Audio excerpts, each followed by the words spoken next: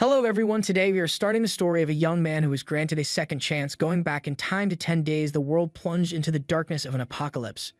In this grim reality, the entire world has become a brutal arena for evolution. It's humanity's greatest opportunity and trial, as well as a playground for gods and demons alike. With a direct injection of the zombie virus, he awakens an SSS-level talent, the Virus King. Now, he embarks on an extraordinary path of evolution, wielding control over the virus itself. Join us as we go deeper into the tale. Please leave a like as today's like goal is 1,500 likes. Hit the subscribe button for more videos. So let's start the story without any delay. The tale begins as the goddess of darkness, Heloise, flies over the White Demon Castle. Her voice rings out furiously as she addresses the young man below as the White Demon Saint Chen Bai. She berates him for his failure in the mission, declaring that his incompetence has put her in a foul mood. With venom in her words, she commands him to go to hell. Tensing up, Chen implores Lady Goddess Heloise to wait, seeking another chance based on his past accomplishments. However, Heloise swiftly rebuffs him, asserting that lowly humans have no right to request opportunities. She declares that his white magic castle will be obliterated along with the darkness. Suddenly, black waves rise at the White Demon Castle, enveloping Chen from all sides and driving him downward into the river of darkness. As he's pulled by the waves, he wonders how, despite nearly completing 100 tasks for the Lady Goddess, one failure means he's going to be wiped out simply because he's a lowly human. In a moment of defiance, he refuses to accept his fate and starts laughing hysterically. Just before being fully consumed by the darkness of the water, he defiantly shows his middle finger to Lady Goddess Heloise and shouts that he will fuck her no matter what. Within the darkness of the water, Chen is surrounded by endless blackness, sinking deeper into it. Suddenly, his hourglass locket activates and miraculously, Chen wakes up in his bed, still furiously shouting at Lady Goddess Heloise. Upon seeing his surroundings, Chen is shocked and begins to wonder how he isn't dead yet and where he is. After analyzing the room carefully, he realizes that it's his dorm room from his college days. He starts to wonder how he ended up there and why he wasn't killed by Lady Goddess Heloise. The decades of turmoil felt so real to him that he begins to question if it could have been a dream. Suddenly, his focus shifts to his hourglass locket and he notices something strange. He remembers that the hourglass was the item he obtained 20 years after the arrival of the universal will when the trial began. He also remarks that the hourglass is the most unique item he had ever seen. It couldn't display his attributes and couldn't be destroyed, so he always kept it with him. He carefully looks at the hourglass and wonders. He remembers that the sand was at the bottom and it wouldn't flow even when turned upside down, but now, to his surprise, it was at the top. So he interprets that time as reversed. Curiously, he checks the time and discovers that it's the day of June 5th, 2032, just 10 days before the arrival of the universal will and the start of the apocalypse. Chen reflects that in 10 days on June 15th, the universal will would officially arrive and begin the trail. During this time, more than 90% of humanity will perish and the deceased will transform into various zombies and monsters. All the conventional weapons will fail and the whole world will witness its demise in just one night. However, along with the dangers of the universal trial come opportunities. Those who survive will awaken innate abilities within themselves. Many magical equipment and items from various realms will also descend to Earth along with the universal will. These treasures garnered the interest of gods who govern the rules of the universe, and since these gods couldn't directly intervene in the trial, they entice humans under the guise of protection, seeking to reap benefits from it. Ken reflects that in his previous life he wasn't strong enough, and after much struggle, he eventually joined under Lady Goddess Heloise's command. He desperately completed the tasks she assigned, striving to elevate his status. However, he never anticipated being erased simply due to one failed mission. As he glances at his mobile phone, breaking news flashes across the screen. The first headline sparks chatter about a new disease reminiscent of rabies or cinematic zombies. The second headline reports on patients at Jiangxing Hospital exhibiting erratic behavior, resorting to biting others. Lastly, a third headline describes an unbelievable event. A body undergoing forensic dissection suddenly awakens. Rising from his seat, he absorbs the tumultuous updates and resolves to forge his own strength, determined not to rely on others. He vows to achieve such strength that even the demon goddess Heloise will kneel before him and sets out towards an uncertain destination. Along the way, Chen recalls that 10 years after the trial began, someone claimed to have discovered the only way to upgrade innate abilities. This person revealed that 10 days before the trial started, innate abilities actually became effective, and if one discovered and utilized their abilities during this period, it could upgrade them. Arriving at the hospital, Chen masks up and strides in with a clear strategy. Reflecting on his past life, he recalls his E-ranked virus resistance innate ability. He now believes that to upgrade his ability, he must use the virus to trigger and strengthen it in advance. Inside, he overhears a doctor and nurse discussing the unprecedented disease. The doctor marvels at the unfamiliar symptoms, while the nurse likens the patient to a scene from a movie. Approaching the patient's room, Chen observes the restrained figure and confirms its transformation into a zombie. Armed with a siren, she moves to draw its blood, explaining to the zombie that its cooperation is vital for his training. With a sufficient sample secured, Chen anticipates triggering his innate ability. Following that, he checks the dormitory to see if anyone is around and realizes it's empty. He deduces that everyone is gone as they had stayed up all night. Preparing to inject the zombie's blood into himself, he hesitates briefly, knowing that if the theory is wrong, he might die. Yet brushing aside the consequences, he plunges the needle into his arm without hesitation. Reflecting on his struggles before the reset, enduring decades of weakness until finally making progress, he fears squandering opportunities if he remains feeble, despite knowing the future. Death seems preferable to restarting and remaining weak. As the blood courses through his veins, he collapses suddenly. Upon awakening, he finds himself back in the White Demon Castle, confronted by Heloise urging him to relinquish resistance and embrace the darkness. This time, however, Chen rises defiantly, vehemently declaring his intent to conquer Heloise. He then asks himself how he could fall here. Back at the hospital, Chen regains consciousness, walking strangely. Some people enter the room and are stunned to see Chen, his nerves seemingly protruding from every end, with blood coming out from his eyes and mouth. Recognizing Chen Bai, one of them anxiously queries him about the situation. Chen, momentarily stunned by the boy's presence, joyfully asks if he's back. With a nod, the boy agrees.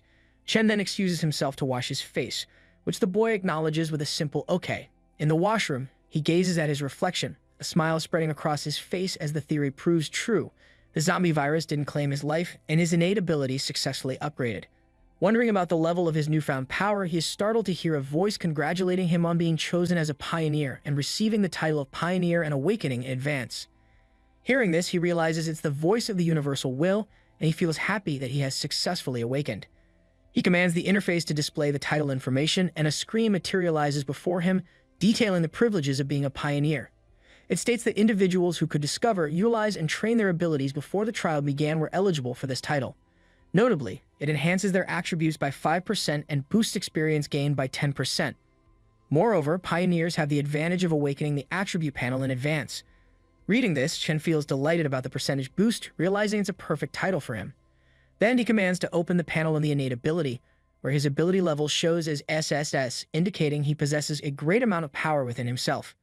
It's revealed that the virus Monarch reigns supreme as the mightiest skill in the virus element, capable of absorbing, utilizing, manipulating, transforming, and creating viruses. Chen reflects on his current abilities, noting that he can only absorb viruses with a limited range. Realizing the need for a significant virus supply to enhance his power, he heads back to the hospital. However, his return is met with chaos as people rush towards him, some pleading for help while others warn of a zombie outbreak signaling the end of the world. Recalling crucial information from his past life about peculiar incidents in Jiangxing before the trial, Chen recognizes the sealed hospital as the source. Ignoring bystanders' inquiries, he charges towards the zombie-infested area. As he absorbs the virus, his Virus Monarch talent skill begins accumulating points which could be used to strengthen abilities. After absorbing one zombie, he relentlessly pursues every other undead, boldly declaring that no zombie can evade him. Meanwhile, on the 4th floor of the hospital building, zombies relentlessly pound on the restroom door where Liu Feng, the hospital director, and nurse Sui Xin are trapped. Liu Feng grimly admits to Sui Xin that escape seems impossible. The door won't hold much longer, and they are doomed. He then turns to Sui Xin, his eyes filled with lust as he laughs. Sui Xin, crying and wondering what to do, suddenly notices Liu Feng's strange behavior and asks what's wrong with him. With a sinister grin, Liu Feng approaches her, saying he has pursued her for so long, but she never agreed. Now that they are about to die, he suggests she let him enjoy himself before they die. Shocked by his behavior, Sui Xin questions his sanity. Ignoring her, Liu Feng becomes increasingly desperate as the zombies breach the door. Panicked, he seizes Sui Xin, using her as a shield and pushing her towards the zombies to save himself. As he attempts to flee, he finds himself cornered at a window. With no other escape, he tries to jump but becomes stuck, vulnerable to the approaching zombies. 7 minutes later, the ground is strewn with the bodies of the bitten victims. Chen arrives at the scene and spots a medical staff girl seemingly unharmed. Recognizing the recent bite marks, he realizes there may still be time before she transforms. With the military preparing to seal the area, Chen determines he needs someone familiar with the hospital layout to navigate. Resolute, he decides to extract all the virus from her to halt the transformation. In a swift motion, he drains all the virus from her, saving her from turning into a zombie. Moments later, she regains consciousness, confirming Chen's success. Suik-sin expresses her gratitude to Chen for saving her. He remarks that it seems she hasn't completely lost consciousness. Suik-sin confirms with a yes, indicating her awareness of what had transpired. Chen then informs Suik-sin that he requires her assistance with something urgent. Agreeing to help, Suik-sin requests a change of clothes first. Chen, sensing the urgency, grabs Suik-sin's hand and begins to pull her, insisting there is no time for that. He implores her to lead him to the area in the hospital with the highest concentration of viruses. Suik-sin complies and then guides him to the laboratory, where most viruses are stored and tested. Chen collects some viruses, assuring her it should suffice. He combines them in a beaker, surprising and alarming Suik-sin. The concoction includes hepatitis, influenza, herpes, and HIV viruses, each contributing varying virus points based on potency. After absorbing all the viruses, Chen's next goal is to strengthen the zombie virus with them. He reviews his options on the point screen: Ancestor virus, Decay virus, T-virus, Cocci-virus, and Dark Light virus. After careful consideration, he selects the Dark Light virus for upgrading, explaining its focus on devouring and evolving. Suddenly, Suik-sin alerts him to approaching zombies at the laboratory door. Chen instructs her to stay put and confronts the zombie, swiftly absorbing its virus. Observing Chen's actions, Suik-sin becomes perplexed. As he absorbs the virus, Chen notices the process is quicker than before, effortlessly lifting the 150 ulbs zombie. Seizing the opportunity, he tests his new ability on the zombie. With determination, he unleashes the Dark Light virus ability, witnessing black waves resembling branches devouring the zombie entirely within seconds, assimilating it into himself. Chen feels invigorated, noting the rapid absorption speed and even experiencing some stamina recovery. Meanwhile, Suik-sin trembles in fear at the sight of him. Nervously, she asks him what he has just done. Chen smiles casually and inquires what is troubling her. Suik-sin sighs with relief and expresses gratitude, acknowledging his role in saving her. Trusting him not to harm her, she offers her help in keeping his secrets. Chen extends his hand to assist her in standing up and introduces himself as Chen Bai. Suik-sin reciprocates the introduction. Suddenly, Chen hears sounds indicating the arrival of military personnel. Realizing this, he shares with Suik-sin that it appears the military and police have reached the hospital. They must have sealed off the area and are clearing out the zombies. He suggests they leave as well.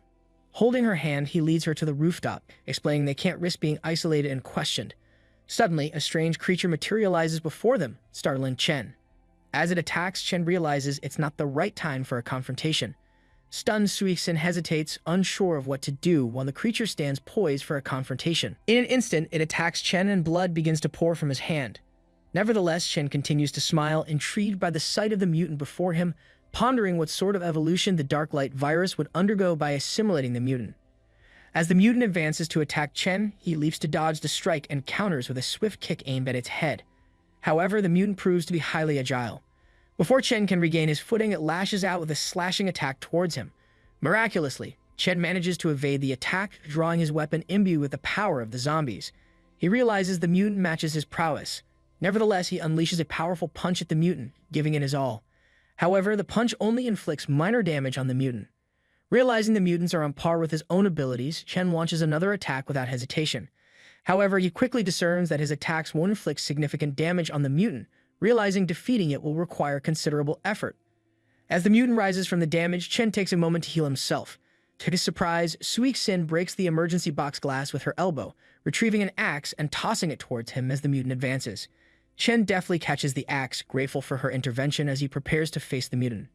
Initiating his assault, he declares it's their brawl now, wielding the axe with precision. Dodging the mutant's attacks, he delivers a series of blows, eventually causing it to halt and clutch its wounded leg. In a moment of respite, Chen relaxes and remarks with a smile that it's surprising the mutant still holds on in such circumstances. He then positions his leg on the mutant's head, preparing to deliver the decisive blow by severing its head. Suddenly, the mutant retaliates with full force, launching a powerful counterattack against Chen, who collides with the wall, blood expelling from his mouth, the axe slipping from his grasp. Witnessing this, Suik-sin grows frightened and tense, her concern mounting for Chen. However, Chen remains unfazed, wearing a smile even in the face of adversity. He contemplates that when one is on the brink of death, there is no choice but to embrace it. Addressing the mutant, Chen questions if it desires to tear him apart. Confusion flickers in the mutant's eyes as dark waves emerge from Chen's stomach, ensnaring the mutant. Chen unleashes his evolution-devouring power, causing the mutant to howl in agony.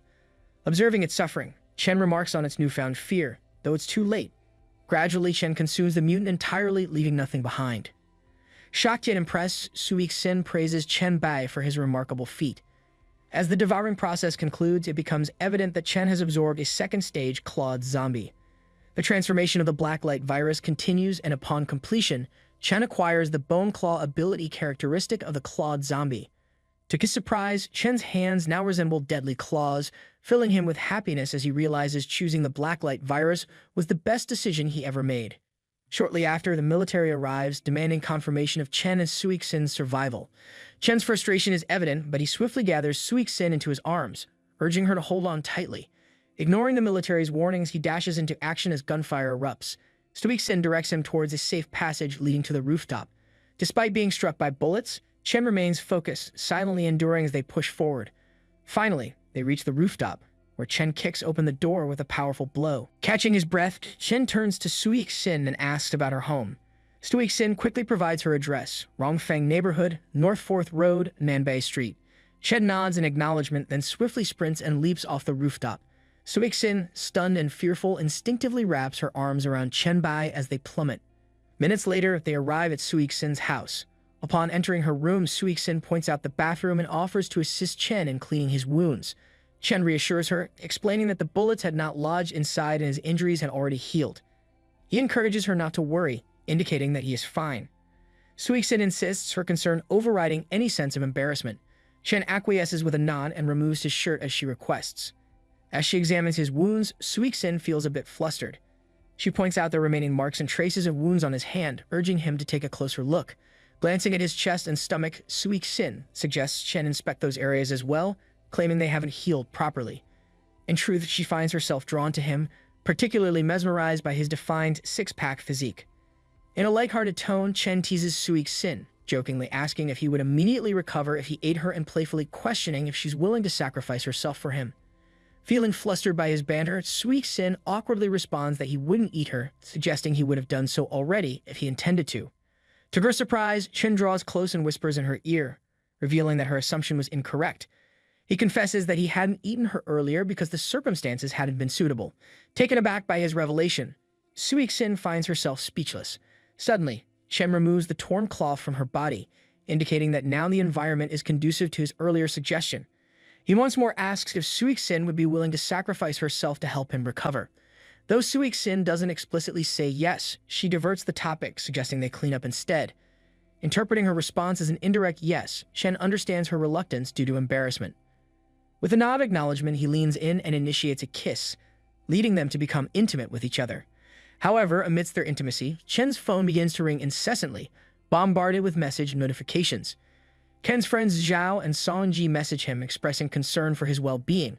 Song asks if he's alright, having heard from another friend that he visited Jiangqing Hospital. Meanwhile, Zhao shares that the school's #1 beauty Songji had been asking about him, sparking curiosity about his whereabouts. Later, Chen wanders through the market, reflecting on the strange occurrences in Jiangqing before the trial. The sealed hospital, suburban bombing, and monstrous slaughter. He admits his limited knowledge of these events and wonders why they're rarely discussed. Pondering these mysteries, he develops a headache and becomes tense. Chen then receives a call from Suixin, who informs him that 2 people came looking for him, claiming Song Ziqiang wants to see him. Chen acts nonchalant and Suixin expresses distrust, considering Ziqiang's status as the queen of Jiangqing. Tense, she asks what to do. Chen assures her they're not lying and asks her to have them wait outside, to which Suixin agrees. Chen opens the chat with Songji, finding numerous messages inquiring about his health and whereabouts. He recalls that Ziqiang is the mother of a classmate entangled with him, speculating that Songji went to see her mother, and if Ziqiang could find her way to Suixin's place, she must know something. Chen decides it's necessary to meet Ziqiang. Later, he arrives at the suburban freezer warehouse, where Ziqiang's guards escort him to her. Reflecting on Ziqiang's journey from rags to riches, becoming the wealthiest person in Jiangqing and excelling in both legitimate and illegitimate ventures, Chen recalls her rise to power as the Jiangqing queen. In his past life, he admired her, but now he laughs knowing things are different. If he can recruit her to his side, he could accomplish much more before the trial. They halt at the suburban warehouse corridor where Ziqiang stands with her secretary, Ms. Lang. When Chen arrives, her bodyguard informs her of his presence. Ziqiang apologizes for summoning him, explaining her inability to leave. Chen inquires about the specific matter she wishes to discuss.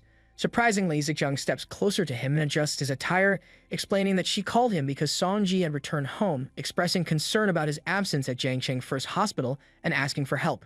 She also admits curiosity about the man who could make Songji so nervous.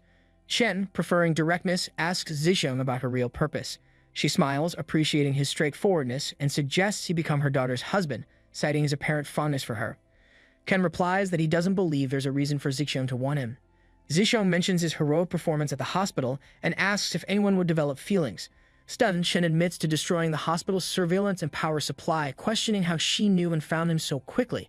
Zixiang urges him not to underestimate her, explaining her men could trace him at least from the lobby to the monitoring room. She asserts she has someone inside the hospital and shows Chen her chat with a girl named Lulei, who sent a video of him running away with Sui Xin. Zixiang mentions finding a colleague of Sui Xin named Liu Feng among the survivors brought up by the troops, who seemed familiar to her. Surprised at the mention of Liu's name, Chen is taken aback. Chen recalls the night before at Sui Xin's house when she mentioned Liu Feng. He asks if Liu was the one who not only tried to molest her, but also pushed her towards the zombies. Sui Xin confirms, recounting Liu's attempt to escape by jumping out of the window but getting grabbed by zombies, ultimately meeting his demise. Chen is surprised, realizing Liu Feng was the person hanging on the window, thinking he was already dead. Sui Xin expresses her hatred towards Liu Feng, wishing he were already dead. Back at the suburban freezer warehouse corridor, Chen asks Zixiang if she will disclose the location of the isolated survivors. Zixiang responds, offering the information if he becomes her man. Chen asserts that she underestimates him. Zixiang admits she can't match his skills with just information, but still has leverage. Chen interjects, rejecting her proposal and implying she knows too little about him. He suggests that if she knew more, she would realize he couldn't be her man, but rather she should be his woman. With these words, he draws out his claws, surprising Zixiang and prompting her secretary, Ms. Lang, to step forward protectively. Zixiang questions if this is a mutation of the zombie virus, but Chen denies it, proposing that she becomes his woman in exchange for learning more. Zixiang smiles, indicating that merely showing his claws won't win her over. She mentions his relationship with Sui Xin, questioning why he's interested in her. Chen approaches Zixiang closely, holding her face and suggesting that everyone has their strengths and weaknesses. He hints that there's much more she could do for him than Sui Xin in these days before the apocalypse. Hearing Chen's mention of the apocalypse, Zixiang curiously inquires further. Chen counters, stating that zombies aren't even worthy of being called a warm-up. This prompts Zixiang to realize that Chen possesses substantial knowledge. Chen confirms her suspicion, asserting that his knowledge surpasses her imagination. Recognizing their shared disposition against submission, Zixiang proposes cooperation, offering her help in exchange for his information. The Jigachad responds affirmatively, recognizing that conquering the Queen of Jiangqing is indeed not an easy task. Zixiang agrees, revealing her anticipation of encountering a man capable of conquering her. She encourages Chen to persist in his efforts, genuinely impressed by his boldness. Suddenly, they hear gunshots from outside. Chen's expression shifts to alarm as he questions what's happening. Tensely, Zixiang reveals that Commander Huang dispatched Captain Zhao to negotiate with her the previous night. They sought the use of refrigerated warehouses to store live zombies and survivors from isolated capitals, likely the source of the gunfire. However, she questions how things went awry given the few zombies in the cold storage barely mobile. Chen ponders the swift discovery of the zombies, unexpected due to their sluggishness and low temperatures. Unaware of the increased mutation risk in extreme conditions, he refocuses on the present. They're in the suburban cold storage where mutated zombies lurk. It dawns on him that this site could be the suburban bombing location. Determined, he suggests further investigation, excited about the mutation's nature. Meanwhile, commandos hurl grenades into the meat monster's mouth, causing explosions. Fog fills the area as they await the outcome, surprised to see the monster emerge unharmed. Captain Zhao issues an order, realizing their weapons are futile against the creature. Everyone forms groups and spreads out to lure the monster separately, instructed to hold out until reinforcements arrive. To Zhao's surprise, Zixiang arrives urgently, requesting the commandos to cease fire and retreat. Tensely, he questions her intentions. Zixiang explains their weapons can't harm the creature, urging Zhao not to send the commandos to their deaths. She instructs him to protect and evacuate the cold storage employees and survivors. Zhao argues it's impossible to escape without restraining the monster. Meanwhile, Lulei faces imminent attack. Zixiang insists Zhao follow her instructions and not worry about the monster. Chen intervenes, shielding Lulei and grappling with the monster, revealing its overwhelming size. The meat monster lunges at Chen, but he dodges swiftly and counterattacks with his claws, striking its arm. They face off again as the monster attempts to hit Chen, but he evades, causing it to hit the walls instead. Witnessing this, Zhao questions Zixiang tensely, asking if she's raising a monster. Zixiang laughs, revealing Chen as her partner. Meanwhile, due to the broken wall, beef carcasses spill out and Chen climbs on top. He pleads with the monster not to eat the beef, skillfully devouring himself. As he consumes the beef, he gains strength and endurance, remarking on its premium quality. Chen notices the tired monster trying to replenish its energy. Seizing the opportunity, he attacks, knowing it's its turn to perish. Despite seeing Chen's impending attack, the tired monster is unable to react and gets struck by his blows. Zhao and Ziqiang watch in astonishment as Chen relentlessly attacks the monster with his claws, rendering it powerless. With the monster unable to retaliate, Chen activates his devouring skill, ensnaring it with black wave branches. Witnessing this, Zhao is shocked, voicing disbelief at Chen's abilities. Meanwhile, Chen continues to devour the monster slowly. Zhao attempts to request a missile launch, but Ziqiang intervenes, urging him to remain calm. She reminds him of Chen's assistance and warns against rash decisions, emphasizing the potential consequences. 10 minutes later, every commando aims at Chen, shields raised. Captain Zhao orders everyone to stay alert with loaded bullets.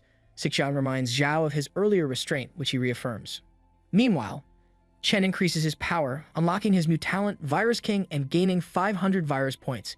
Devouring a rare mutant enhances his abilities, including a new one named Heavy Hammer. Pleased with his evolution, Chen feels powerful, but regrets the lack of challenge. He reveals his biggest gain of the day, a Flesh Mountain core. The core holds potential for crafting equipment and creating a flesh wall if controlled properly. Chen ponders whether to feed it more to grow another Flesh Mountain. His thoughts are interrupted when Ziqiang calls him, prompting him to conceal the core. Ziqiang introduces Chen to Lulei, a well-known journalist and internet celebrity. Chen asks if she secretly filmed him in the hospital, which she confirms with gratitude for his rescue. Chen modestly dismisses it, then asks if she captured his battle with the Meat Mountain mutant on camera. Upon hearing this, Lulei becomes a bit tense and apologizes, explaining that it's a professional habit of hers. Chen reassures her it's fine and instructs her to keep the footage, stating he has a use for it. Zhao then approaches Chen, relaying the district military commander Huang's request for Chen to explain himself and what he knows to the military. Chen remains silent, his thoughts drifting to Commander Huang Xingshu, a name difficult to forget. He recalls Huang's coercion of the weak and isolated awakened individuals after the trials, exploiting them like commodities. Initially, patriotism and righteousness reassured everyone, but it devolved into beatings and insults. Chen reflects on his own struggles and starvation, remembering how attempting to leave meant being branded a traitor and hunted down, forcing him to flee Jiangqing. Addressing Ziqiang as boss Ziqiang, Chen asks if he should go and explain. Ziqiang responds with a firm no, explaining she lacks sufficient information. Chen attempts to discuss the potential consequences, but Ziqiang reassures him, insisting she'll handle it. Zhao interjects, emphasizing the duty of citizenship in Longo for both of them to understand. Ziqiang steps closer to Zhao, expressing her anger and dismissing the concept of duty as a mere joke. She urges Zhao to drop his official tone, reminding him of his position as just a platoon leader, lacking the qualifications for such matters. Ziqiang instructs Zhao to inform Huang Xingshu that any issues should be addressed to her first. Before Zhao can respond, one of his soldiers approaches, seeking guidance on handling the isolated personnel causing trouble. Ken eagerly inquires if a person named Liu Feng is among the troublemakers. Zhao also asks if it is true. The soldier confirms, stating that Liu is indeed causing the most trouble. Chen then asks Zhao that he wants to see Liu Feng. Zhao agrees to Chen's request and instructs his soldier to bring Liu Feng to them. After some time, Liu arrives, inquiring if Zhao is searching for him and if his dad, Liu Huinam, has called. He mentions his father's role as the vice president of the first hospital. Surprising Liu, Chen places his hand on his shoulder, covertly injecting him with the zombie virus. Claiming to seek Liu on behalf of someone with a message, Chen fabricates a story about Suixin's alleged desire for Liu's demise due to his actions with the zombie. Confused, Liu asks who Chen is. Chen concocts a tale about Suixin's supposed confession during a moment of intimacy. Shocked, Liu questions Chen's source, deeming it impossible for Suixin to be alive. Suddenly, Chen retreats, urging everyone back as Liu begins to show signs of transformation. Liu becomes furious, denying the accusation and demanding answers. Others react defensively, soldiers readying their guns.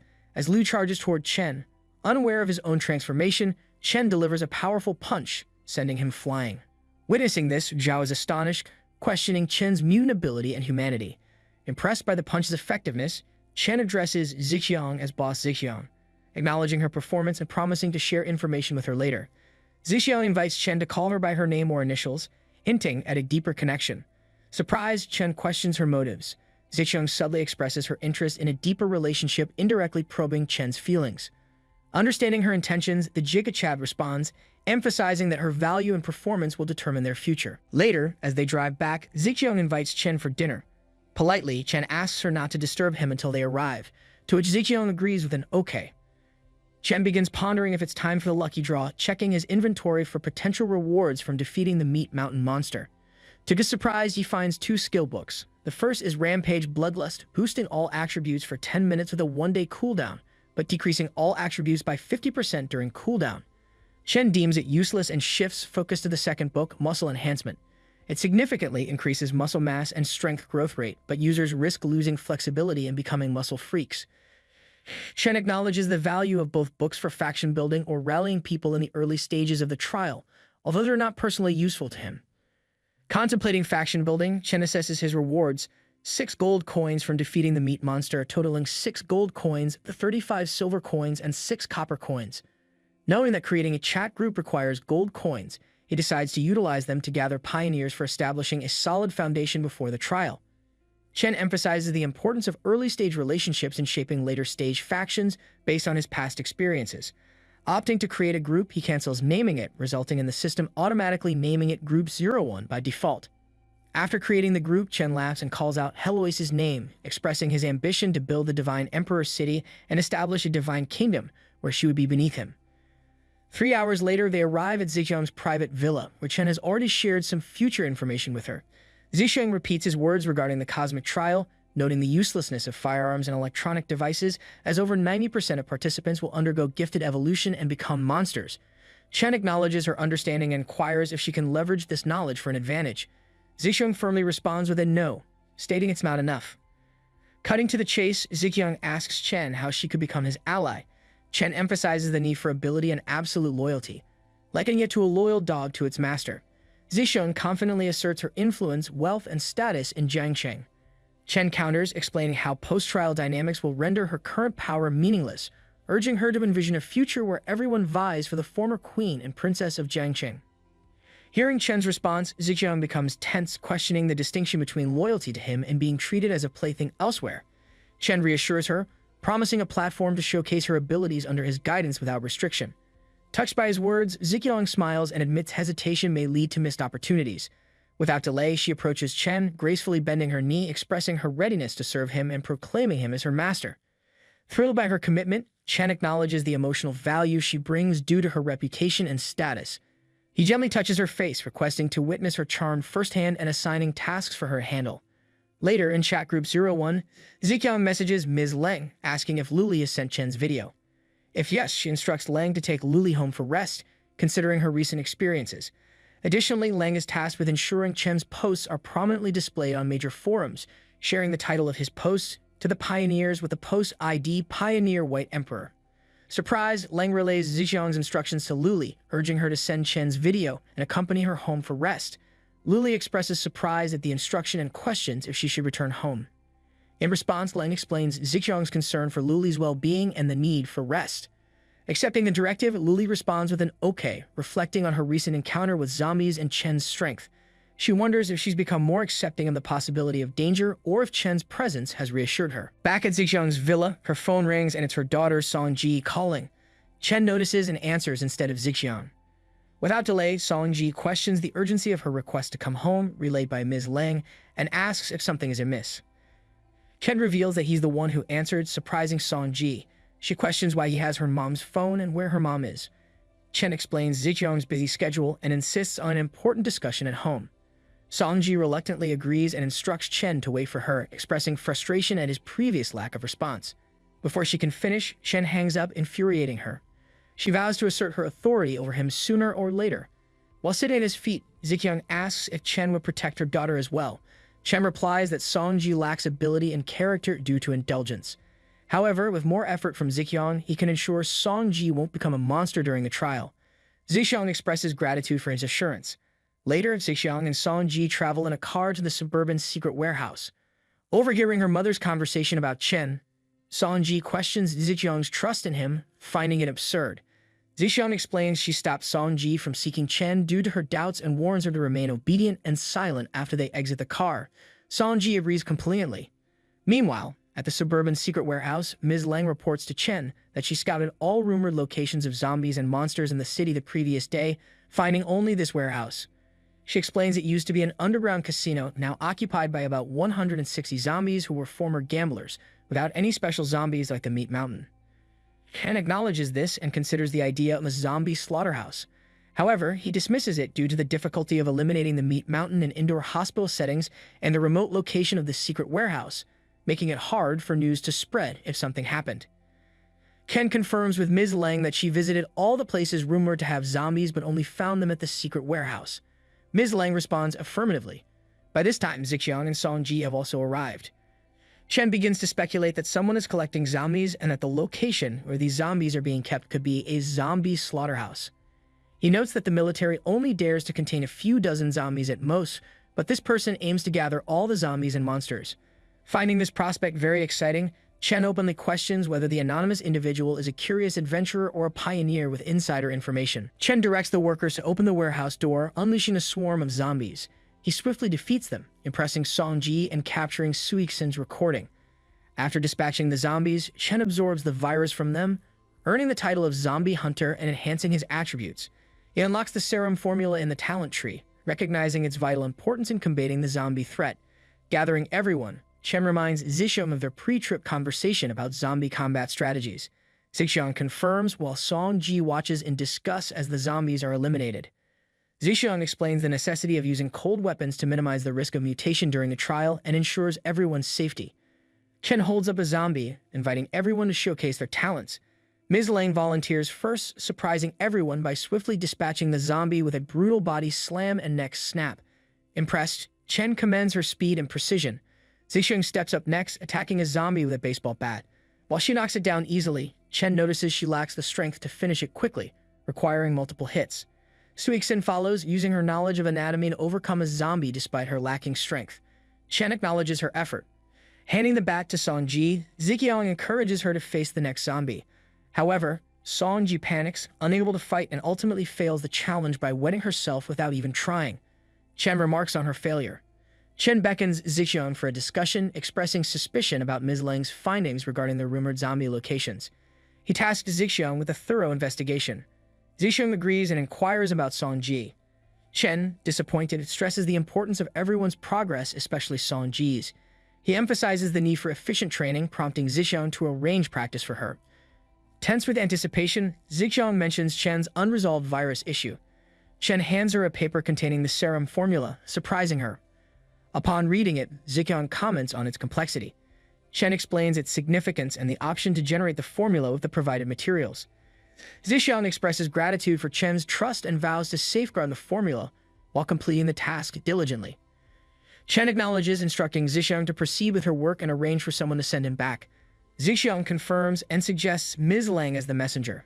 Alone again, Chen checks his mobile, feeling tense at the mocking responses to his post. Amidst the negativity, a private message from someone named Shil catches his eye. Shil reveals himself as a fellow pioneer and inquires about Chen's knowledge. Realizing the potential for valuable connections, Chen asks about Shil's talent. Shil responds with an S-level mental control ability. Chen shares information about the communication features unlocked by the pioneer, directing Shil to chat group 001 for basic information. He invites Shil to reach out with any further questions after reviewing the materials. Shil joins the group using his real name, Han Xiao. He then messaged Chen, asking if he can invite someone. Chen inquires about the person Xiao wants to invite. Xiao responds that it is someone named Shuchuan. Hearing this name, Chen is stunned, recognizing it as that of the emperor-level powerhouse known as Suixin. Excited at the prospect of such a powerful individual joining the group, Chen tells Xiao that he can invite any other pioneers he comes across. After this exchange, Chen has a hearty laugh. Eventually, Shuchuan joins the chat group. On the same day at 7:30 p.m., Luli is on a call with Zixiang. Zixiang asks if there are any results from the investigation into the collection of zombies. Luli confirms progress, attributing the actions to the forces of the Jiangqing Lord, who are funneling the zombies to the Mankai container yard near the Jiangqing Wharf. She mentions dispatching someone for further intel, but they haven't returned, prompting her to proceed with the meeting. Suddenly, two injured men collapse before her, startling her.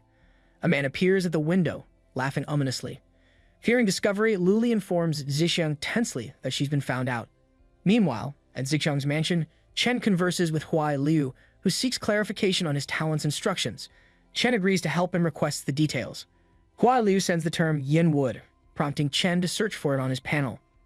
The search reveals that yin wood is the most yin of woods with an endless source of life. With yin's soul entering the body, it becomes the land of eternal life. Activating the wood body costs 1 spirit, while activating yin's soul costs 1 constitution. Chen notes that yin wood is an SS-level talent and informs Hua Liu that the cost of activating the ability is quite high. If his spirit is more than 3, it would cost a spirit to activate the wood body. Hua Liu thanks Chen for providing this information, mentioning that he has 5 spirits.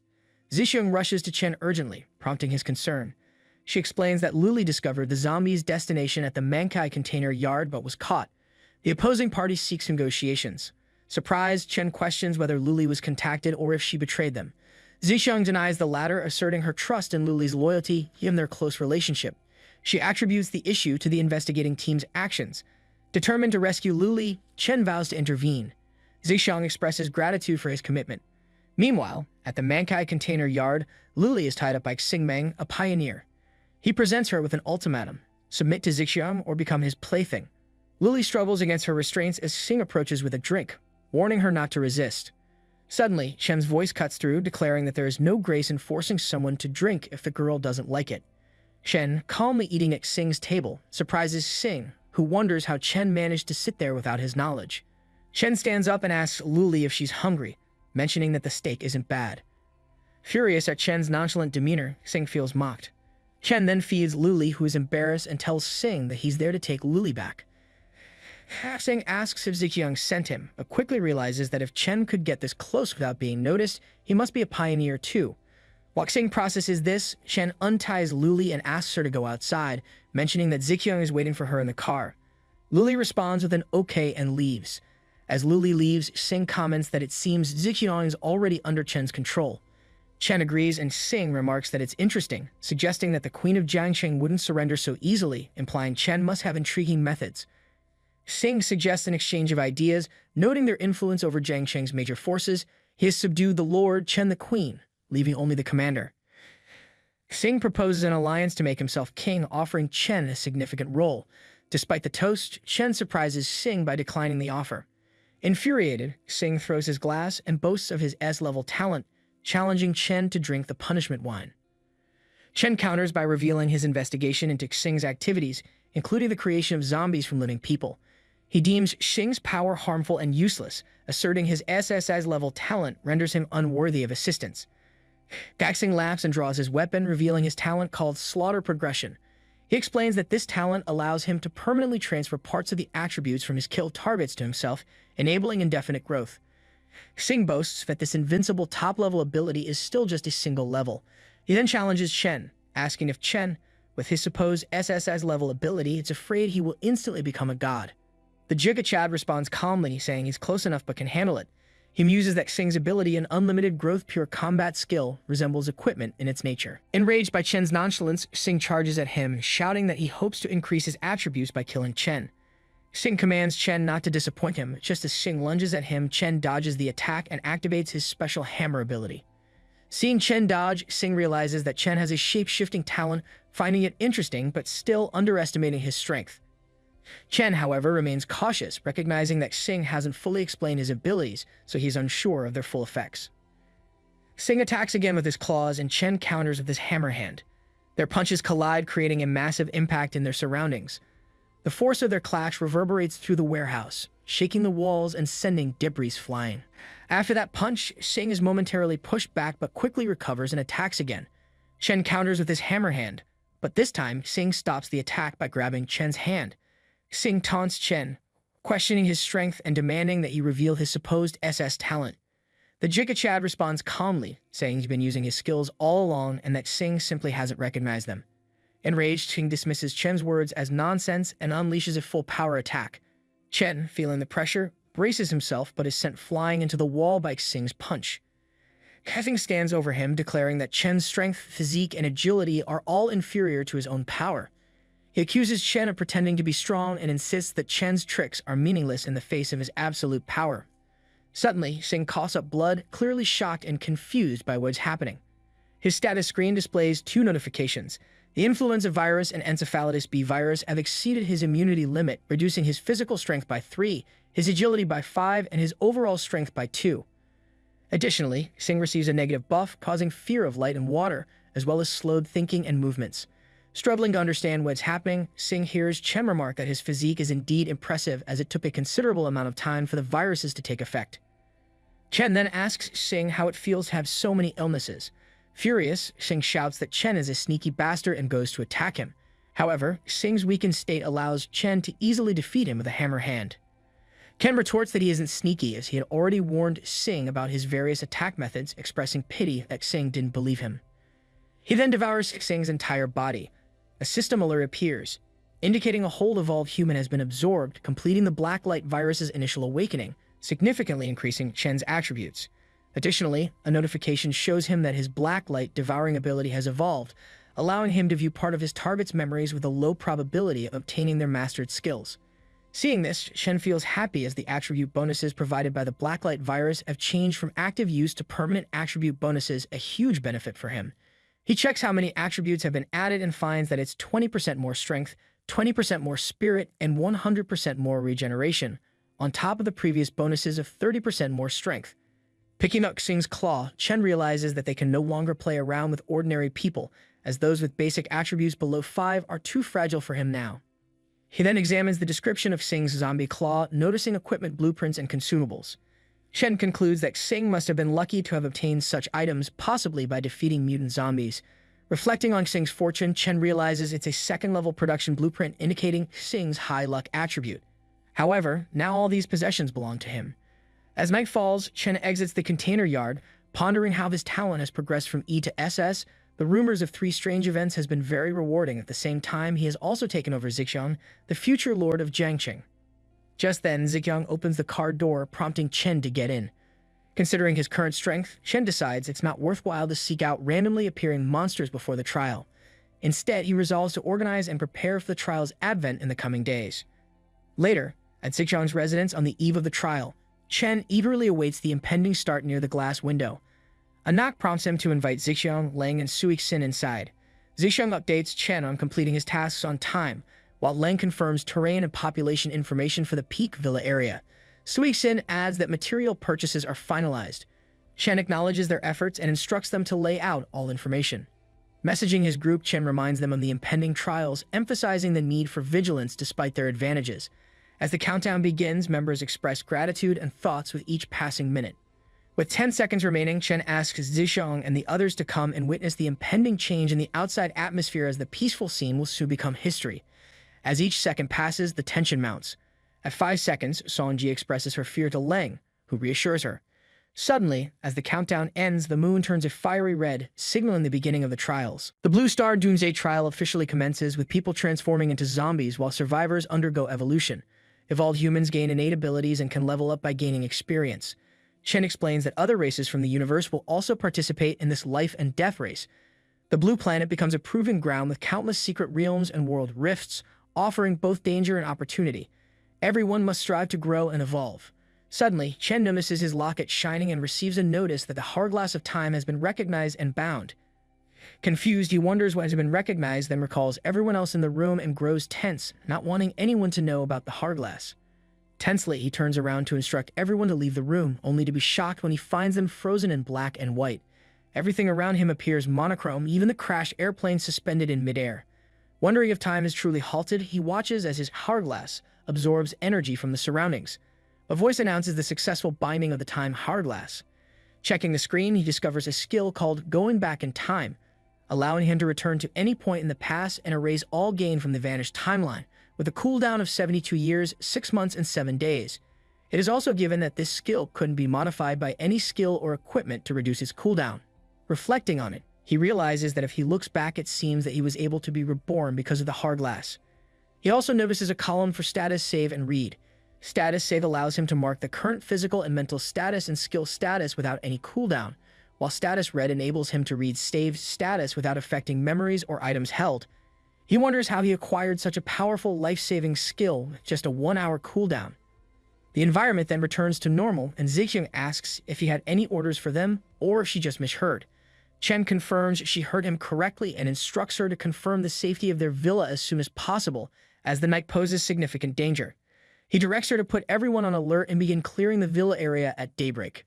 Zixiang and Lang affirm with a yes. The following day, zombies launch an attack at the villa. Zixiang swiftly counters, showcasing her mastery of the newly acquired Amethyst Eyes skill.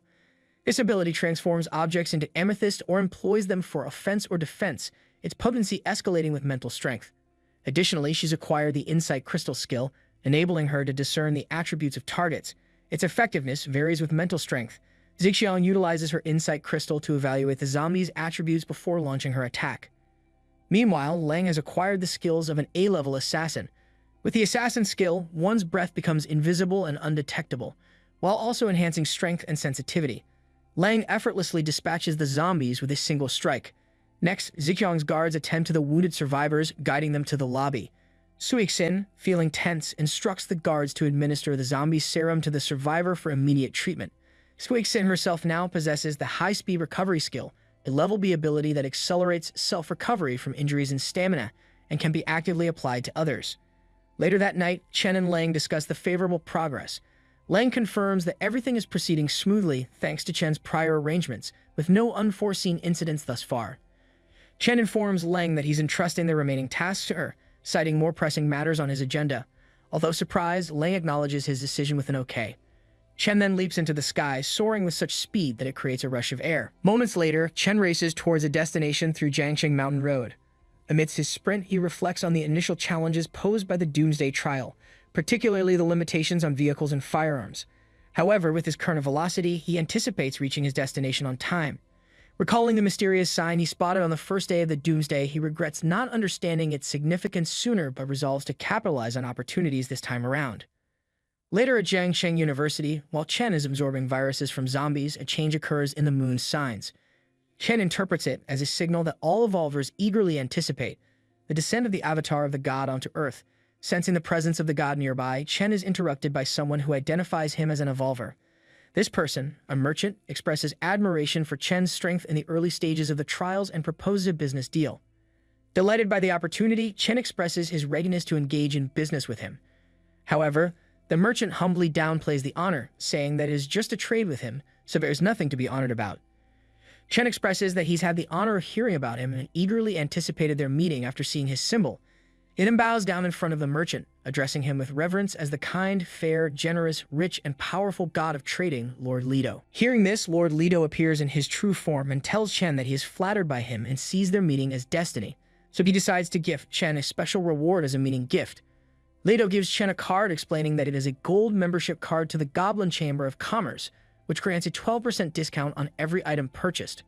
Chen, seeing this, reflects on how in his last life he had been immune to compliments and praise, so it was good to be quick on the uptake. Chen takes the card with gratitude, acknowledging Lido's generosity and kindness, and Lido mentions that since Chen is willing to trade with him, he will show him the products. Chen observes the first item, the Thunder Walker Scroll, an S-grade item known for harnessing the power of thunder, boasting potent combat abilities. Priced at 500 gold coins, it's a formidable choice. The second item, Reaper's Touch, is equally impressive, an S-grade legendary sniper rifle exclusive to firearms professions. Chen is taken aback by these offerings and reflects that the Thunderwalker profession scroll is from his previous life, indicating it was purchased from there. He acknowledges Lido's vast collection of profession items, explaining that he wants all of them but apologizes for being unable to afford everything at the moment. Understandingly, Lido mentions that he knows evolvers wouldn't have much currency at the start of the trials. He reassures Chen that his products are of value and encourages him to work hard to achieve wealth. Anticipating future meetings, Lido turns to leave. Chen stops Lido and shares that he has heard the gods couldn't participate directly in the trial and need to invest in evolved beings to make a profit. Chen then asks Lido if he intends to invest. Lido gets impressed with Chen's insight and knowledge and asks if Chen wants his investments. The Giga Chad responds by mentioning that he has heard Lido possess a treasure highly regarded by the gods, suggesting Lido to invest that in him, promising he won't regret it. Lido responds by emphasizing that an investment must yield profits, something coveted by all gods. He questions Chen's ability to offer more than it's worth and expresses reluctance to engage in a potentially loss-inducing venture. Chen, demonstrating his evolved form with the hammer hand and claw, urges Lido to consider his capabilities. Impressed by Chen's SSS-level talent, Lido admits it's tempting but hesitates to invest heavily early on. To Chen's surprise, Leto agrees to give him a chance, advising him to cherish the opportunity. Leto mentions that if it weren't for the fact that Chen was gifted and didn't have the aura of other gods, he wouldn't have agreed. Ken inquires about receiving the precious investment immediately, but Leto declines, explaining that talent alone doesn't guarantee future success. He stresses the importance of proving worth through personal strength and growth. Suddenly, Chen receives a notice. The god of goblins and trading, Leto, has issued him an SS-ranked mission, the ultimate investment. Leto offers Chen a coin, which he can use to summon his shadow upon completing the task. Leto expresses his hope that Chen won't delay too long. Ken then requests Leto to show him the treasure that all the gods covet. Leto agrees and reveals the treasure, the dual profession scroll. This scroll allows the user to have two professions simultaneously, enabling dual attribute growth, attribute bonuses, and concurrent skills. Chen is stunned by this revelation, pondering if it's truly a dual profession. Leto confirms the transaction's conclusion and prepares to depart. Before leaving, he remarks that his day's harvest has been pleasant and expresses hope for Chen's task completion. After Leto's departure, Chen checks his mission panel to review the task details. The description states that to secure the most valuable investment from the god of trade, he must prove his worth by locating a special copy of the secret realm in Jiangxing University, defeating the creature inside, and obtaining a part of its body to present to Leto. Chen notices in the reward area that the reward will be decided by Leto. Impressed, Chen thinks that Leto truly embodies the essence of a god of trade. He reflects on Leto's good reputation from his previous life, surmising that he wouldn't suffer any loss if he didn't perform well. Chen then wonders about Jiangxing University, contemplating whether it had a secret realm in its early days. If true, it must have been well hidden, as he had never heard of it before. He begins contemplating where to start looking first. Meanwhile, in the gymnasium of Jiangxing University, a young man is bullying students. Tom the bully demands that students plead to be his servants in a manner that pleases him, threatening harm if they refuse. The students defiantly reject his demands, calling him names. Tom becomes agitated and threatens to harm them, reassuring them that he won't let them die easily. Lin Qi, one of Tom's comrades, tries to intervene, but Tom hits her too, telling her to stay out of it. Suddenly, an explosion erupts in the wall, causing everyone to tense up. Emerging from the opening, Chen confronts Tom, asking if he had beaten those students. Tom proudly admits to it, asking if Chen didn't like it. When Tom looks up, he's stunned to see Chen coming towards him furiously. The Jigga-Chad punches Tom with a hammer hand, telling him to go to hell. Seeing Tom in trouble, his friend tries to help by fighting Chen, but the Jigga-Chad swiftly defeats him as well. While overpowering them, Chen asks if anyone among them is from the medical faculty, as he's looking for something and needs assistance from someone familiar with it. The students replied with a no, mentioning that one was a civil engineer and the others were foreign students. However, a girl named Jia points towards Lin Qi and recalls that Lin Kai is a medical student. Seeing this, Lin Qi gets tense and pleads with Chen not to harm her, insisting that she hasn't hurt anyone. Then Lin Qi starts saying strange things like how she likes the Dragon Nation and describes herself as having a passionate heart, which makes the other students laugh. Embarrassed, Lin Qi asks Chen to spare her, promising to do anything in return. Jia reiterates that Lin Qi hasn't done anything wrong and has even tried to stop the two guys. The Jigga-Chad responds that he understands. Outside, Chen instructs everyone, except for Lin Qi, to leave. He tells them to follow the trail of zombie corpses to the Jiangxing City East Mountain Villa area and report his name as Chen Bai. The people there will take care of them. Hearing this, they all become tense, expressing concern about the city being full of zombies and the distance to East Mountain Villa from the university. They fear they could die on the way there. Chen reassures them that he has cleared almost all the zombies along the way, so they don't have to worry much as they won't be in danger. He also mentions that since they are all survivors, they will be gifted evolvers too. Chen points out that if they are too scared to face the zombies now, what will they do when the zombies and monsters start growing in numbers? They will be as good as dead. Hearing this, they all are stunned for a moment. Jia thanks Chen as she understands what he is trying to say. Then, everyone leaves from there. Lin Qi asks Chen why she can't leave with the others and why he's keeping her there, but Chen doesn't respond. Feeling embarrassed, Lin Qi wonders if Chen is keeping her there for romantic reasons, assuming students in the Dragon Kingdom love foreign girls like her. She concludes that Chen must be the same. Lin Kai then asks Chen not to use violence against her, saying she'll be his wildest horse. Chen smiles and clarifies that he isn't interested in a horse with 1,000,000 riders. He reminds Lin Kai that he needs someone to help him find something in the medical department. Lin Qi feels embarrassed and apologizes, admitting she was so scared before that she didn't hear anything. Then she furiously shouts at Chen, saying he can't insult her like that, claiming she hasn't been ridden by thousands of people. She quickly adds that she hasn't been ridden by anyone until now, and she can prove it. The Jigga-Chad responds with an okay, understanding her frustration.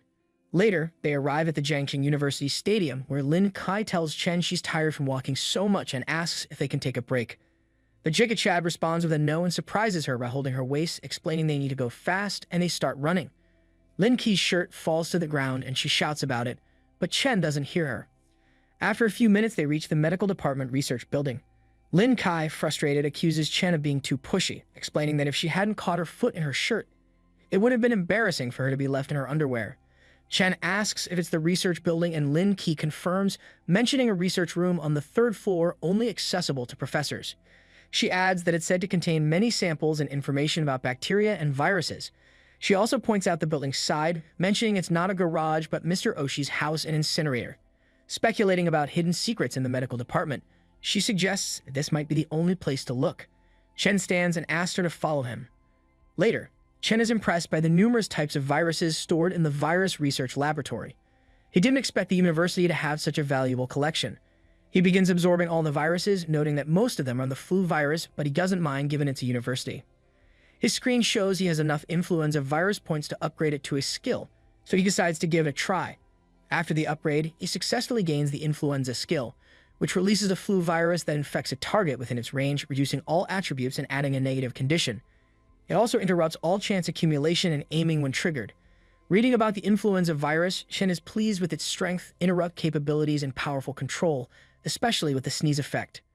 Chen realizes that he hadn't paid enough attention to the reality of the viruses while going through the virus tree and acknowledges the need to focus more on this aspect in the future.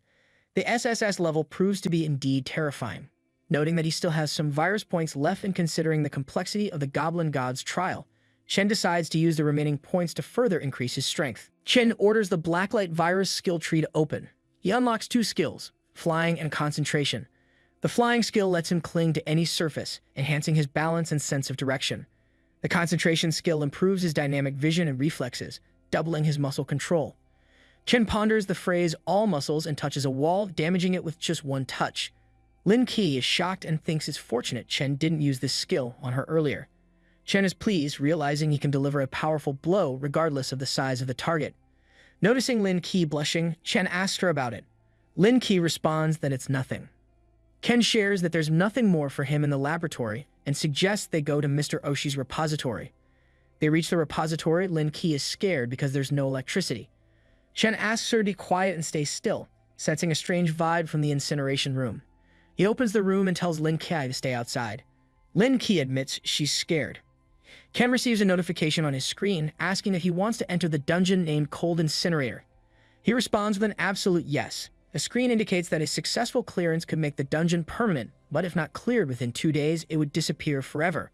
Chen realizes why he hadn't heard of it before. As he gets ready, activating his evolver form in passive mode, all the monsters begin attacking him furiously. The first mutant monster attacks Chen, but he easily defeats it with a claw slash, meaning 400 experience points. Surprisingly, a second mutant waits for the first to fall, then begins to consume it to power up its attack. Suddenly, it unleashes a thunderstorm-like attack on Chen. He dodges it and realizes that each mutant has different attack skills and the second's attack could harm the first. Despite the situation, Chen remains unfazed as the attack poses little threat. He retaliates with a powerful hammer hand punch, defeating the mutant. His screen displays that he has vanquished a level 7 spiced infant spider, earning 1,000 points. Chen feels delighted, realizing the dungeon offers plenty of experience points. He shouts at the mutants to come as fast as they can and proceeds to defeat them one by one, earning 400 to 1,000 experience points each time. Gradually, he dispatches dozens of mutants until finally receiving a notification that he has leveled up to level 4, gaining 2 attribute points as a reward. Ken addresses the main monster, mocking it for not coming out despite defeating all its minions. He even offers assistance, extending a hand. Suddenly, a wall of the machine breaks, revealing a massive meat-like monster emerging from it. Startled, Chen feels tense, wondering how it could evoke such a strong sense of danger. He quickly formulates a plan to eliminate it before it evolves further. Without hesitation, Chen launches an attack, but the monster swiftly defends itself. Undeterred, Chen attempts to infect it with his evolved flu virus, only to find it ineffective. As the meat monster fully emerges, it transforms into a giant form and retaliates with a powerful punch, sending Chen flying backward, crashing into the wall. Ken's screen displays the monster's name as Biomaniac. Undeterred by Biomaniac's fury, Chen defends himself and counterattacks with all his power. However, Biomaniac swiftly regenerates, recovering from the onslaught. Despite the intense battle, Chen seems oddly happy. He explains that since his rebirth, he hadn't been able to fight with all his might, but now he's thrilled to unleash his full power against Biomaniac. Chen also mentions that in a few more days, his hands and feet will become rusted, revealing his plan to use Biomaniac to restore some of his strength. The fight continues relentlessly, with Chen launching attack after attack while Biomaniac continuously heals himself. After an hour of non-stop combat, they are still locked in battle. Chen is amazed by Biomaniac's seemingly infinite regeneration, wondering if there's any limit to it. He activates his Hourglass status read ability. Chen declares his determination to test whether Biomaniac is truly immortal or not. Another hour passes, and this time Chen calmly observes that Biomaniac is taking longer to heal. He begins to wonder if there's a limit to Biomaniac's regeneration, questioning whether the monster will eventually stop healing altogether. Another hour elapses, and this time Biomaniac's size has significantly diminished, leaving the monster lying on the ground. Chen, feeling a twinge of sadness, urges Biomaniac that he isn't done playing with him yet. The fight continues at a slower pace, and after yet another hour, Biomaniac lies motionless on the ground, no longer glowing and reduced to the size of a small piece of meat. Chen observes this and realizes that Biomaniac isn't going to recover anymore. With determination, Chen decides it's time to end the chapter of Biomaniac. He stomps on Biomaniac, crushing it into pieces. As the dust settles, a screen reveals that Biomaniac was a level 8 boss, and Chen has gained a hopping 10,000 points from defeating it. Furthermore, Chen levels up, reaching level 5. He receives a notification that the dungeon has been successfully cleared, and he now has the option to exit any time.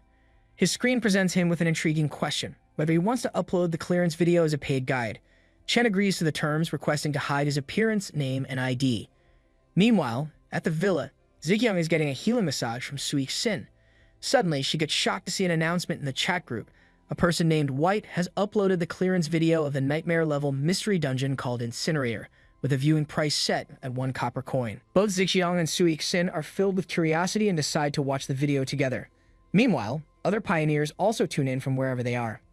One girl is stunned by the speed at which Chen fights the monster. She has to slow down the video to observe carefully.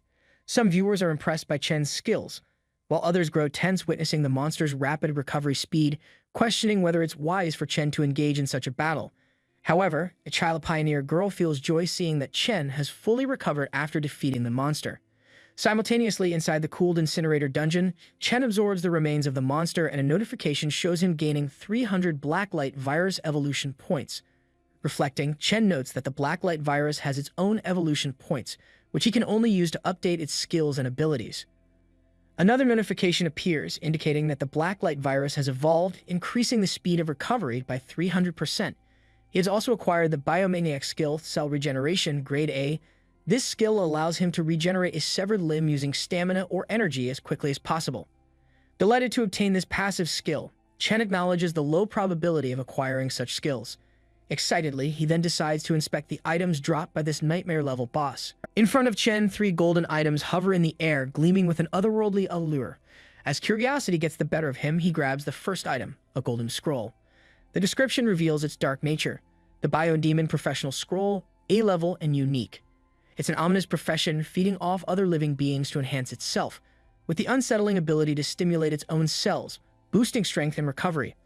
Of course, there's a catch. A little too much absorption might lead to disintegration or some uncharted genetic mutation.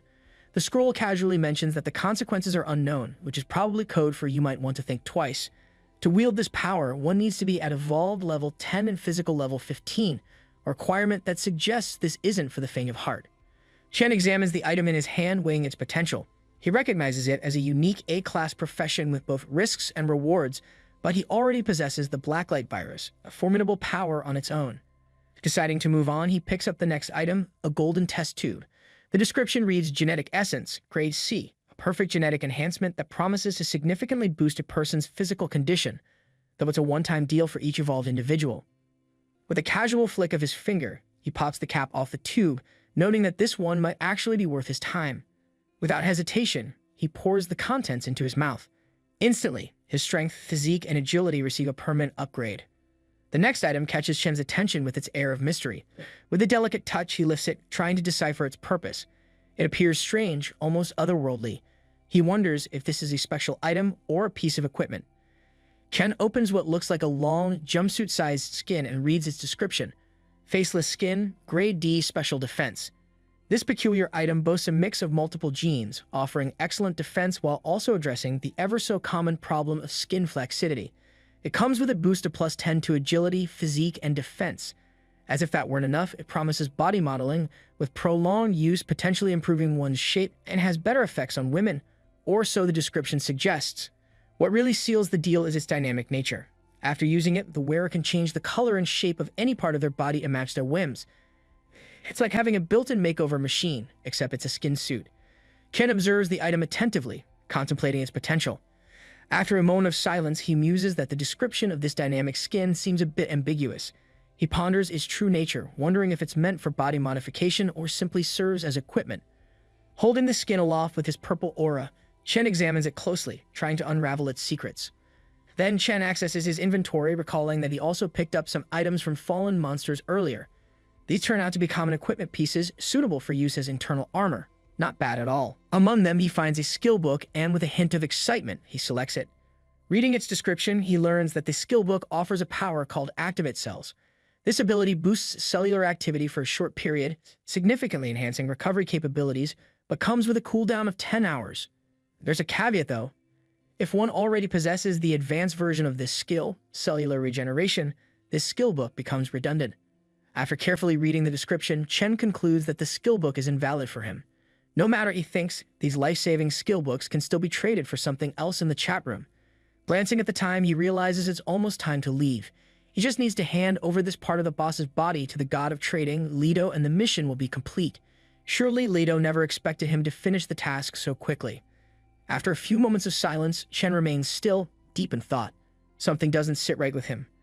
Leto isn't just some wandering merchant in the game, drifting without direction. He must have come here with a purpose. Chen recalls the god's words, mentioning that he was an unexpected bonus, and how the unexpected harvest of the day was quite satisfactory. The more Chen thinks about it, the clearer it becomes Leto's original purpose likely involved this special dungeon. But something doesn't add up. The amount of experience Chen is gaining here doesn't seem significant enough to warrant the presence of a divine avatar. He wonders, could it be that Leto's true purpose has nothing to do with this dungeon at all, or is he overlooking something crucial? Assuming an investigative posture, he begins to piece together the puzzle. Chen closes the dungeon exit window and decides to head toward the incinerator, the same one where the biodemon made its grand entrance. If there's anything left unexplored in this dungeon, it's the interior of that ominous incinerator.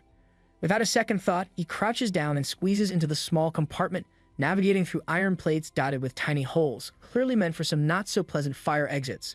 The walls, coated in oil and grease, make the place feel like the world's worst slip and slide. At first, it seems like nothing more than a grimy, claustrophobic tunnel, and Chen can't help but wonder if he's just wasting time in a glorified chimney. But as he reaches the end, he spots a round opening above him. He wonders if there is something hidden up in that pipe. He figures that a little climb might reveal what's been lurking just out of sight. Besides, missing out on hidden secrets isn't exactly his style. Chen leaps toward the pipe, using his hands and feet to climb upward. The pipe seems much longer than expected, far exceeding the height of the room below. As he ascends, his expression shifts. Something surprises him. He realizes there's nowhere else to go. It's a dead end. He wonders, is that it, a dead end? It doesn't add up. There's nothing here, he thinks, as he continues squeezing through the narrow pipe, elbowing the final wall in frustration. Just as he's about to give up, something catches him off guard again. A face with a yellow glow suddenly emerges from the wall, a mask with open eyes and mouth, frozen in an expression of dismay. Startled, Chen retreats instinctively, caught off guard by the mask's sudden appearance. Almost without thinking, he reacts, delivering a punch to the mask. The mask shatters in a burst of bright yellow light. A few seconds pass, and Chen remains frozen in an expression of dismay, but then the item finally reveals itself, along with its description. The incinerator phenomenon is caused by an unknown force, and the mask, with its eerie glow, seems to possess miraculous functions and effects. The mask glistens brightly as Chen examines it, its features twisted into a face full of panic and terror. Chen stretches out his hand and picks it up, noting the unsettling way it's labeled. Unnamed with a question mark. It seems more likely to be a fragment of an SS-class item or even a god-tier relic. Incredible, he thinks. This must have been what Leto was after all along. He reflects that now he has to find out a safe way to keep it hidden.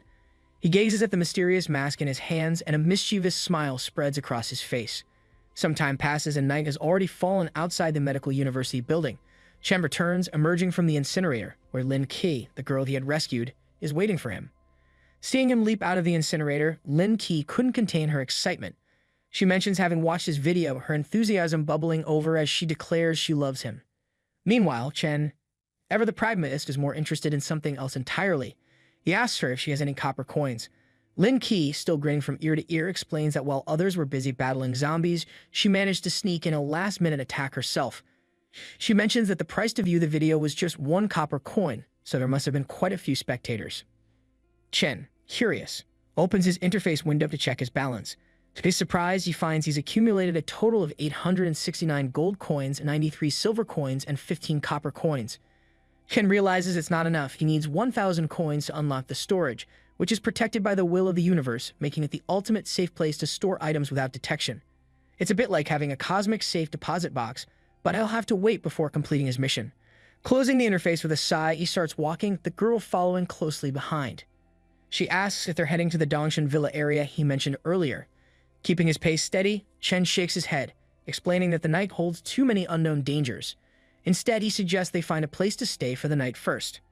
With a flirtatious air and a friendly smile, the girl suggests that they head to some high-class hotels not far from the university. She notes that since it's not a holiday, the places should be quiet and the high-rise buildings would offer better safety. Chen, catching the playful tone in her voice, turns around with a mischievous smile of his own and agrees, telling her to lead the way. After a brief walk, they find themselves standing in front of the couple's motel, Motel Casa L'Amour, the building bathed in neon pink lights. A bold "Do Not Disturb" sign hangs on the door, adding an extra layer of suggestiveness to the scene. Chen might be wondering if he just walked into a rom-com, but the mission, and whatever else the night might bring, will have to wait until morning. Chen observes the girl, who is dressed in a nurse's costume, and with his hands casually tucked in his pockets, he declares that he's not impressed. The girl, looking shy and a bit confused, apologizes, thinking he had chosen this hotel for this very reason. Chen, with a smug smile, claps his hands and admits that while he wouldn't mind seeing a little show, he's not fond of what she's currently wearing. The girl, trying to salvage the situation, covers herself with her hands and decides to change. After a quick search around the pink room, she returns dressed as a police officer, spinning handcuffs in her hand, clearly trying to strike a balance between playful and commanding. But Chen, ever the critic, shakes his head, insisting she still doesn't have the right spirit. She returns next in a teacher's costume, but that doesn't meet his standards either. He finds it not well behaved enough. Determined to find something that pleases him, she changes into a schoolgirl outfit, but this only earns a dismissive comment from Chen, who finds it boring, noting that she's already a student. He wonders if there's anything more interesting in this costume parade. Just when it seems like nothing will satisfy him, she appears in a captural costume, complete with a tail and cat ears. With a flushed face, she tries to seduce him, asking if this will do. After a moment of silence, Chen approaches her as she lies on the bed. He finally approves, saying it's not bad, and playfully declares that she'll be his little pet for the night. Later that night, Chen quietly gets up from the bed, leaving Lin Qi sound asleep. He mutters to himself about activating the storage function. The system responds with a notification, describing the feature. The storage space is now open, costing 1,000 gold coins. It allows Chen to choose a successor and cannot be detected by any skill or ability, ensuring absolute privacy and secrecy, all protected by the will of the universe. The system urges careful use. Without hesitation, Chen stores the mysterious mask in the secure space. After getting dressed, Chen leaves the motel, determined to continue with the next part of his mission. Finding an appropriate location, he pulls out a coin and tosses it into the air. The coin spins, creating a bright yellow star-shaped portal. As it forms, the system notifies him that he's invoking the god of goblins and commerce.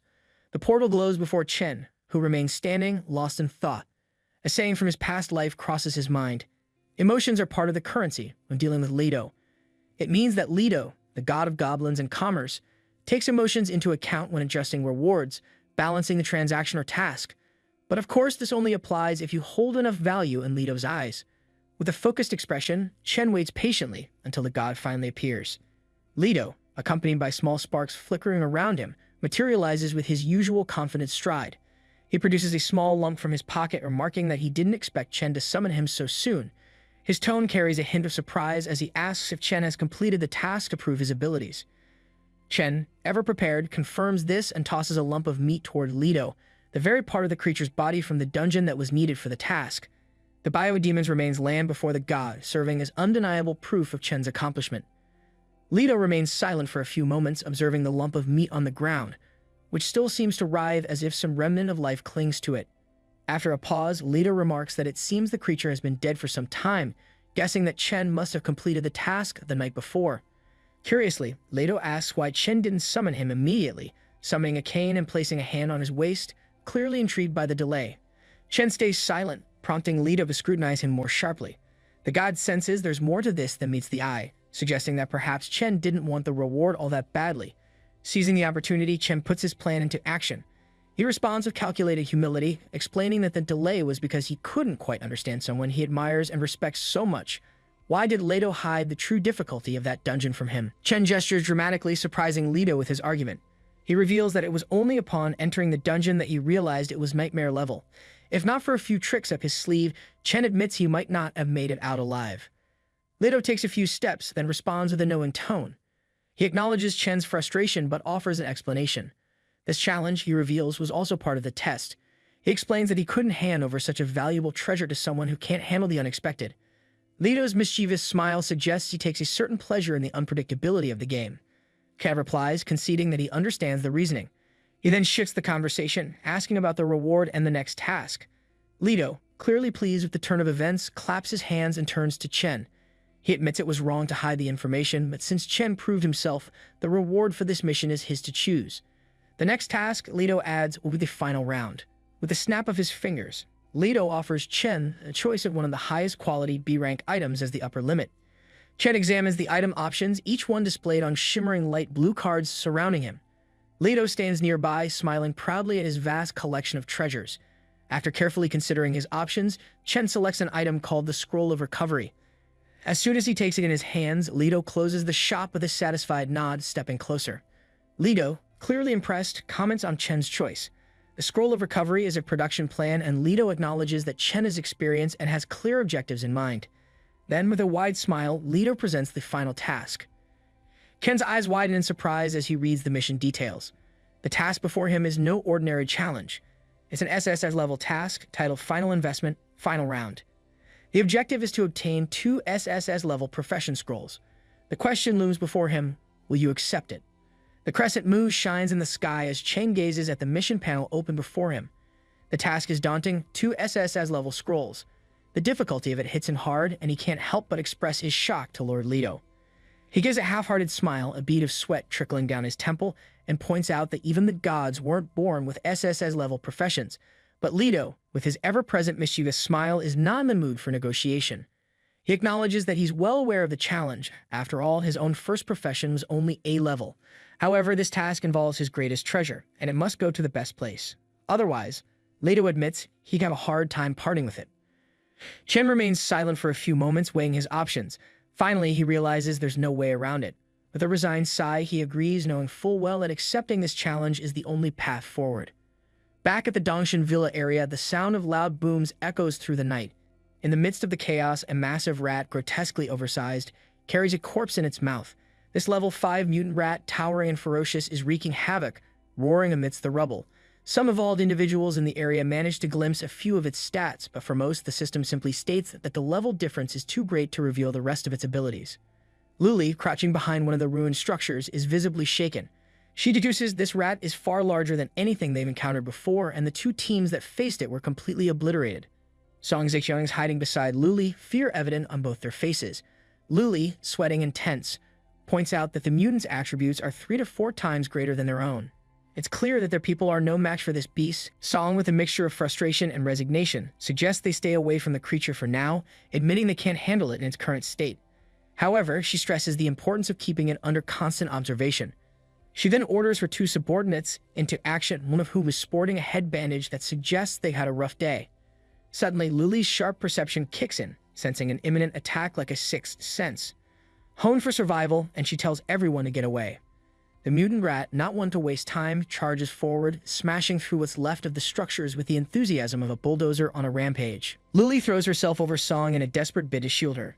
Song lets out a scream as she slams into the ground, while the rat, in its wild momentum, stumbles and crashes down, sending bodies flying like ragdolls in a windstorm. Luli, ever the loyal protector, urgently tries to help Song to her feet, insisting she must escape immediately. But Song, crawling and all too aware of the rat's terrifying speed, knows they're out of time. The rat's crimson eyes blaze with murderous intent, making it clear it's not here for negotiations. With a deafening roar, the rat leaps toward them, its massive form blocking out any hope of escape. Frozen in place, Song and Luli can do nothing but brace themselves. But just like in a classic superhero moment, someone descends from the sky, wrapped in a cloud of crackling purple lightning. Falling right above the mutant rat, Chen arrives with impeccable timing, delivering a powerful kick that sends the creature crashing into the ground, the impact so forceful it fractures the earth beneath. Song, eyes wide with a mix of relief and joy, can hardly believe it. Her savior has arrived. Chen, standing triumphantly above the downed mutant, casually remarks that it looks like he made it just in time. Without missing a beat, Chen starts giving orders. He instructs Xuan to gather the men, clean up the battlefield, and make sure to compensate and reward the families of those who fell in battle. He then turns to Song Zixian, telling her to come back with him and explain the situation.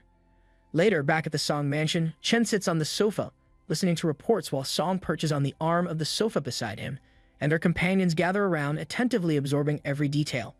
Chen reviews the situation. The zombies were eliminated, but just as the area was being secured, a swarm of mutant rats appeared out of nowhere. The origin seems to be to the east of the villages. One of the subordinates, looking weary, hands Chen another report, apologizing as she explains how these beasts suddenly appeared, destroying 6 warehouses and resulting in over 100 casualties. The detailed list of victims is included in the report now in Chen's hands. Chen, maintaining his composure, acknowledges the efforts made so far. He reassures them that what they've accomplished wasn't bad, especially given the circumstances. Recognizing their exhaustion, he instructs them to rest while he takes on the task of dealing with the remaining mutant rats in the village area and finding the source of the problem. Song leans toward Chen, her voice sweet as honey, thanking him for his concern but suggesting it wouldn't be wise if everyone went to rest, leaving no one to look after him. She then mentions she has someone in mind to recommend. Chen, ever the mischievous one, smiles and agrees. Song turns to the door and calls for someone to enter. Slowly, the door opens, revealing a girl with long blonde hair, dressed only in a top and panties, her hands behind her head as she holds up her hair. This is Ling Yu, someone Song has known for a long time. Ling Yu was rescued while cleaning the village area, and as Song explains, she studied law and works as a lawyer, which means she can help with the rules. Plus, she's willing to be one of Chen's trusted allies. Chen, with a look of playful intrigue, declares that Ling Yu can stay while instructing everyone else to go and rest. Once the room clears, Ling Yu approaches Chen, her face flushed with nervous excitement. She offers her help, saying that if he needs her to do anything, she's ready. Chen, ever the charmer, steps closer, placing a hand gently under her chin. With a teasing tone, he mentions he's heard that in her profession, she has quite a sharp tongue. He suggests they put that to the test, asking how she feels about it. Ling Yu blushes but quickly recovers, smiling with an innocent and graceful air, agreeing to his playful challenge. Sometime later, Ling Yu, kneeling before Chen, blushes and thanks Chen for the reward, wiping her mouth. Chen sits on the sofa, legs apart, casually reclined with his head thrown back, clearly satisfied with the outcome. With a smile and closed eyes, he compliments her technique, expressing his satisfaction. Chen then stands up and moves to the window, telling Ling Yu to join him. She obediently replies and walks over, while Chen, with hands on his hips, gazes out at the city. He begins to speak about the requirements for their rulemakers, but before he can get far, Ling Yu interrupts, bending over before him with a look of eagerness. Chen, caught off guard, asks her what she's doing and why she isn't paying attention to what he just said. Ling Yu, blushing even deeper, apologizes and explains that she didn't hear him because of her B-level ability Focus. This ability allows her to increase the speed of her thinking and the sensitivity of her senses when she's deeply focused on something, whether it's thinking, feeling, or doing. However, the downside is that it blocks out all other external information. Chen takes a few steps, clarifying his earlier request. He explains that he called her over because from this vantage point, she can see all 3 areas of Dongshan, the upscale residential zones on the slopes, and the neighborhoods in the lower part of the mountain. He needs her to draft different rules tailored to these distinct areas. The girl turns around and confidently replies that she can handle it, asking if there are any other requests. Chen, with a mischievous smile, tilts his head and touches his chin, then mentions a simple request. He's curious about her abilities and wants to see just how far her senses can be stimulated when she focuses on her feelings. Blushing once more, the girl leans against the window, saying she's ready. She activates her ability, Focus, preparing herself for whatever Chen has in mind. It seems like this is turning into a very hands-on demonstration of her capabilities, with Chen eager to see just how far her talents extend, both in rulemaking and beyond. The next morning, in the sewer exit of Dongshan near the river, Chen stands before a group of his subordinates, gesturing as he speaks. He explains that he discovered this location the previous day through architectural plans and traces of mutant rats. This sewer entrance is the den of those very mutants. With a decisive move, Chen places his foot on the sewer entrance, emphasizing the importance of what lies ahead. Song, his assistant, and several other disciples stand by, listening intently. Chen continues, acknowledging that while he could clear out the den on his own, his goal is to cultivate strong, reliable, and secure individuals who can protect everyone in his absence. He wants them to grow quickly, to be capable of handling such threats without him. That's why he selected this group and brought them here, to give them the opportunity to improve and prove themselves. Chen turns to face the group, his expression serious as he addresses them. He tells them to become the backbone of the village area and asks if they're ready. In response, everyone kneels, shouting in unison that they are. Chen laughs, scratching his head, and finds it amusing that some of the men call him Master. He tells them to stand up and suggests they call him Brother Bai from now on instead. The group stands, and the men respond enthusiastically, agreeing to the new title. Still chuckling, Chen shakes his head and steps into the sewer water, making his way toward the entrance grates. With a firm grip, he breaks the iron grates with his hands, opening the way forward. He declares that it's time to begin, and as he does, the system chimes in, announcing the activation of a special task, the sewer dweller. Chen looks around and asks if the others receive the task as well. Song, standing beside him, confirms that she did, and her bodyguard chimes in, explaining that the task involves killing all the mutant rats and the Rat King, as well as investigating the source of the mutant rat swarm. The reward will be determined based on how well they complete the objectives. One of the subordinates also speaks up, confirming that they too received the same task. Chen leads the way through the dark sewer, with the group following close behind. Some of them carry torches, casting flickering light along the damp path. Song, glancing around, comments on the darkness, expressing relief as she had the foresight to have torches made. Chen, always one to find the silver lining, notes that the sewer is actually cleaner than he expected. The water runs blue, and the walls are surprisingly not as filthy as one might think. Just as they start to relax, a growling sound echoes from the end of the corridor. Chen quickly raises his hand, signaling the group to be cautious. Moments later, a horde of enraged rats appears, rushing towards them, leaping over the water with unsettling speed. With a grin of excitement, Chen activates his claw and hammer fist, ready for the fight. He remarks on the sheer number of them, clearly energized by the upcoming battle. Song, never one to shy away from action, moves ahead to join the fray. Chen advances, tearing through the rodents with fierce efficiency, his companions following closely, cutting down the creatures. As they continue the onslaught, Chen reminds them to stay focused, urging them to follow his lead and ensure none of the rats are left behind. After the battle ends, the water fills with the bodies of the slain rats, piling up in the murky depths. The bodyguard, ever cautious, pokes a pipe to ensure the creatures are truly dead. Meanwhile, one of the subordinates approaches, announcing the discovery of a piece of Ratkin equipment. Chen, sitting at the edge of the walkway, listens as Song, seated beside him, reports the situation. She mentions that this section of the pipe will soon be cleared and that they've already managed to clear 16 long and short pipes. It must be nearing the end of their task. Just as they start to relax, another subordinate runs over urgently, warning that more are coming. However, this time it seems there's only one. Smiling, Song volunteers to handle it, remarking that it's just a single opponent. Chen, still seated, calmly instructs her not to forget to use her abilities to investigate first. Song stands in the center of the tunnel, confidently activating her water volume perception vision. But as the figure comes into view, her expression quickly changes from confidence to alarm. She takes a few steps back, realizing the danger in front of her. It's not just any rat, but a boss-level creature, a level 7 boss. She reports in a startled tone that she can't see the specific attributes, but she estimates its strength is close to 30, with agility above 40, and its physique is formidable. Sensing the imminent danger, Chen swiftly activates his purple claw and leaps toward the creature, passing by Song, who shouts a warning, urging him to be careful. But her concern is quickly proven unnecessary. In front of her eyes, Chen's claw slices through the creature in a single devastating blow, tearing it in half with ease. The once formidable foe collapses, defeated, revealing a card labeled Plague Boots Quality E, part of a set armor. The description notes that these boots offer poison protection, reducing the effects of poison-type negative effects. Standing atop the fallen giant rat's body, Chen watches as his arm returns to its human form. With a mix of surprise and amusement, he comments on the unexpected drop, a set item from the Rat King.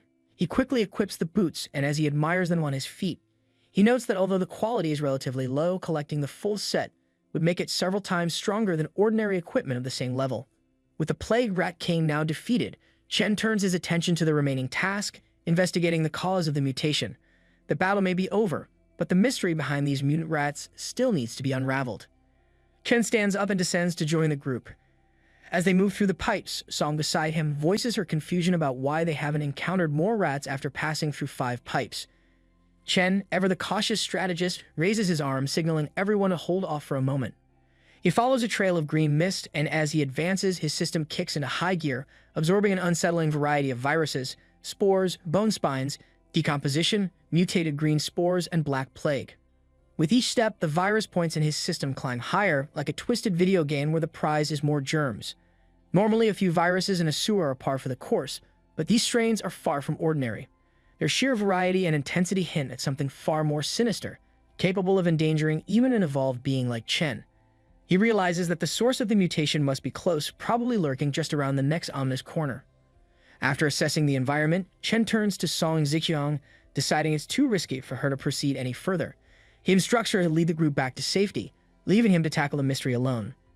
With a mix of reluctance and understanding, Song agrees and withdraws with the others, leaving Chen to walk the path where the virus points are spiking like an out-of-control stock market. As he continues deeper, Chen's curiosity grows alongside the virus points.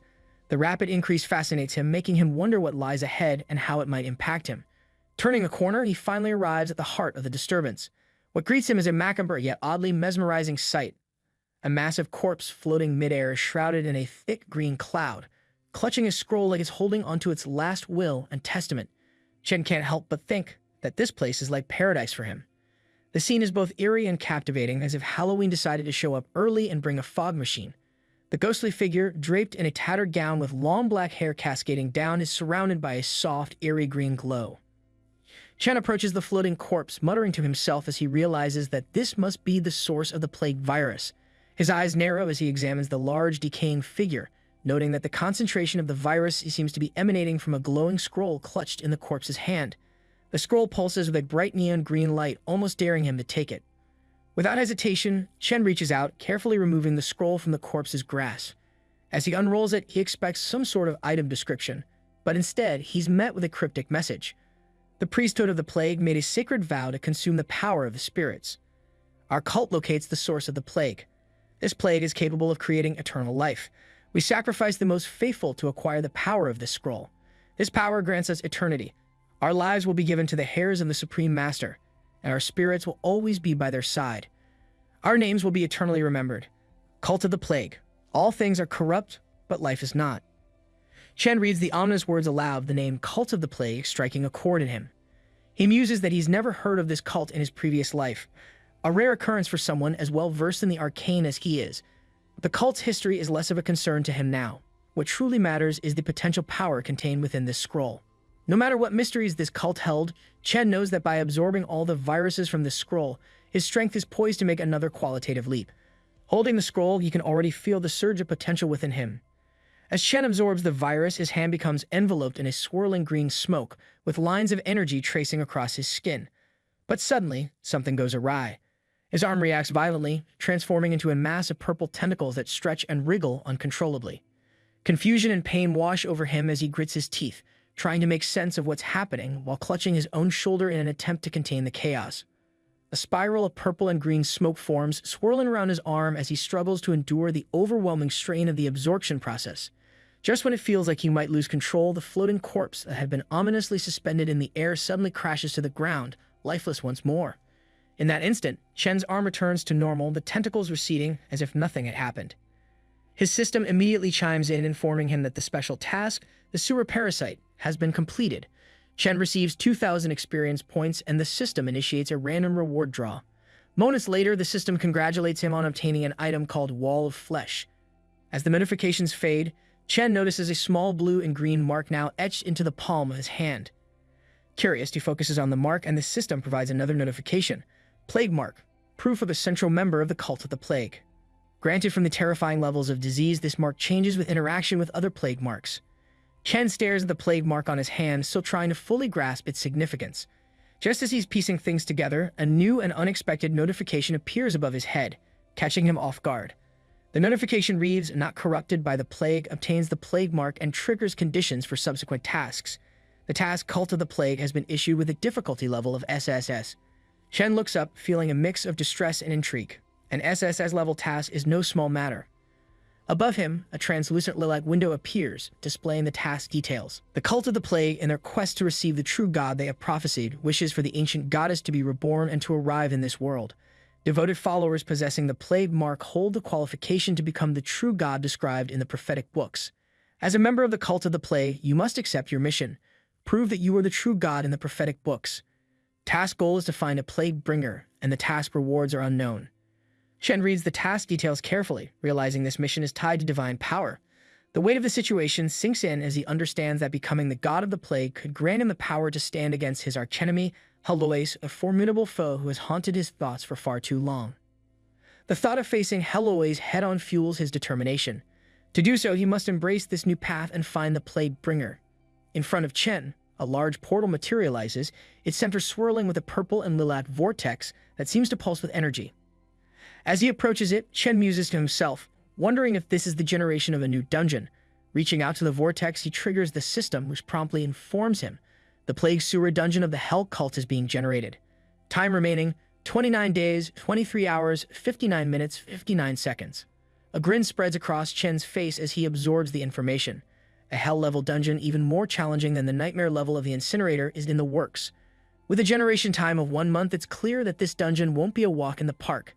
The difficulty level promises a formidable challenge, and Chen can't help but feel a thrill at the thought of what lies ahead. Deciding to bide his time, Chen makes a mental note to return in a month. For now, he has other preparations to make and plenty of time to gear up for what is sure to be one of his toughest tests yet. Meanwhile, Song stands in front of another vortex at a different location, inspecting the portal. As she touches it, the system informs her that the East Mountain Sewer Dungeon has been generated, featuring a normal difficulty with a recommended level range of 1 to 10 and an entry limit of 3 times per day. Chen arrives walking through the tunnel and comments that reaching level 10 is crucial for everyone to evolve. Song turns to him with a smile, pleased to see him back. She mentions that she's already sent someone to gather everyone to enter the dungeon in groups to maximize their chances for evolution, ensuring they make the most of the 3 daily entries. Chen nods, approving her initiative, and tells her she's done a good job. 20 minutes later, Chen stands in front of the vortex, gesturing as he addresses the group. He reminds them that the sewer dungeon space isn't fully open yet, so they should enter in groups of 4 to 8. He emphasizes the importance of prioritizing survival over everything else. First life, then profit. The group responds in unison, acknowledging his words. Chen then turns to the girls, telling them that the 3 of them will be coming in with him. However, he makes it clear that they're on their own. He won't intervene unless absolutely necessary. This is their chance to prove themselves, and Chen wants to see if they can manage the challenges ahead without relying on him. Song Ziqiang, her daughter Song Ji, Luli, and Ling Yu gather together, responding in unison with a respectful "Yes, Brother Bai." Chen then instructs them to form a team and join the chat group he created. The system promptly notifies them. Evolved number 001 Bai invites you to join the chat group White Emperor Palace. Song, noticing the significance of the number 001, exclaims in surprise, her mouth open in astonishment. Chen spreads his arms and explains with a casual smile that the number merely indicates the order in which one becomes evolved. Nothing more, nothing less. No need for fanfare, just another day as number 1. Song Ji, however, is less impressed and more annoyed. She approaches Chen with a complaint, asking why she wasn't invited to the chat group. Chen, not one to mince words, responds with a straightforward explanation. He didn't invite her because this is his inner circle, reserved for the loyal and capable.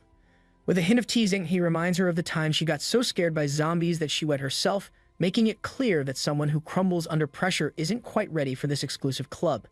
Leaning in close, Chen's words have the desired effect, leaving Song Ji embarrassed by the reminder. Song Ji, feeling the sting of Chen's words, steps back and defiantly touches her chest, declaring loudly that she's grown up and shouldn't be underestimated.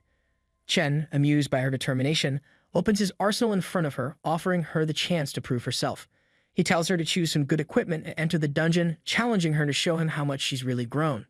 Once inside the sewer dungeon, they encounter various mutant rats. Song Ji, equipped with a dagger, cautiously approaches the creatures. Her mother, Song Ziqiang, and Luli follow closely behind, but Song Ji signals them to stop, insisting she wants to handle this on her own. Respecting her wish, they halt while Chen watches from a distance, curious to see how she will fare.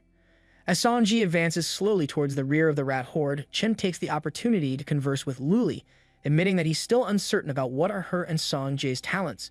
Luli, creating the illusion of a sword in her hands, explains her own talent, Grade B illusion. This ability allows her to create disembodied phantoms based on her imagination, a skill that plays a minor role in combat but can be quite useful in certain situations. Luli then reveals Songjae's talent grade C natural aptitude. This talent significantly boosts her experience and proficiency growth by 50% when she's on the battlefield. Meanwhile, Songji moves forward with determination, fearlessly taking on 2 mutant rats at once. Chen watches her with a smile, commenting on her accelerated growth. He notes to Luli that for now, her ghost creation ability might be more useful in combat. Luli nods quietly, not adding anything more.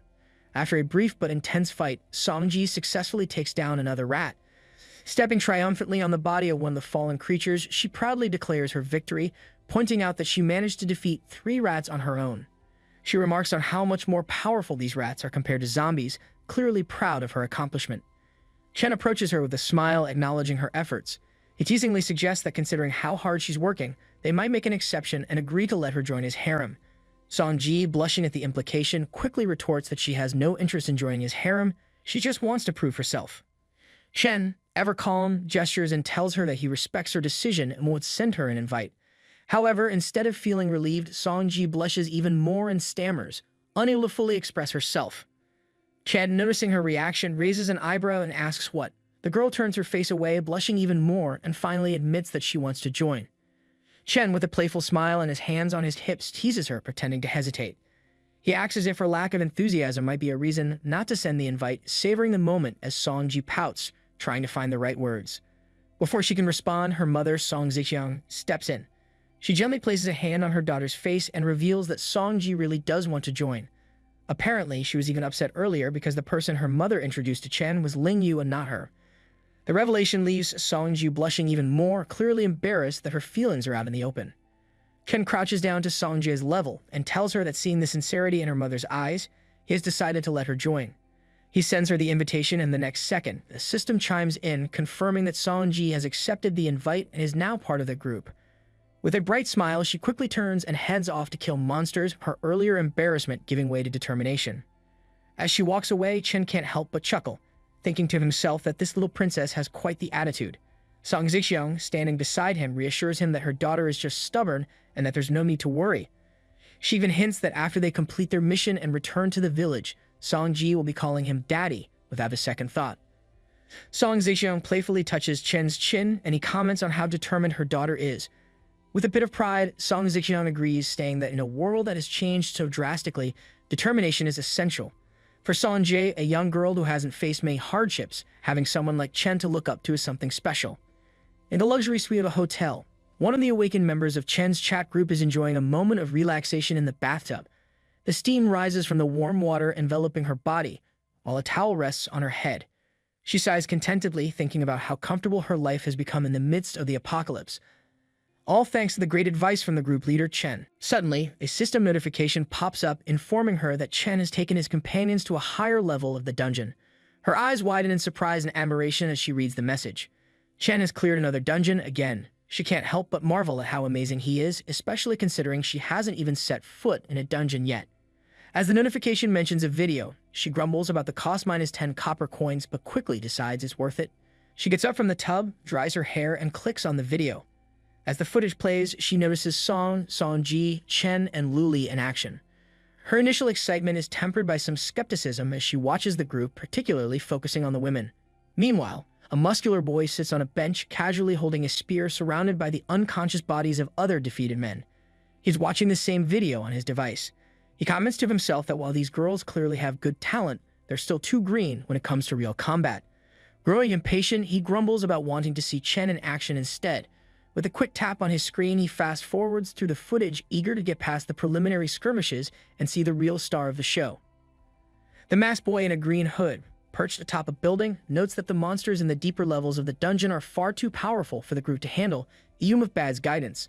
The challenge has clearly escalated beyond their abilities, and now the group leader is finally stepping in to take action. Another group member notices the boss's arrival, noting how formidable it appears. A strong black man in an orange tank top, clearly skeptical, questions the strength of the so-called Eastern inferior. Another man sitting below him dismisses any concerns, attributing their failure to find the dungeon to bad luck, and confidently claims that this Eastern challenger can't possibly be stronger than Tom, who boasts an S-level talent. However, Tom, sitting right beside him, quickly shatters that assumption. With a mix of surprise and resignation, he admits that the boss was taken down in mere seconds, making it clear that this supposed inferior is actually much stronger than he is. Lying naked on the bed, the blue-haired girl, fresh from her bath, reflects on the impressive feat she just witnessed by defeating a level 10 boss. The group leader's strength clearly knows no bounds, and his advice on women's fighting techniques is just as sharp. She can't help but feel a pang of envy for those lucky girls in his city, getting all that personal guidance. As her thoughts drift to Chen and the video she just watched, her hands slowly glide over her body, lost in the moment. Meanwhile, in the office of Song Zixiang's villa, Chen is busy giving instructions to Song Zixiang. He points out that once everyone clears the sewer, there will be a lot of low-level equipment up for grabs. Chen stresses the urgency for Song, Lingyu, and Luli to collaborate swiftly in establishing rules for the base's economy and equipment trade. With time ticking, their coordination is crucial. Song, standing before him, listens intently, prepared to execute the orders without hesitation. Chen then directs her attention to a table where several items are arranged, noting that he has something special for her. With a nod, Song approaches and picks up the first item, a meatball-like object that appears rather strange at first glance. It's marked as flesh and blood wall material, something that can be cultivated by devouring flesh and blood. It's stronger than any wall they could build and also has a strong deterrent effect when used correctly. Song then takes the second item, a shiny purple scroll. By reading the scroll, one can return to the marked city with its effectiveness depending on the manufacturing materials. This is something that can save one's life. Song comments that with this they can become the sole ruler of Jiangxia in a short time.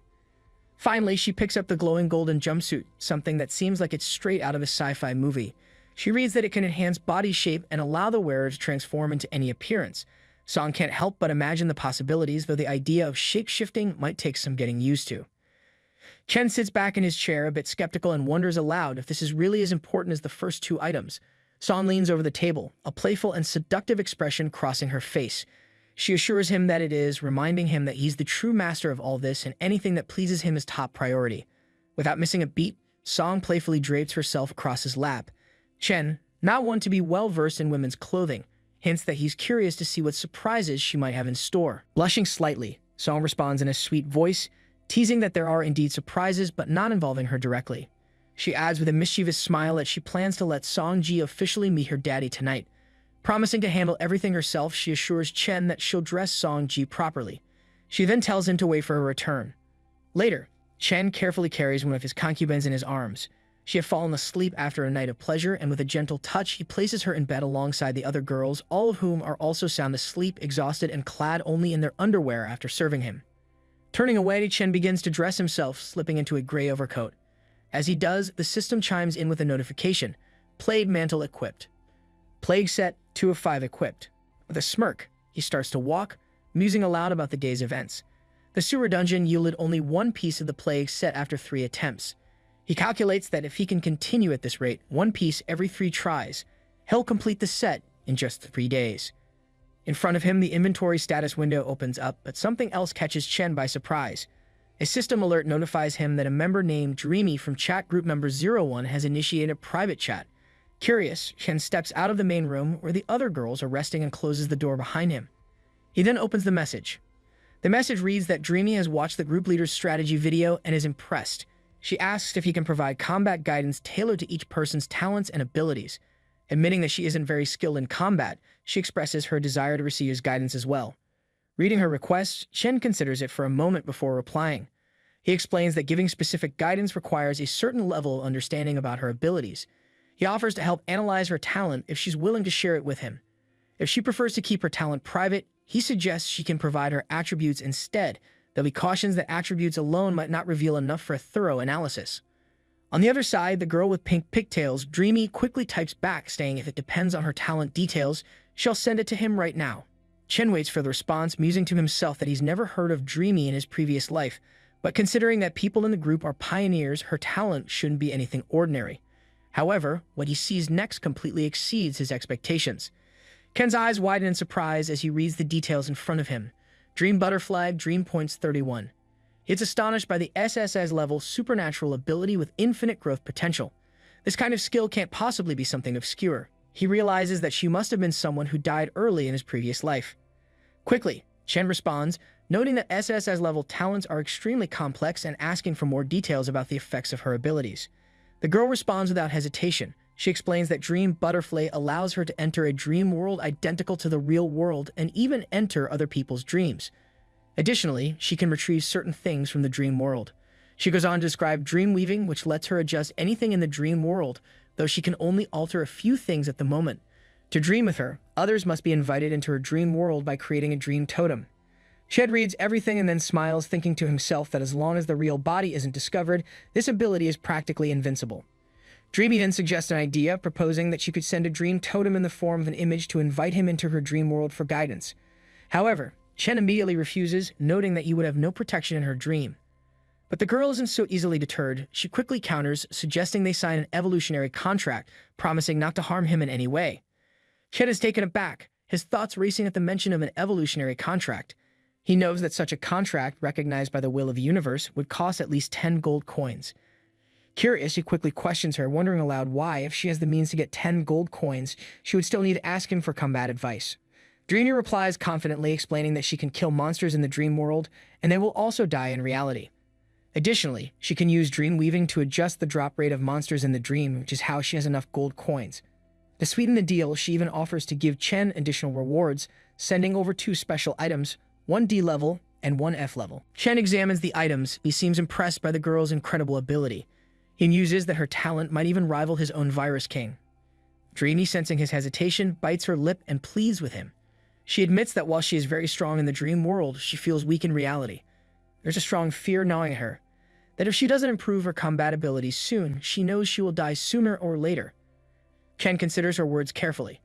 Her hunch is spot on. Her ability, while powerful, doesn't improve her physical aptitude at all. That's a significant weakness, one that could indeed be dangerous if left unchecked.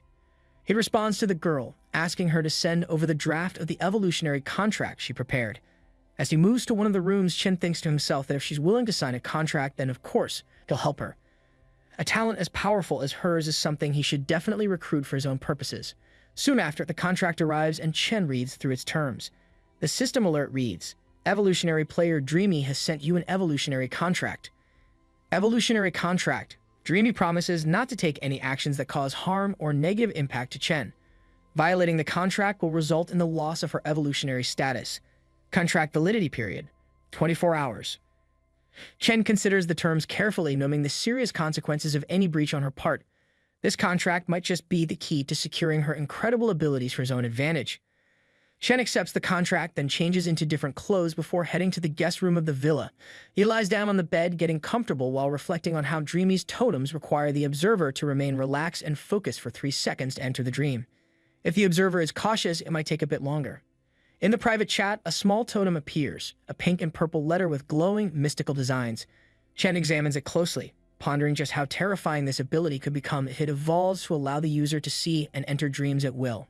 Suddenly, after just a few seconds, Chen finds himself in a completely different room. He's no longer lounging on the bed, but standing in a brightly lit space, face to face with a pink-haired girl wearing slippers and a brown nightgown, clutching a teddy bear like she's ready for the world's most adorable battle. She introduces herself with a friendly smile, explaining that her name is Meng, which means dream. She adds that she's the Dreamy who just signed the contract with him. Chen introduces himself, saying his name is Chen Bai, but she can just call him Bai. He glances around, noting that while this is her dream world, it doesn't seem like the best place for combat training. The girl, placing her teddy bear in the corner of the bed, responds with a playful smile, telling him she's already prepared a gym not far from here. With a casual wave of her hand, she opens a portal framed by pink butterflies that reveal a sky on the other side. Chen can't help but think to himself how surreal it all is. Dreams really do come with all the bells and whistles. Peeking through the portal, Chen finds them hovering over a large city, the buildings below stretching out like a maze of concrete and glass. Ken, curious about their destination, asks if this is the gym she mentioned. He can't help but notice how expansive her dream world seems. The girl, who stands much shorter than Chen, smiles up at him and explains that the dream world is independent and doesn't actually belong to her. She clarifies that as a dream traveler, she can only enter and modify it. Based on her explorations so far, she's discovered that the dream world reflects the real world. Ken gestures in understanding, ready to get started. He suggests they head to the gym and begin the training. Meng cheerfully agrees, and as she steps through another portal, it leads them to an empty space with a pink bridge stretching out before them. Chen follows her, carefully stepping onto the bridge as translucent pink butterflies flutter around them, adding a whimsical touch to their surreal journey. They arrive at basketball court inside the gym, where Meng Meng with a playful flair brings a large beam of light to illuminate the court. Chen, hands casually in his pockets and head tilted back, can't help but think that Meng Meng looks a bit like an elementary school kid showing off a new trick. She, with an innocent smile, reveals a bit of her past, mentioning how she used to be a novelist before the apocalypse. Chen can't help but think that's quite the career pivot, from writing stories to navigating dream worlds. Taking a seat at the edge of the court, Chen gets ready for the training. He knows Meng Meng wants to strengthen her abilities in the real world, and the best way to do that is through combat. He tells her not to rely on her dream world tricks this time. He wants to see her current fighting level. The girl raises her hands, getting into a defensive stance. She explains that in the dream world, her attributes are boosted to match her mental strength, which is at an impressive 48. She warns Chen to be careful, clearly feeling confident about her enhanced abilities. Chen stands up, unfazed, and encourages her to attack with all her strength. The girl responds eagerly, charging forward with a shout, throwing herself entirely at Chen. But with just one step, Chen easily dodges, causing her to nearly tumble to the ground as she passes by him. He calmly points out that her balance is off. Without it, she can neither land a hit nor retreat effectively. He suggests she try again. Confused but determined, she turns around and starts swinging her arms wildly toward Chen, looking more like she's flailing in a cartoon than executing a proper attack. Chen chuckles, noting that her moves resemble the infamous turtle punch from children's martial arts. Effective if you're fighting imaginary foes, perhaps. As she stumbles and falls again, Chen dodges her attack effortlessly and begins instructing her, demonstrating some precise punches in the air. He emphasizes that balance is key. A punch that leads you off kilter is the weakest. Next, he advises her to focus on the target, aiming where she wants to strike instead of flailing randomly. Lastly, he tells her to keep an eye on her opponent, not just get lost in her own attack. Chen launches a quick attack at the girl and she falls back, unable to keep up with his speed. He then walks over, offering a hand to help her up, and calmly tells her that he now understands her current level. He reassures her, saying that if she focuses on the 3 key points he mentioned earlier, she'll be fine. He adds that his punch speed didn't even exceed 20 and she still couldn't keep up. Meng Meng stands up a bit embarrassed and admits that she's not very good at this. Chen, ever the patient instructor, tells her there's no need to apologize. What matters is working hard and training. The girl blushes, lowering her head slightly, and promises that she'll put in the effort to improve. 7 days later, back at Dongshan Village, Song leans on the sofa, recounting the latest events to Chen. She informs him that all the laws have been posted, and there are people stationed in front of each panel to explain them to the residents. Chen, sitting on the sofa, nods in approval, acknowledging that the Dongshan area is back on track. He then mentions that he's been busy cleaning up the Dongshan area over the past few days, but now that things are in order, he's leaving the management to Song. With a hint of finality, he adds that he'll be heading out early tomorrow, leaving the village in her capable hands. Song leans in, a hint of concern in her voice, and asks if Chen is really leaving so soon. She expected him to stay a bit longer, especially since his plague set is still missing one piece. The status panel in front of Chen indeed shows that the plague set is only 4 out of 5 items. Chen leans forward, resting his elbows on his thighs, and explains that he doesn't have time to wait around for a low-grade E-item set. There are too many opportunities and precious treasures out there, and he needs to go out and claim them. Song, not easily dissuaded, leans over him, letting her chest brush against his face, and teasingly suggests that he should think about them too and come back soon. She adds that if the Emperor Bai's palace gets flooded, no one will be able to control it. Chen chuckles, playing along with the metaphor. He quips that if there's a flood in his land, they should gather everyone for a good discussion on how to close the water outlet. Song blushes and gasps at his words, responding with a coy, "As you command, my lord." Later that night, Chen and the girls retire to the bedroom. Embracing his mutations, Chen creates tentacles on his arms and other parts of his body, skillfully attending to all the girls at once. The room fills with gasps and blushing faces as the girls try to keep up with the tentacled master at work, who might just be setting a new standard for hands-on leadership.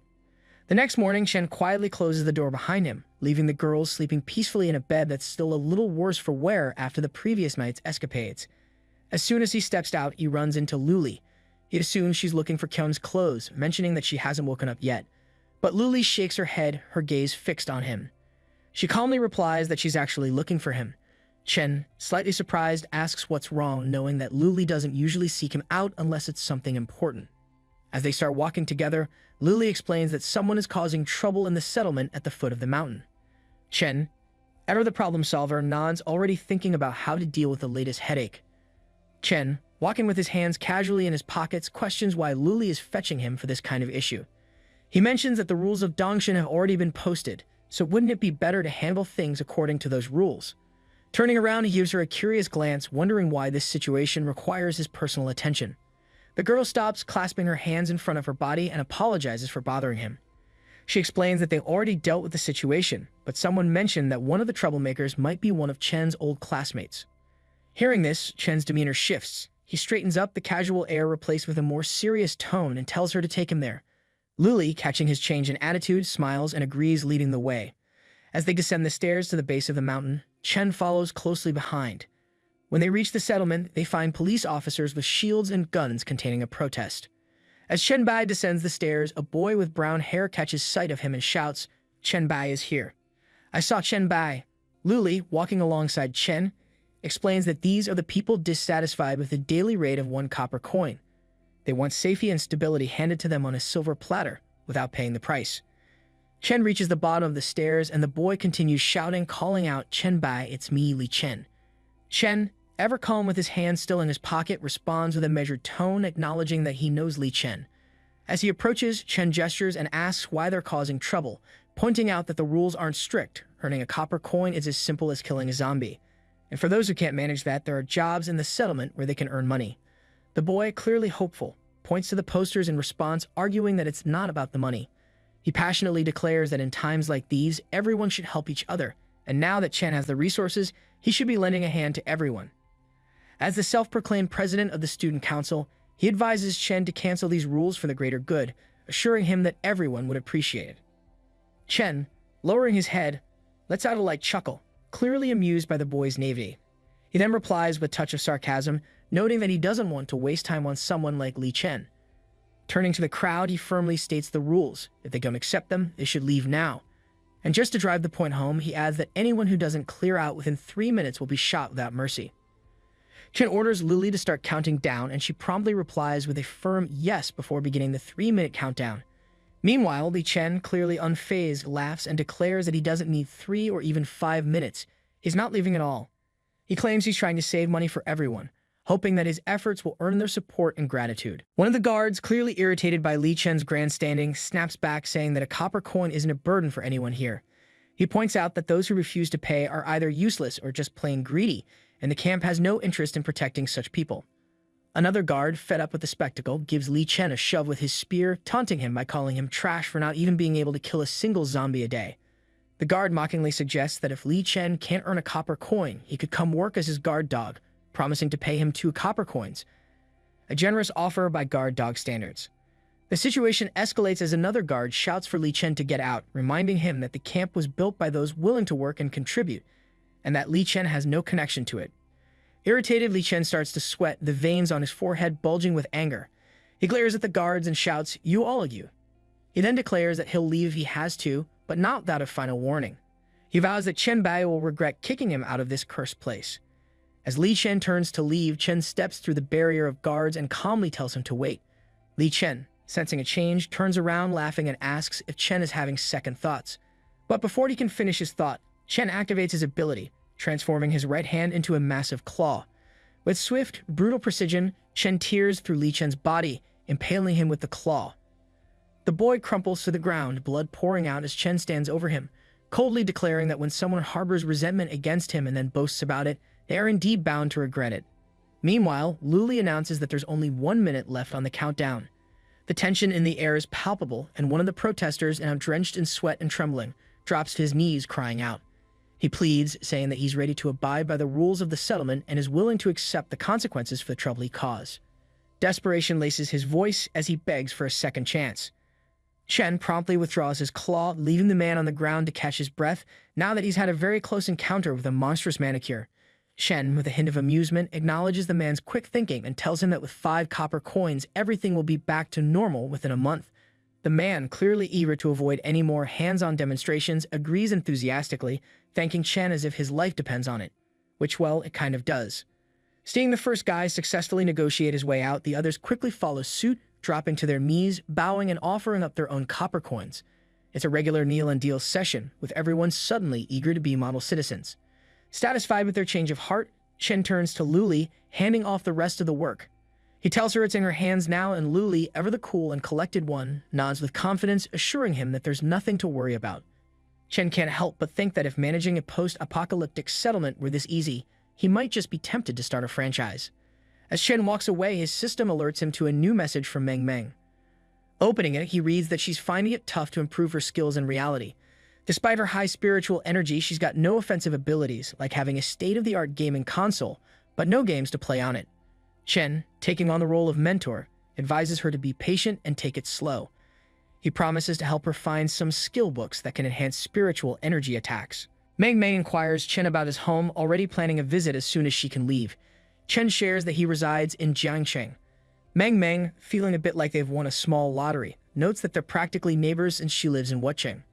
Ken offers to meet up with Meng Meng, thinking it might be nice to break the monotony. Meng Meng, thrilled by the prospect, eagerly accepts the offer, practically ready to roll out the red carpet. However, Chen's mind drifts to thoughts of his previous life, where Wucheng had been the location of an S-grade professional mission he once completed. While it wasn't an SS-grade mission, it still held significant value, enough to trade for the materials or information he needs. With that in mind, Chen decides that Wucheng will be his first stop. Meanwhile, in a hotel in Jiangcheng, two men engage in a tense conversation. Jiang Luping, staring out the window with a concerned expression, asks the other man, Song Ji, about their remaining food supplies. Song Ji, with a concerned expression, responds that they don't have much left, and with 10 people to feed, their rations will only last for 3 more days. Jiang Luping mutters a curse under his breath, his frustration evident as he peers out the window. He's still fuming over that special zombie, the one that made quick work of 5 of their men as if it was all just a warm-up exercise. To make matters worse, this zombie seems to have senses sharper than a hawk on caffeine. Every time they attempt to move down to the 10th floor, the zombie seems to instantly become aware of their presence, making even the idea of escaping through the back door feel like a death wish. It's as if this zombie has a personal vendetta against their escape plans, turning what should be a simple getaway into a nerve-wracking game of cat and mouse. The mutant causing all the trouble is a big red titan, a formidable opponent that has them cornered. Song Ji, resigned to their fate, mutters that they seem to be trapped. Just then, one of the girls with dark brown hair and wearing a red blouse rushes over to the window and points outside. She spotted something, or at least she thinks she has. Jiang Luping squints, trying to make out what she's pointing at. All he can see is a faint blur moving swiftly across the rooftops of the nearby buildings. Puzzled and uneasy, he wonders if this could be a new type of zombie. Jiang Luping, already halfway through pulling the curtains shut, warns that whatever this thing is, it can jump on walls, a clear sign of something extremely dangerous. He's not taking any chances, but before he can finish closing them, the girl stops him, her voice steady with an odd sense of calm. She insists there's no need to worry. She believes it's a human. Song Ji, clearly skeptical, steps closer and questions how that could even be possible. Jiang Luping, not entirely convinced either, asks if she's sure she didn't make a mistake. The girl, Wei Shihu, meets their doubts with confidence, reminding them not to forget about her abilities. Beside Wei Shihu, her friend Zhang Yishui, with her black hair tied back and wearing a yellow crop top, stays silent, watching the scene unfold with cautious eyes. That is until Wei Shihu suddenly announces that someone, or something, is heading straight for them, leaping across the buildings with surprising agility.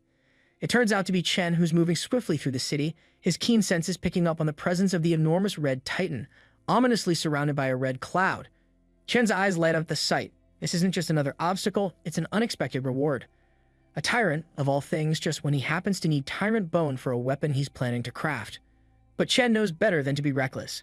He contemplates the situation, deciding that his giant hammer, while powerful, might not be the best tool here. After all, using it could mess with the drop rate of that precious bone, and he's not willing to take that risk. Instead, he opts for a more precise approach, planning to decapitate the creature cleanly.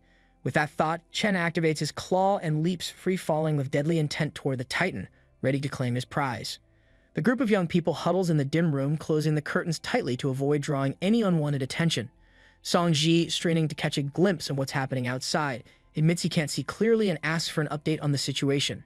Jiang Luping, already backing away from the window, advises against looking at all. Whatever's out there is far too dangerous. Despite his warning, the friends can't resist crowding around the curtain, their curiosity getting the better of them. Wei Shihu, keeping a keen eye on the unfolding scene, reports that the battle has already begun. She notes almost in disbelief at the man's hand and is transformed into claws. Jiang Luping, less impressed and more alarmed, quickly retorts that this only proves his point, that man is a monster as no normal human has claws like that. Wei Shihu suddenly exclaims that the giant titan is dead, her voice tinged with both surprise and disbelief. But what catches her attention next is even more shocking. She notices that the man is somehow absorbing the essence of the defeated monster. And then, with a gasp, she catches a glimpse of his face, the realization hitting her like a lightning bolt. Meanwhile, Chen stands triumphantly beside the fallen titan, his breath steady as the system feeds him the details of his victory. The reward is substantial. The system reports that he has slain a mutant zombie of the plague virus, an elite model with enhanced offensive and defensive capabilities, earning him a solid 2,000 experience points. The elite mutant's body has been absorbed, boosting his dark virus powers. The comprehensive plague zombie of the third stage, with all dark virus abilities enhanced, has granted him 800 virus points and 500 special evolution points for the dark virus. The dark virus within Chen evolves, acquiring new forms, muscle augmentation, and a powerful shield. Suddenly, a surge of energy envelops his left arm in purple flames, and it gradually transforms into a large shield, while the muscles of his right arm are augmented with enormous strength. Chen then reads out the description of his new abilities. The muscle augmentation can boost any part of his body without the usual awkward side effects. No weird body shapes or uncomfortable changes. That's a relief considering he's not looking to turn into a muscle-bound giant with back pain. Then there's the shield, a magnificent defensive tool with a strength nearly double his base power. Chen can't help but feel a bit impressed with himself. This new power is definitely going to come in handy. Just then, Wei Shihu, full of excitement, pulls open the curtains and shouts Chen's name twice, Chen Bai, Chen Bai. Chen looks up puzzled as he sees the girl. For a moment, he wonders who she is and why she's so eager to get his attention. Chen Bai spots an open window on one of the upper floors of the building ahead. He scales the wall and slips through the window. He looks closer at the woman inside. Recognition flickers. She's a close friend of Miss Song Ji. So that's who it is, he thinks, relieved to finally put a name to the face that had been puzzling him. Wei Shu beams at him with a smile that could light up the darkest apocalypse. Her eyes gleam with anticipation as she eagerly asks if he knows how Song Ji is doing. Later, in a hotel in Jiangsheng, Chen Bai sits at a table surrounded by students. He calmly informs them that he has established a settlement in the Dongshan village area, now home to a few hundred people. He casually adds that Song Ziqiang is helping manage the settlement, ensuring that Song Ji is very safe. Almost as if running a post-apocalyptic community is just another day at the office. Wei Shihu can't help but exclaim in amazement, genuinely impressed by the scale of Chen Bai's efforts. Beside her, Zhang Yishu stares at Chen with wide eyes, equally astonished, as if Chen just casually mentioned he's been juggling planets in his spare time. Meanwhile, Zhang Luping chimes in with a sarcastic remark, mocking the idea of Chen Bai establishing a settlement with hundreds of people. Not to be outdone, Song Ji adds with equal sarcasm that the so-called Queen of Jiangsheng is helping him manage it. They both sound like they're convinced Chen is spinning a wild tale for laughs.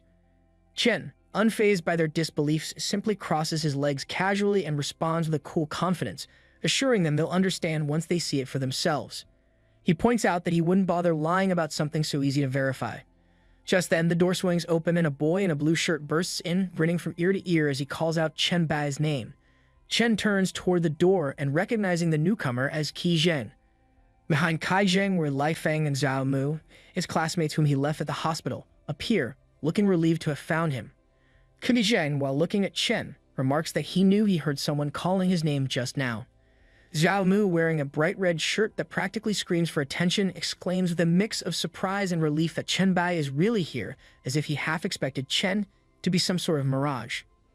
Chen stands up, smiling at the sight of his old friends, and asks what they're doing here, genuinely curious about how they ended up in this strange reunion.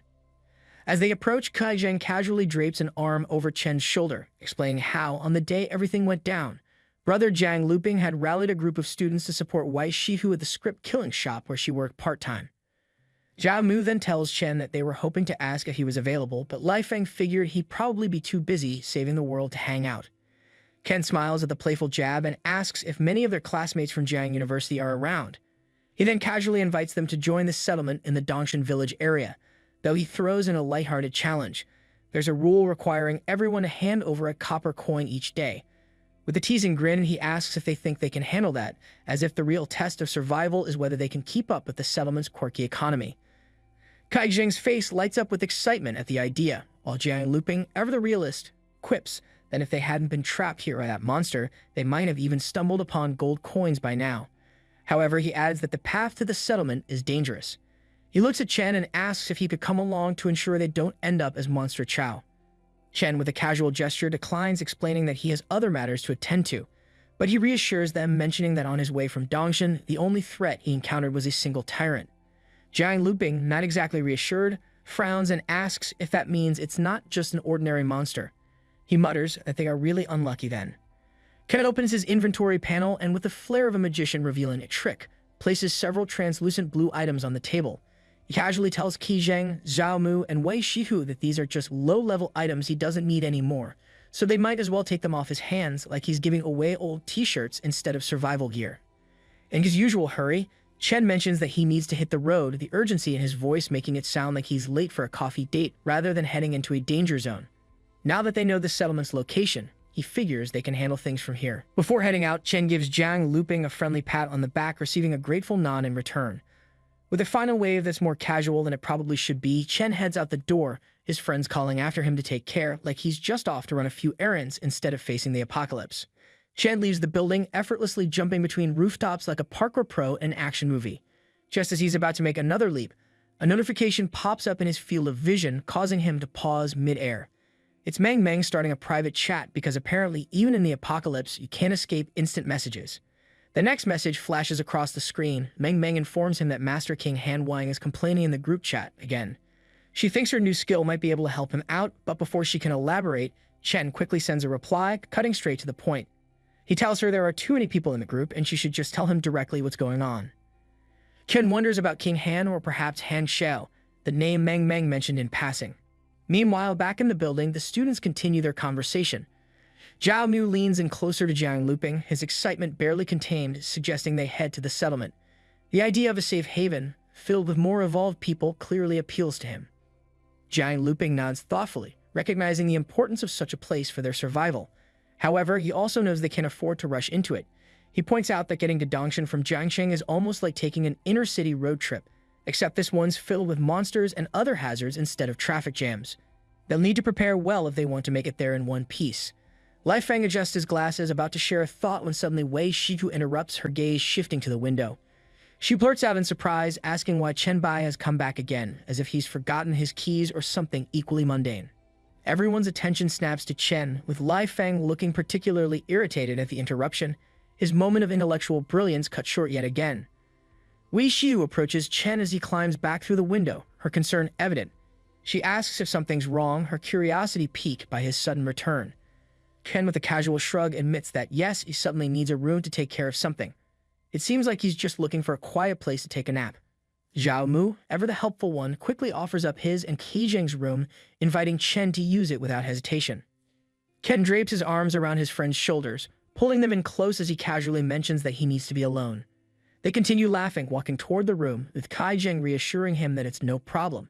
Chen can use the room, and they'll hang out in the living room, keeping an eye on things from there. It's like they're making plans for a sleepover, not dealing with the aftermath of an apocalypse. Wen Shihu, however, stands still for a moment, deep in thought. Her silence is uncharacteristic, but it doesn't last long. Suddenly, the realization hits her, and she shouts after Chen, sprinting to catch up. She skids to a stop in front of him, leaning on her knees to catch her breath before blurting out her request. She just remembered she wants to add Sanji as a friend and needs her evolved identifier number. Without missing a beat, Chen quickly replies, rattling off the number -990,225. Qi turns to Chen, curiosity getting the better of him, and asks for his identifier number so he can add him and Zhao Mu as friends. Chen, with his usual deadpan delivery, simply answers 001. Qi stares at him in disbelief before bursting into laughter, joking that even though they've all evolved, Chen's dry humor clearly hasn't evolved a bit. It's just too absurd to be real, or so he thinks. Meanwhile, behind him, Zhao Mu silently opens the friend request window, a knowing smirk on his face. He taps Qi on the shoulder, hinting that he should go ahead and send the request, promising that he's in for a surprise. Still confused but curious, Qi sends the friend request. His eyes widen in shock when the response pops up. Evolved number 001 accepted your friend request. For a split second, the reality of what he just saw sinks in, and then he lets out a scream, completely freaked out. Ken, who's long since grown used to this kind of reaction, just smiles, amused by the whole situation. He then gives Qi a playful nudge, telling him not to just stand there in shock. There's no time to waste, and they need to catch up. 10 minutes later, the group gathers in the living room chatting away.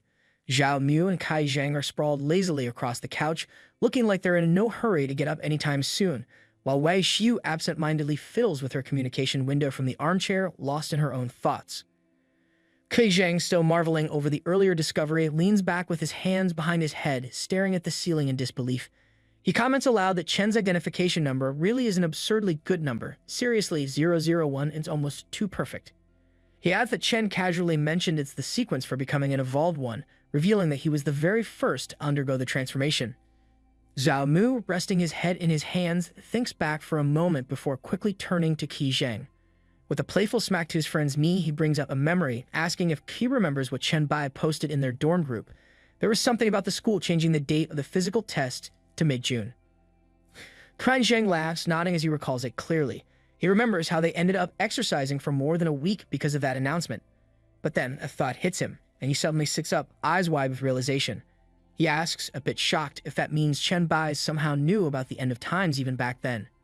Zhao Mu shrugs and says it might just be a coincidence, but either way, they definitely benefited from all that extra exercise. Kui Zhang leans back on the sofa's arm, letting out a satisfied sigh as he reflects on how much they benefited from the information Chen Bai provided. He casually remarks on it, to which Zhao Mu quickly agrees, both of them acknowledging the unexpected advantage they gained.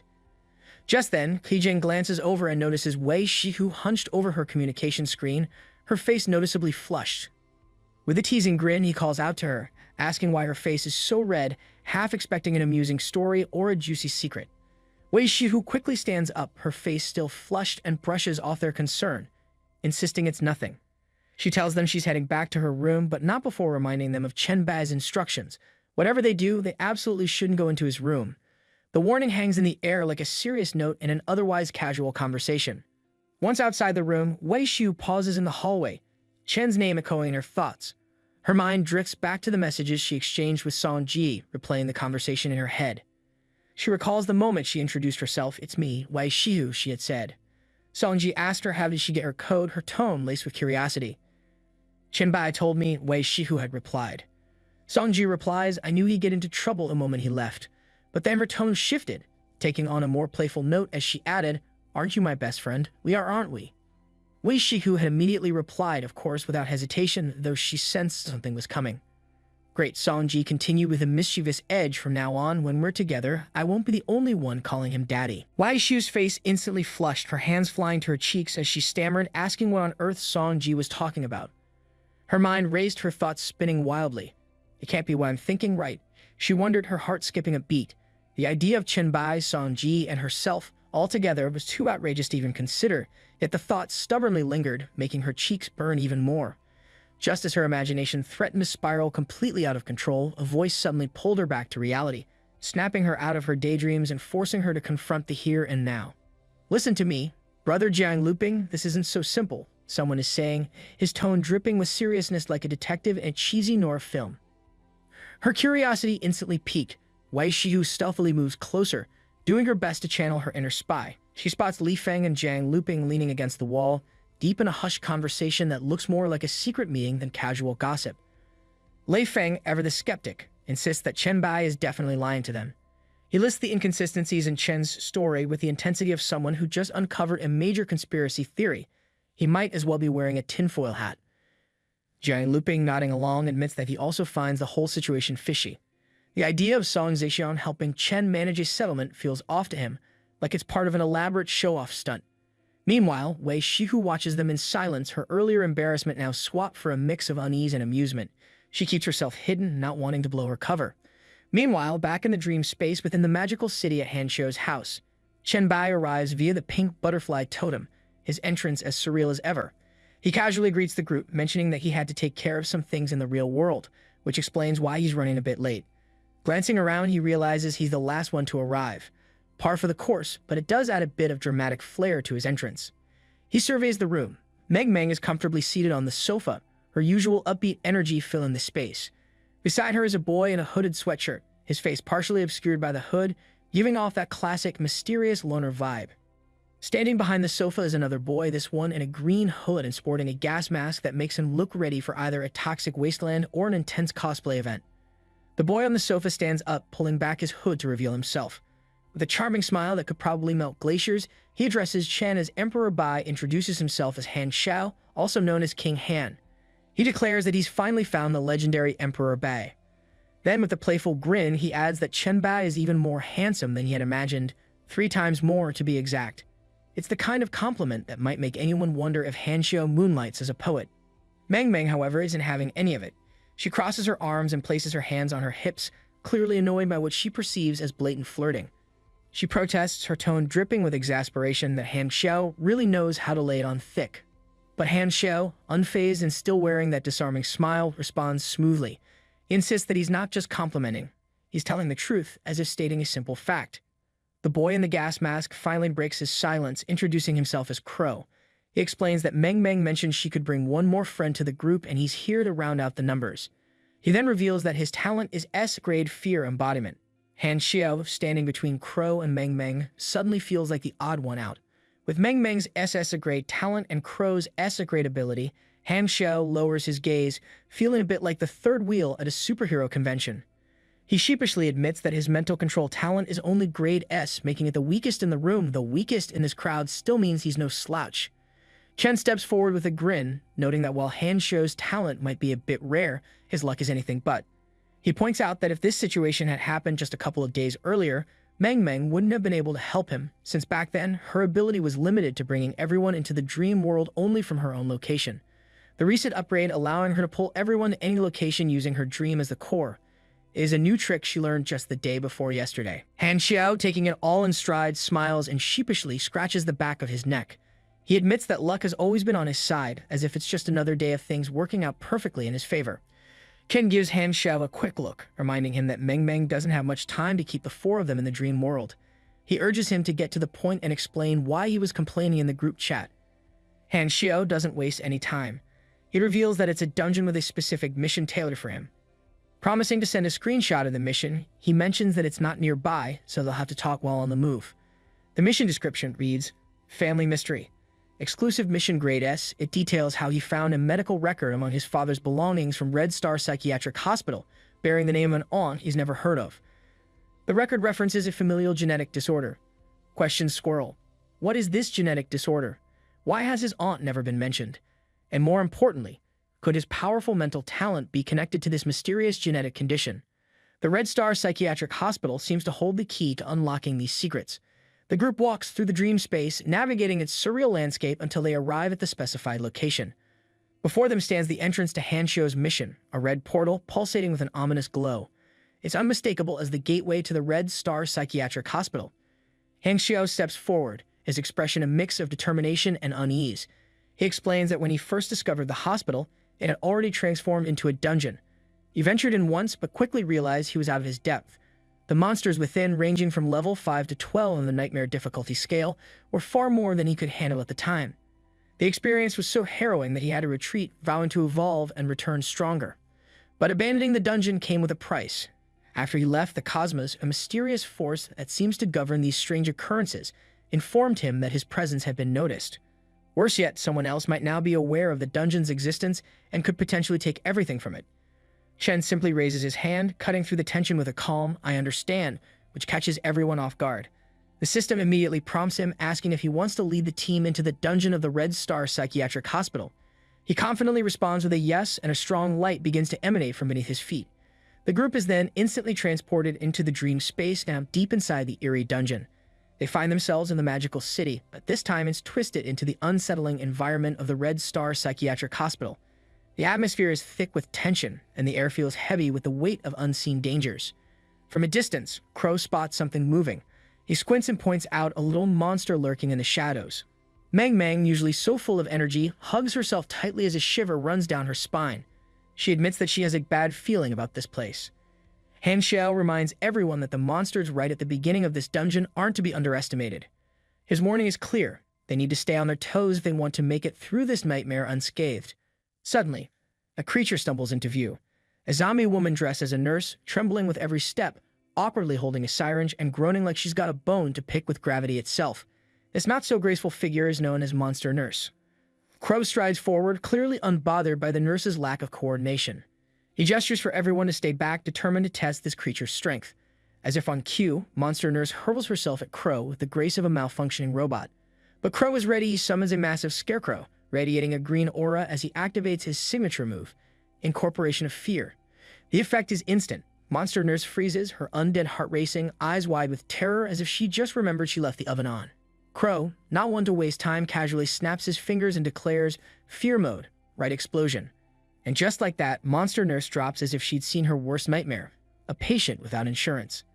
The system informs Chen that a team member has just taken down a Monster Nurse, and the experience points are promptly shared among the group. Mang, observing from a safe distance, notes that this scene resembles the defeat of a classic villain boss. Han Xiao, momentarily stunned, silently marvels at the sheer power of the ability used. Chen crosses his arms, clearly satisfied, and gives a nod of approval. Just then, a translucent blue skill card gracefully floats down. The card reads, "Sharp Screeching Thought Explosion, Level D Active." It describes an ability that unleashes a mental attack through a sharp scream, causing mental damage within a certain range. Of course, the catch is that the sound is likely to attract every nearby monster, like announcing an all-you-can-eat buffet for the undead. Crow picks up the card, holding it up for everyone to see, and remarks on their good fortune in getting a skill drop.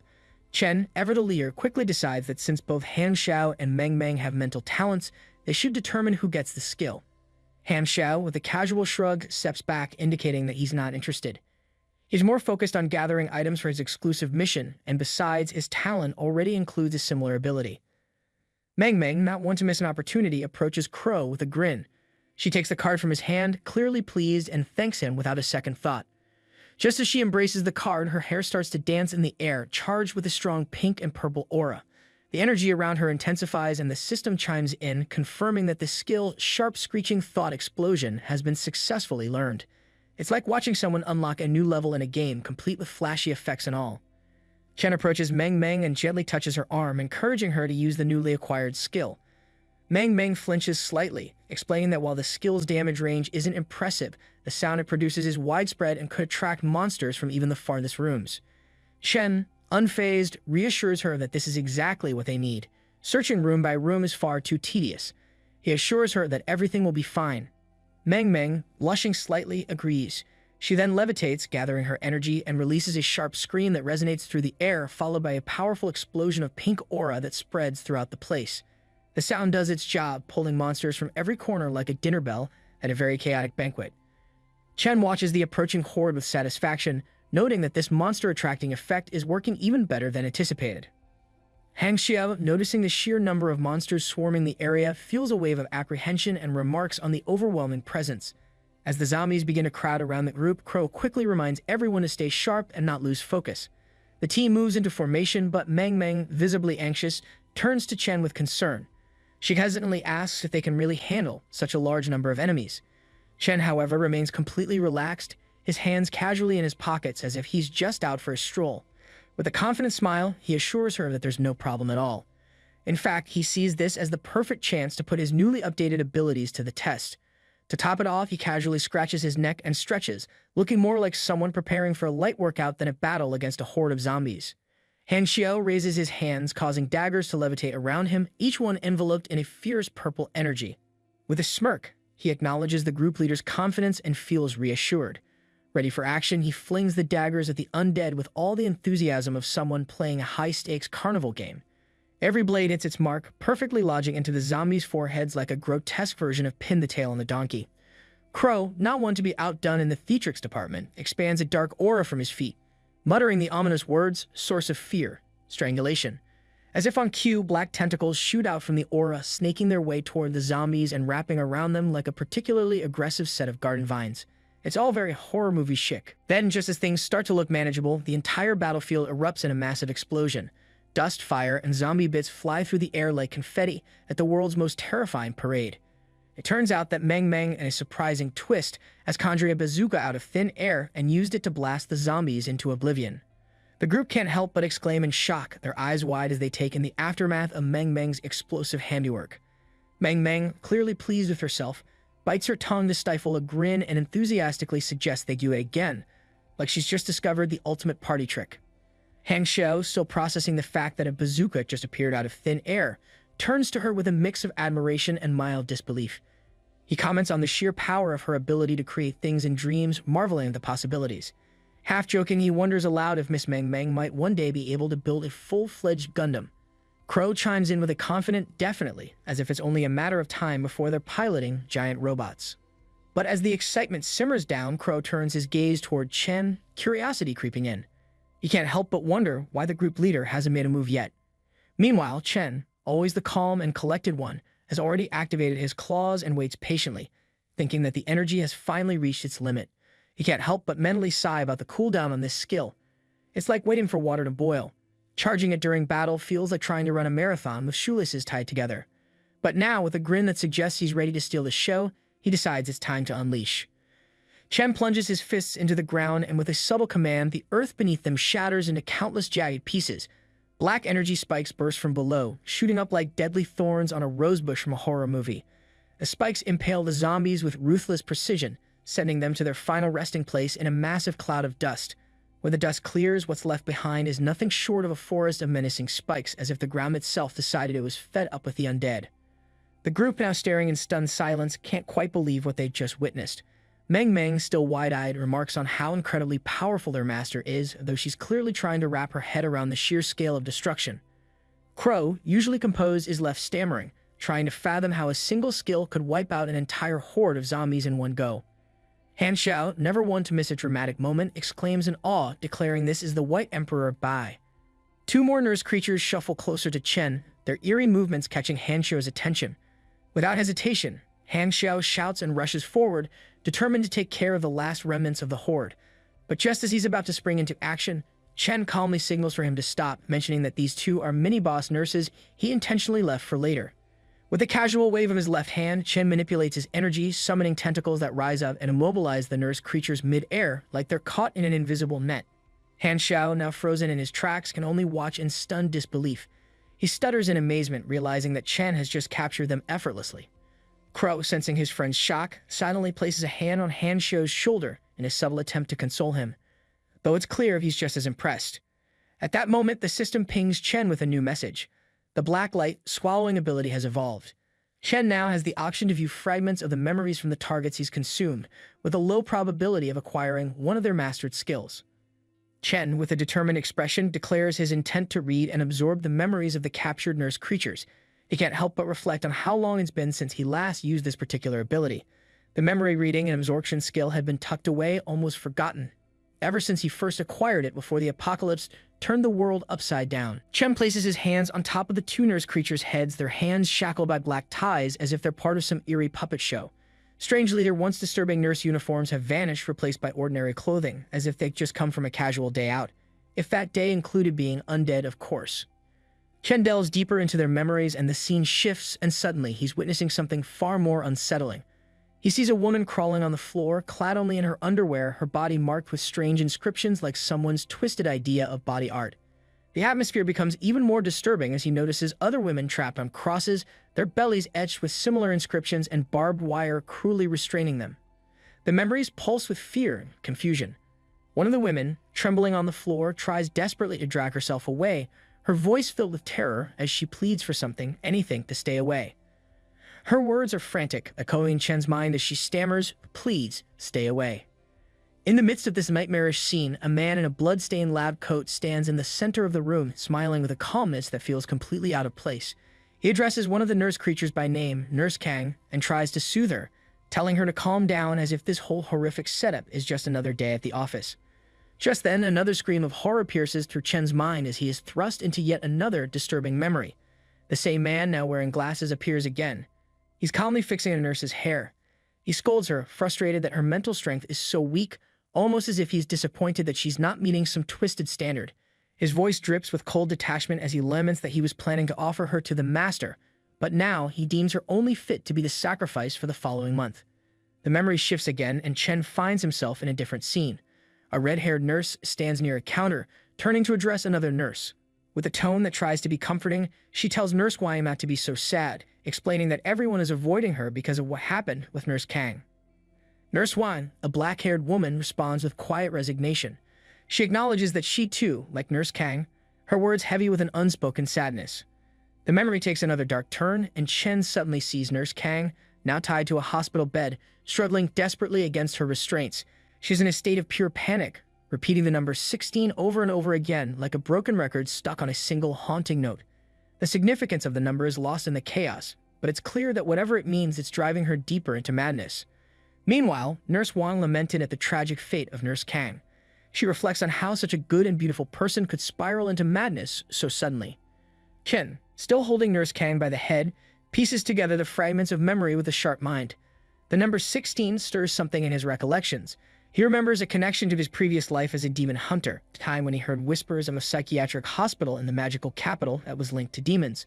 The place was notorious for being a site where demons could be summoned, but back then, Chen's power level was so far beyond the limits of this place that he barely paid attention, only glancing at a few posts about it on the Evolutionaries forum. Now, though those faint memories take on new significance. After absorbing what he can from the nurse's memories, Chen releases them, their bodies going limp as the dark energy dissipates. Turning to the group, he addresses them with a calm authority, signaling that it's time to move on. He reminds them that their primary objective is to find clues for Hanshou's exclusive mission. However, he also cautions everyone to stay alert and stick together. Half an hour later, the group is still combing through the hospital, determined to find something, anything, that might lead them closer to their goal. As they climb yet another staircase, Hanshou notes that the place should be cleared of monsters, considering they haven't run into any for a while. He mentions that they've already scored 3 floors without uncovering a single clue. The frustration is starting to creep in, but Meng Meng, always the optimist, chimes in that they're not entirely without leads. Crow, moving a bit ahead, notes that the number 16 keeps popping up almost as if it's taunting them. But as they reach the next floor, his patience seems to wear thin. With a mix of annoyance and curiosity, Crow wonders out loud why the instance boss is still a no-show. He jokes that maybe the boss is quaking in fear, the thought of facing Emperor Bai, too scared to make an appearance. Just then, a powerful aura bursts forth, thick with murderous intent, and a menacing presence makes itself known. It directs its menacing focus on Crow and tells him that his arrogance has reached a dangerous peak. Instantly, everyone springs into action. Crow, without missing a beat, calls forth his trusty scarecrow companion. Hanshou, not one to be outdone, makes his daggers hover menacingly in the air while Meng Meng casually conjures a pair of double swords as if it's just another Tuesday. Meanwhile, Chen begins to release a sliver of his energy, primed and ready for whatever comes next. A massive creature with bloodied paws slowly emerges from the shadows, revealing itself as a demon with long, twisted horns, glasses that somehow manage to stay perched on its nose, and an elongated chin that seems like it's trying too hard to be menacing. The creature, never one to miss an opportunity for theatrics, introduces itself as the director of the Red Star Mental Hospital, Zhao Changlin, and because why stop there, also claims to be an envoy of the 16th demon of the 72 Pillars of Solomon. Meng Meng stays silent, her expression a storm of anger, while Hanshou's face morphs into pure shock, clearly wondering if this guy is actually a demon. Crow, still catching up, repeats the title like it's the punchline of a joke he hasn't quite understood yet. Envoy of the demon god, the demon. The director, relishing his moment in the spotlight, declares that pretending to stay calm is useless. He then delivers his grim proclamation: their only destiny is to serve as sacrifices for his master.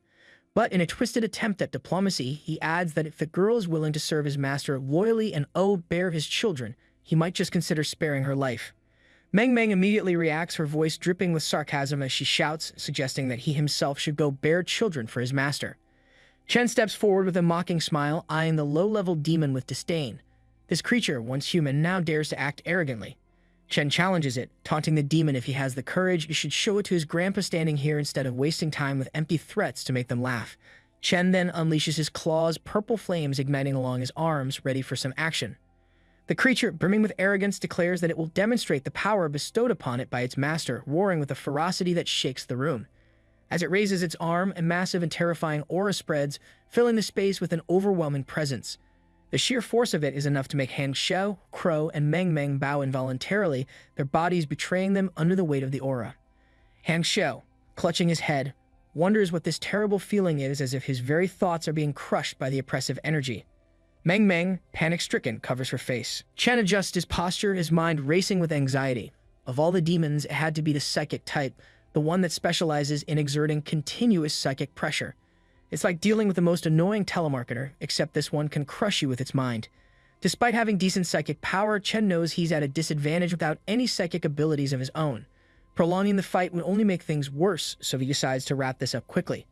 Without wasting another second, Chen rushes toward the demon, his own aura clashing with the oppressive force around him. He buries his fist in the demon's abdomen, causing it to bend over with a reaction that's oddly appreciative, like it just got a compliment instead of a punch. But before Chen can feel too good about his strike, the creature exhales a black and red flame that rapidly spreads throughout the room, turning the place into a demonic sauna. Chen quickly activates his shield, blocking the flames as he steps back, realizing that this fight just got a whole lot hotter, literally. The demon, relishing its perceived advantage, taunts Chen, noting that while he might have some strength to endure, there's no way he'll break through the hellfire. If this drags on, the demon smugly declares Chen will collapse under the relentless psychic pressure. The demon, filled with hatred and fury, shouts that there's no way forward and no way back. It demands that Chen fight and scream in despair, urging him to entertain it with his suffering. It's like the demon is hosting its own twisted reality show, and it's waiting for the big dramatic breakdown. But then, out of nowhere, Han Xiao laughs, breaking the tension as he stands up and touches his temple. The psychic pressure that had been suffocating everyone suddenly vanishes, leaving the demon's plans deflated faster than a popped balloon. Crow, sensing the change, notes the disappearance of the pressure, while the blue energy radiates from Han Xiao, giving him an almost heroic glow. Meng, bewildered and a bit exasperated, asks Han Xiao why he didn't use this ability earlier. Han Xiao scratches his head, a shy smile spreading across his face.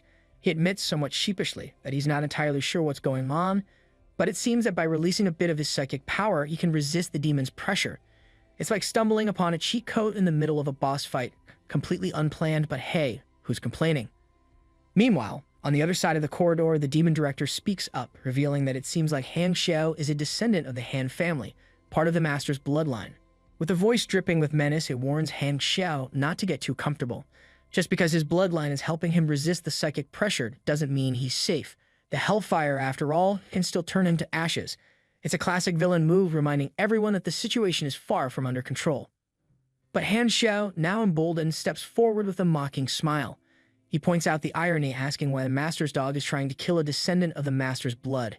He cheekily suggests that the demon might want to be careful, or the master could get pretty upset. Maybe even upset enough to take the demon out himself. The demon chuckles darkly, mocking Han Xiao, calling his family nothing more than traitors to the master. The demon adds with a twisted grin that killing him might even earn it a nice reward. With a dramatic flourish, the demon director declares that they will all turn to ashes in the hellfire. Leaning back, it begins to gather a menacing flame in its chest, preparing to unleash a devastating attack. Sensing the danger, Han Xiao and Crow rush forward, determined to stop the demon before it can finish. Crow, in a moment of urgency, shouts that they can't let the demon start the fire and urges others to interrupt it. But just as they're about to reach the demon, it suddenly sneezes. Crow halts mid-stride, confusion plastered on his face.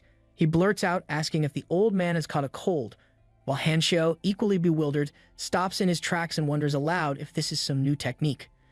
Chen, standing with his hands on his hips and a satisfied smile, chimes in.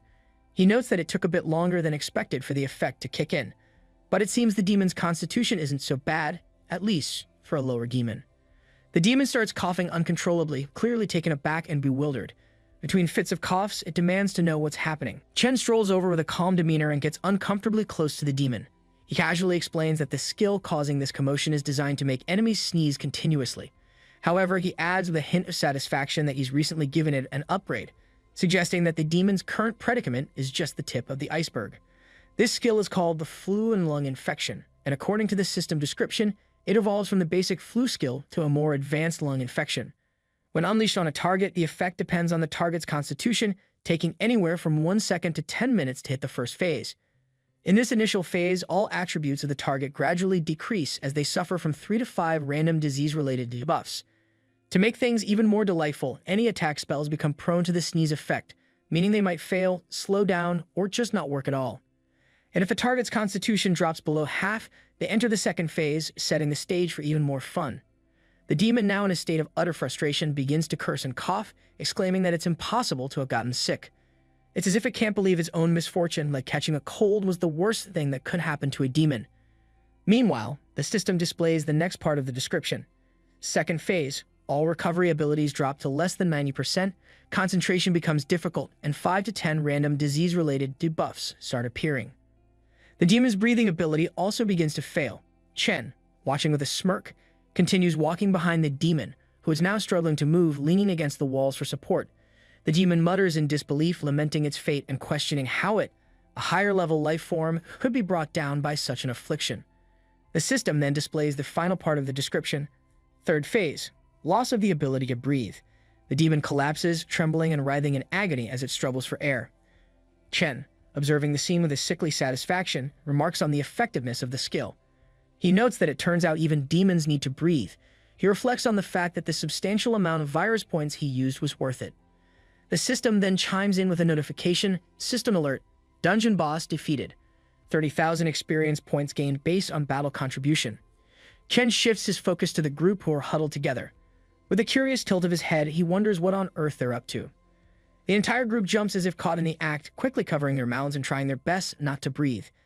Han Xiao, in his usual dramatic flair, silently mouths that there is virus, while Meng Meng, with wide eyes, mentally adds that she really doesn't want to catch a cold. Crow stands by, looking worried as well, perhaps forgetting that he's already wearing a gas mask. Quite the fashion statement, really. Chen, with the calmness of someone who's been accused of worse, reassures his friends that they have nothing to fear. He's quick to remind them that as long as he doesn't release anything, there's no need to worry about catching any strange infections. Relieved, everyone exhales in unison, and Crow, feeling particularly brave, or maybe just a bit sheepish, finally removes his mask. Meng Meng, now sitting on the ground with an air of exaggerated admiration, dramatically throws her head back and declares that Master Bai's abilities are simply unmatched. Han Xiao, never one to miss an opportunity for some lighthearted flattery, gives a double thumbs up and gestures toward Chen with a wide grin. Chen, trying to keep his modesty intact, quickly waves off the praise. He points out that his skill is only effective against demons with weak physiques, adding with a hint of humor that there are still plenty of monsters out there who don't even need to breathe. Chen then turns to Han Xiao, mentioning that he's received the dungeon cleanup notice along with a notification to post a strategic video. He casually inquires about Han Xiao's progress on his task. Han Xiao, a bit perplexed, checks his notification window and is surprised to find that it's still not completed. Chen, ever the strategist, suggests that the mission hint must be hidden somewhere in the dungeon and urges Han Xiao to hurry up and find it. He then adds, almost as an afterthought, that he plans to release the dungeon cleanup video soon. With a mischievous glint in his eye, Chen asks if anyone wants to show their face and achieve instant fame. Crow, feeling the sudden pressure, promptly puts his mask back on and requests that their appearances be hidden in the video. Meng Meng also tells him to hide her face too. Han Xiao urges him to keep it down as well. He insists that they check out what the boss dropped first and then quickly help him locate the elusive mission clue. Not long after, a video was published with the grand title, "The Emperor Bai takes team members Meng Meng, Han Xiao, and Crow to clear the Nightmare Dungeon. Red Star Psychiatric Hospital, levels 5 to 12. Quite the mouthful, but hey, marketing is everything. The dungeon strategy video, offered at the reasonable price of 5 copper coins, quickly gains attention. Song Zixiang and Luli are among the first to receive the notification, and they rush to watch it like it is the latest blockbuster. But it isn't just them. Soon, all the awakened ones on the internet are tuning in to witness the legendary feats of their ever-rising Monarch, who seems to be racking up accomplishments faster than they could count. Fame has its perks, after all. Meanwhile, in Jiangsheng, within the confines of a certain hotel room on the 15th floor, the group of Chen's classmates is glued to the newly uploaded video.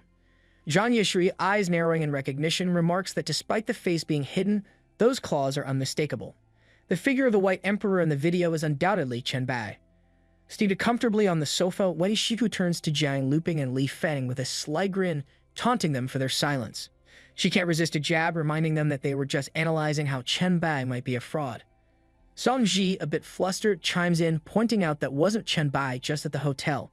He quickly adds, trying to save face, that even if this is Chen Bai in the video, it only proves his impressive combat skills. It doesn't necessarily validate the settlement he's been talking about. Jiang Luping rises from the sofa and remarks that this revelation makes things even more unsettling.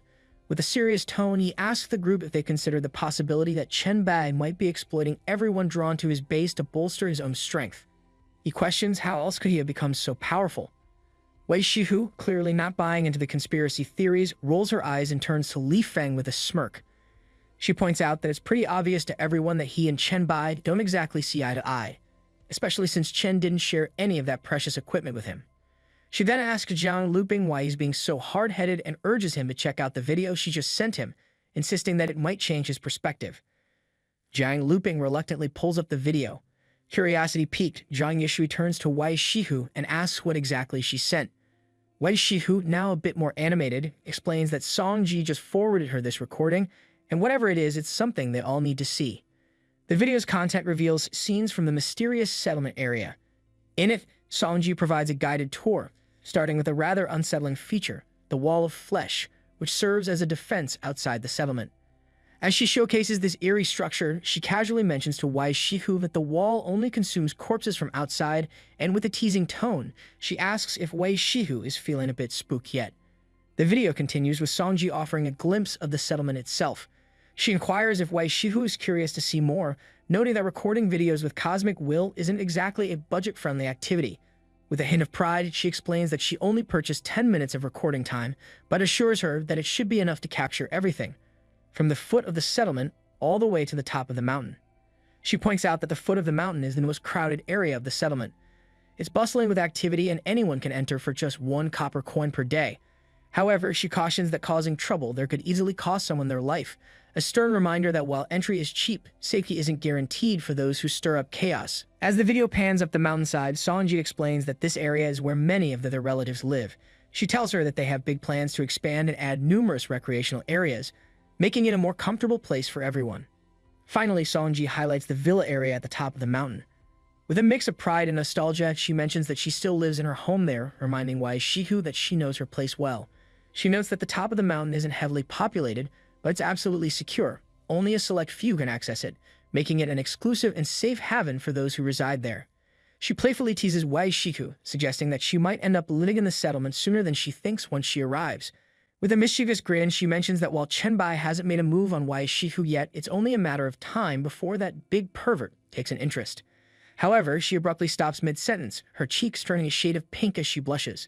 Flustered, she urges Wei Shihu to hurry up and come over, hinting that she has a lot more to share in person.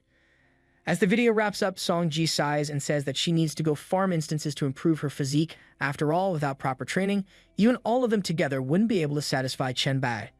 Back in the hotel room, Zhang Yishui murmurs the word together, her mind clearly spinning with the implications.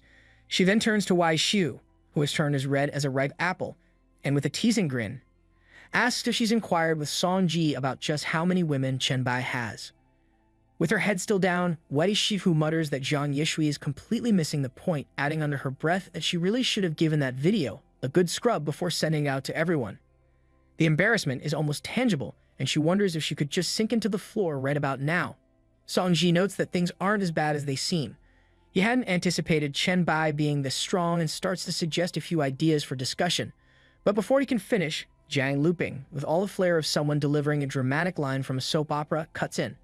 He looks at Wei Shihu and makes it clear that she absolutely cannot become one of Chen Bai's women. Wei Shihu, still flustered, argues back, questioning what Jiang Luping means by his bold statement. She insists that she never said she wanted to be Chen Bai's woman.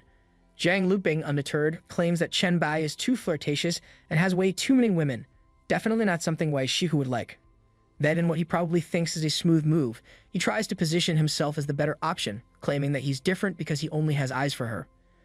Wei Shihu, now on the brink of rolling those eyes right out of her head, tells him to stop and for the love of all that's holy, not to come any closer. She firmly reminds him that whether he wants one woman or a whole harem is none of her business. She's rejected him countless times before the apocalypse. Did he think a few zombies would change her mind? To drive the point home, she once again makes it crystal clear that she has no feelings for him and does not like him. Meanwhile, in the dream space of Magic City, within the eerie confines of the Red Star Psychiatric Hospital instance on the 4th floor, Chen stands victorious, holding the severed head of the director demon he just killed with his flu virus. The gruesome trophy still drips with dark energy as Chen surveys his work, a slight smirk playing on his lips. Just then, a notification pops up in his field of vision, delivering some unexpected news. It informs him that this particular organism contains special bloodline factors and he now faces a choice. He can either continue devouring the demon's essence or expel it. However, there's a catch. Absorbing these bloodline factors will have an impact on the blacklight virus within him as well as on himself. Chen decides to go for it and begins absorbing the bloodline factors, murmuring something about how even demons reward their minions with interesting perks. As he focuses on the process, several notification windows start popping up in rapid succession, each bringing more intriguing news. First, he learns that he's devoured a special species, earning himself a hefty 500 blacklight virus exclusive evolution points. Not bad for a day's work. But the notifications don't stop there. Next, he finds out that he's triggered the acquisition of the target's skill, gaining the Hellfire skill rated as Class A. Now that's something to write home about, or, at the very least, something to show off in the next battle. As the process completes, the bloodline factors are expelled and transformed into an item that suddenly materializes in his hand. He looks down to find a test tube containing a swirling dark liquid, blood, rich with the essence of the demon's lineage.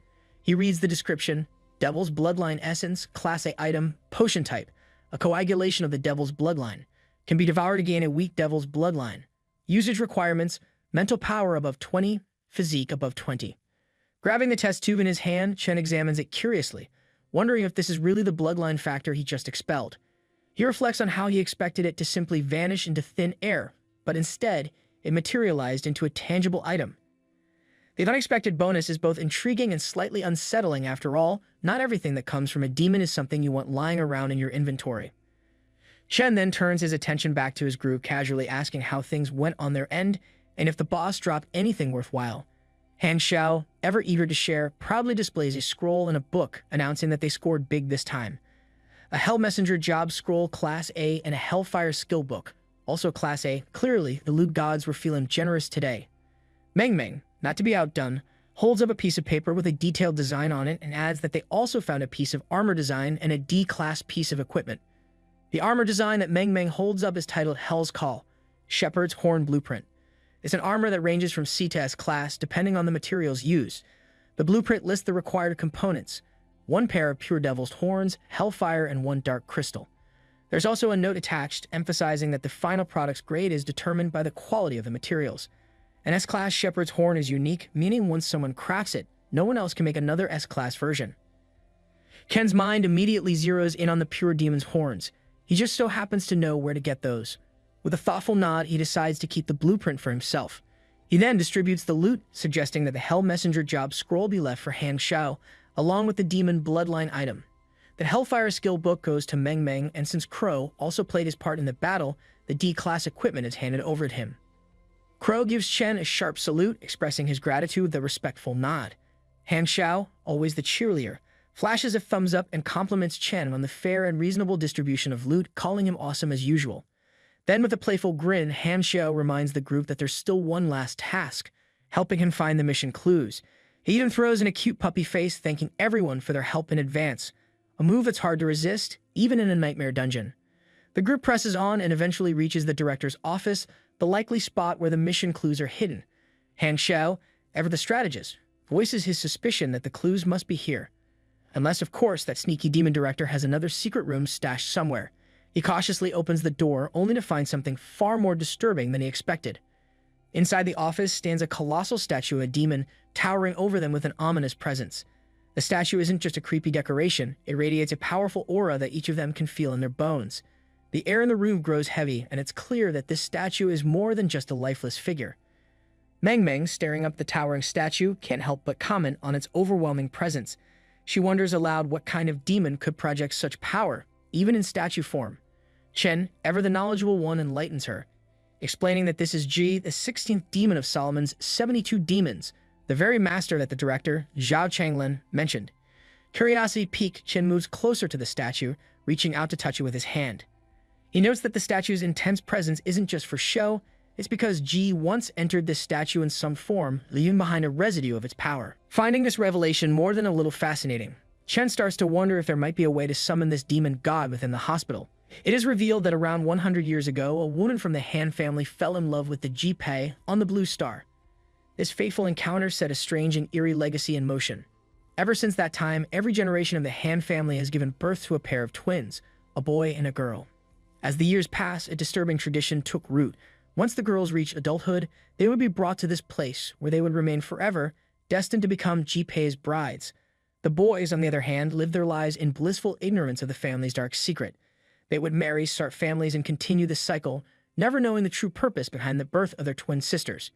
Meanwhile, Meng Meng stumbles upon an old diary and begins reading its chilling contents aloud. The diary reveals a dark chapter from more than a decade ago involving Han Xiao's father, Han Yang. It seems that Han Yang had uncovered the truth about the Han family's cursed inheritance, the twisted tradition that bound the daughters of the family to a lifetime of servitude to the demon Ji Pei within the confines of the mental hospital. Determined to escape this grim fate and desperate to protect his newborn daughter from such a life, Han Yang made a harrowing decision. He chose to kill his infant daughter to save her from being forced into this cruel destiny. However, Zhao Changlin, the director of the hospital, discovered Han Yang's plan just in time and intervened, stopping him from carrying out the act. Zhao Changlin then reported the incident to Ji Pei, the demon master. As punishment for his betrayal, Han Yang was stripped of his bloodline, a fate worse than death for someone of the Han lineage. To make matters worse, Han Xiao's sister, instead of being saved, was taken away by Ji Pei to be raised under the demon's influence. Zhao Changlin, for his loyalty and service, was rewarded with the demon's blood, further binding him to Ji Pei's dark power. Meng Meng, clearly frustrated, tosses the diary aside and informs the group that's all there is to the idiot director's scribbles. She explains that most of the diary is filled with Zhao Changlin's envy toward the Han bloodline and his endless cursing of Han Yang's supposed stupidity. There's also a lengthy section where Zhao Changlin goes on and on about his oath of allegiance to Ji Pei, boasting about how merit brings reward. But that's the gist of what she could piece together from the diary. As soon as Meng Meng finishes summarizing, Han Xiao chimes in, announcing that he's just received the next mission. He takes a moment to thank Meng Meng, admitting with a sheepish grin that he tends to get a headache whenever he sees big blocks of text, so her help was a lifesaver.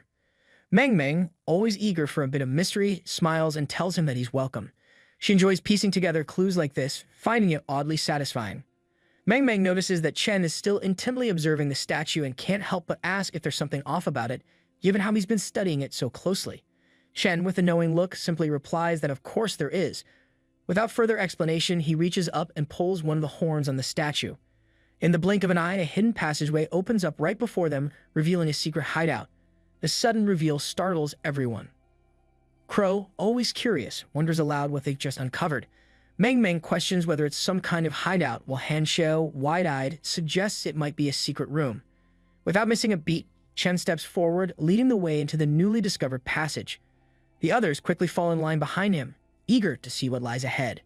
Just as they enter, they find a narrow stairway descending into darkness. Chen Bai casually remarks that given the height they descended, they'd likely drop from the 4th floor straight down to the basement. Han Xiao, ever the precise one, confirms it, saying they're at least 2 or 3 floors below the surface. Because, of course, Han Xiao is secretly a human step counter. Chen, leading the way with calm confidence, explains that they must be getting close. If he's right, they're approaching the very place where Zhao Changlin communicates with the Ji sect and conducts his dark sacrifices. Finally, they reach a large, heavy double door. Chen pushes it open, and the sight that greets them is nothing short of unsettling. A circle of inverted crosses and arcane symbols etched across the floor. The room feels thick with an ominous energy, and the group moves cautiously forward. Crow, with his sharp senses, comments on the overwhelming smell of blood in the air.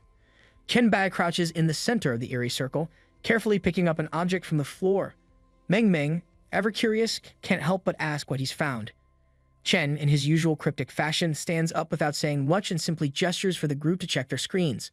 Suddenly, the image of a golden medallion flashes on their screens. It's labeled as the core of the Hell Teleportation Array, a special item. The description that follows is nothing short of grim. The circle, marked with a hellish symbol, can be used to activate the Red Star Mental Hospital Dungeon and summon the Ji sect. The requirements are just the usual: sacrifice 16 lives along with their souls and blood. There's also a small catch. The demon summoned by this handy medallion will be restricted to level 12, thanks to the dungeon's difficulty level. But here's where it gets worse. After the summoning, the dungeon's difficulty will spike to hell level. Astonished by the discovery, Han Xiao blurts out in disbelief at the idea of summoning a demon. Crow, equally shocked, widens his eyes and comments on the level restriction. Unlike the others, Meng Meng reacts with unexpected excitement. She smiles brightly, practically bouncing with energy, and suggests that if they summon the demon and defeat it, they'd practically hit the jackpot. Always the optimist, even when faced with imminent doom. Behind her, however, Crow shakes his head in silent disagreement, because somebody has to be the voice of reason around here. Chen Bai, ever calm, turns to Meng Meng and asks a simple but cutting question. If I'm level 8, what level are you all? Meng Meng's excitement fizzles as her shoulders drop. She, along with the others, sheepishly replies that they're hovering around level 5 or 4, some not even at 4 yet. Chen makes a slicing gesture with his hand, bluntly pointing out the obvious. Summon that demon and they're all going to die instantly. With levels below 10, no profession, and no proper equipment, he wonders where they found the courage to even think about fighting a level 12 demon. Confidence is one thing, but this is just reckless optimism. Han Xiao tries to lighten the mood, grinning as he points out that Chen Bai, the Emperor, is with them. But Chen Bai humbly places a guiding hand on his shoulders and explains even with him present, it's not possible. The gap between a regular demon and a weak-blooded demon is vast. It's like comparing a kitten to a lion. Sure, they both have claws, but one of them will eat you whole. He advises them to turn back, focus on leveling up, and gain professions before even considering facing something that powerful. Crow turns to Meng Meng with a grin and asks her to make sure he's included when they come back next time. Meng Meng winks at him playfully, promising that he'll be at the top of the list. The group returns to the statue room, feeling the tension ease slightly. Meng Meng, ever practical, asks if this dungeon adventure is officially over or if anyone has something else they want to do. Han Xiao scratches his head, looking a bit puzzled, and admits there's something that's been bothering him. He starts musing about how he is a descendant of a demon and also has a sister, and if these facts appeared out of nowhere when the apocalypse arrived. Chen Bai touches his shoulder and tells him that he is not sure if they came from nothing or if they always existed, but they definitely exist now. Chen then asks Han Xiao why he suddenly asked this, and if his father acted strange before the apocalypse. Han Xiao, still lost in thought, explains that the relationship between him and his father was not close, and to him, his father was just an ordinary man living a life without much significance, until of course he turned into a different kind of zombie than others. Crow, always quick to imagine the wildest possibilities, pictures a red zombie with horns and white hair. He excitedly asks Han Xiao if his father turned into a demon zombie and remarks how cool it is. But Han Xiao, with a tense expression, shakes his head. It has nothing to do with demons. His father didn't turn into some epic demon-zombie hybrid. Instead, he became something far more terrifying, a plague zombie. He describes the hideous purple and green fungal spots that covered his father's body, ready in a sense of danger so strong that he didn't dare touch him. Faced with this horror, Han Xiao was forced to quickly master telepathy with his psychic powers. He explains that this was his father's last lesson to him, a grim final connection. Chen Bai turns to Han Xiao, intrigued by the mention of a plague zombie. Han Xiao explains that it must have been due to the chemical plant where his father worked. He mentions how his father wasn't the only one affected.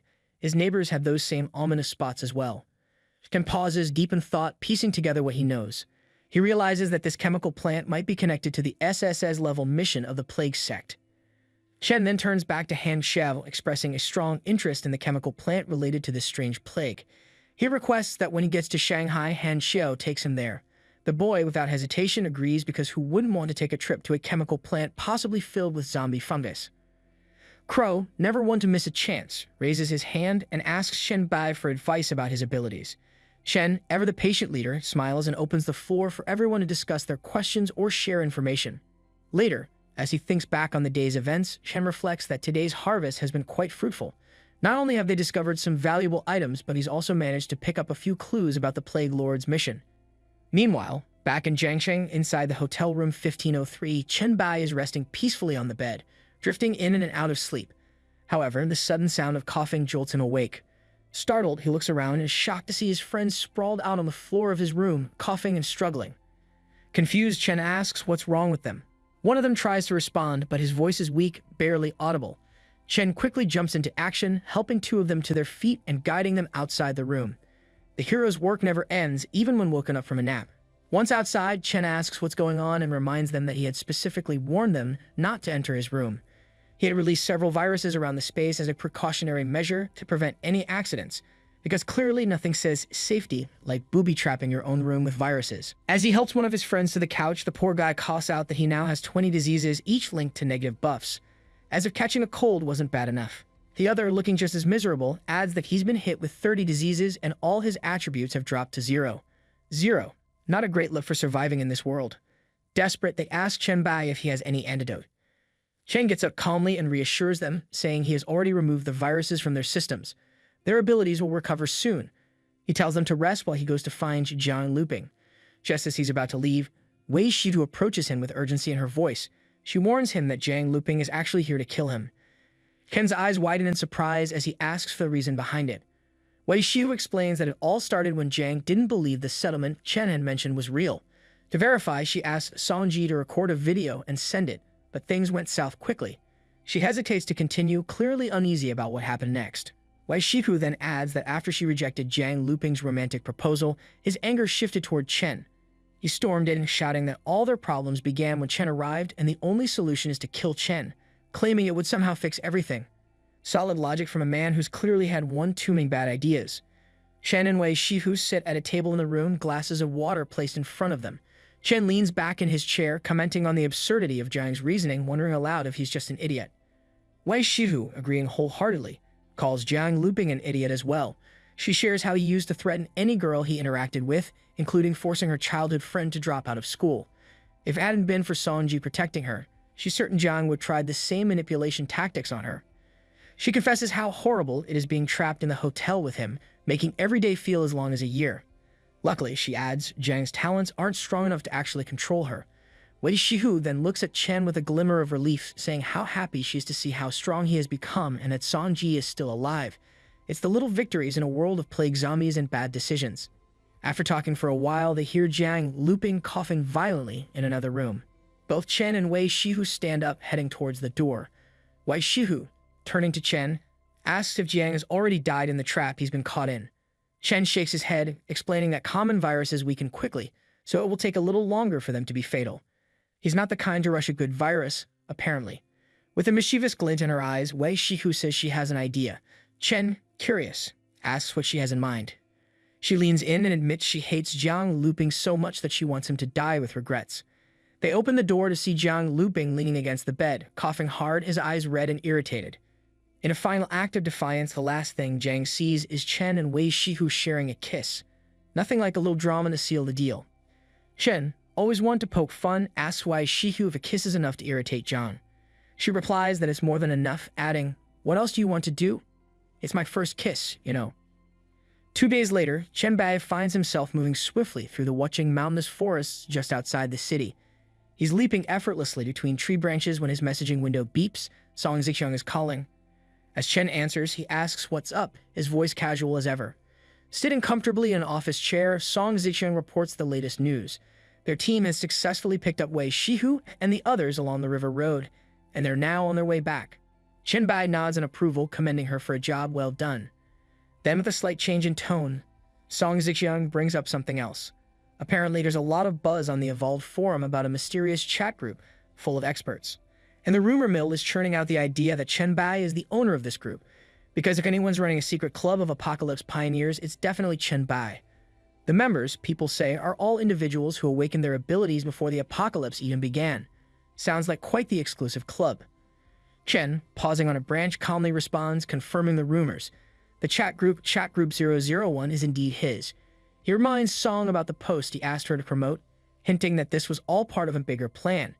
Typical Chen, always 10 steps ahead. Song Zixiang, clearly impressed, notes that this group of experts could be a major asset in the future. She also wonders how they should handle the growing posts discussing chat group 001 on the Evolved forum. Chen, ever thoughtful, jumps down from the branches, landing gracefully on the forest floor. He tells her not to worry for now. He'll check the posts himself before making any decisions. He just asks for the titles of the most discussed posts. Within moments, Song sends the list and the titles appear. One post claims that the so-called White Emperor already knew about the impending cosmic trial. Another post analyzes a video titled Bai, speculating that the experts are all members of the same chat group.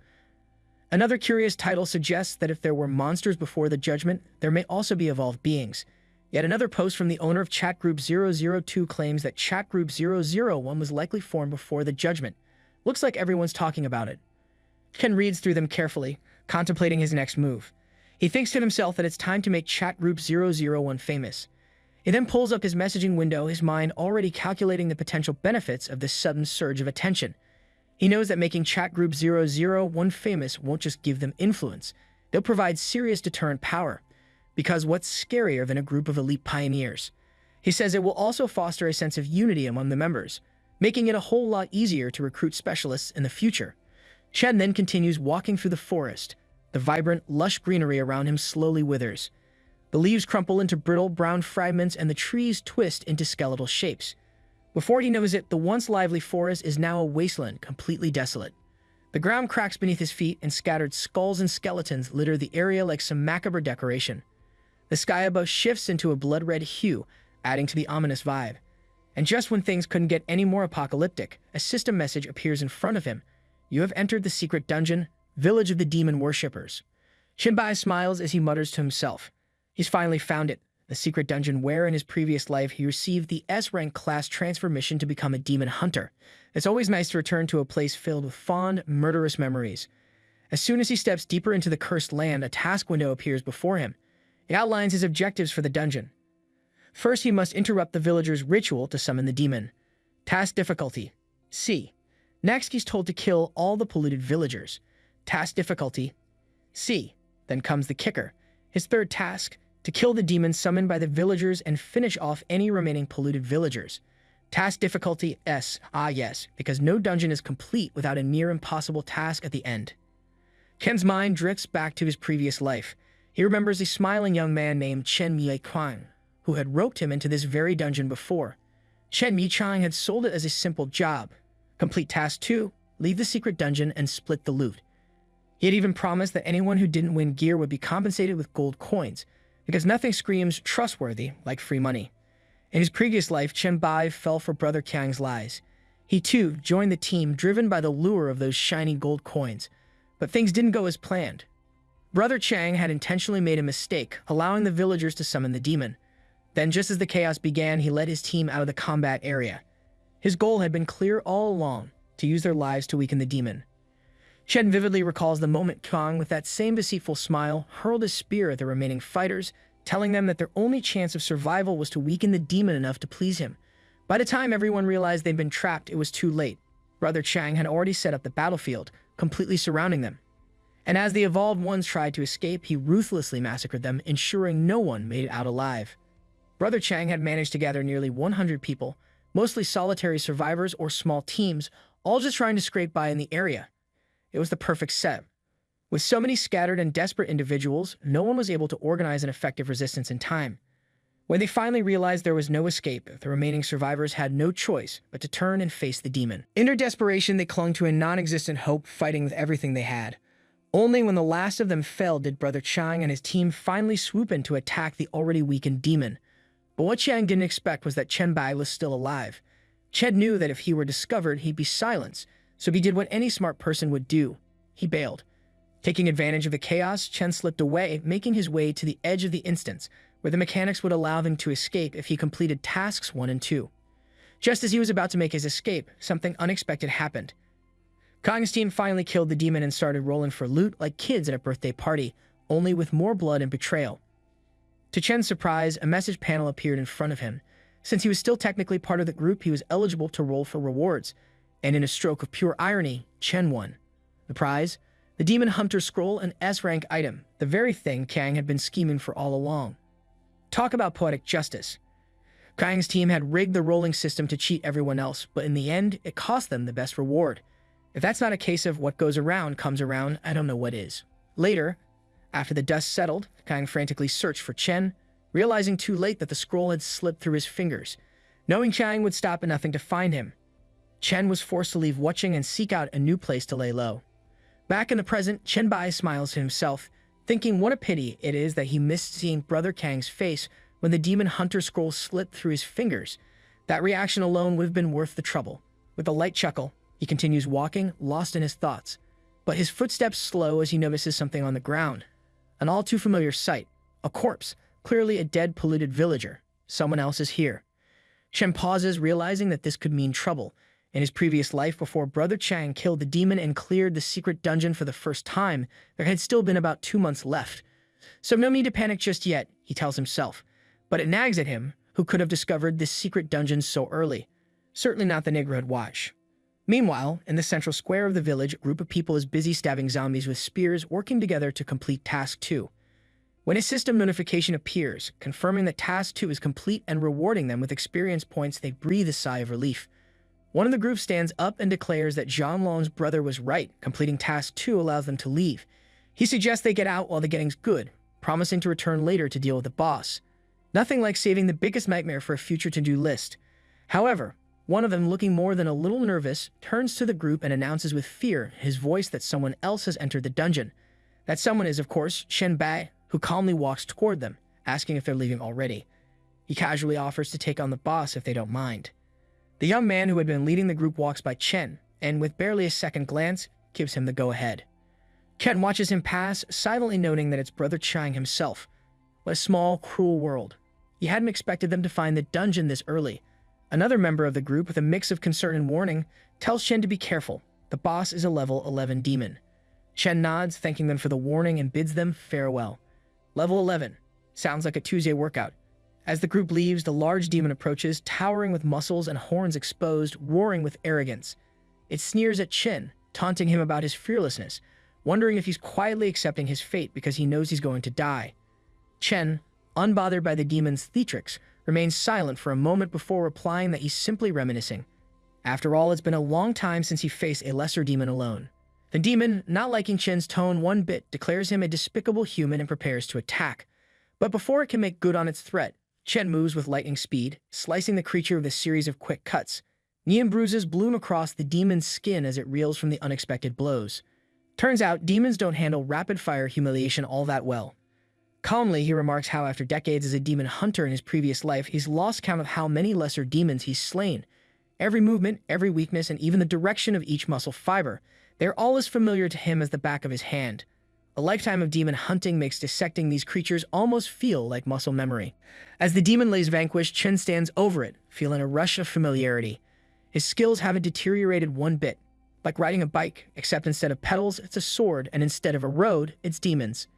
In the distance, Brother Kang's group erupts into excited chatter. One of them shouts that he's received the participation reward minus 5,000 experience and a lineage item. Instant kill. The group is left stunned, barely able to comprehend what just happened. It's as if the loot fairy just dropped a present in their laps. Curious, one of Kang's men approaches the leader and asks if Chen absorbed the demon's body. Kang, clearly intrigued, tells them to check it out. The group heads back toward Chen, who turns to greet them with a grin. Because who wouldn't be grinning after making the demon look like a piñata? Noticing their return, Chen smiles and teasingly asks if they're here for a cut of the loot. Kang laughs, spreading his arms wide in a gesture of good-natured surrender, claiming it's just a misunderstanding. Yeah, sure it is.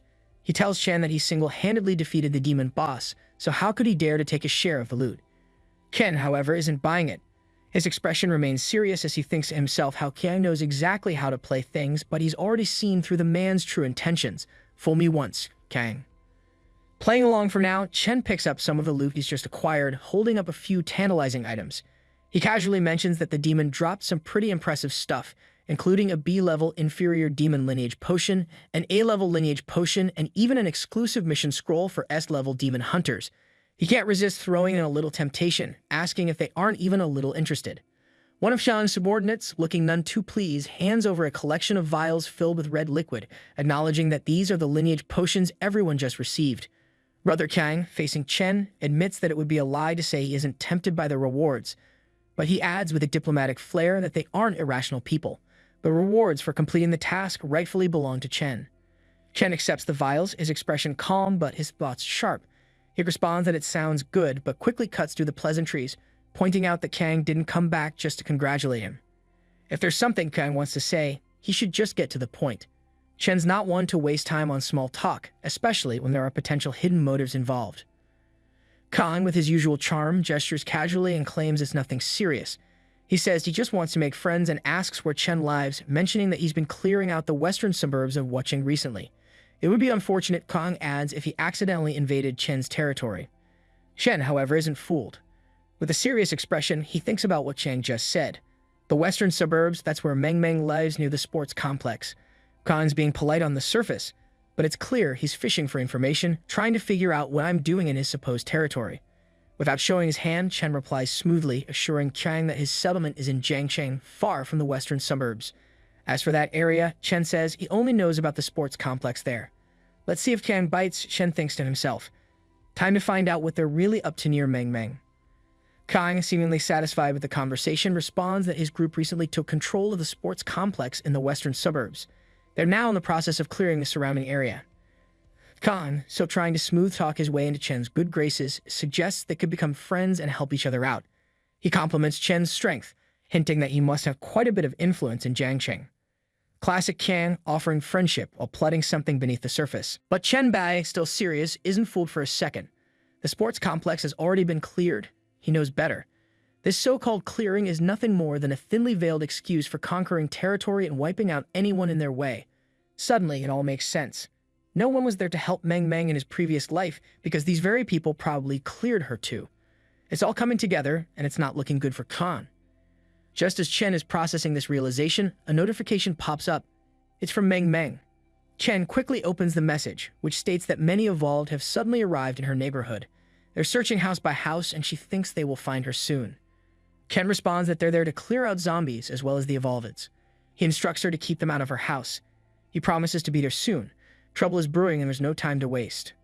Ken sighs, looking back at Chang. He mutters, "You really?" his patience clearly wearing thin. Without another word, he slowly releases his tentacles. The sight makes Gang tremble, stepping back in fear, his voice cracking as he stammers out a question. What is he going to do? Spoiler alert, nothing good for Kang. Before Kang can react, Chen curses under his breath, launching his tentacles at the young man. The attack is swift and merciless, capturing Kang in an instant.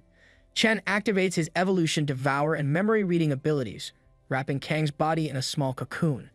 As the cocoon closes around him, Chen closes his eyes, focusing on the fragmented memories he's pulling from Kang's mind.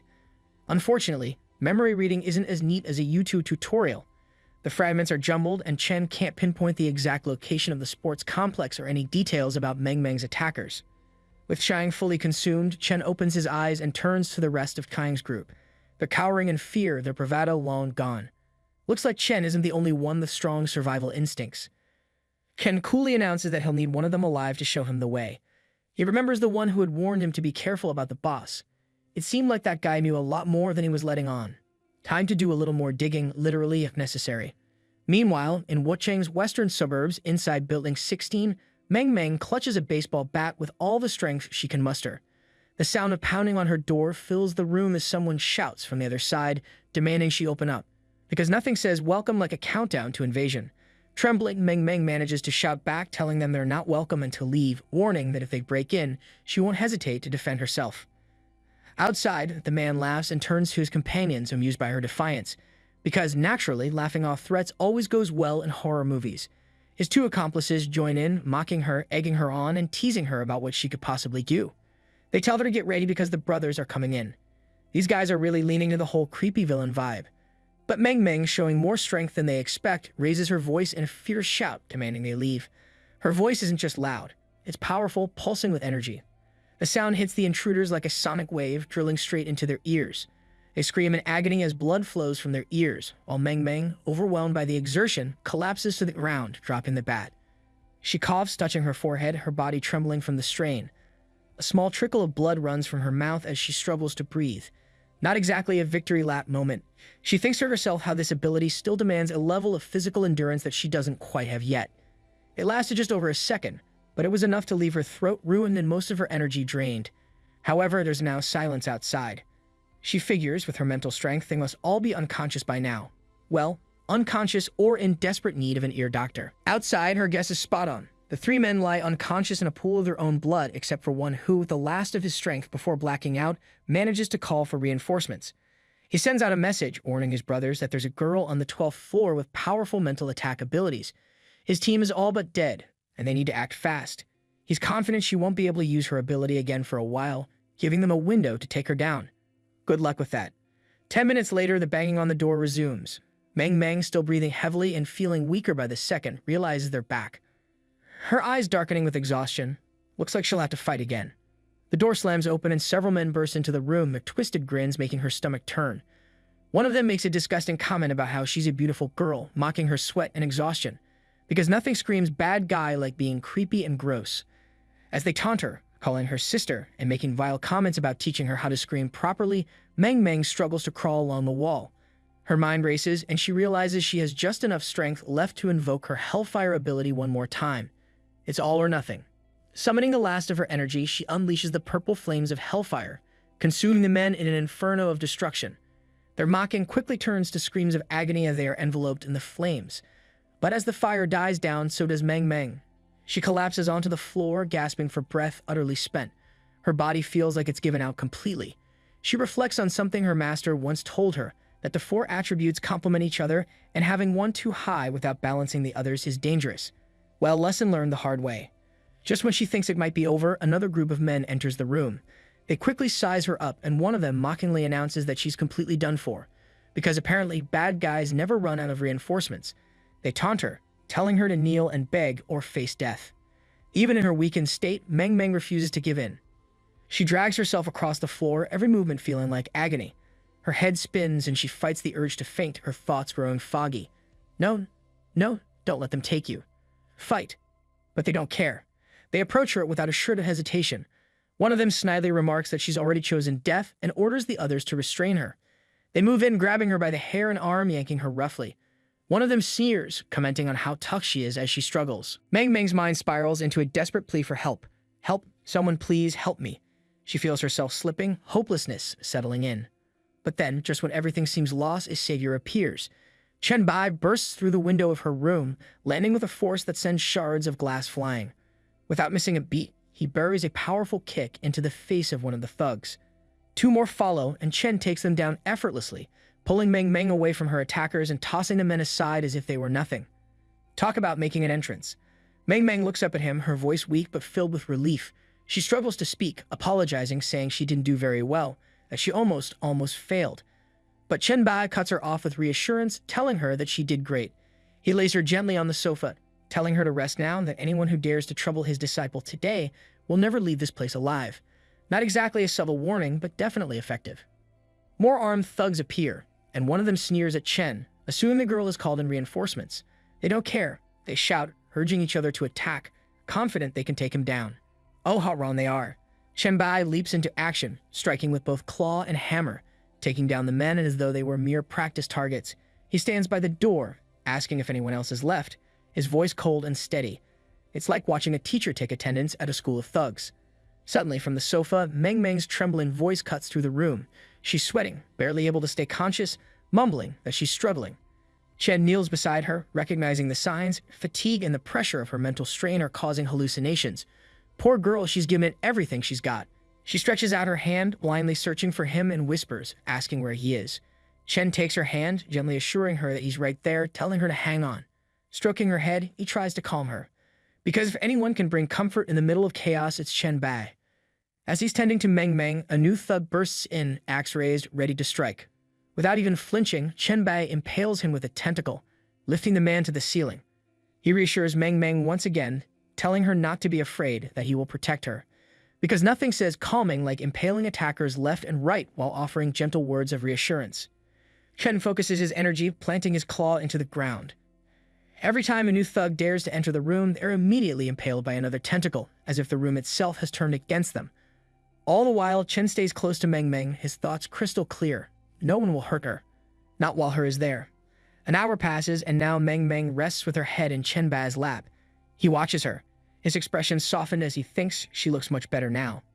The room around them is filled with the bodies of the fallen thugs, a testament to the chaos that had unfolded. As Chen reflects, he senses someone approaching the door. A young man enters cautiously, hands raised in a gesture of surrender, quickly identifying himself as an ally. It's me, Mr. Bai," he announces, his voice trembling slightly. Chen, ever calm, continues to gently stroke Meng Meng's hair as he responds, acknowledging the young man's arrival.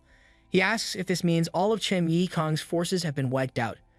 The young man kneels before Chen, confirming that per Chen's instructions, he had devised a plan to lure Kang's forces here and eliminate them. Now, all of Chen Yikong's trusted followers and core members are dead. Mission accomplished, though it's not exactly a cause for celebration, considering the bloodbath involved. Chen then asks if the only ones left now are the young man's own followers and core members. The man's eyes widen, shaking his head fervently. He quickly explains that he doesn't have any trusted followers or core members, just a wife and children. He had been forced to join Chen Yikong because of his unique talent for detection called True Vision, because apparently being too talented can get you into some serious trouble.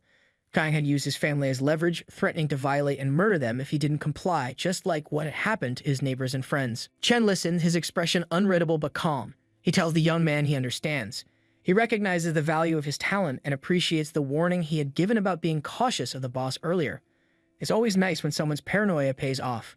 Chen then asks if the young man would be willing to follow him to Jiangsheng, offering him a new path. The young man, clearly conflicted, stammers, uncertain. Chen smiles gently, sensing the hesitation, and reassures him. It's okay if he doesn't want to come. Chen isn't a man who believes in ruling by fear or forcing anyone to follow him. He calls him by name, Zhang Wang, and tells him that he respects his choice and won't pressure him. After all, there's nothing quite as refreshing as a leader who doesn't threaten your family to get your loyalty. The young man gestures eagerly, finally replying that he's willing to follow Chen Bai. His hesitation wasn't about loyalty, but about the many people still enslaved by Chen Yikong and his fortress, just like his own family. Seems like saving one family just scratched the surface of a much larger problem. Chen, ever the strategist, opens the window of his warehouse and considers the situation.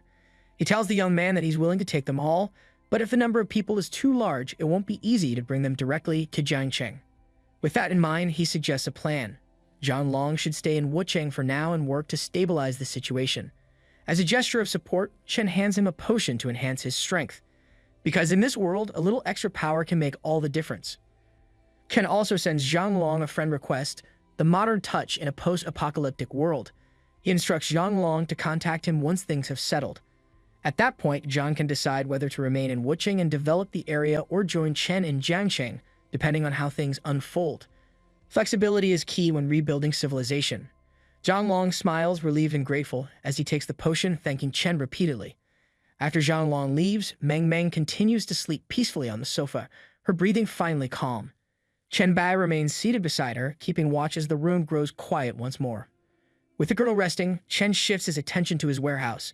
He orders it open, and as he sifts through the items inside, his eyes fall on a mask. His expression turns disappointed. This thing wasn't like this when he placed it here.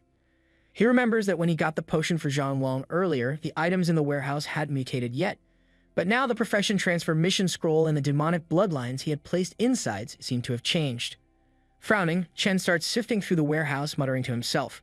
Looks like it's time to figure out what's going on with this mess. He decides to try moving the items around, his mind already racing with possibilities.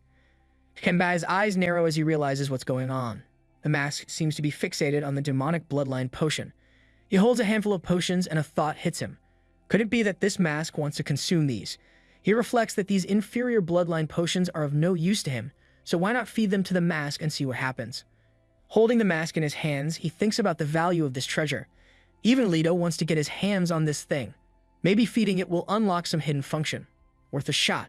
With a decisive nod, he pours the potions into the mask's mouth, which eagerly swallows them all with a glowing smile. 5 minutes later, the mask opens its mouth wide and lets out a burp. Chen, staring at it in disbelief, feels the disappointment sink in. He wonders if that is it. He sacrificed all those potions just for a burp. He mutters, annoyed that such high-level treasures amounted to nothing more than this. Great a treasure with table manners. But before he can fully process his frustration, the mask suddenly vomits a strange purple goo onto the floor. Chen looks down at the mess, bewildered. This thing uses the same mouth to eat and puke? Fantastic. As he kneels to inspect it, annoyance still bubbling under the surface, he picks up the small spherical blob of goo. Immediately, he realizes it's not just dirt. His eyes widen as a description message appears before him, confirming his suspicions.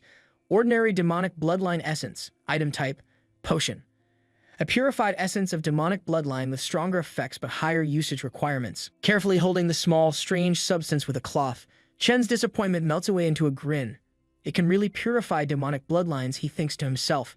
And combined with another item that can cultivate demonic bloodlines, this could mean one thing, an endless supply of high-level demonic bloodline essence. Ken's grin widens. Looks like that burp was worth the wait after all. Later, Chen Bai sits beside Meng Meng, holding the red scroll in his hands. His thoughts are racing as he reflects on the situation.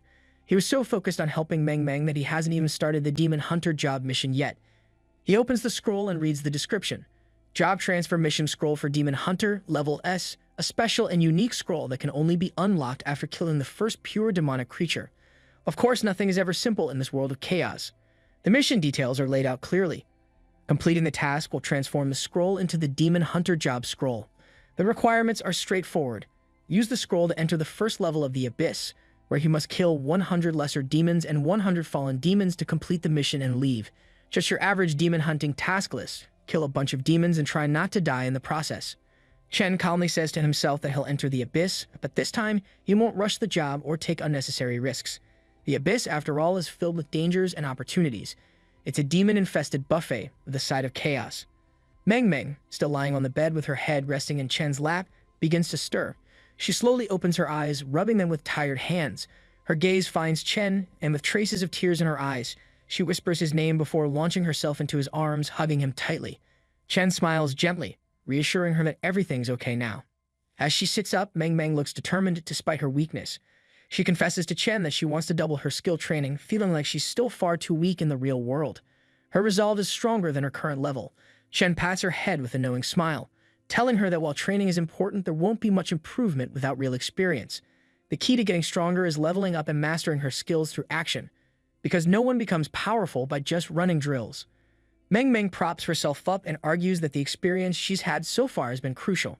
However, she points out that in her dream world, she's already eliminated most of the nearby monsters and only a few remain. She doesn't have the ability to search for more, let alone find a dungeon on her own. It's a bit hard to level up when the local monsters are all extinct. Ken smiles and proposes a plan, suggesting Meng Meng accompany him to Jiangcheng where he can help her level up. After all, the city is filled with dungeons just waiting to be conquered. Meng Meng's face lights up with excitement, and she eagerly crawls out of bed, declaring that she feels great and they should head to Jiangcheng right away. Looks like she's ready to jump right into the action, no time to waste. But just as she starts to move, Chen gently grabs her by the wrist and tells her to wait. He chuckles, pointing out that even if they ran non-stop, they wouldn't reach Jiangcheng before next month. Without another word, he scoots her up in his arms, and Meng Meng blushes at the sudden gesture. Not exactly the usual travel method, but it works. Ken leaps out of the building's window with Meng Meng in his arms. He tells her to hold on tight and not to open her eyes, warning her that if she feels any pressure, it's just the wind. Because flying through the air while jumping between buildings is perfectly normal, just your average commute. As they soar across the city, Chen moves with incredible speed, leaping from wall to wall with ease. Soon, they are bounding through the trees in the mountainous area outside Wucheng. Eventually, they arrive at the entrance to a secret realm village. Chen places Meng Meng gently on the ground, and she marvels at how the scenery around them has changed so suddenly. So this is what a secret realm looks like, she muses in awe. Chen, always the teacher, explains that one key difference between a secret realm and a dungeon is the entrance. Only secret realms that have been cleared will have entry prompts. For evolved beings, venturing into an uncleared secret realm is extremely dangerous. A small reminder that this place is more than just pretty scenery. Meng Meng, with her usual enthusiasm, smiles and comments on how much her master knows. She then offers to attract the monsters if needed. But Chen turns to her, reminding her that this isn't a dream world. Every skill she uses is critical. It's much safer for her to stay near the entrance. No need to rush into danger just yet. With that, he jumps into action, disappearing into the horizon while Meng Meng watches quietly. As Chen moves swiftly through the secret realm, kicking and striking down zombies in his path, his mind is racing. The mission has shifted. It's no longer just about killing demons. Now he has to eliminate all the demon followers and dark priests, and there are no more lineage potions as rewards. Guess this won't be a shopping trip for potions after all. But before he can worry too much about that, Chen refocuses. First things first, he decides to take down the boss. Upon reaching the central square of the village, Chen Bai spots a group of demon worshippers gathered around their sect leader, who is cloaked and holding a scepter with an ominous aura. The leader's voice rings out, calling Chen an intruder and declaring that he will be sacrificed to the demon god. Because nothing says warm welcome like an invitation to become a sacrifice. Without hesitation, Chen disappears from his high vantage point, moving with lightning speed. He envelops the sect leader with his tentacles, devouring and absorbing him in a matter of seconds. No time for pleasantries, just straight to the main course. As the remaining henchmen charge at him with swords, Chen blocks their attacks with his purple shield. He mutters to himself, pleased that he can still use the evolution Devour for the demon blood in this realm, and in that case, he decides not to hold back. Chen leaps into action, tentacles flying, impaling the remaining demon worshippers with precision. As he grazes one of their bodies in the air, he notes with satisfaction that bosses indeed can separate blood potions of high quality. The elite monsters can also separate blood potions, but normal monsters not so much. Well, can't win them all. Methodically, he walks through the square, absorbing the fallen bodies one by one, and once the area is clear, he heads back to the entrance of the village. Meanwhile, at the village entrance, Meng Meng sits quietly, her head resting on her hand, lost in thought. She wonders if her master has already defeated the boss. There are so many normal and elite monsters around, and she can't help but feel a little left out. She wonders if the master forgot about her. She reflects on the fact that she hasn't done anything yet, and her experience hasn't increased. Even if she just get to help fight the boss, that would be enough. Suddenly, Chen Bai appears, running toward her. He shouts for her to prepare her deadliest powers, reassuring her that she'll be fine with her mental strength, even if she's not at her maximum potential. Meng Meng, surprised but ready, quickly responds. Still sitting, she unleashes a supersonic scream, the force of her ability hitting the demon worshippers who had followed Chen back. No one can say she doesn't know how to make an entrance, even while sitting. Just then, the notifications of experience points flood her vision. Meng Meng's face lights up with excitement. She exclaims with joy that she has reached level 6.5, earning a lot of attribute points. Chen, standing confidently with his hand on his waist, smiles and adds that he's also hit level 9. Looks like it's a leveling up kind of day. Overcome with happiness, Meng Meng jumps up and hugs Chen around the neck, thanking him for eliminating the monsters and gushing her love for her master. Suddenly, a notification catches Chen Bai's attention, a video call from Song Zhejiang. He accepts it, his instincts immediately telling him something is off. Something's definitely not right. Song Zixiang appears on the screen, but her usual calm and collected demeanor is replaced by visible unease. Chen, always quick to notice these things, asks what's wrong, his voice filled with concern. He notes that she doesn't look well and presses her to explain what happened. Song Zixiang, clearly troubled, responds that they need his help immediately. A goblin claiming to be the god of trading has arrived at the settlement. The words echo in Chen's mind, triggering recognition. Lido, the god of trading. He quickly asks how this goblin, Lido, ended up at the settlement. Song Zixiang, clearly shaken by the situation, hesitates before questioning if he knows him. Song Zixiang takes a deep breath and tells Chen Bai that she'll keep it brief. After staying in the settlement for just a day, Lido, the self-proclaimed god of trading, sought her out. He's willing to offer an A-class city-building order as an investment, a rare and valuable resource. However, the condition is that once the city is built, the best location must be reserved for the Goblin Merchant Guild, with a lifetime exemption from taxes. Classic Goblin making deals that sound too good to be true. Shen pauses for a moment, reflecting on the situation. A high-level city-building order. He knows how rare these are. City-states recognized by the will of the universe come with numerous functional advantages. This kind of investment brings nothing but benefits. No downsides, really. A goblin with an offer too good to pass up. Song Zixiang agrees with him, but quickly brings up the issue. There's still one problem. The city-building order can't just be used whenever they feel like it. It must be used immediately. This urgency presents a serious dilemma. Chen acknowledges the problem. He knows that the monster siege triggered by an A-class city-building order would be difficult, maybe impossible, for their current settlement to withstand. But he reassures Song Zixiang not to worry. He can return to the settlement within a day. Sometimes, you just have to jump into the chaos. Song Zixiang, still a bit uneasy, asks if she should delay Lido for a day or if Chen is ready to accept the investment. Chen, confident and calm, tells her that this is her investment and she can proceed. He's already accepted other investments on his end. Oh, and one more thing, he adds, give Lido some extra praise while you're at it, and feel free to mention my name too. Because when dealing with a god of commerce, a little flattery and name-dropping never hurt anyone. With that, Song Zixiang nods in understanding, assuring Chen that she'll handle everything and that you shouldn't worry. Chen Bai opens his warehouse, calling Meng Meng to his side. She rushes over immediately, eager to see what he has in store. Displaying an impressive lot of equipment, Chen gestures toward it and explains that it all enhances physical fitness. He instructs her to find what fits and boosts her physical capabilities as high as possible, because when the world is falling apart, a little extra muscle doesn't hurt. Meng Meng nods excitedly and says, "Okay, master." But curiosity gets the better of her, and she asks what this is all about. Chen explains there's an urgent matter in the settlement, and he's worried that if he travels at full speed, she won't be able to keep up. Speed's great, but not if you lose your sidekick along the way. Understanding the urgency, Meng Meng responds with an all right, and starts putting on all the gear that fits her. After a few minutes, she's decked out in equipment, looking more like a small armored tank. She proudly tells Chen that her physical fitness is now over 30, and she's got a solid amount of defense as well. Ready for anything, or at least ready to keep up. Chen gives her a nod of approval, stating that's enough. Time to move. Meanwhile, back at the Jiangxing settlement, Song Zixiang enters the reception room where the god of commerce, Lido, is waiting. The room feels tense with anticipation. She apologizes for keeping him waiting and informs him that they've decided to accept his investment. Big moves require careful steps, but Song knows how to handle negotiations. Lido, ever the smooth operator, compliments Song Zixiang on her capability and decisiveness. He remarks that it's no wonder she was able to establish such a large settlement at the very beginning of the apocalypse. What's even more impressive to him is her ability to manage thousands of evolvers in such an orderly fashion, a rare feat indeed, especially in a world overrun by chaos. Song Zixiang thanks Lido graciously for his praise, adding that her management and operational abilities, in her opinion, aren't even 1/10,000th of his skills as the god of trading. She humbly expresses that being chosen and invested in by him is an immense honor for their entire settlement. Flattery with a touch of truth never hurt a negotiation.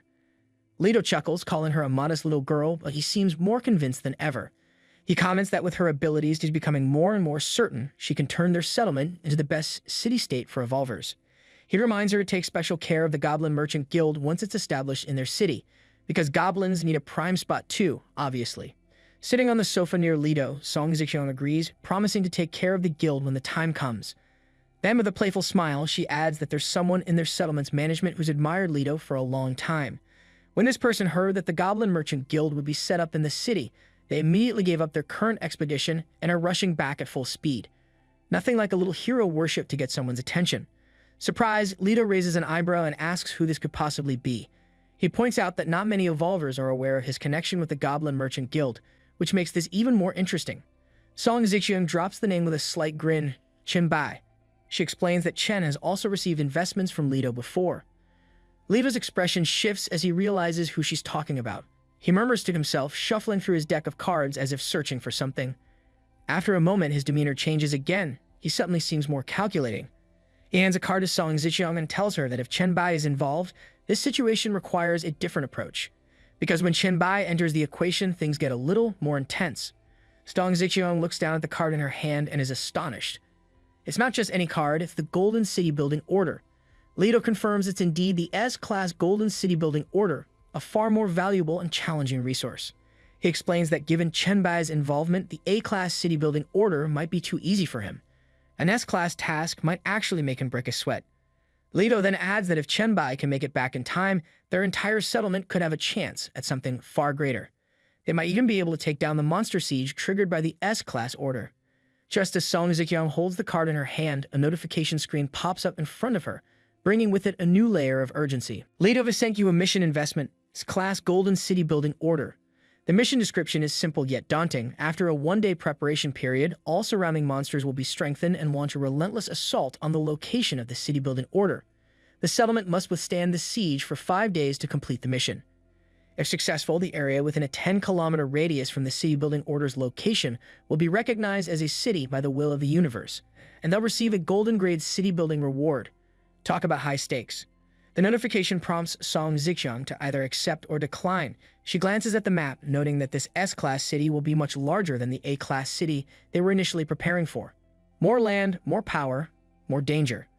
Leto, watching her closely, comments that with the increased size comes increased danger as expected. He asks her with a mischievous smile if she still dares to accept the investment. Because who doesn't love a little challenge, right?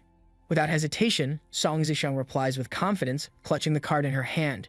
She's willing to accept, noting that with Chen Bai around, there's nothing she wouldn't dare to face. When you have a walking powerhouse on your side, the sky's the limit. One day later, Chen Bai finally reaches the grand terrace of the villa, carrying Meng Meng in his arms. The long journey shows on his face, but he remains composed as always. Song Zixiang stands on the terrace, waiting for his arrival with a mixture of relief and anticipation. As Chen lands, he remarks that it took longer to get back than he expected. The monsters have already started gathering, and he had to clear part of the road on his way. No trip is ever without a bit of chaos when monsters are involved.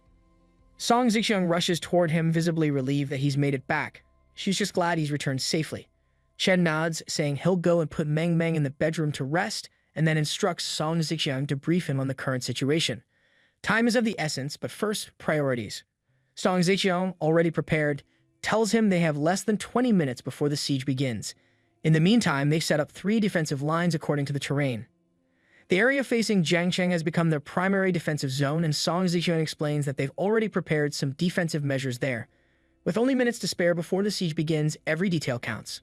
A short while later, Chen Bai gently places Meng Meng on the bed, still fast asleep, her exhaustion evident.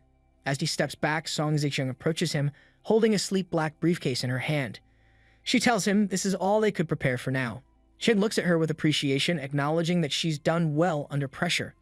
In a siege situation, it's all about being prepared for the worst.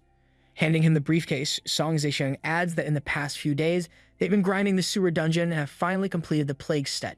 Nothing like dungeon crawling to get ready for a monster invasion. Chen takes the briefcase with a nod of gratitude, pulling Song Zixiang into his lap in a rare moment of affection. He thanks her, telling her that choosing her as part of his team was one of the best decisions he's ever made, because behind every great leader is someone who grinds dungeons like a pro. Blushing slightly, Song Zixiang replies that being chosen by him is the luckiest thing that's ever happened to her. Flattery, but with sincerity. She admits she's a bit nervous about the upcoming siege, but jokes that seeing Chen still has time to carry a girl back with him puts her at ease. Because when you're calm enough to multitask even during a crisis, that's saying something. Chen smiles and clarifies that Meng Meng isn't just any girl, she's his disciple. He explains that her talent is no weaker than his own, making her vital to their defense. He instructs Song Zixiang to bring Song Ji over to take care of Meng Meng and notify him the moment she wakes up. Meng Meng is the key to defending the settlement, and Chen makes it clear she shouldn't be neglected. Because in a fight like this, everyone's talents matter. Song Zixiang, taking the seriousness of the moment in stride, nods and says she understands. Sometime later, Chen Bai leaves the room with Song Zixiang at his side. His expression is steady as he declares it's time to face the horde of monsters attacking the city. Together, they make their way toward the base of the mountain, where the city walls of the Dongshan settlement loom tall and imposing. And as they approach, the grim reality of the siege becomes clear. Rotten zombies are scattered across the ground, their decayed flesh clinging to brittle bones, exposing teeth that look ready to snap at anything. The air is thick with a stench that even the mountain breeze can't carry away. If there were a competition for the worst-smelling invasion, these monsters would win hands down. Now clad in a striking red trench coat, Chen Bai surveys the scene with a calm but critical eye. Resting one foot on the city wall, he considers the scale of this siege. A Class S city construction order, it's a challenge unlike anything he's faced before. He reflects on his past life, remembering the time he built the city of Beatty. That was only a Class B project, and comparing the number of monsters now to back then feels like comparing a drizzle to a hurricane. The countdown to the monster siege continues. Citizens of the Dongshan settlement gather near the inner walls. Meanwhile, Song Zixiang kneels beside a young girl, gently guiding her as she amplifies her voice through a special ability. The girl's clear tone echoes across the settlement, delivering a powerful message to boost morale. She reassures the people that despite the 5-day siege ahead, there's no reason to panic. The settlement boasts the strongest walls, vast resources, and a skilled defense force. Hundreds of team members possess Class B talents, nearly 10 specialists rank as Class A or S, and the settlement even has 2 of the rare and powerful Class SS talents. She promises that once the city is defended, everyone will enjoy all the modern conveniences the new territory offers, complete with discounts. Finally, with a dramatic flair, she announces there's just 1 minute left until the battle begins. It's time to collect not just victory, but also money and experience. The crowd erupts in celebration, fists raised high as people jump and smile, their spirits lifted by the speech. It's like a festival, except instead of fireworks, there are zombies lurking nearby. The mix of tension and excitement is almost surreal. Chen Bai turns to Song Zixiang, offering her a well-deserved compliment for her inspiring speech. She smiles warmly in return. She acknowledges his role and the little girls in boosting morale. Shifting his attention, Chen Bai focuses on the young girl beside Song Zixiang. Her ability to transmit sound across the settlement is impressive, and he acknowledges her contribution with a nod of approval. Then, always the strategist, he instructs her to escort the girl to a safe place. After all of her job is done, and she doesn't need to be near the battlefield when the chaos begins. Next, Chen Bai directs his attention to Lu Lai, the tech genius of the team. He inquires about the live broadcast preparations. Lu Lai, ever efficient, steps forward with a confident smile. She explains that everything is ready, including a state-of-the-art controllable transmission camera gifted by none other than the will of the universe. Talk about VIP perks. Satisfied, Chen Bai glances toward the growing pile of zombies outside the walls. With the preparations complete, he signals for the broadcast to begin. Lu Lai gives a sharp nod, and the announcement goes live on the forum, where it quickly garners attention. The notification announcing a live broadcast of the Jiangsheng Class S Golden City construction order sends ripples through the forum. Comments flood in almost instantly, ranging from skeptical to awestruck. Some accuse the post of being clickbait, grumbling about the gold coin fee to watch. Others lament their own struggles, sharing stories of settlements that only managed to achieve Class D construction orders. But then all takes over as viewers take in the sea of zombie monsters on the screen. Questions pour into the chat, with many wondering where this epic battle is taking place. Some even express a desire to relocate to the new city if the project succeeds. Of course, not all comments are constructive. One viewer injects a cultural stereotype, questioning why always East Asians are the ones getting such opportunities. Even in the middle of a zombie siege, cultural stereotypes can't take a day off. Chen Bai's team stays focused. The countdown continues, and the defenders of Dongshan settlement brace themselves for the fight of their lives. One thing is certain, this is going to be a battle worth watching, gold coin fee or not. The final countdown ticks away. 5, 4, 3, 2, 1, and the battle begins. Chen Bai, always composed, signals that it's time to face the monstrous horde. The beasts outside the city walls grow larger, stronger, and far more aggressive as the siege officially kicks off. The timer for the challenge displays a daunting 271 hours and 59 minutes. Lu Lai, standing behind Song Zixiang, observes the sudden increase in the monster's strength with surprise. She regrets not taking down some of the weaker zombies earlier while they were still manageable. But Song Zixiang, unfazed, already expects this development. She finds the silver lining. Stronger monsters mean better rewards. With their attributes now tripled, these creatures are worth triple the coins and experience. It's a high-risk, high-reward situation, and she seems perfectly fine with it. Chen Bai wastes no time and leaps into action, landing on the battlefield with precision. The impact of his landing sends stones flying into the air, each glowing with a faint purple light.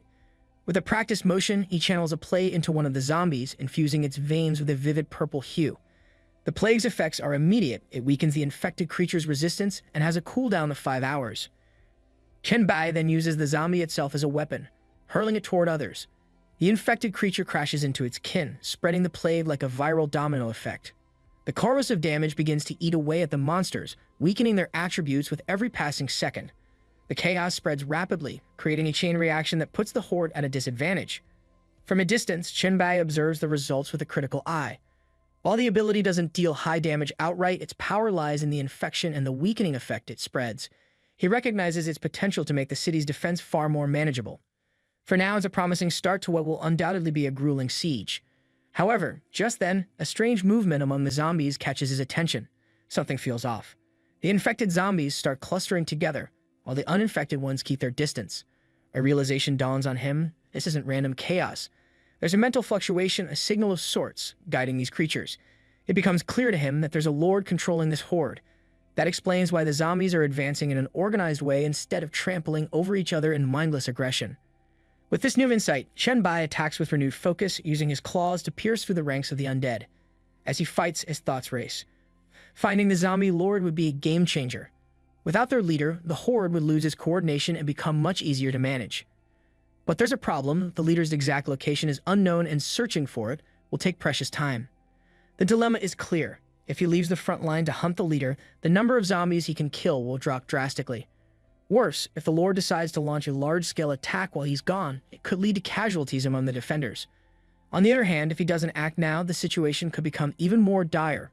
Zombies from other directions might threaten Jiangqing, forcing defenders to spread thin. Hunting the leader in such chaos would be nearly impossible. Weighing his options, Chen Bai realizes that to handle this situation effectively, he'll need Meng Meng's help. It's a tough call, but one that might turn the tide of this battle. Chen Bai sends a mental message to Meng Meng, urging her to wake up quickly and assist.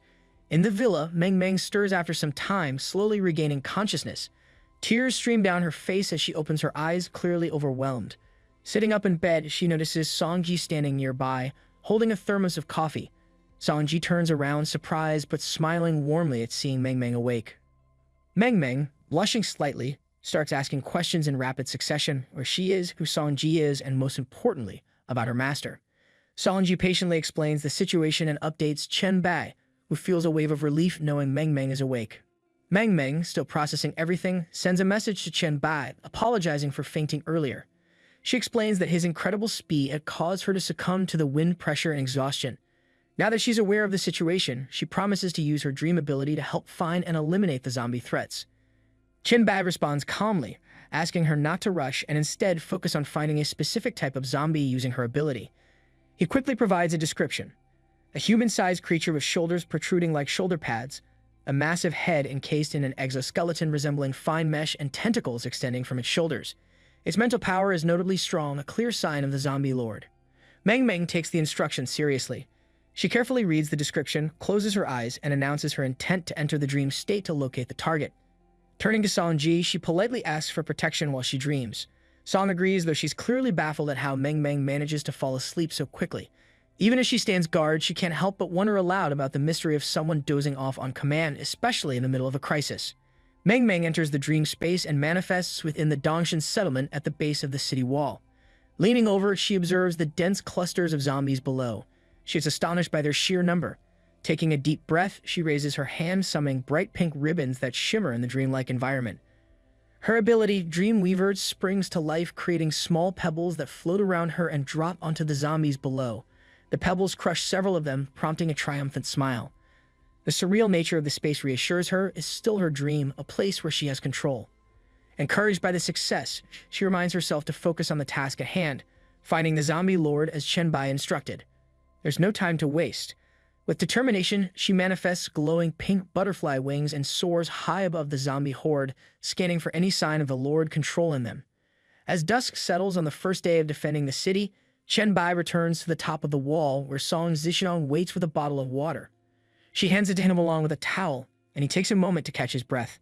Her report is optimistic. Thanks to his relentless attacks on the front lines, there have been no casualties among the defenders. Injuries have been minor, and the city wall has sustained only minimal damage. She even suggests he take a break and let others handle the defense for a while. Chen Bai takes a long sip of water, though his expression remains serious. He knows the situation is far from ideal. He shares his observations with Song Zixiang, explaining that only regular and strong zombies have shown up so far, with just a handful of special ones. This isn't a coincidence, it feels deliberate. He suspects the zombie lord is biding time, gathering strength, and preparing for a large-scale assault. Song Zixiang listens closely, her concern growing. The calm before the storm is unnerving, and the thought of what's to come looms heavy over their preparations. Just then, at the entrance of the mansion, Song Ji and Meng Meng appear together, both urgently calling for Chen Bai. Meng Meng, full of energy, rushes down the stairs, shouting for her master, while Song Ji trails behind, trying to persuade her to slow down. Chen Bai and Song Zixiang notice the commotion. Song Zixiang raises an eyebrow at her daughter's behavior, which seems oddly out of character, almost as if she's taken on a caretaker role. Without hesitation, Chen Bai instructs Song Zixiang to contact Lu Lai and interrupt the live broadcast. Song Zixiang quickly complies and informs Chen Bai that Lu Lai has already removed all the live broadcast drones provided by the will of the universe. Chen Bai nods with approval but remains serious as he emphasizes the importance of keeping Meng Meng's unique abilities hidden. Her dream-weaving powers are unique and must not be exposed to others. Meng Meng finally catches up with them, out of breath and leaning on her knees. Behind her, Song Ji carries a map, looking less winded but slightly exasperated. Chen Bai looks at Meng Meng, curious about why she's in such a rush. He wonders if she has already located the zombie lord. Meng Meng, still panting, explains that while she felt mental fluctuations a few times, they were fleeting and didn't provide a clear target. She could only confirm a general direction, but tracking or pursuing isn't within her abilities. She apologizes for the lack of results, looking visibly upset. Chen Bai responds with understanding. He lightly pats her head. He acknowledges her effort and reminds her not to apologize unnecessarily. Her dedication to the search is evident. Meng Meng straightens up, a spark of determination lighting her eyes, and announces that she hasn't returned empty-handed. She quickly asks Song Ji for the map. Song Ji, always prepared, opens it beside her. Meng Meng points at various spots on the map and begins explaining her findings. While she didn't locate the zombie lord, she discovered several suspicious areas heavily populated with special zombies. She highlights different zones near the Jiangxing farmers market. There are 200 to 300 red-eyed fatties, each towering over 2 meters tall. At Jiangxing Square, strange zombies without arms and jaws seem to be clustering. Meanwhile, the Riverside TV tower is swarming with fast zombies, and Rheinba Commercial Street is packed end-to-end with brutish zombies sporting thick, powerful arms. Chen Bai listens carefully, stroking his chin as he processes the information. He recognizes that these are all second-stage evolved zombies, making them far more dangerous than the standard ones. Song Zixiang, her expression filled with concern, turns to Chen Bai for clarity. She questions whether the zombies might truly launch a coordinated attack and how dangerous these second-stage evolved zombies could be. Chen Bai, remaining calm yet serious, considers the situation. Based on Meng Meng's findings, he estimates there are likely over 1,000 of these evolved creatures. While he could handle them if they attacked him directly, he recognizes the real threat lies in their strategy. Under the zombie lord's command, they won't focus on him but will instead aim to destroy the city. The odds, he calculates grimly, are daunting. If the defenders are overwhelmed, survival rates could plummet to less than 10%. The girls are visibly shocked by Chen Bai's grim statement, their eyes wide with alarm. Song Zixiang is the first to take action. Determined, she turns to focus on a plan and decides that the zombie lord must be dealt with before the situation escalates further. She resolves to search the city for anyone with talents in monster hunting or tracking mental fluctuations. Chen Bai, seeing her initiative, calmly reassures her. He already has someone in mind for the task. Opening his chat interface, he contacts Han Xiao and asks about his ability to track mental fluctuations. Han Xiao responds enthusiastically, reminding Chen Bai that his talent is mental control, making him naturally sensitive to such energies. Chen Bai explains the situation and requests Han Xiao's help. Han Xiao, intrigued, agrees to assist. By the second day of defending the city, Han Xiao arrives within the dream space of the Dongshan settlement. As he walks through the villa area, he takes a moment to admire his surroundings, noting how different it looks compared to what the live broadcast showed beyond the city walls. The size of the settlement surprises him. With a sly smile, he teases the idea of claiming a villa for himself if he were to move there. Chen Bai offers a straightforward response, assuring him that there are plenty of vacant villas on the mountain and he is free to choose any one of them. Han Xiao beams with enthusiasm, his face slightly flushed, clearly flattered by the opportunity. With renewed energy, he declares his readiness to begin, determined to give his best effort in the mission ahead. Meng Meng wonders what type of special zombies they will target first, and Chen Bai decides they'll head for the ones at the Riverside TV tower. Upon arriving, the scene is chaotic. Zombies are climbing the building in a relentless wave, stacking themselves like living ladders.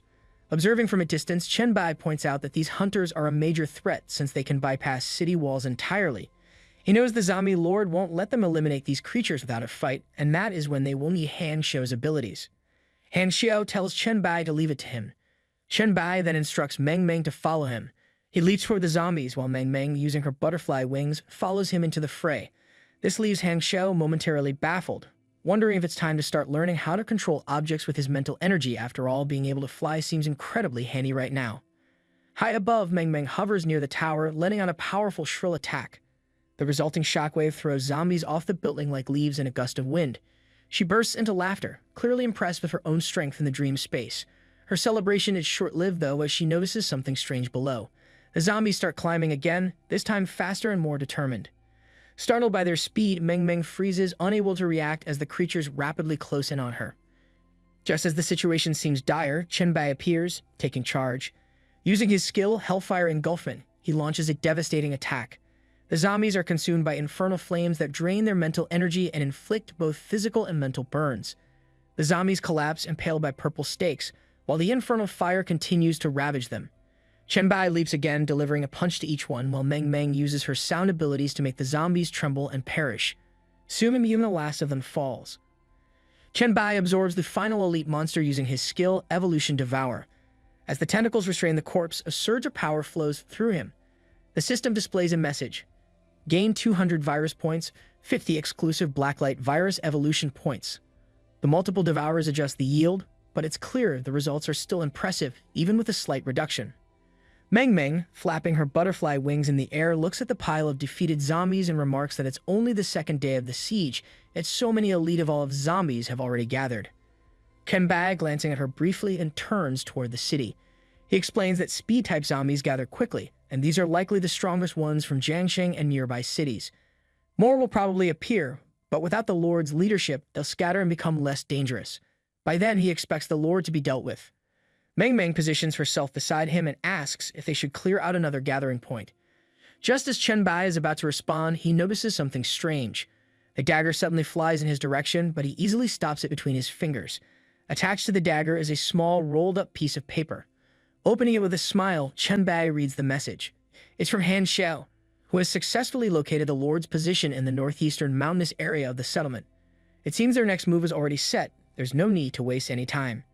During the day, everyone gathers, and Han Xiu points toward the mountains, indicating the source of the mental energy fluctuations. It's coming from a mountain pass up ahead. Chen Bai realizes that the source is directly behind them and comments that the zombie lord must have some high intelligence, given how strategically it has positioned itself. Han Xiu, eager to jump into action, suggests they head straight for the boss, but Chen Bai shakes his head. He explains he needs to return to the real world to fight this lord. When Han Xiu asks why, Chen Bai explains that streaming the fight against the Lord is a golden opportunity for fame. He tells Han Xiu that he has helped a lot, and if anything drops that suits him, he'll lead it for him. Turning to Meng Meng, Chen Bai gives her a task. He asks her to take Han Xiu and clear out some second-stage elite zombies, specifically the Screamers. These zombies don't engage in close combat, but have evolved mental abilities that make their screams a real threat, especially to enhanced zombies. Meng Meng and Han Xiu agree to the mission and head off to deal with the threat. Meanwhile, Chen Bai, now awake, stands on the edge of a cliff in the northeastern mountainous area of the Jiangxing settlement.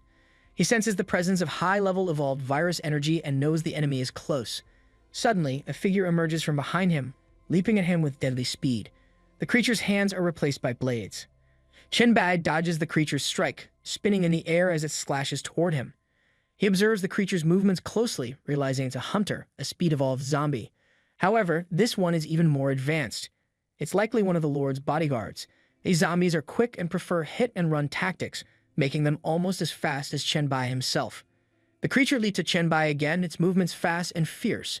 Chen Bai raises his shield and claws, protecting himself while thinking about his next move. He knows he has to pretend to be weaker to trick the creature into attacking. If he doesn't, he'll keep using hit-and-run tactics, and that could drag on forever. The worst part about it is if the Lord escapes during all this, everything will fall apart. Just as he's preparing his next move, he sees another creature charging toward him. In a split second, he spins his current opponent around, making them collide with the new one. A loud crack of breaking bones rings out as the two creatures fall. Chen Bai wastes no time and crushes their heads, ending their threat. He then stretches out his arms, which turn into long, writhing tentacles, absorbing the creatures into his body. A message from the system appears, telling him that he has just devoured a 4th-stage, speed-type hunter zombie. His blacklight virus abilities are now stronger, and he gains some virus points as a bonus. Chen Bai raises his arm, which now takes the shape of a massive scythe. He feels the power coursing through him, but just as he's getting comfortable, something shifts. There's a sudden weight in the air, a mental shock that makes him stop. His attention shifts to a dark figure hiding in a tree nearby. He doesn't feel surprised, though. He knew the Lord wouldn't miss an opportunity like this.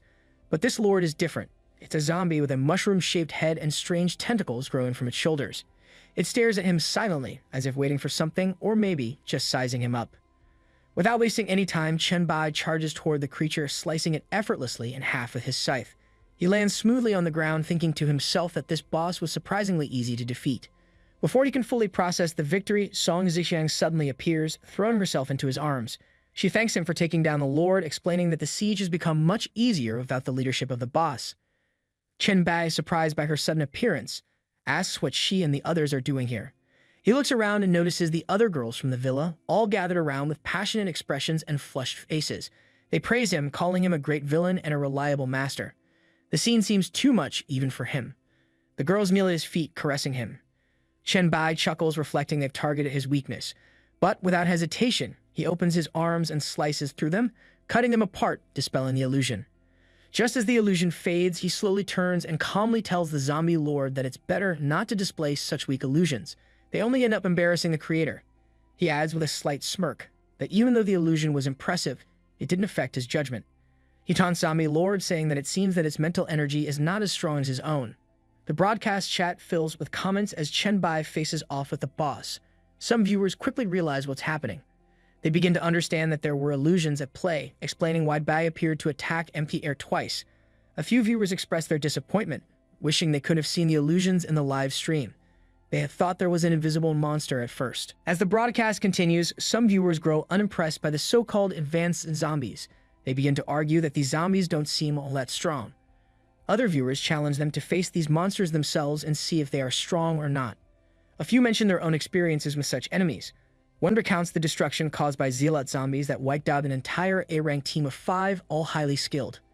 Amid the discussion, someone questions Chen Bai's earlier comment about mental evolution not being as powerful as it seemed. The chat fills with more skepticism, and a few viewers start to suggest that the entire siege might be a trap set by some strange forces from a distant place. Just then, a notice on the broadcast screen tells everyone to switch to stream room number 3, stating that the frontal assault is starting. Outside the settlement wall, a massive, fat, and furious zombie is on the charge, and as expected, the zombie is both huge and angry, and is throwing smaller zombies over the walls in an attempt to breach the city. Song Zixiang acts swiftly, shouting commands to those on the wall to stay alert and take down any zombies that get through. Inside the city, 2 evolved individuals work together. One with B-level talent fires arrows, while the other with C-level talent guides them. Their teamwork is efficient, taking down zombies one by one, but it's clear that no plan is foolproof. A screamer breaks through the defenses, and its loud, piercing sound creates panic. Defenders, unable to handle the noise, flee in all directions. The situation escalates quickly, and a new message emerges. The 4th section of the wall has been breached. The situation is chaotic. The battle is now happening on multiple fronts, and the pressure on the defenders is mounting. In the 4th section of the wall, zombies begin pouring in as they are thrown over the defenses. Song Zixiang reacts immediately, springing into action. With swift movements, she leaps for the screamer. Her amethyst spear cuts through the air, striking the creature directly and silencing its deafening cries. Meanwhile, Lu Lai continues her relentless assault, taking down a significant number of zombies with her weapon. She moves like a whirlwind, thinning the horde with every swing, her sheer determination making it impossible for anything to slow her down. The fat and furious zombie roars with a deafening intensity, bearing jagged teeth that could make even the bravest flinch. The ground seems to shake from the sound, but Song Zixiang is unfazed. Calm and composed, she conjures an amethyst blade with the ease of someone who has done this 1,000 times. With a quick flick of her hand, the glowing blade cuts through the air, striking the zombie squarely in the chest. The impact is nothing short of spectacular. The blade triggers a powerful explosion that sends shockwaves rippling across the battlefield. The towering zombie collapses, its reign of terror brought to an abrupt end. Dust and debris settle, and the battlefield grows a little quieter, the defenders momentarily stunned by the display of power. Song Zixiang doesn't stop to celebrate. Instead, she turns to the defenders, rallying them with her unwavering confidence. Her commanding presence inspires the group, who are now recharged with determination. With renewed energy, they push back against the zombie horde, their defense holding stronger than ever. Meanwhile, the broadcast chat is in a frenzy. Viewers can't contain their excitement and admiration for Song Zixiang. Her strength and leadership have captivated the audience, some of whom are now fantasizing about joining the fight just to stand by her side. Others are simply awestruck, flooding the chat with praise and encouragement. The energy is electric as many shift their focus to Chen Bai, wanting to see how he fares against the zombie boss. Back in the midst of the action, Chen Bai is now exchanging blows with the tyrant tracker. The broadcast chat buzzes with reactions as the situation escalates.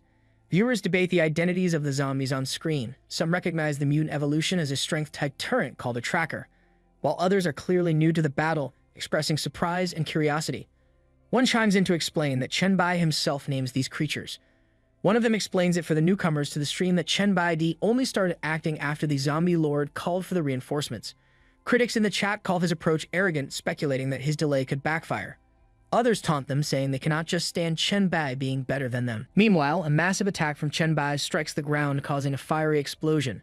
From the flames, a new challenger emerges, a zombie known as the Heretic. It charges directly at Chen Bai, ignoring everything else. The chat erupts again, with viewers identifying the Heretic on the same level as the zombie lord. Some wonder if it's an offensive type, speculating why Chen Bai seems to be ignoring it. Others point out the importance of targeting the lord first in chaotic battles like this, where illusions could interfere with strategy. Chen Bai wastes no time. He completely ignores the Heretic and moves on, encountering another elite zombie. This one is a grotesque, chubby mutant with hands growing out of his body in all directions. The chat lights up again with commentary, identifying it as a strength-type mutant meat zombie. One viewer even compares it to a massive sludge creature that reportedly swallowed an entire city, recalling its terrifying scale. Without hesitation, Chen Bai transforms his arms into deadly claws and scythes, leaping toward the massive creature. Purple flames swirl around him as he attacks, striking the zombie with precision and cutting its arm with his sharp scythe. Meanwhile, the zombie lord who is hiding behind this meat zombie attempts to retreat, but Chen Bai is already one step ahead. In a matter of seconds, he uses his scythe and slices the zombie lord in two halves. He taunts the zombie lord that it is too late to run now. The broadcast chat buzzes with activity, with viewers speculating about the lord's fate. Some question if the lord is truly dead, while others rush to check the front lines for signs.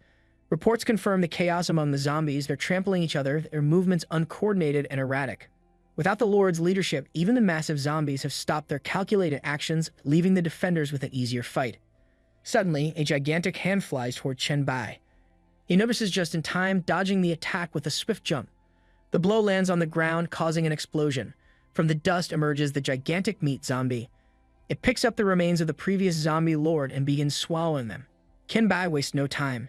He leaps onto the creature's arm and sprints toward its torso. He asks the meat zombie who allowed it to eat his stuff. Then, with precision, he slices the creature cleanly in half once again, putting an end to its grotesque feast. The chat fiddles with questions about why Chen Bai isn't absorbing the monsters as he fights. Some speculate that it might be inconvenient during an intense battle, while others debate the differences between the weaker enemies he absorbed earlier and the formidable opponents he's now facing. Meanwhile, the tyrant tracker reaches there and launches a renewed attack. Chen Bai counters effortlessly with his scythe. Observing closely, he notices the creature's strength has diminished. The weakening effect of the infectious plague he had applied earlier is working as planned. Letting the tyrant approach, Chen Bai allows it to place its hand on him. He notes its resistance to the effects of the will of the wisp soul and decides to make use of this opportunity. Meanwhile, the heretic zombie also reappears, unleashing purple flames in every direction. Chen Bai, already prepared, swings the tyrant tracker into the flames, using it as his shield. Then, with a final decisive move, Chen Bai slices through both the heretic and the tyrant tracker with his scythe. Chen Bai retrieves his clothes and surveys the battlefield, where his enemies lie defeated. Above their remains, drops hover, glowing faintly. He gathers the loot, examining each item carefully. With a thoughtful expression, he notes to himself that the materials are unexpectedly good, better than he had anticipated.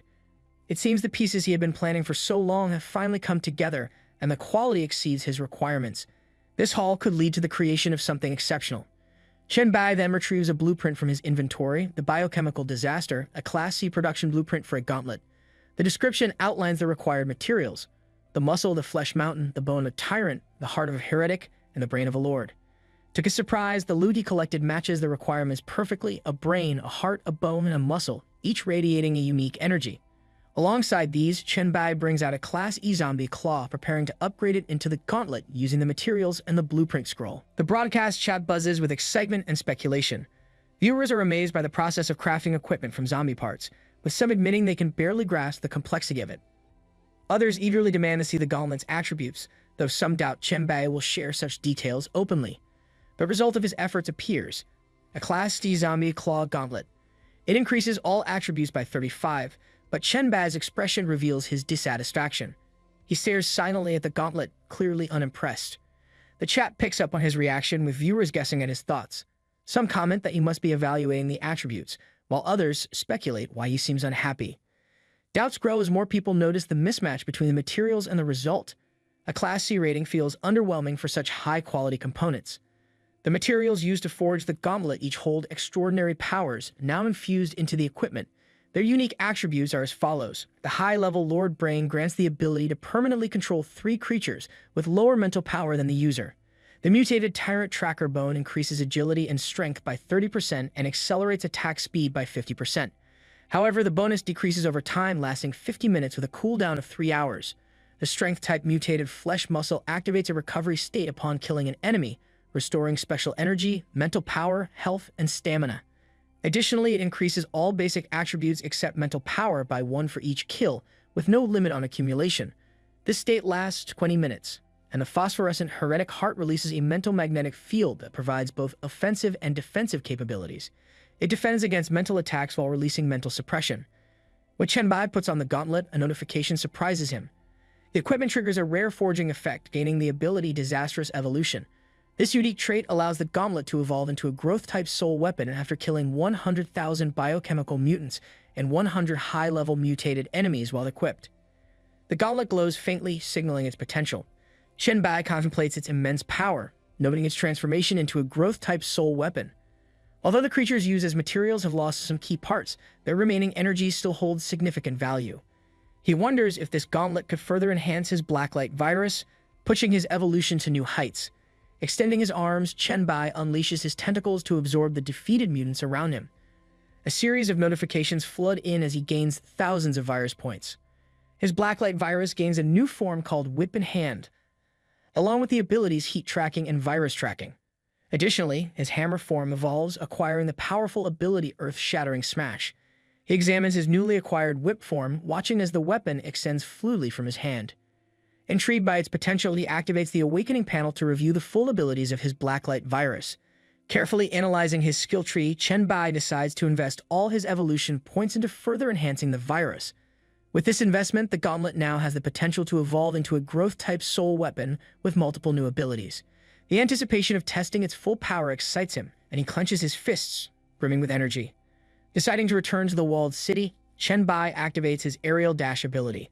This skill propels him into the air, allowing him to leap effortlessly without needing any surface for support. By consuming stamina, he gains the agility to dodge or change direction midair with precision.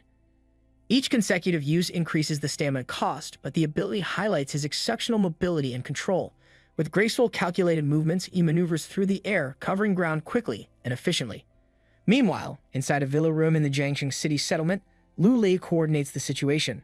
Surrounded by screens, she monitors the battlefield while maintaining communication with Song Zixiang.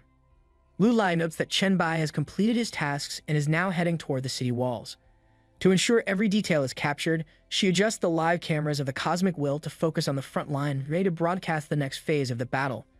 Inside the medical tents behind the walls of the Jiangxing city settlement, Song Zixiang is receiving treatment from Suxin, while listening to updates from Lu Lei. After confirming the information, she turns her attention to the nurse, Suxin, who has been tirelessly working since the siege began. Song acknowledges her efforts and urges her to rest once the current wave of attacks subsides. Suxin, however, insists that she can keep going, pointing out that many were injured in the last major assault and need her attention. Song firmly reminds her that she isn't the only one with healing talents and that overworking herself could backfire. If she collapses, Baidi would undoubtedly be upset, and without her skills during the post-siege celebration, the sisters would struggle to recover fully. Hearing Song Zixiang's words, Suxin's face flushes with embarrassment and she stammers a response. Before they can continue, a striking lady bursts into the room.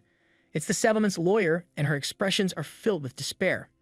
She explains that although the zombie lord is dead and the main attack command has lost its influence, the danger is far from over. The zombies beyond a kilometer from the walls have slowed their advance, but those closer to the settlement are attacking with a ferocity fueled by hatred. To make matters worse, the high-level mutated zombies gathered by the Lord, despite being without leadership, continue to cluster together, posing a formidable threat. She explains that according to Shuai's complete observation, 3 sections of the walls are on the verge of being breached, with the most critical threat being a group of tanks gathering near sections 6 to 8 of the west wall. The settlement's firepower is insufficient to stop them.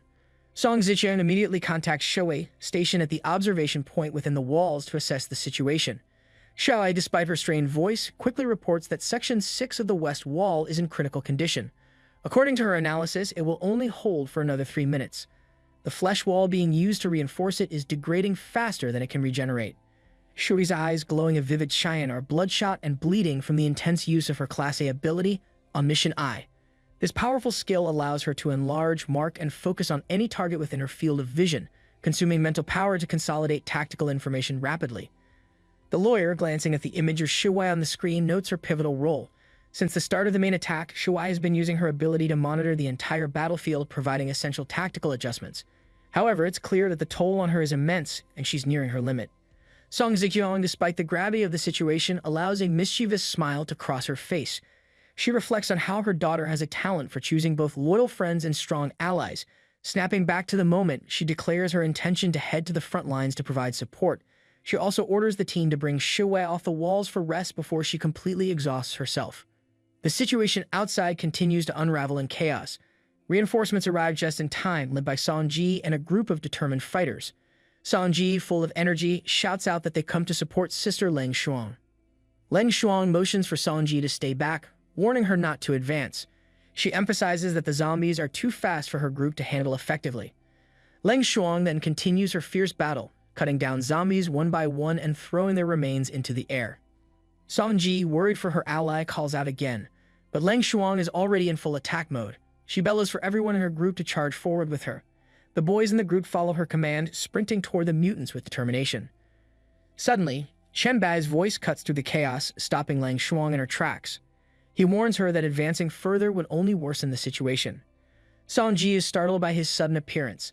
Others also watch as Chen Bai moves through the battlefield with precision, slicing through the zombies with his zombie claw. Chen Bai directs Songji to take her group and spread the news that the zombie lord has been defeated. He assures them that he will handle the rest. The weight of his words sinks in, and Songji, momentarily stunned, repeats the news aloud. The lord is dead, the White Emperor has returned, and victory is within their grasp. A massive explosion lights up the background, and Songji breaks into a wide smile. Chen Bai, wielding his whip, cuts through the remaining zombies with ease. Around him, the defenders rally, shouting with renewed vigor. The battlefield echoes with their cries. Fight with all your strength. The lord is dead. The White Emperor returns. Victory is guaranteed. Chen Bai activates his virus and heat tracking ability, pinpointing the locations of the remaining zombies. With precision, he summons his black charging spikes, piercing each target and forcing them into visibility. Beside him, Song Ziqiang lends her support, launching amethyst blades that streak through the air with deadly accuracy. The crowd cheers enthusiastically, their morale bolstered as the battlefield lights up with purple rays, fiery explosions, and bursts of flames. 4 days later, the area is shrouded in dust and littered with countless zombie bodies. Chen Bai surveys the aftermath, acknowledging the heavy toll the siege has taken. The defense had been more costly than he had anticipated. Song Ziqiang approaches him, agreeing with his sentiment. She notes the near destruction of the city walls and reflects on the 5 days of relentless battle. The defenders' resilience had been overestimated, while the intensity of the siege had been underestimated. Without Chen Bai and Meng Meng, she admits the settlement would not have survived. Their conversation is interrupted by the sudden appearance of Lido, the god of tricks. Wearing his signature mischievous smile, Lido remarks that they should be celebrating. Despite the battlefield's grim appearance, the death toll is remarkably low. He congratulates them on perfectly completing the mission and reminds them that it's time to build their city-state, the first of its kind since the descent of the Judgment. Just then, a notification appears above Song Ziqiang's head. Cosmic Will Investment. The construction order for the S-level Golden City has been completed, and the task rewards have been distributed. Song Ziqiang, confused by the message, wonders aloud if there's anything more to do. Lido, ever enigmatic, reassures her that their work is far from over. Chen Bai steps forward, gently taking Song Zixiang's hand and invites her to accompany him to the location where she first activated the city construction order. Together, they descend to the foot of the mountain, where a brilliant Cheyenne core radiates an otherworldly glow. The sight draws the attention of the people who gather around in awe and curiosity. The crowd murmurs, unsure of what they're seeing. Some speculate about its purpose, while others urge caution. When the core is touched, a message appears, identifying it as the heart of the city and declaring that it belongs to Lady Song Zixiang. The realization dawns on everyone: this core is the foundation of their new city-state, a symbol of their survival and future. The Emperor Chen Bai and Queen Song Zixiang arrive at the site together, their presence commanding attention. Chen Bai approaches with her hand in his, noting with curiosity that she had chosen this location for the city-state. Song, calm and composed, explains that she consulted a professional before making the decision. She points out the site's strategic advantages: a mix of mountainous terrain and a plain surrounded by mountains, ideal for key buildings and resources. Additionally, the city of Jiangcheng contains a large open plain and a river running through the settlement, perfect for transportation. Chen Bai, placing a hand on her shoulder, smiles warmly and acknowledges her meticulous planning. He encourages her to proceed with establishing the city-state. However, Song Zixiang hesitates and turns toward Lido, the god of tricks. She addresses him respectfully, expressing her wish for Chen Bai to become the lord of the city, despite the heart of city being her investment. Lido, ever casual, touches his hat with a mischievous smile and reassures her that her decision is her own. He reminds her of their agreement to establish the Goblin Trade Association in the city's central area. Satisfied, he gestures toward the glowing Cheyenne core and grants Chen Bai the authority to proceed. Chen Bai steps forward, extending his hand to touch the core. The light intensifies and a notification appears, asking if he wishes to activate the Heart of City. Without hesitation, he agrees. The core's glow expands, illuminating the surroundings with a dazzling light. Another notification emerges, prompting Chen Bai to name the first S-ranked city-state. He pauses for a moment, reflecting on the weight of this decision and the history behind it. After a brief silence, his expression turns serious.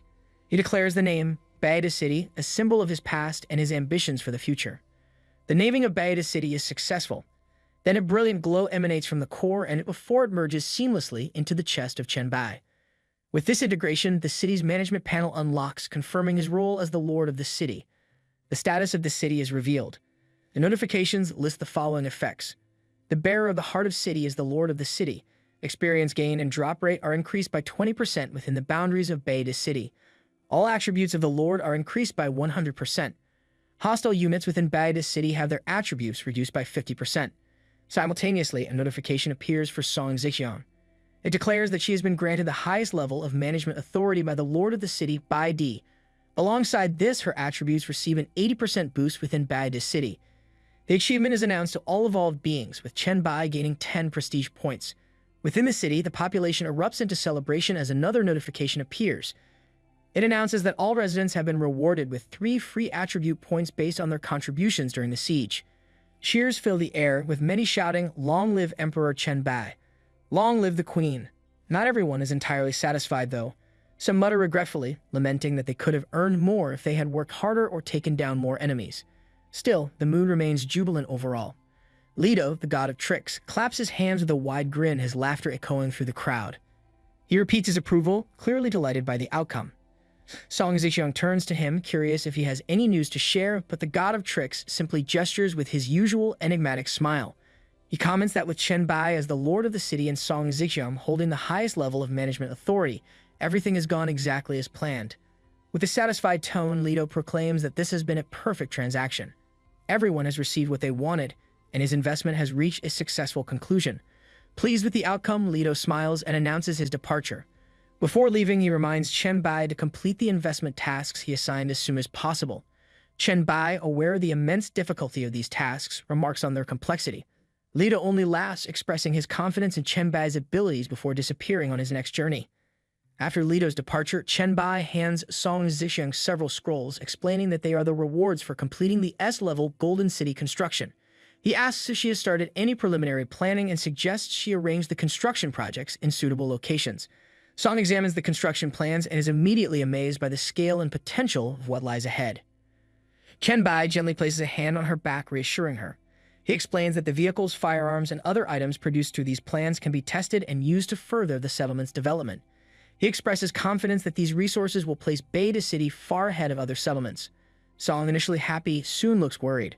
She hesitates, attempting to explain her concerns about firearms and their limited use in the current era. However, Chen Bai interrupts her, clarifying that these firearms are entirely different from those used before the apocalypse. He explains that the weapons produced by this new production line come with unique attributes, making them far superior. He encourages her to abandon pre-apocalypse assumptions and look forward to what the city-state can achieve. He gestures toward the city-state management system and tells her that it looks bare now, but as unique construction projects are implemented, it will dazzle her. Chen Bai explains the incredible potential of the newly unlocked S-level construction projects. For example, the biological backup center can clone the user's body, effectively granting them a second life. The anti-gravity base, on the other hand, enables the creation of a city in the sky. These cutting-edge advancements are exclusive to S-level city-states, showcasing the immense power Baidu City can wield. Hearing this, Song Zixiang smiles, holding the scrolls tightly. Confidence shines in her eyes as she acknowledges the city-state's bright future. She firmly believes Baidu City will become the strongest among all settlements. Their conversation is interrupted by Meng Meng's enthusiastic voice. She excitedly announces that her time in the dream world was incredibly productive as she managed to unlock 3 new skills. Sharing the skill descriptions with Chen Bai, she eagerly awaits his reaction. The first skill, Enhancement of the Dream Totem. White noise allows the dream totem to emit various sounds that attract people into dreams. The second enhancement, Increased Sleepiness, greatly strengthens the dream totem's hypnotic ability. It now includes a mental suggestion, making people more relaxed and distracted. Chen Bai reviews the skills carefully, smiling as he praises her choices. He notes how the dream totem has evolved into a versatile tool, capable of drawing people into dreams without the need for direct observation.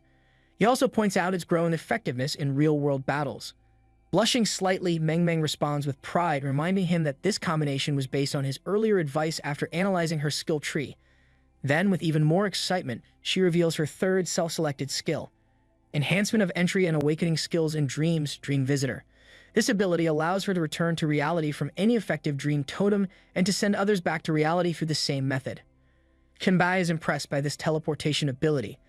She enthusiastically explains how it works. By pulling someone like Han Xiao into the dream, she can use the dream totem he is connected to and teleport him directly to her side. Alternatively, she can choose to send someone else like Chen Bai to his location instead. Chen Bai smiles, praising her skill development and jokingly remarking that her progress in skill selection is graduate level. However, he teases that she still has much to learn in other areas before she can truly graduate. Meng Meng, blushing, leans in and asks if he has time to help her study the effects of her new abilities. Chen Bai agrees and tells her to meet him at the training field halfway up the mountain, where he will join her shortly. As Meng Meng bounces away, Chen Bai turns to Song Zixiang and requests her help in gathering people with varying levels of mental strength to test Meng Meng's abilities in a real combat setting. Song readily agrees, promising to find them and send them to the training field. She then leans in closer, her hands gliding over Chen Bai's shoulders and playfully reminds him not to train too late. She hints that the lord of the city deserves a proper reward later in the evening. Chen Bai acknowledges her words with a smile. Song Zixiang adds that she heard Song Ji is preparing a surprise gift for him. Meanwhile, in Song Zixiang's room at the villa, the girls are busy preparing for the evening. Dressed in luxurious outfits and delicate lingerie, they inspect themselves in the mirror, commenting on their confidence in subduing Chen Bai during the night's battle. The lawyer, with her sharp elegance, joins in, reminding everyone to stay focused. As the girls stretch and prepare, the lawyer turns to Song Ji, teasing her about last time, when she fainted before things could even begin. Song Ji's face turns red with embarrassment as she shouts her determination not to repeat that mistake. She proudly announces that she has allocated all her free attribute points to physical strength, ensuring she can keep up this time. Later in the bedroom, Chen Bai casually asks Song Zixiang why Meng Meng was looking for her earlier. Song Zixiang explains that Meng Meng had asked if there were any nearby dungeons, as she wanted to gain some experience points. Chen Bai nods and instructs Song Zixiang to tell Meng Meng to come see him after she finishes the dungeon, as he has something to discuss with her. Song Zixiang, however, replies that she has already passed along the message. As the conversation continues, Song Zixiang moves closer to Chen Bai and mentions that everyone is eager for his guidance on combat techniques and skill selection. Before Chen Bai can respond, Song Ji suddenly pops out from under the blanket, eagerly chiming in that they all genuinely want his help. Chen Bai looks at Song Ji and teases her, pointing out that her C-level skill tree is so simple and straightforward that it barely has any branches. He jokingly asks what she could possibly need guidance for. Song Ji's cheeks flush red, and she insists that she still wants his advice. Smiling, Chen Bai agrees and instructs her to send screenshots of all her skill trees. Before he can finish, the other women in the room, lounging in their elegant lingerie, get up one by one. They all ask for Chen Bai's guidance on skill selection, their enthusiasm evident. Chen Bai, seeing their determination, begins guiding them one by one, starting with Song Zixiang. For her, he recommends choosing the S-level skill Amethyst Eye with its 3 evolution paths. Curious, Song Zixiang demands an explanation. Chen Bai patiently explains that her leveling priority should focus primarily on upgrading Amethyst evolution, with mental fortification as a secondary focus. He describes the benefits of Amethyst Gaze, emphasizing its boundless depth and noble aura. These abilities allow her to understand her opponent on a deeper level and come with control mechanisms that perfectly suit her strategic and commanding style.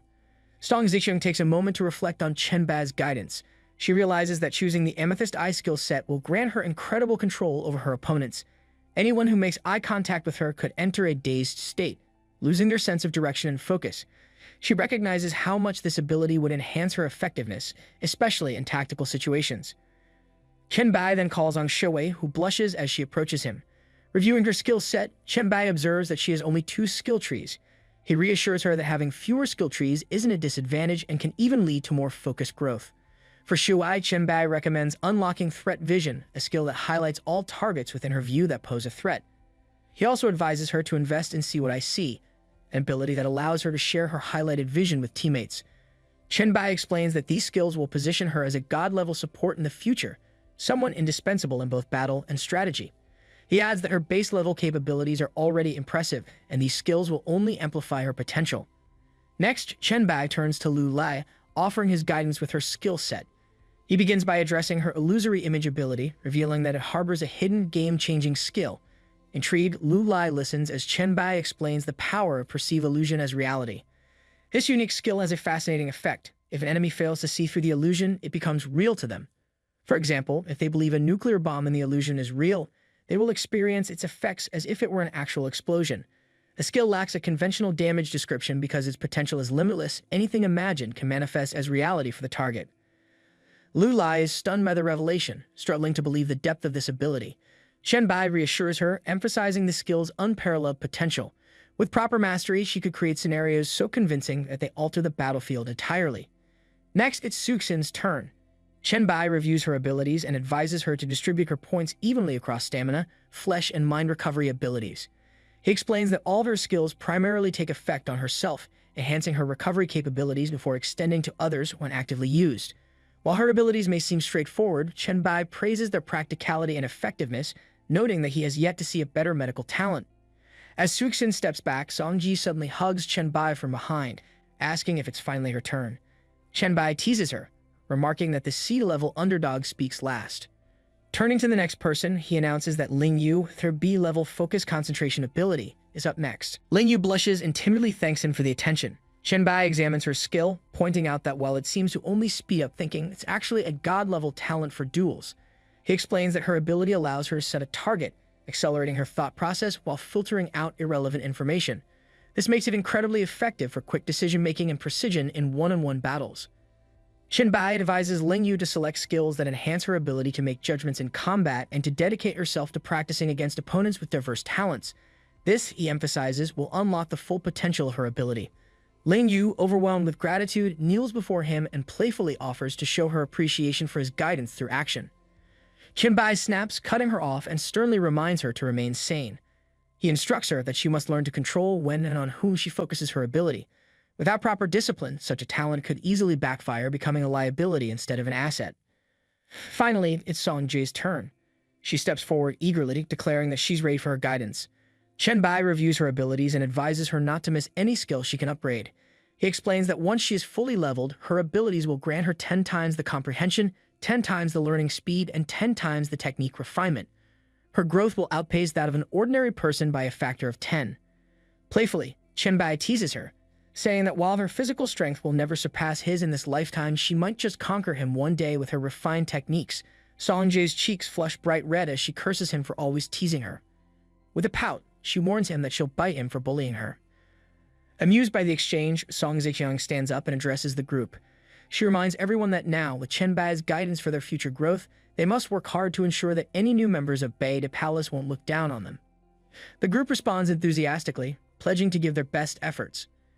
Chen Bai finds himself teleported to the Magic City, landing in Han Xiao's house, all thanks to Meng Meng's new skill. Han Xiao is visibly startled to see him there, clearly impressed that Meng Meng actually managed to pull this off. It's not every day you see someone casually teleport another person across vast distances. Meanwhile, Meng Meng sends Chen Bai a message letting him know that the teleportation was exhausting. The distance was much farther than she expected, and now she feels dizzy. Chen Bai reassures her, explaining that this is the result of her mental energy being drained too quickly. He advises her to take a break and rest up.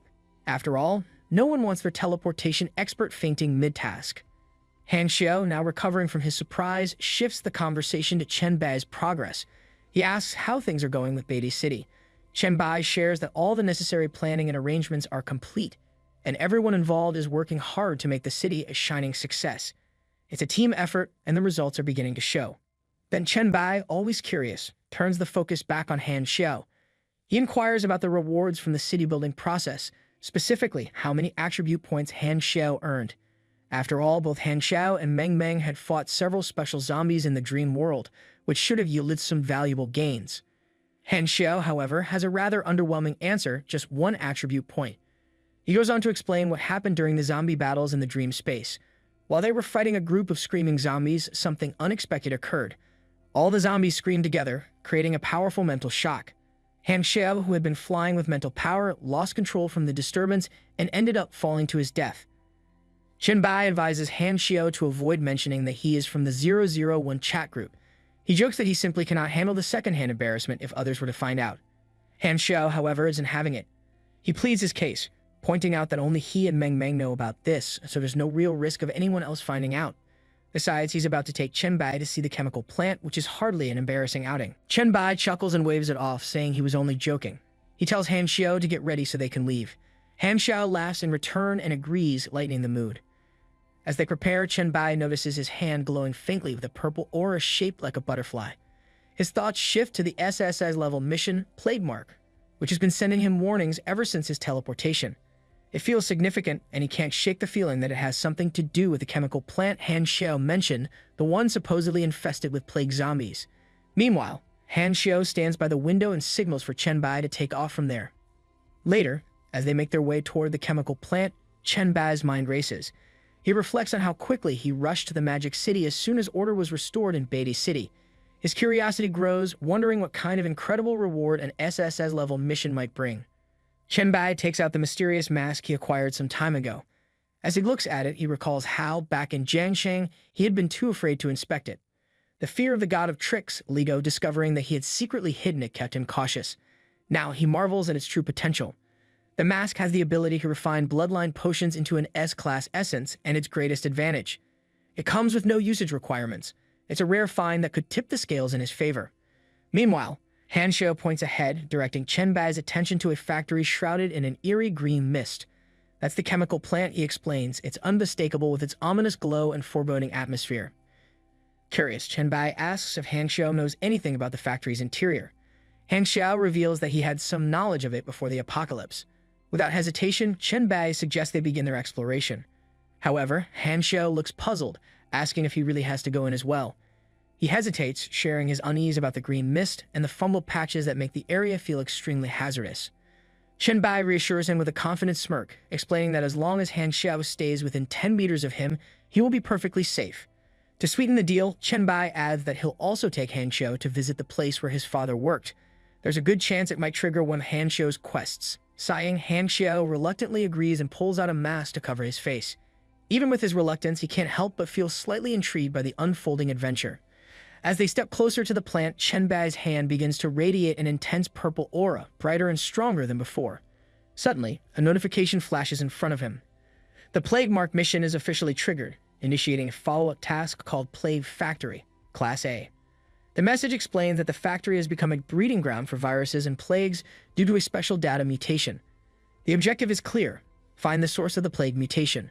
The rewards are tempting: 10,000 experience points and access to a powerful skill tree for bacterial cultivation at Class A level. Chen Bai reflects on his recent progress. Since reaching level 10, his talents have significantly improved. Although the details are vague, his ability to control viruses feels sharper and more potent. Chen Bai starts absorbing and refreshing himself in the green mist, looking surprisingly at ease. Meanwhile, Han Xiao can barely contain his disgust, covering his mouth with his hands as if the air itself might poison him. Chen Bai, on the other hand, feels great. He knows that all the microorganisms and viruses within 10 meters are now under his complete control, and it's almost refreshing, like a toxic spot treatment. Han Xiao watches him in disbelief, marveling at how Chen Bai can actually enjoy himself in such a terrifying environment. Chen Bai jokes about the comment, wondering aloud if Han Xiao means he's a bit twisted for liking this. Before Han Xiao can respond, he notices something, his eyes darting to a massive mosquito lurking nearby. He points it out to Chen Bai, clearly alarmed. Chen Bai barely spares it a glance before transforming his arm into a scythe. With incredible speed, he dashes forward and slices the mosquito in one swift motion. It falls to the ground, lifeless. Chen Bai mutters something about hating mosquitoes as if that weren't obvious from the sheer efficiency of his attack. As they move closer, Han Xiao spots a peculiar green mushroom nearby. He points out that the mosquito had been guarding it and suggests it might be some sort of valuable dungeon material. Chen Bai, however, quickly warns Han Xiao not to go near it. He adds with a dark sense of humor that if Han Xiao insists on lying down next to it, inhaling its spores would likely start the poisoning process from his lungs, which might be less painful than having it begin from his hands. Han Xiao jumps back from the poisonous mushroom, clearly shaken. Chen Bai steps forward and carefully plucks the mushroom, examining it closely. He identifies it as a fusion of plague viruses and bacteria, something rare and potentially dangerous. To Han Xiao's absolute horror, Chen Bai starts eating the mushroom like it's a casual snack. Han Xiao's jaw drops. He can't believe what he's witnessing. Chen Bai calmly reassures him, explaining that he's immune to such toxins. As if to confirm this, a notification pops up in front of Chen Bai. It announces that he has absorbed the lethal fungus virus fusion and gained 150 virus points. Chen Bai seems pleased. He notes that the virus content in just one bite of this mushroom is equal to taking out several elite zombies.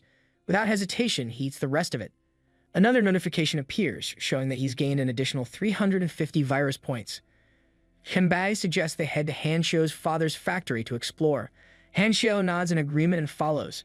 The two soon arrive at the dormitory of the plague factory employees in Magic City. Han Xiao takes his time checking all the areas where his father used to work, but comes back disappointed. He reports to Chen Bai that there doesn't seem to be any follow-up clues for his quest here. Chen Bai listens and then suggests that they move on to investigate the source of the plague together. However, he sternly warns Han Xiao that if he tells him to run, he must leave immediately, without hesitation. Han Xiao agrees, assuring Chen Bai that he won't hold him back and will follow instructions to the letter.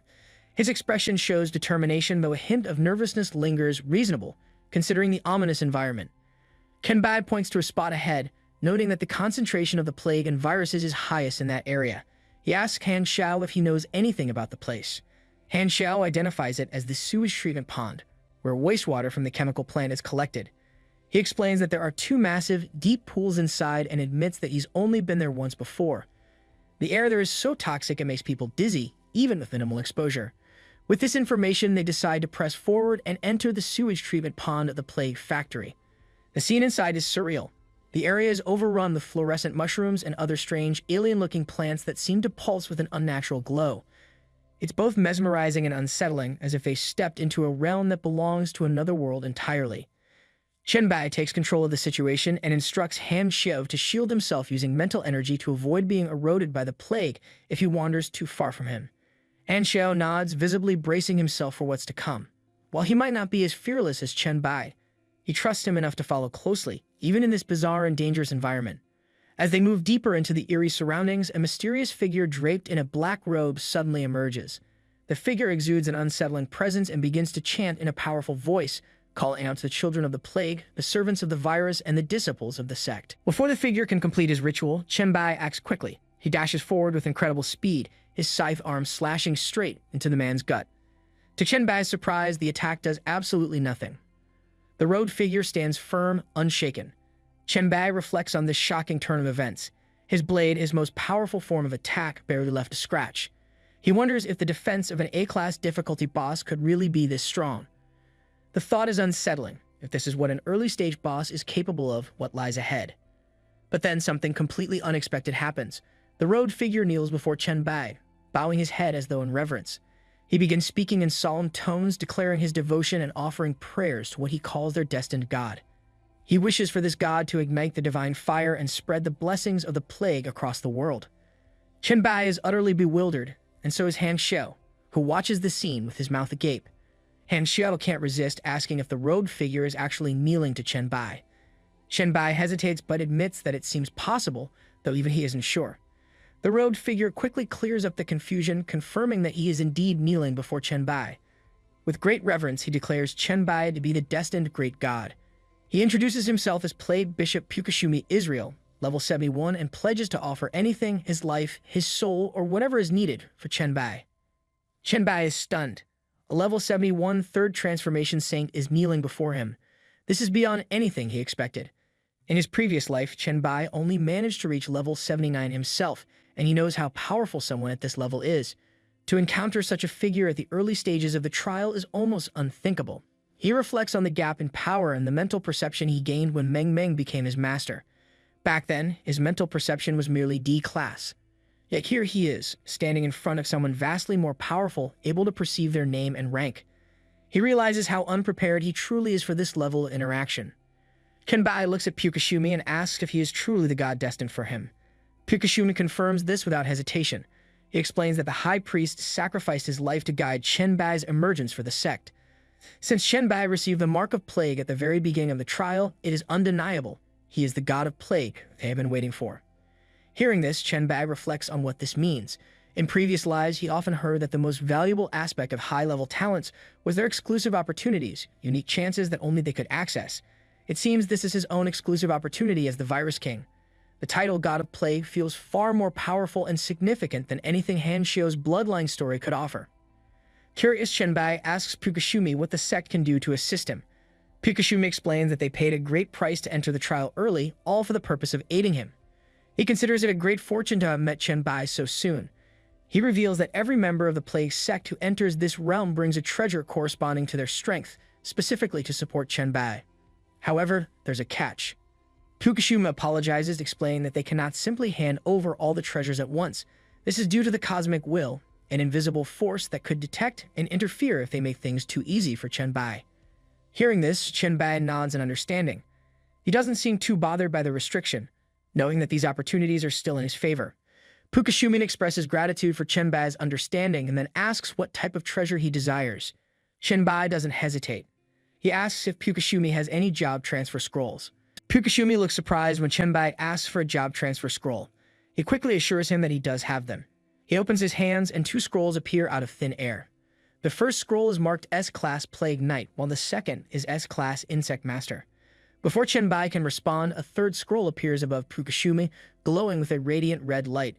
Pukashumi introduces this scroll with great reverence, calling it the sect's most precious treasure, an SS-class profession, Son of Doom. Han Xiao's eyes widen in shock at the mention of an SS-class profession. He knows how rare such opportunities are, but Chen Bai remains calm and unbothered. Chen Bai glances at Pukashumi and asks if this is truly all he has to offer. Pukashumi, visibly flustered, tries to explain. He says that at the beginning of the trial, reaching SS-class professions is almost impossible. He reminds Chen Bai that even many gods ascended from S-class, A-class, or even B-class professions. Chen Bai listens but doesn't seem impressed. He calmly replies that he already knows all of this. He states clearly that he is only interested in an SS-class change scroll. Han Xiao breaks into a cold sweat, stunned by Chen Bai's response. Pukashumi, now also sweating profusely, mutters in disbelief about this request. Still kneeling, he suddenly raises his hands high and declares in a loud voice that Chen Bai is truly the god of their future. He proclaims that with Chen Bai, the revival of the Plague sect is finally within reach. Chen Bai calmly tells Pukashumi that if an SS-class scroll isn't available, he will simply explore other options. Pukashumi suddenly laughs and informs Chen Bai that there is one possible way to obtain an SS-class scroll. Chen Bai immediately focuses on the word possible and presses him for details. Pukashumi admits that it's not guaranteed and explains that Chen Bai would need to retrieve the scroll himself. Curious, Chen Bai asks how it can be done. Pukashumi explains that he can open a special secret space connected to the greatest plague event in the history of Blue Star. Within this space, Chen Bai will find plague seeds embedded in history. By collecting them, he can attempt to forge a class change scroll, and it might result in an SS-class scroll. Chen Bai thinks it over for a moment before deciding. He says that if there is even a chance, he has to try. Pukashumi prepares himself and begins chanting. He declares that he will sacrifice his life, power, and soul to create a path for his god.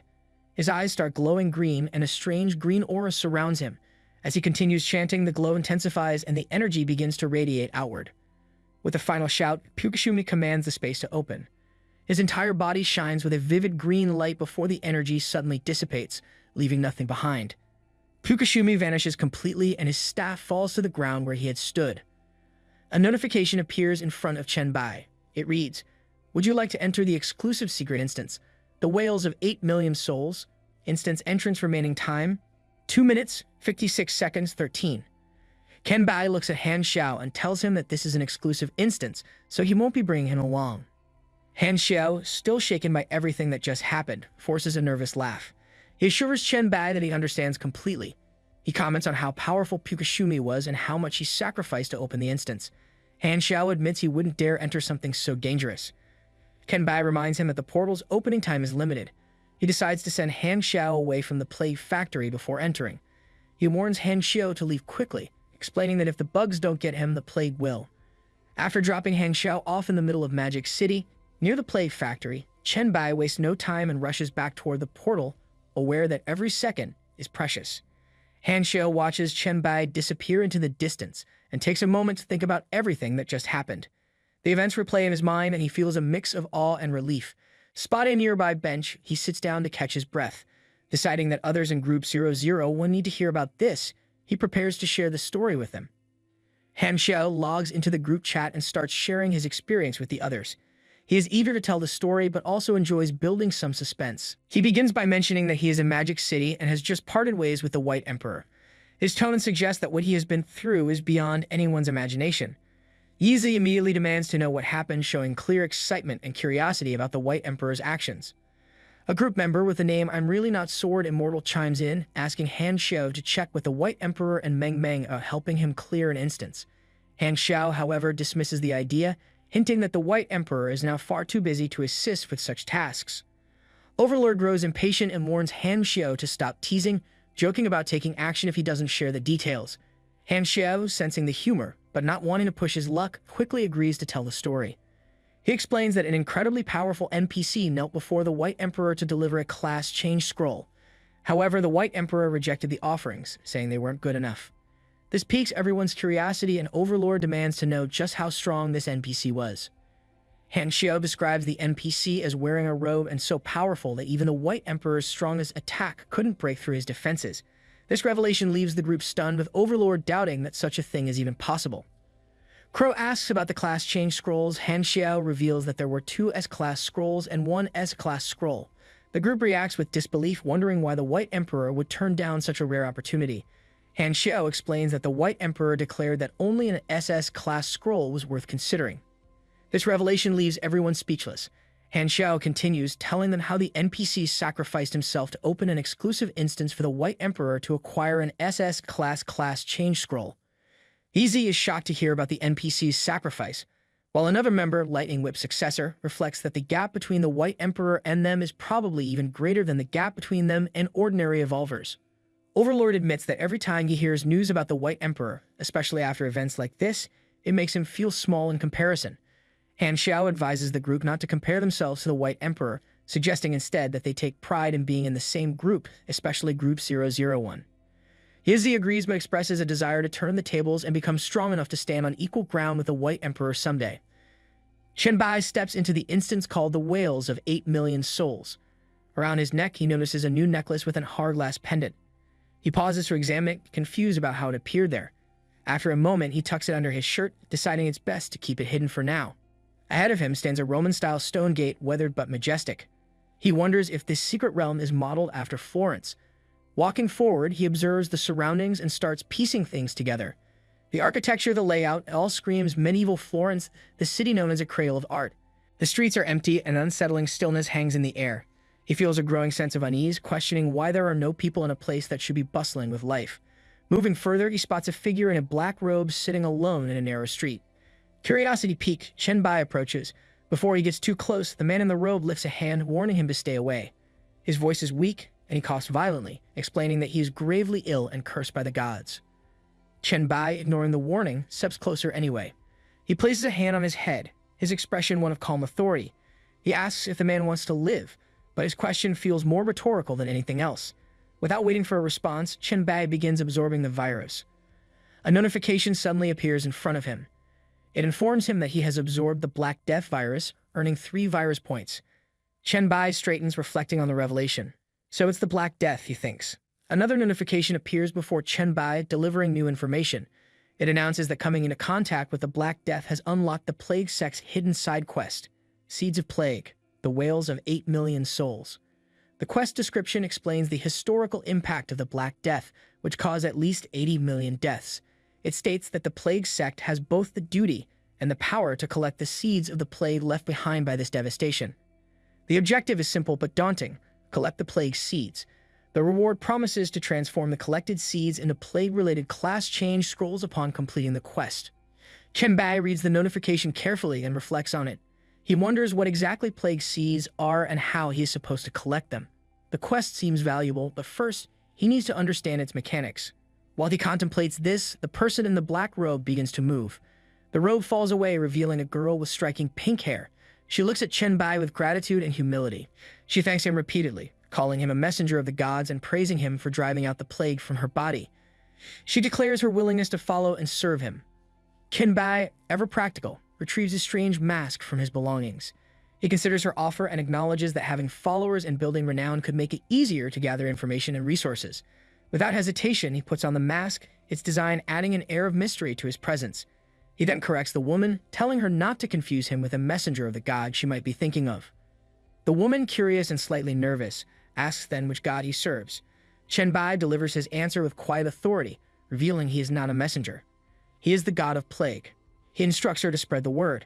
He tells her to inform everyone that he has the power to eliminate their plague and that they should come to Lord's Square to find him.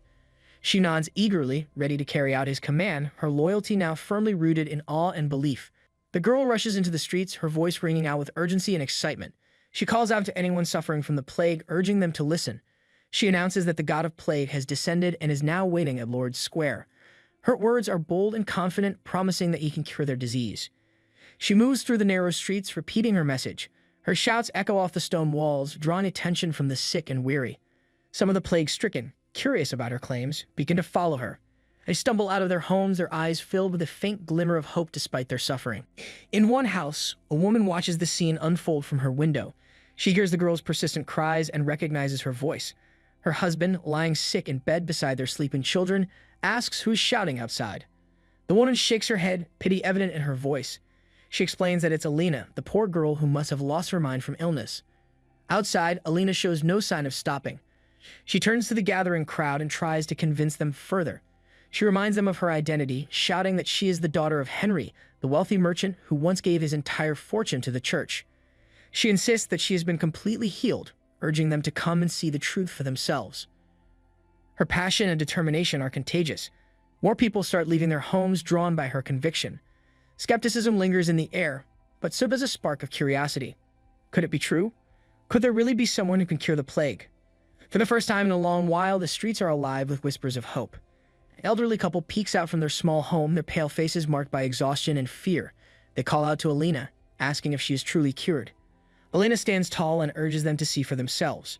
She points out that they have heard her shouting in the streets for so long without hearing a single cough from her. The sick, drawn by her bold claims, begin to gather around her. Slowly but steadily, they emerge from their homes, their curiosity outweighing their despair. Alina stands at the center of the growing crowd and confidently declares that the god of plague has healed her. She emphasizes that they don't need donations, bloodletting, or prayers anymore. All they have to do is go to Lord's Square. A brown-haired woman steps closer to Alina, her eyes wide with cautious hope. She reaches out and places a trembling hand on Alina's forehead. Relief washes over her as she realizes that Alina has no fever, no signs of coughing or illness. Tears stream down her face as she whispers, barely able to contain her emotions, wondering if her own children might also be saved. Meanwhile, at Lord's Square, Chen Bai stands amidst the historical remnants of medieval Florence. He observes the desolate environment and reflects on the state of the city. Based on the level of suffering and lack of resources, he concludes that this must be the 14th century. He recalls the staggering impact of the Black Death during this time, a plague that claimed 25 million lives in Europe alone and 80 million globally. He wonders if the plague seed he is tasked with collecting could be here. If not, he must search the entire globe. Just then, he hears Alina calling out to him, referring to him as the merciful god of plague. Turning toward the sound, he sees a crowd forming behind her. Dozens of plague-stricken people are following her, their desperation evident on their faces. Alina, breathless from her efforts, approaches Chen Bai. She apologizes for not knowing the proper way to address him, but assures him that she has followed his instructions and brought as many people as she could. Chen Bai tells the crowd to step closer. He raises his hands, his voice calm but firm, assuring them there is no need to fear. He promises to free them from the agony of their sickness. The woman from earlier approaches with her family. They kneel before Chen Bai, their faces a mixture of hope and desperation. Chen Bai places his hand over them and begins to draw the virus from their bodies. His calm demeanor doesn't waver. Moments later, he floats into the air, defying both gravity and the collective expectations of everyone watching. Without breaking a sweat, he absorbs the virus from every person gathered in the square. It's dramatic, effective, and just flashy enough to silence any doubters in the crowd. The change is immediate. The woman hugs her youngest son, her tears flowing freely. Her husband stands, visibly emotional, while staring at their eldest child, who now looks as healthy as any kid playing in a field. The little boy, noticing his mother's tears, asks her to stop crying. He points out that he feels fine now, which is true. He then asks her mother if she is feeling pain. The mother smiles and assures him everything is fine. She admits she no longer feels any pain, her voice cracking with relief. The crowd starts buzzing. A man announces that he feels lighter, though the size of his belly suggests it might take more than divine intervention to fix everything. Another person marvels at the disappearance of their fever and cough, while someone else celebrates their newfound energy like they've just downed a double espresso. One man, clearly eager to sound important, calls Chen Bai the great lord of the Church of Light. His moment of misdirected reverence is swiftly crushed when a woman next to him calls him a fool. She scolds him for insulting the great god of plague. The man, visibly embarrassed, retreats into silence.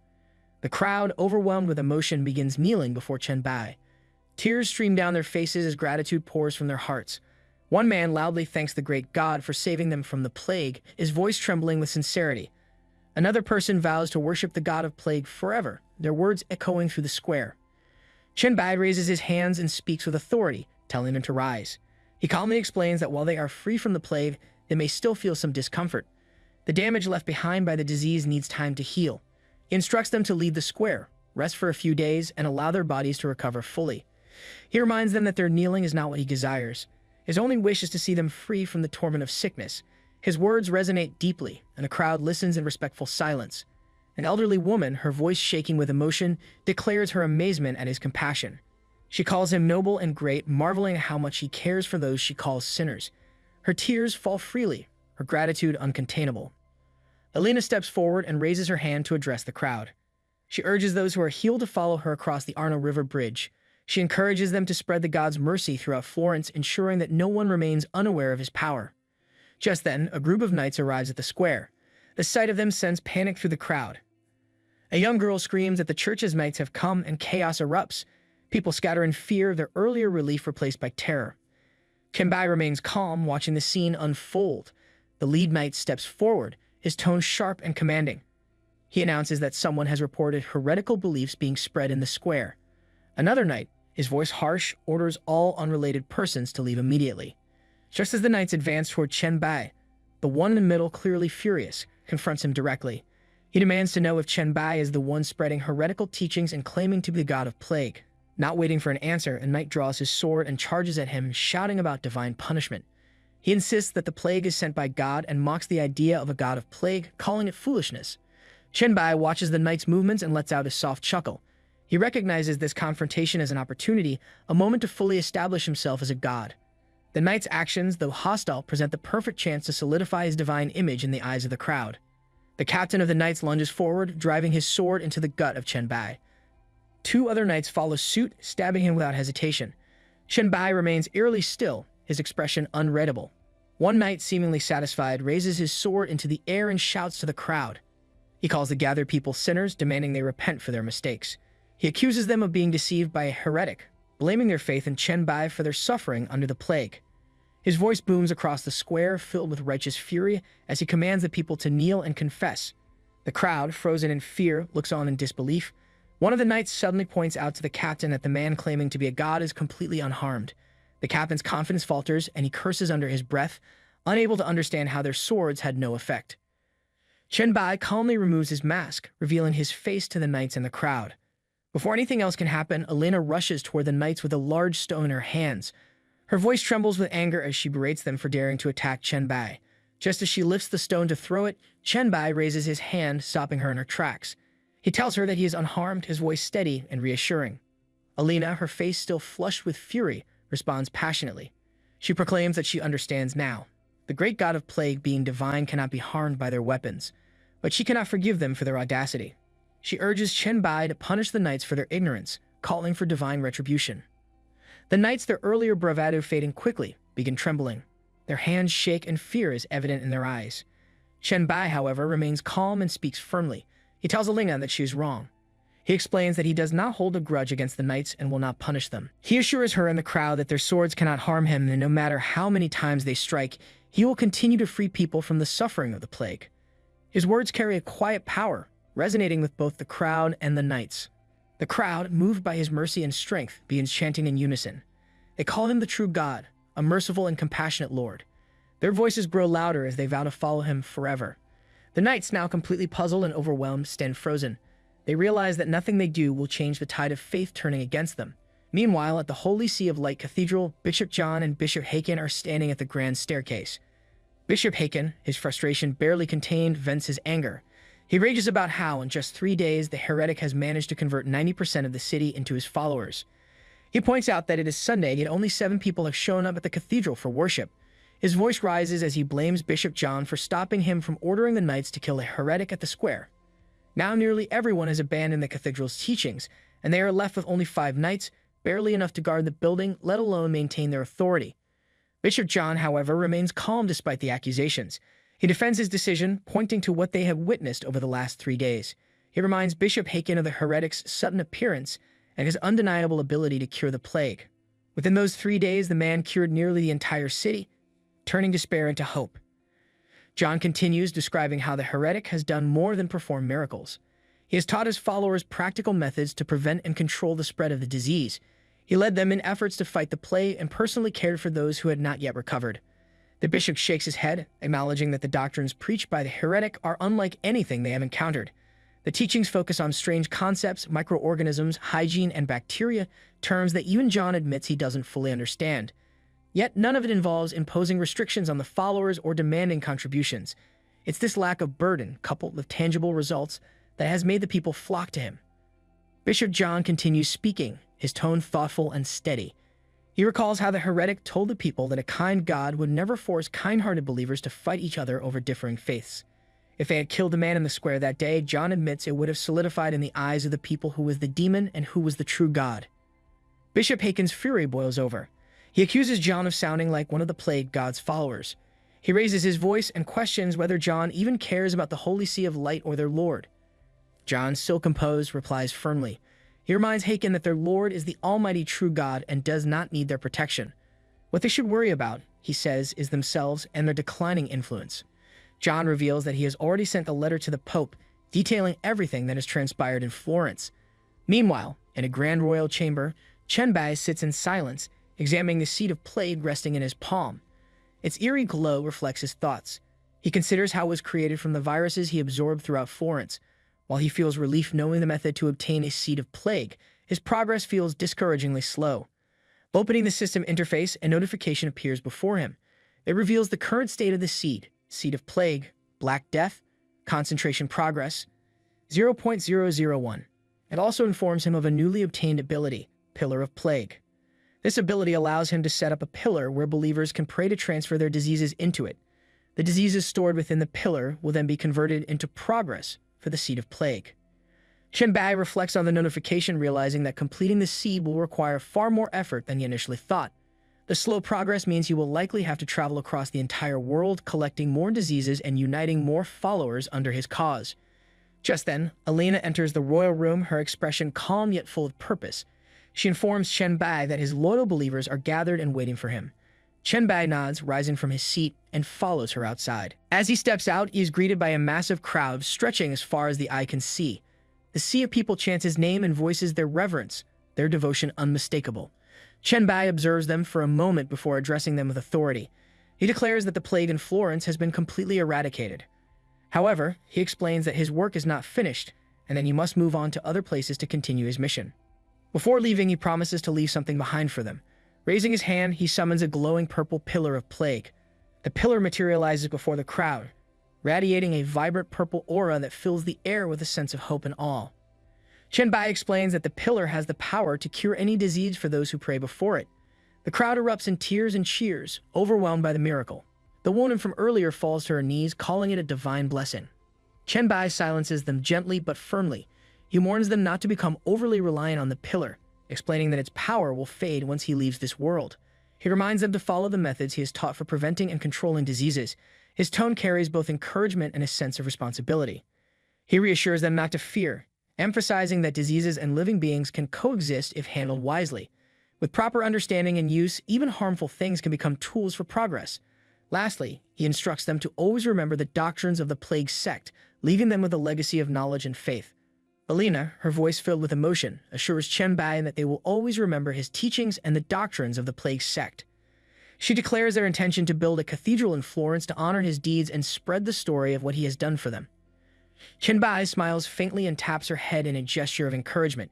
He thanks her and entrusts the future to her and the people, saying it will be up to them to carry on his legacy. Turning back to the crowd, he wishes them a life free from the suffering of disease and bids them farewell with a calm yet commanding presence. As he walks away from Florence, the sound of the people's chants follows him, echoing even beyond the city walls. Chen Bai pauses for a moment, reflecting on the devotion of the people. He finds them amusing and pragmatic at the same time. The people of this era, so deeply tied to religion, are easy to sway when presented with miracles. This fanaticism, he realizes, works in his favor. Their belief will make it far easier to gather the seed of plague. The thought brings a quiet satisfaction as he continues on his path. Soon, Chen Bai ascends, breaking free of Earth's atmosphere. Hovering above, he gazes down the planet below, its vast surface a reminder of how much work lies ahead. He reflects that the fame of being perceived as a god will naturally attract people to him. This attention will streamline his efforts to collect the seed of plague, reducing the time it would otherwise take. He acknowledges that without this method, gathering and concentrating the seed could have taken a decade or more. By using the influence of his divine identity, he can save an immense amount of time. Looking ahead, Chen Bai resolves to fully embrace this role. If being a god is what it takes to clear this dungeon and complete his mission, then that is exactly the path he will take. Days later, within the grand halls of San Pietro Cathedral in Vatican City, a young man kneels before the Pope. His head bowed respectfully, he asks why he has been summoned. The Pope, seated on his ornate chair, addresses him with a heavy tone. He speaks of the failure of the Eastern expedition, a defeat that he claims has disappointed the gods. He describes how the demon rode on the chance and released a plague to harm the people. Then, at such a crucial moment, a heretic used the plague and snatched away their believers. The young man stands up and asks if the Pope is talking about the guy who proclaims to be the god of plague. He is none other than Sauron, the leader of the Knights Templar. His face twists in disdain as he comments on the weak faith of those who abandoned the Holy See. He openly mocks them, questioning whether they even possess the intelligence to see through what he calls the lies of the so-called god of plague. The Pope rises from his chair, his expression grave. He corrects Sauron, pointing out that after the heretic appeared in Florence, the plague was indeed cured. Sauron, startled by this revelation, hesitates. The thought of someone truly curing the plague stirs doubt in his mind, and he begins to question the situation. Before Sauron can voice his thoughts, the Pope cuts him off. He declares with certainty that the heretic is no savior but a demon. He explains that the demon released the plague and then withdrew it to make it appear like a miraculous cure. By doing so, the demon scammed the believers of the Holy See, leading them astray and using their suffering to prevent them from reaching heaven. Sauron listens, his initial arrogance now replaced by contemplation. Sauron grits his teeth, his anger barely contained. He curses the cunning demon, furious that it would dare to use such deceptive tactics to manipulate the people. The Pope continues with a commanding tone, informing Sauron that the heretic has now arrived in Vatican City. He reveals that he has already ordered the man to be brought to the plaza and has instructed the public to gather there as well. The Pope emphasizes the importance of making an example of the heretic in front of everyone. He orders Sauron to take the Spear of Longinus and eliminate the so-called demon in plain view. With zeal in his voice, he urges Sauron to act for their Lord and the faithful, declaring it their duty to cleanse the world of evil. Sauron bows respectfully, his voice steady despite his fury. He proclaims his readiness to carry out the task, promising to kill the demon and reveal the truth to all. He invokes the protection of God as he prepares to fulfill the Pope's command. Meanwhile, a child leads Chen Bai to the Vatican Plaza. The child points to the expansive square and explains that it is the largest plaza in the Vatican. With an excited tone, the child adds that he will run ahead to tell everyone about the arrival of the plague god, mentioning how much the people have been waiting for him. Chen Bai thanks the child with a nod and encourages him to hurry. Standing there, Chen Bai reflects. He finds the situation almost laughable, as after leaving Florence, every city under the control of Holy See had either blocked its gates or prevented him from entering. Yet here, in Vatican City, a perfectly healthy child had come to greet him and lead him to the plaza. The simplicity of the tactic strikes him as foolishly transparent. He walks up to the grand sculpture of the Holy See of Light and observes his surroundings with calculated calm. He senses the confrontation brewing. The plaza, the gathering crowd, the center of the church's power, it all points to one thing. They intend to kill him here, right at their home base. But this, too, is something he anticipated. A smile forms as he considers the opportunity presented. If they want to strike him down, this will be the perfect chance to deal with the Holy See once and for all. His confidence unshaken, he waits, eager to see the next move in this game. People start to whisper among themselves. One girl points out that the church is about to judge the heretic who is said to have cured the plague. She asks her friends if they believe he really can cure it. One woman standing nearby responds, saying it must be a lie. If the cure were true, the church would not judge him. Just then, the Pope and Soren arrive at the plaza. The Pope yells at Chen Bai, calling him a demon. He declares that the Lord has commanded that the heretic be destroyed here and now. Soren, holding the spear of Longinus, stands beside the Pope. He warns Chen Bai that there is no escape for him. Chen Bai looks around calmly, noticing that the Pope and the Templar Knights are present. He realizes they have planned everything, even setting up a stage for this moment. Chen Bai steps forward and addresses the crowd. He tells them that he has come to remove the plague from the world. He challenges the church, saying they are wrong to call him a demon and to blame him for the plague. The Pope responds strongly, claiming that the Lord has shown him the truth. He accuses Chen Bai of being a demon from the abyss who has used evil tricks to destroy people's faith in God.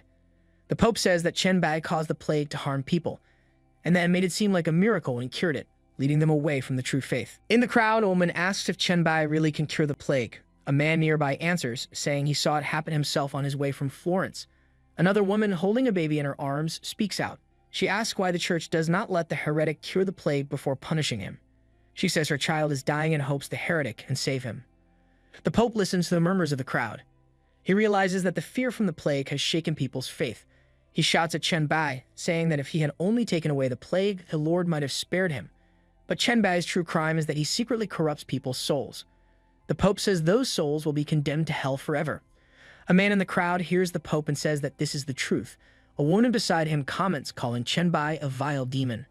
The crowd begins to shout louder, demanding judgment and calling for Chen Bai's death.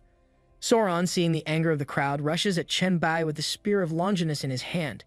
He yells that the followers of God are calling for justice and charges at Chen Bai, ready to strike. But Chen Bai stops the spear with just the tip of his finger. Soren is stunned by this and cannot believe what he sees. Chen Bai tells Soren to give up. He warns him that the spear has already made one mistake by harming the Lord's son. It will not make the same mistake again, so Soren should stop using it. Soren stands frozen, his mind racing. He wonders how it is possible for Chen Bai to stop the spear like that. Chen Bai looks around at the crowd, then turns to the Pope. He shouts that he has been wandering from Florence to this place why the church kept stopping him from ending the plague. Now, seeing the Pope's true nature, he understands. The Pope laughs loudly, mocking Chen Bai for suggesting that he is the demon. Nearby, a couple in the crowd whispers to each other, asking how it is possible that the Pope could be a demon. Chen Bai clenches his fist and says that whether the Pope is a demon or not will soon be clear to everyone. Without warning, he punches the Pope hard in the neck.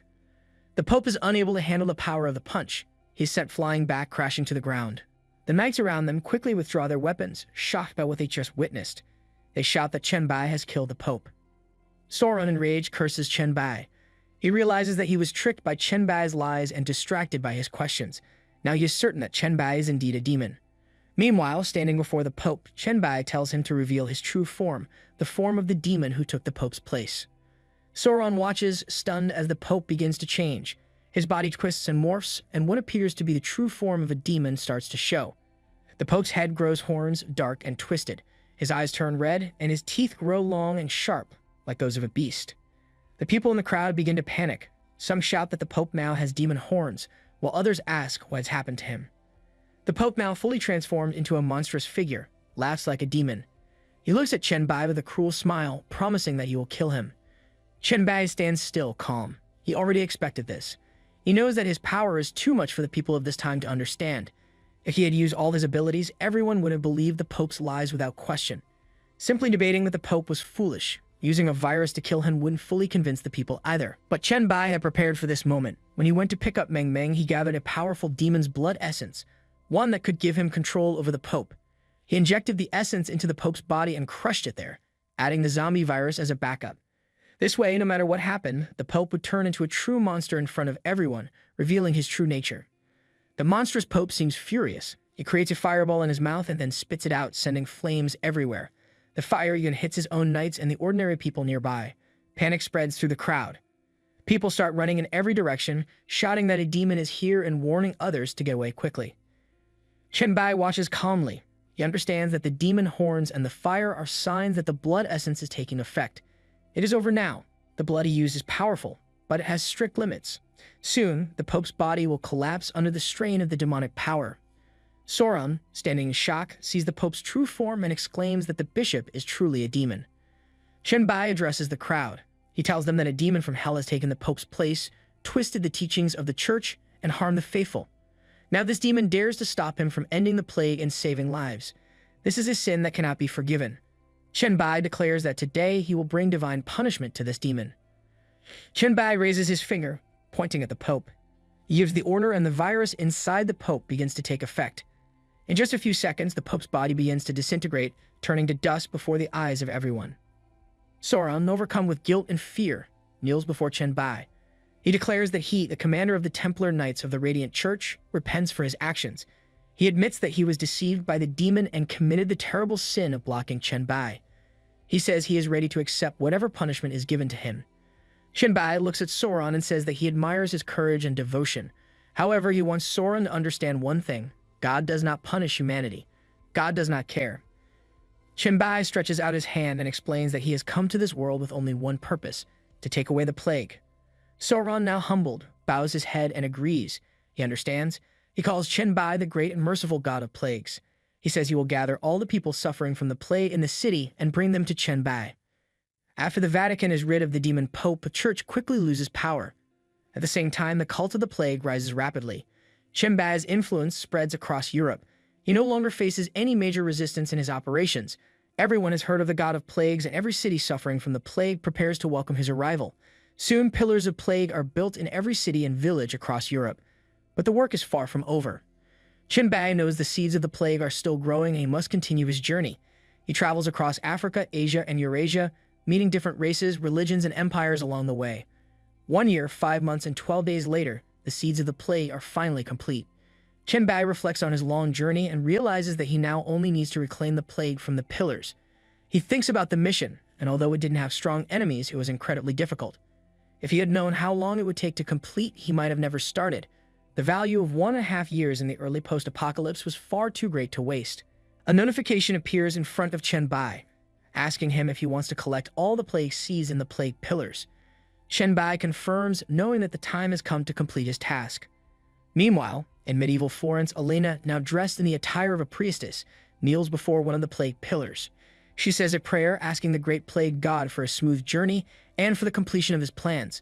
As she prays, she suddenly witnesses the pillar glowing with a purple light, the sign of the plague's power. Elena is awestruck by the sight. A man nearby notices her reaction and asks what has happened. He calls her High Priest Elena, confused by the strange event. With tears of joy in her eyes, Elena answers. She says that the god has finished his journey and is now returning to the kingdom of the gods. She tells everyone that it is time to recite the teachings they were given, so that everyone will know they have learned them well. As Elena begins chanting, her voice rises, reaching the ears of those walking through the streets of Florence. She explains the purpose of the plague cult, speaking to the people with passion and clarity. She says that the cult is not about death, disaster, or corruption. It is not about glorifying suffering or extinction. Instead, the cult's mission is to bring peace and happiness to the world. They seek to ensure that people are healthy and joyful. Elena continues, explaining that to achieve this, they must understand the plague. By understanding it, they can stop it from harming anyone again. She emphasizes that the plague god can help them control the plague, using its power to destroy sin and evil. She says that in the past, in their ignorance, people hurt each other. But now, by recognizing the plague and its teachings, they will no longer fight. Instead, they will live in harmony, free from the evil that once divided them. In the streets of Florence, people kneel in respect, their eyes focused on the glowing plague pillar. The pillar continues to emit the purple plague, the energy rising toward the sky in a powerful surge. Elena, still kneeling before the pillar, continues her chanting. She speaks of the future, where the followers of the plague god will fight side by side to control the plague. She promises that the plague will become their greatest weapon, a force that will protect life itself. With it, they will drive away the demons that have plagued the earth for so long. Meanwhile, across the globe, the same scene unfolds. People from every corner of the world kneel in front of their unplagued pillars, repeating the same chants. From the scorching deserts of the Sahara to the high mountains of Asia, people everywhere unite in their devotion to the plague god. As the chanting continues, Elena's words echo through the air. The plague will strike fear into the hearts of bloodthirsty and cruel demons. It will bring destruction to those who oppose life. She tells the people that all things in this world will eventually decay and rot, but the billions of lives that now follow the plague god will work together to live forever, never dying. The chant becomes a powerful mantra, uniting everyone under the same belief. All things perish, but all living things will remain immortal. The words echo in the hearts of people from every land, their faith in the plague god growing stronger with every passing moment. The world is changing and they are ready to embrace it. Meanwhile, Chen Bai absorbs the plague energy radiating from the pillars around the world. He can hear the voices of the people chanting for him. The voices fill the air, repeating prayers, asking that the light of their Lord shine forever on the world. Chen Bai wonders if these prayers are sincere. He senses their faith, but he wonders if they truly understand what they are calling for. Just then, a notification appears in front of him, telling him that the mission is completed and that he is leaving the dungeon. As the words disappear, Chen Bai finds himself once again standing in the middle of the plague factory in the Magic City. The system informs him that the mission rewards are now being generated. A divine scroll materializes in front of him. It is the life and death job change scroll, an SSS-level scroll. The requirements for using it say that the user must possess the talent Virus Monarch at the SSS level. Chen Bai reaches out and grabs the scroll, reading the description. He realizes that this is not quite the ability he expected. He truly wants to change his job, but the current mission from Lido requires him to see 2 scrolls, not just one for SSS-level professions. He thinks about it and realizes that now that he has one SSS-level job transfer scroll, he needs to find his second one. He remembers that the Abyss might have an SSS-level job transfer scroll, and that could be his next target. Suddenly, another notification appears in front of him saying that the mission Plague Factory has failed. Chen Bai is startled. He wonders what that means. Didn't he find the source of the plague in the factory? Why is the mission failing now? He pauses, thinking back. When he encountered Pukashumi, there was no message saying the mission was complete. He now understands why. The source of the plague, the mission's goal, had been altered by his very presence. After Pukashumi sacrificed himself, the source of the plague must have lost its power and died. Without that power, the mission couldn't be completed. Looking around at the poisonous mushrooms nearby, Chen Bai thinks that they must be connected to the plague's source. Chen Bai leaves the plague factory, stepping out into the open. And as he walks, his mind begins to wander. He wonders what is happening in Beatty City right now. He hasn't been there in a while, and he's curious about the progress. Taking out his phone, he texts Song Zixian, asking about the current situation in Beatty City and how everyone's strength is developing. Soon he receives a reply from Song Zixian. She tells him that the reconstruction of Beatty City has officially started. She has already chosen a place to install the supercomputing core and set up the production line. After receiving Chen Bai's guidance a few days ago, everyone now has a clear direction. However, she adds it has only been 4.5 days, and since everyone is also working on rebuilding the city, their strength has not changed yet. Chen Bai is surprised by the mention of just 4.5 days. He clearly remembers spending 1.5 years in the dungeon. He wonders how this is possible. Then it hits him. It must be because of the hard glass of time. The hard glass had become part of him when it bonded with his body, appearing and disappearing with his consciousness. It must have been the reason for the time distortion. The hard glass had transported him to the dungeon on its own, and it is the only thing that can make the years pass by so quickly, while only a few days pass in the real world. Chen Bai decides to check the messages in Group 001. The chat is full of activity. Han Xiao mentions that the Plague Chemical Factory mission which he and Chen Bai were working on has failed. He expresses surprise, asking what happened. The group is full of questions, with people asking about Chen Bai's well-being and whether he's okay. Xu Chuan asks if the mission was supposed to give Chen Bai an SSS-level job transfer scroll. Overlord quickly dismisses concerns about the job transfer scroll, saying that everyone should first focus on whether Chen Bai is even alive. Liu Huai tries to calm the group down, reminding them that mission failure doesn't mean anything too serious. Reading through the chat, Chen Bai reflects. He realizes that Han Xiao must have received a different mission than his. His own mission was connected to the Plague Seal, something Han Xiao didn't have.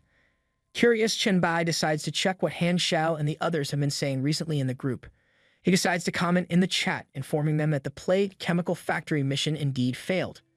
The group responds with surprise, asking if Chen Bai is very upset or if he needs some comfort. Leaf offers a warm hug, while Liu Huai offers even more warm places than just a hug. Crow expresses disbelief, saying that even Chen Bai failed in the mission. Shuchun reassures him, calling him the strongest. Overlord emphasizes that failure is nothing to fear, and that the only downside is losing the SSS-level profession scroll. Hang Xiao then comments that a level 70 boss had sacrificed himself to open the dungeon, making failure understandable. Intrigued by this, Chen Bai shares the details of his SSS-level job transfer scroll. He explains that although the Play Chemical Factory mission failed, he still obtained the SSS-level profession scroll. He adds that the failure occurred because the key NPC, who sacrificed himself to open the dungeon, caused the mission target to disappear. The group falls silent for a moment, trying to understand. Leaf and Liu Huai are confused.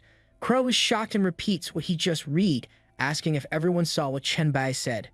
Mizukawa offers congratulations, while Overlord can't hide his excitement, calling it incredible. The chat buzzes with surprise and excitement. Everyone is amazed by the turn of events. Hang Xiao suggests upgrading their chat group to a league group. The group reacts with curiosity. Overlord doesn't understand what league means, thinking it might be related to the game League of Legends. Leaf excitedly mentions that after upgrading, they could announce the name of their alliance in speeches or messages. Liu Huai, who is reading about the benefits of upgrading chat groups, points out that it's expensive. Chen Bai replies that he has thought about this idea before but isn't sure if everyone in the group would be interested. He explains that a league group would be more formal, focused on honor and glory, while their current chat group is much more relaxed. Chen Bai then initiates a vote, asking the group to decide if they want to upgrade. He suggests they take their time and not rush into a decision. If more than 2/3 of the group agrees, they will upgrade. Hang Xiao quickly agrees, adding that after the dungeon mission, he is inviting Chen Bai to come and rest at his place, offering his warm bed. Chen Bai jokingly refuses and asks Hang Xiao to show him a villa area in Magic City where he can rest. Hang Xiao agrees and they make plans to meet. Later, Chen Bai arrives at the villa area in Magic City. Standing in front of the luxurious district, he surveys the area. It seems like a good place to rest. Han Xiao had recommended it, and so far there is no sign of any danger. Thermal tracking and virus detection show no living organisms nearby, which suggests it is safe. However, deep inside one of the villas in the basement, 2 girls are present. They look unusual, almost like spirits, as they are faintly visible. The younger sister notices someone approaching and gets scared. She tells her older sister, who responds calmly, assuring her that she will take care of the intruder. The younger sister, still nervous, asks her not to kill anyone, but to just drive him away. Chen Bai settles into one of the bedrooms of the luxury villa in the Magic City. He lies on the soft bed and sighs in relief. The modern world feels so much more comfortable compared to the harsh environments he's been through. After the chaos of the dungeon and his many missions, he finally has some time to relax. He smiles, thinking about how he will be able to rest properly now. As he stretches out, he recalls the medicinal pillow made from traditional Chinese medicine that he brought with him from the dungeon. He's used it before and remembers how much it helped him sleep better, so he decides to give it a try. Reaching into his space, he pulls out the pillow, reflecting on its calming effects. But just as he prepares to lay it under his head, a notification pops up in front of him. It reads Ancient Dragon Chinese Medicine Pillow, D-level, props daily necessities. This item helps to concentrate the mind and calm the spirit. It is made with the secret formula and can improve sleep quality. It offers weak defense against mental attacks. It suits the nerves and promotes longevity. Long-term use helps to consolidate and grow mental strength. Chen Bai is taken aback. He didn't expect such detailed information. The pillow was just an ordinary item in the dungeon. How did it become an item with specific traits now? He wonders what's going on. He starts to open his inventory to check his other belongings, only to be even more shocked. Everything has changed. The vase he had brought along is now listed as a sea-level city-state probe exhibit. The description reads, "This is a creation that embodies the painstaking efforts of craftsmen. When exhibited in the City-State Architecture Museum, it will grant a bonus to the craftsmanship of city-state facilities." Chen Bai stares at the description, feeling puzzled. The vase, which was simply a decorative item to him before, now has such an official-sounding title and an effect he hadn't expected. He then checks the other item in his inventory, the living Buddha relics. It has also been upgraded to a C-grade special material. The new description says, "The living Buddha's flesh is refined in a sealed environment at high temperature and is a rare material. When carried, it increases luck by 1 and provides a defense against evil spirits, increasing it by 5. Chen Bai is even more surprised by this. The relics, which were just a curiosity to him, now seem to hold far more value. The gold coins he had collected from the dungeon have also been transformed. They are now labeled D-level, city-state prop exhibits. The description reads, "Weathered ancient coins. These coins have historical value. Exhibiting them in the City-State Architecture Museum will increase the income of city-state facilities." Chen Bai shakes his head in disbelief. He wonders how could something as simple as coins become so important. He moves on to the next item, the gold ring he had brought with him. Now labeled Eye of Horus Gold Ring, C-level, the description states, "A ring decorated with the Eye of Horus. It has a 5% recovery ability and can actively release a shield once. The shield is charged by moonlight. The ring seems far more powerful now, and its use of moonlight for a shield adds a mysterious touch. He wonders how the moonlight could be used in practical situations. Chen Bai is stunned. More than half of the items he brought out of the dungeon have now been transformed into actual, usable items with traits and characteristics. This is unlike anything he's ever heard of, items from dungeons evolving into real functional props. The concept seems almost too strange to grasp. How did this happen? And what does it mean for his future? He continues to scroll through his inventory, noticing that even the simplest materials have been upgraded into specialized items. He recalls something else he had brought back with him, the Spear of Longinus. This weapon, once handed to him by Sauron before he left the Vatican, had always intrigued him. A sovereign-level powerhouse from his past life had wielded this same spear. And now Chen Bai had his own version. He decides to take a closer look at it. As he opens the Spear of Longinus in his inventory, he sees that it too has become an item. The description reads, "Unawakened Spear of Longinus, F-class." He frowns, reading the rest. The spear is described as a special long-handled weapon with all attributes +3. It also has a skill called Dark Banishment, which allows the spear to repel evil, darkness, corruption, abyss, and filth creatures, increasing the damage caused to these creatures by 200%. This makes the spear especially useful for dealing with evil entities. Furthermore, it has a dusty seal, which states that the spear will gradually awaken as evil creatures are killed. The description shows the remaining kills for initial awakening, 0/10. Chen Bai stares at the Spear of Longinus, his thoughts a mix of excitement and hesitation. The power it promises is immense, a weapon forged to repel dark forces, corruption, and evil, exactly what he would need in his quest. But the requirements for unlocking its true potential are clear. He needs to kill 10 evil creatures to activate it. The thought of wielding such a legendary weapon is thrilling, yet a tinge of doubt creeps into his mind. The task won't be easy.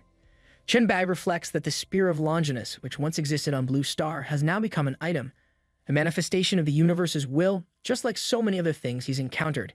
He reflects that everything that has become an item has hidden unique characteristics. Even the spear now in his hands seems to carry a mystery. What's even stranger is that it's the only Spear of Longinus he's aware of. He wonders if Mr. Lorga, the sovereign-level powerhouse from his past life, could still have risen to power without the spear. It's a thought that briefly occupies his mind. But then something unexpected happens. A sudden sharp pain shoots through his palm, making him gasp. His hand feels like it's on fire. Without thinking, he tosses the spear onto the bed, trying to shake off the discomfort. His palm is now bright red, the skin inflamed. Chen Bai stares at it, bewildered. He inspects his hand more closely and realizes with a sinking feeling that the spear is rejecting him. His palm feels as if it's been burned by the weapon's touch. The intensity of the pain tells him that this weapon is not meant for him, at least not yet. He can't help but think that just as the spear repels evil forces, it might see him as one of those very forces, evil, dark, corrupted, abyssal, or filthy. That could be the only explanation for the painful reaction. The realization settles in. He cannot use the spear, at least not without suffering more severe consequences. The fact that the spear is only F-leveled makes it painful enough. If it were upgraded to S-rank, he fears it might literally melt him. Chen Bai sighs, rubbing his aching palm. He knows what needs to be done. The Spear of Longinus is too dangerous for him to wield in its current state. There's no need for him to risk his own well-being. With a final glance at the weapon, he decides he will leave it in his inventory, gathering dust for as long as it takes. That way, it will be one less thing in the world that could pose a threat to him. Just then, the door of his room suddenly opens. He is sure he locked it earlier. Without warning, a knife appears and flies straight at him. He grabs the knife in midair with his fingers, stopping it. Chen Bai senses that someone is trying to push the knife, but their grip is too weak for him. He thinks that he cannot see the attacker with either his virus detection or thermal vision. This means the person is invisible. It must be a spiritual being controlling the knife. Chen Bai assumes that the spirit is weak because it can only manipulate objects to attack. He guesses that the level of the spirit should be low. Chen Bai knows that he could use his hellfire to destroy the spirit, but that would also destroy the room. The knife slips from his grip and falls to the floor. He feels frustrated. With nearly 300 spiritual power, he only has one skill that can harm spirits. He knows he needs a better way to deal with this kind of attack. The knife attacks again, but this time Chen Bai lowers his head and avoids it. He thinks about his options and decides to check his system. He has collected virus points from city defense and dungeons. He hopes he can find a more effective skill for this situation. The Blacklight virus doesn't seem to be useful against spirits. Maybe the Spirit Power virus series could help. However, when he checks, he realizes that no virus can unlock the Spirit Power skill tree. Chen Bai stands up determined. He says to himself that he will find a way to handle this. He needs to learn more about how to deal with spirits and spiritual power. The knife continues attacking, but Chen Bai keeps dodging. He feels confident that he has enough virus points now. Just then, a notification appears on his screen confirming that his virus has evolved. The zombie virus has changed into the original virus. After that, the original virus evolves into the T-virus. Then, the T-virus transforms again into the Spirit Power Enhanced T-virus. At the same time, something strange happens. The knife that was attacking him is suddenly stopped by another knife. The two knives seem to clash with each other, as if they are fighting. Chen Bai wonders why the attack has stopped. Has the spirit running the knife finally given up? He thinks the spirit may have run away. Curious about the spirit, Chen Bai decides to see what kind of spirit it is. Another notification appears, telling him that the exclusive skill for the Spirit Power Enhanced T-virus has been unlocked. The skills include Psychic Mastery and Psychic Perception. Additionally, the virus enhancement has unlocked a new support skill, Psychic Vision. Chen Bai realizes that with these new abilities, he can now sense spirits and their actions more clearly. Chen Bai uses his newly unlocked Psychic Vision and looks closely at the spirits. He is surprised to see that there are two girls. The elder one is the one attacking him, while the younger one seems to be trying to stop her. The elder sister, named Yan Ke, is furious. She insists that her younger sister, Yang Su, let her kill him. She believes that Chen Bai is a bad person and should not be allowed to enter their house. Chen Bai is startled and frozen in place. He reflects on how complete these spirits are. They seem to have a high level of intelligence, and he realizes they are not low-level spirits. He wonders why the elder sister is using a kitchen knife to attack him. This doesn't make sense for a spirit with such power. He decides to use his psychic perception to learn more about them. A notification appears revealing details about the spirits. The elder sister's name is Yan Kai. She is an evolver with 2 unique spirit bodies. Her talents are listed as Evil Spirit S rank, and she has abilities like controlling objects, invading evil thoughts, and absorbing yin energy. The younger sister, Yang Su, is also an evolver with dual spirit bodies. However, her talents are Good Spirit S rank. Her abilities include controlling things, soothing with kind thoughts, and containing yang energy.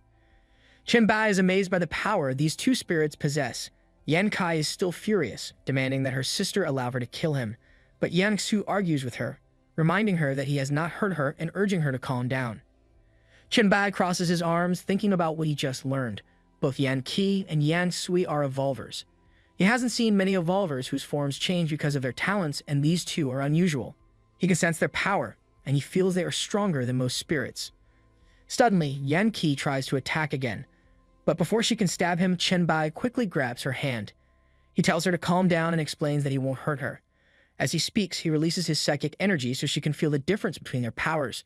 His spiritual power is much greater than hers, more than 20 times stronger. He gives her a warning. If she causes any more trouble, he will kill both her and her sister. Yan Qi clenches her teeth in anger, clearly unwilling to back down. At the same time, Yang Su steps forward, asking Chen Bai not to hurt her sister. Chen Bai sits down on the bed, his tone firm. He tells both of them that he will not hurt them, but they must listen to him. Yan Kai, still furious, curses Chen Bai. She accuses him of having perverted thoughts and tells him to come at her if he truly wants to fight, but not to bully her sister. Chen Bai responds, clearly annoyed. He says that if anyone has perverted thoughts, it's her, not him. Yan Qi grits her teeth, her anger growing. She says she will kill him if he doesn't back off. Chen Bai instructs both sisters to stay still. He tells them that he's going to ask them a few questions. He starts by asking if they know what happened to this world and if they can use the Evolver panel.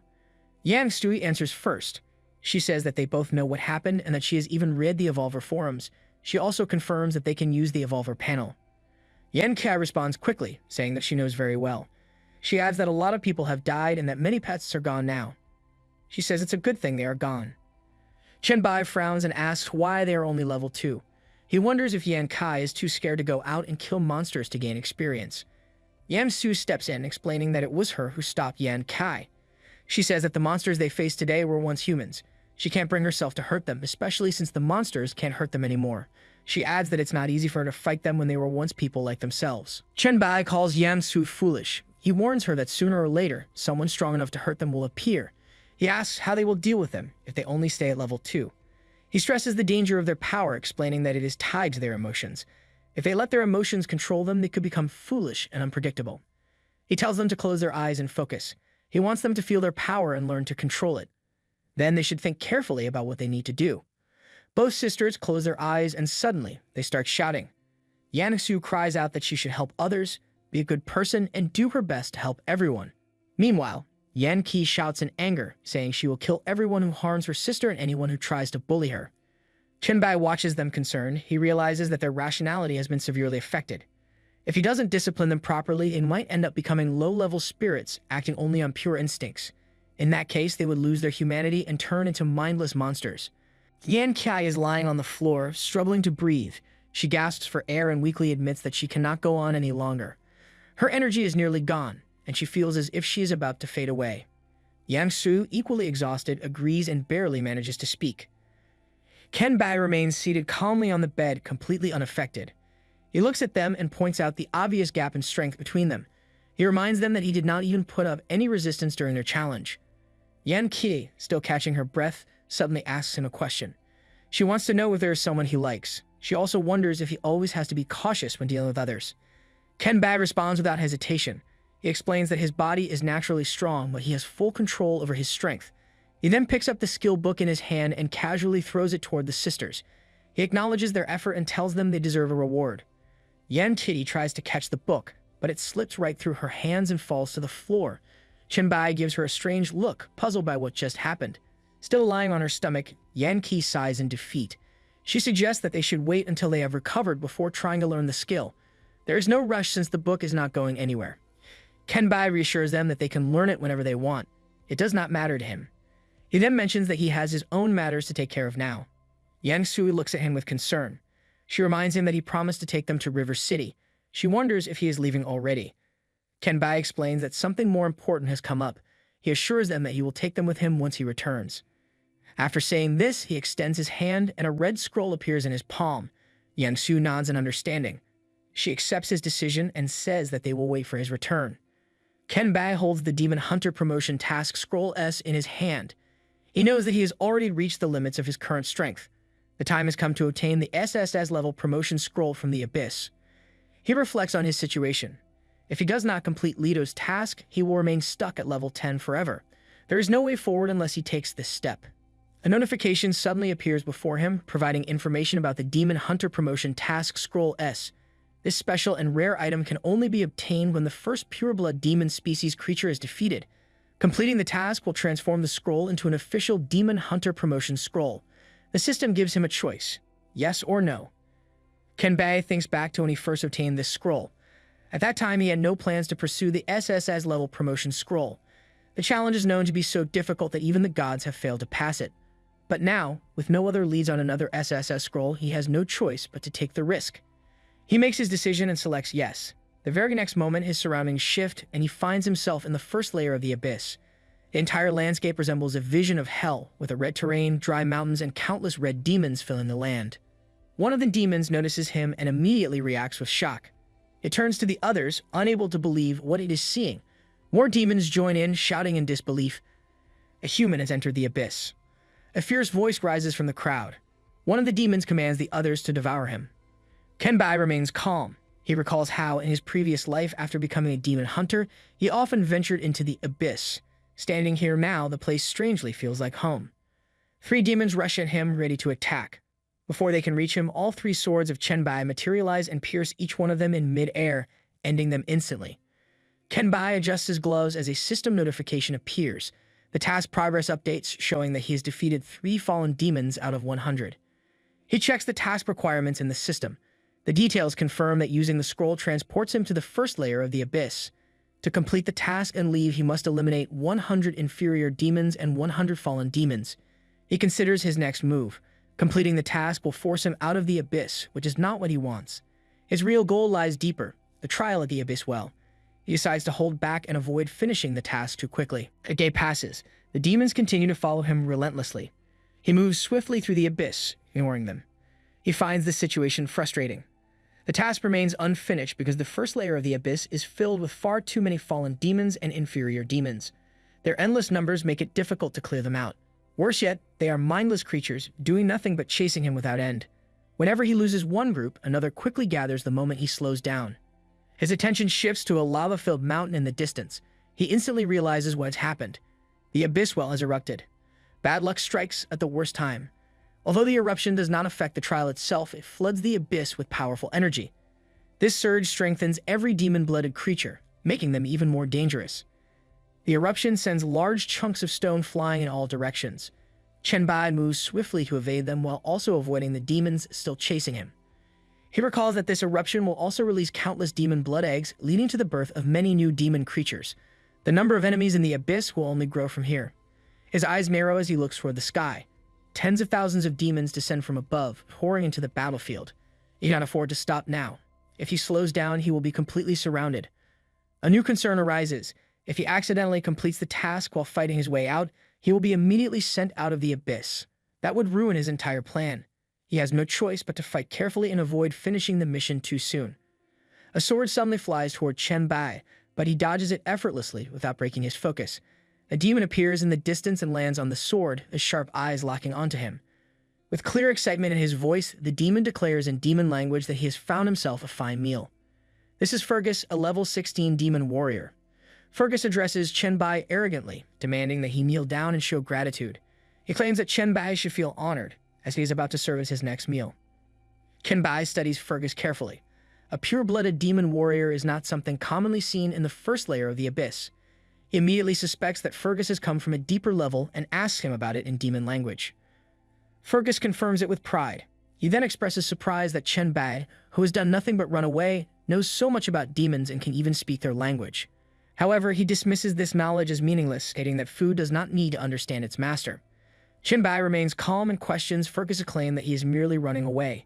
He points out that only the low-intelligence, inferior demons and fallen demons are chasing him, hinting that there is a reason behind it. Fergus does not know the answer but offers to let Chen Bai explain before he dies.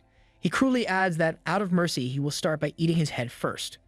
Without hesitation, Fergus launches an attack, rushing straight toward Chen Bai. Chen Bai, unfazed, gives his response through action. In an instant, he moves with speed beyond what the demon can track. Multiple swords appear and slice through Fergus mid-air, cutting him down before he can even react. Fergus screams in disbelief. His voice trembles as he struggles to accept what's happened. It should have been impossible. Chen Bai, standing unbothered, delivers his final words in demon language. He states the reason why only inferior demons have been chasing him, because he has already eliminated all other species. His gaze shifts across the battlefield. Around him, more demons begin to hatch from demon blood eggs scattered across the abyss. The situation grows more dangerous by the second. He quickly assesses the growing numbers and makes his decision. If he does not leave soon, he will be completely surrounded. There is no time to waste. 6 days later, Chen Bai finally stands before the abyssal well. He looks at the dark, ominous pit and acknowledges the long journey it took to get here. The destination had seemed close from a distance, but reaching it was much harder than expected. His thoughts drift to his past life. When he first became a demon hunter, this was the place where he sought refuge. Most of the demons on the first layer of the abyss fear this place and do not dare to come near. He decides to take a short rest before continuing the challenge. Leaning against the mountain, he opens his system screen to check his inventory. He reviews his plan. Over the past few days, he has gathered a large number of demon bloodline potions. He intends to feed them to the mask, allowing it to absorb and refine their essence. His bag and secret storage are completely full of these potions. He wonders what level of bloodline essence will be synthesized from the tens of thousands of B and D grade potions he has collected. Before he can proceed, another presence emerges nearby. The deep voice speaks, confirming that a human has really made it to the abyssal well. The speaker steps forward, revealing himself to be a Kuotao fish demon, a submariner, DIR 17, level 18. His shark-like face is sharp and menacing. The fish demon finds the situation amusing. Speaking in demon language, he explains that he received a report from one of his servants. According to the report, a human was heading toward the abyssal well. Not only that, but this same human had wiped out all other types of demons, leaving only inferior demons and fallen demons untouched. His eyes lock onto Chen Bai, and he confirms what he already suspects. The human in question is standing right in front of him. Chen Bai observes the fish demon carefully. The Kuoto fish demon appearing in the first layer of the abyss is unusual. This type of creature does not belong here. He questions the demon in demon language, showing no concern. He wonders if demons from deeper levels enjoy wandering around the upper layers whenever the abyssal well erupts. the fish demon responds without hesitation. He declares himself a demon prince and reveals that he has come here for one reason: to kill Chen Bai. Without wasting another moment, the demon prince opens his powerful jaws and lunges forward with full force. His voice roars through the abyss as he condemns the idea of a mere human running wild in demon territory. His attack is fast and aggressive, and it looks like he is aiming to end the fight immediately. The fish demon swings his trident, and a surge of water energy bursts from his blade. The weapon carries water-based abilities, making each strike flow like a powerful tide. He attacks with full force, aiming to overpower Chen Bai. Chen Bai activates his Hellfire armor just as the trident makes contact. A loud bang echoes through the air, but he remains completely untouched. He speaks in demonic language, questioning the demon's title as a demon prince. His curiosity grows as he asks which layers Lord the Demon is a descendant of. The fish demon responds without hesitation, revealing that his royal father is the lord of the 17th layer. Without giving Chen Bai a chance to react, the demon prince swings his trident again, refusing to slow down. His anger erupts as he mocks Chen Bai, calling him worthless for relying on inferior Hellfire armor. He demands to know if fear has already consumed him. Chen Bai dodges effortlessly, showing no sign of struggle. His expression remains calm as he decides to put an end to the demon's arrogance. Activating muscle reinforcement, he moves in an instant. His hand grips the demon's head, and with overwhelming strength, he slams him into the ground. The impact shakes the earth beneath them. Without wasting time, 3 swords materialize behind Chen Bai, summoned in an instant. Their sharp edges gleam, filled with a deadly aura. He steps back slightly and orders the fish demon to stand up, giving him a chance to face what comes next. Chen Bai stands over the fallen fish demon. He states that his mask had been ready to consume something valuable, but the demon prince's sudden appearance interrupted the process. The item in his inventory is not pleased. Without hesitation, the 3 swords hovering behind him move on their own. They strike the fish demon repeatedly, piercing through its flesh over and over again. The demon prince has no way to resist. Chen Bai watches the scene and declares that, as an apology for the interruption, the fish demon's bloodline will serve as the mask's appetizer. The mask in his possession suddenly comes to life. His mouth opens and a clattering sound echoes from within. Chen Bai continues speaking, explaining that his backpack and inventory are overflowing with bloodline potions, numbering in the tens of thousands. The clattering noise continues as the mask feeds, absorbing the demon's essence. His curiosity grows. He wonders what level of essence will be synthesized from this massive collection of potions. A notification suddenly appears, informing him that he has obtained a new weapon, Blackwater Trident C-Class. It is a long-handled weapon that enhances strength and agility, increasing both attributes by plus 25. The weapon possesses a unique ability called Blackwater Depths, which allows the wielder to breathe underwater and grants dark vision. Additionally, it comes with the Tidal Strike skill, which releases a powerful attack boosted by water currents. The equipment requirements to use the Blackwater Trident are a strength stat of 60 and a minimum level of 15. Chen Bai studies the details of the weapon and finds the underwater breathing ability particularly interesting. It is not something he needs right now, but it could be useful later. Turning his gaze toward the abyssal well, he takes a deep breath. With all obstacles cleared, nothing stands in his way anymore. The time has come to begin the next challenge. Chen Bai climbs to the top and steps onto the edge of the abyssal well. His eyes fixate on the endless darkness below. He speaks, knowing that as he stares into the abyss, he will soon receive the expected prompt. Suddenly, dark purple circular waves of light begin to spread from the depths of the abyssal well. A deep, echoing voice resonates through the air, repeating a warning. When someone stares into the abyss stares back. Chen Bai sharpens his focus, sensing something unusual. He recognizes the moment and confirms that it has arrived. A notification appears in front of him, stating that it saw you, a sentient being. A wave of unease grips his chest, a pressure unlike anything before. He reflects on the fear creeping into his heart. This feeling is unavoidable when facing the gaze of the abyss. His instincts scream at him to step back, but he knows that retreat is not an option. If he moves away now, it will mean instant rejection, permanent failure with no chance to try again. Another notification appears, analyzing him further. It confirms that its soldier level is 10. His thoughts drift back to his previous life. Many level 10 geniuses, even disciples of legendary powerhouses, reach this point only to fail. Some among them, rare prodigies who managed to withstand the gaze, never made it out alive. More notifications appear, exposing his current state. It saw that you have not advanced your class yet. It saw that you have no bloodline. It saw that you possess no equipment above grade S. It saw that you lack temporary and powerful external boosts. It saw that everything you own was earned by your own hands. It saw that your strength belongs to you alone. It saw that you have enough ability to control yourself. It saw that you do not know what you will face. It saw your name. It saw your fear and hatred. The abyss continues its silent observation, locking onto him with an oppressive force. Something presses down on him, weighing on his entire body. A deep exhaustion sets in, as if an invisible force is crushing his very existence. A new notification appears before Chen Bai, confirming that he meets the requirements. The system announces that the passage to the Abyss trial will now open for him. If he successfully completes the trial, he will receive the SSS grade Abyss Overlord class advancement scroll. The scroll will be bound to him as the challenger, ensuring that no one else can claim it. Chen Bai remains firm, showing no hesitation. He acknowledges the challenge and prepares himself for what lies ahead. Another notification appears, instructing him to jump into the abyssal well to begin the trial. It warns that retreating will be considered permanent abandonment, meaning there will be no second chance if he turns back now. Without wasting any more time, he commits to the decision. He tells himself that there is no turning back and then leaps into the abyss. And just as he falls, a new notification outlines the conditions of the trial. You must defeat the 10th level projection avatars of each demon lord on every abyss layer under specific conditions. For each completed layer, he will receive a rest period ranging from 1 minute to 1 hour before the next challenge begins. If a layer does not currently have a demon lord, the projection of the previous lord from that layer will be summoned instead. His status will be fully restored before each battle. All items and skills will have their cooldowns reset. All equipment will be repaired. He continues falling deeper into the abyssal well, and while he does, he processes the information. The full reset on cooldowns is particularly significant. Even items with extremely long cooldowns, such as the Time Hourglass, which requires over 70 years to recharge, will be ready for use again. The endless descent continues, pulling him further into the unknown depths of the Abyss trial. Just as Chen Bai is about to hit the pit, a sudden notification appears, flashing with urgency. An error message fills his vision, stating that the trial challenger cannot be restored to their peak state. His mind sharpens, sensing something is wrong. He immediately reacts, hoping that no unexpected complications arise from this.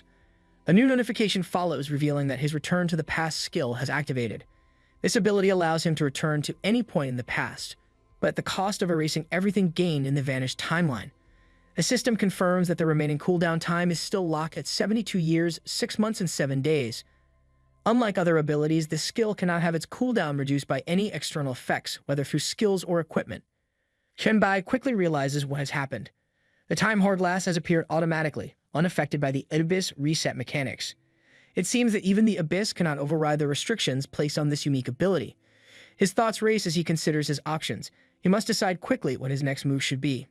Before he can react, more notifications begin flooding the system, each one flashing the same error message repeatedly. Something is clearly wrong with the process. Just before he lands, another notification appears.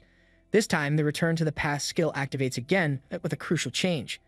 The system now states that he can still return to any point in the past, but only after entering the Abyss well. Additionally, the cooldown restriction has been removed entirely.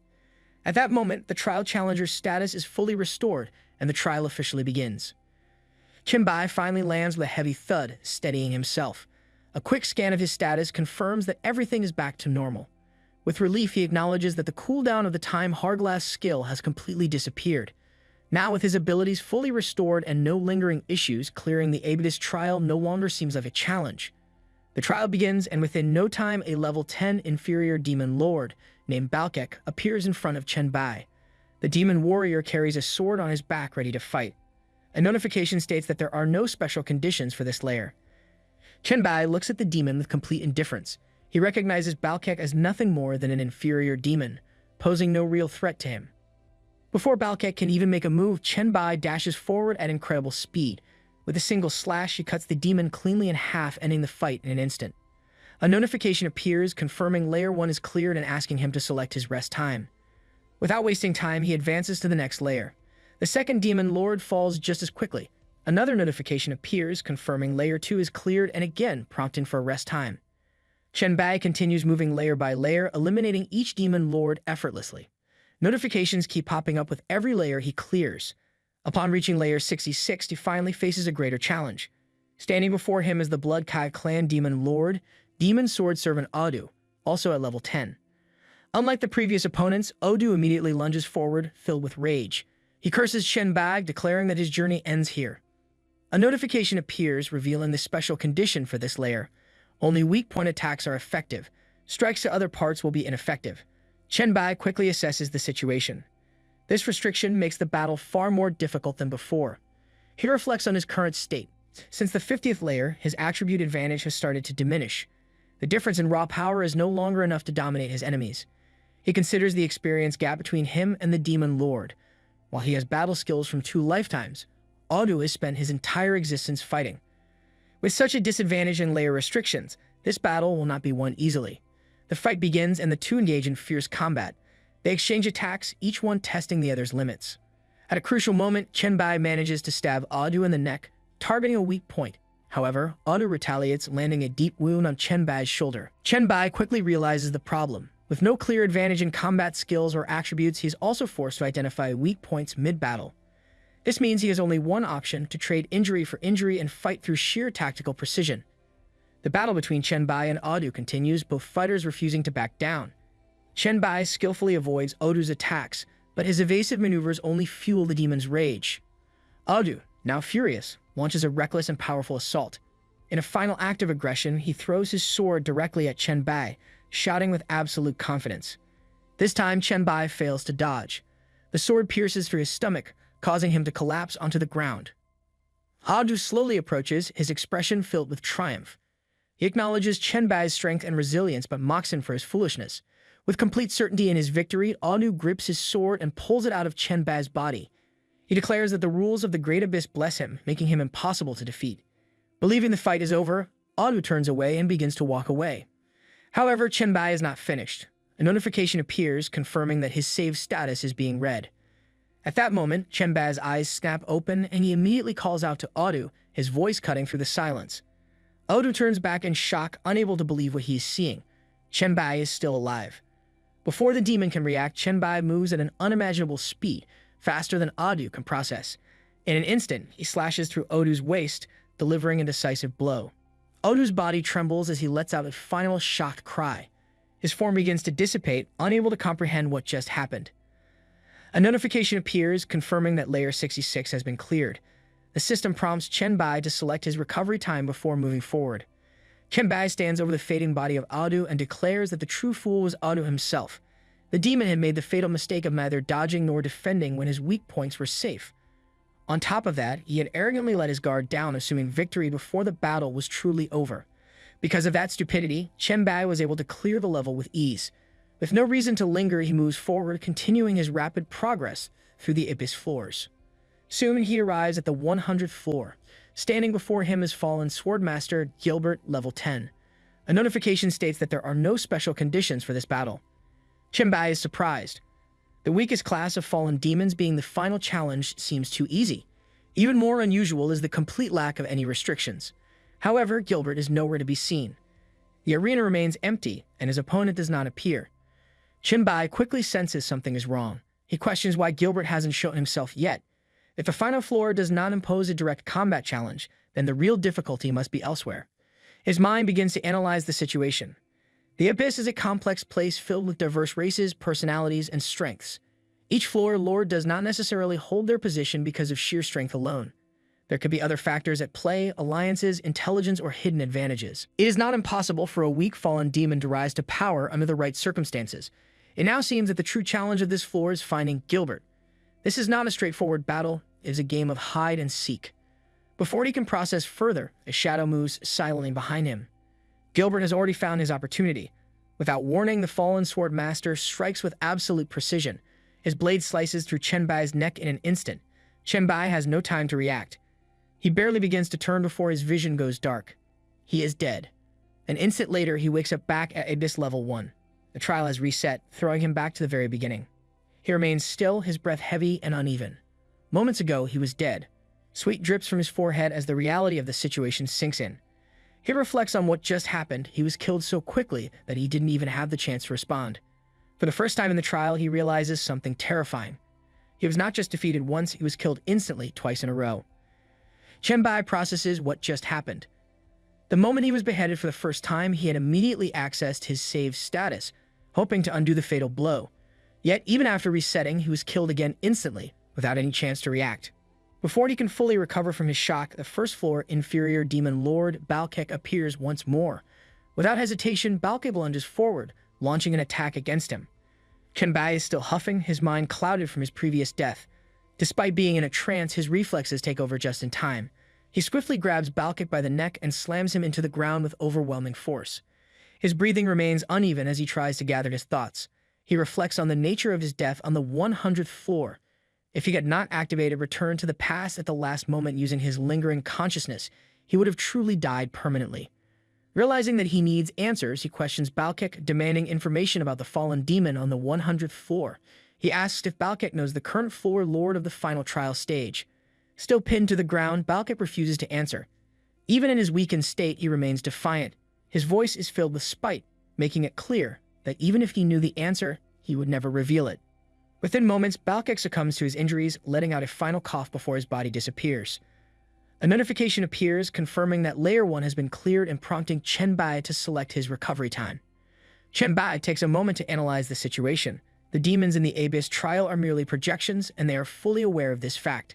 Since they know they are not truly alive, they feel no fear of death and endure pain without hesitation. This realization forces him to rethink his approach. If he wants to gather intelligence about the 100th floor, he will need to change his strategy. Charging forward blindly will only lead to another instant death. He must find a way to uncover the truth before facing Gilbert again.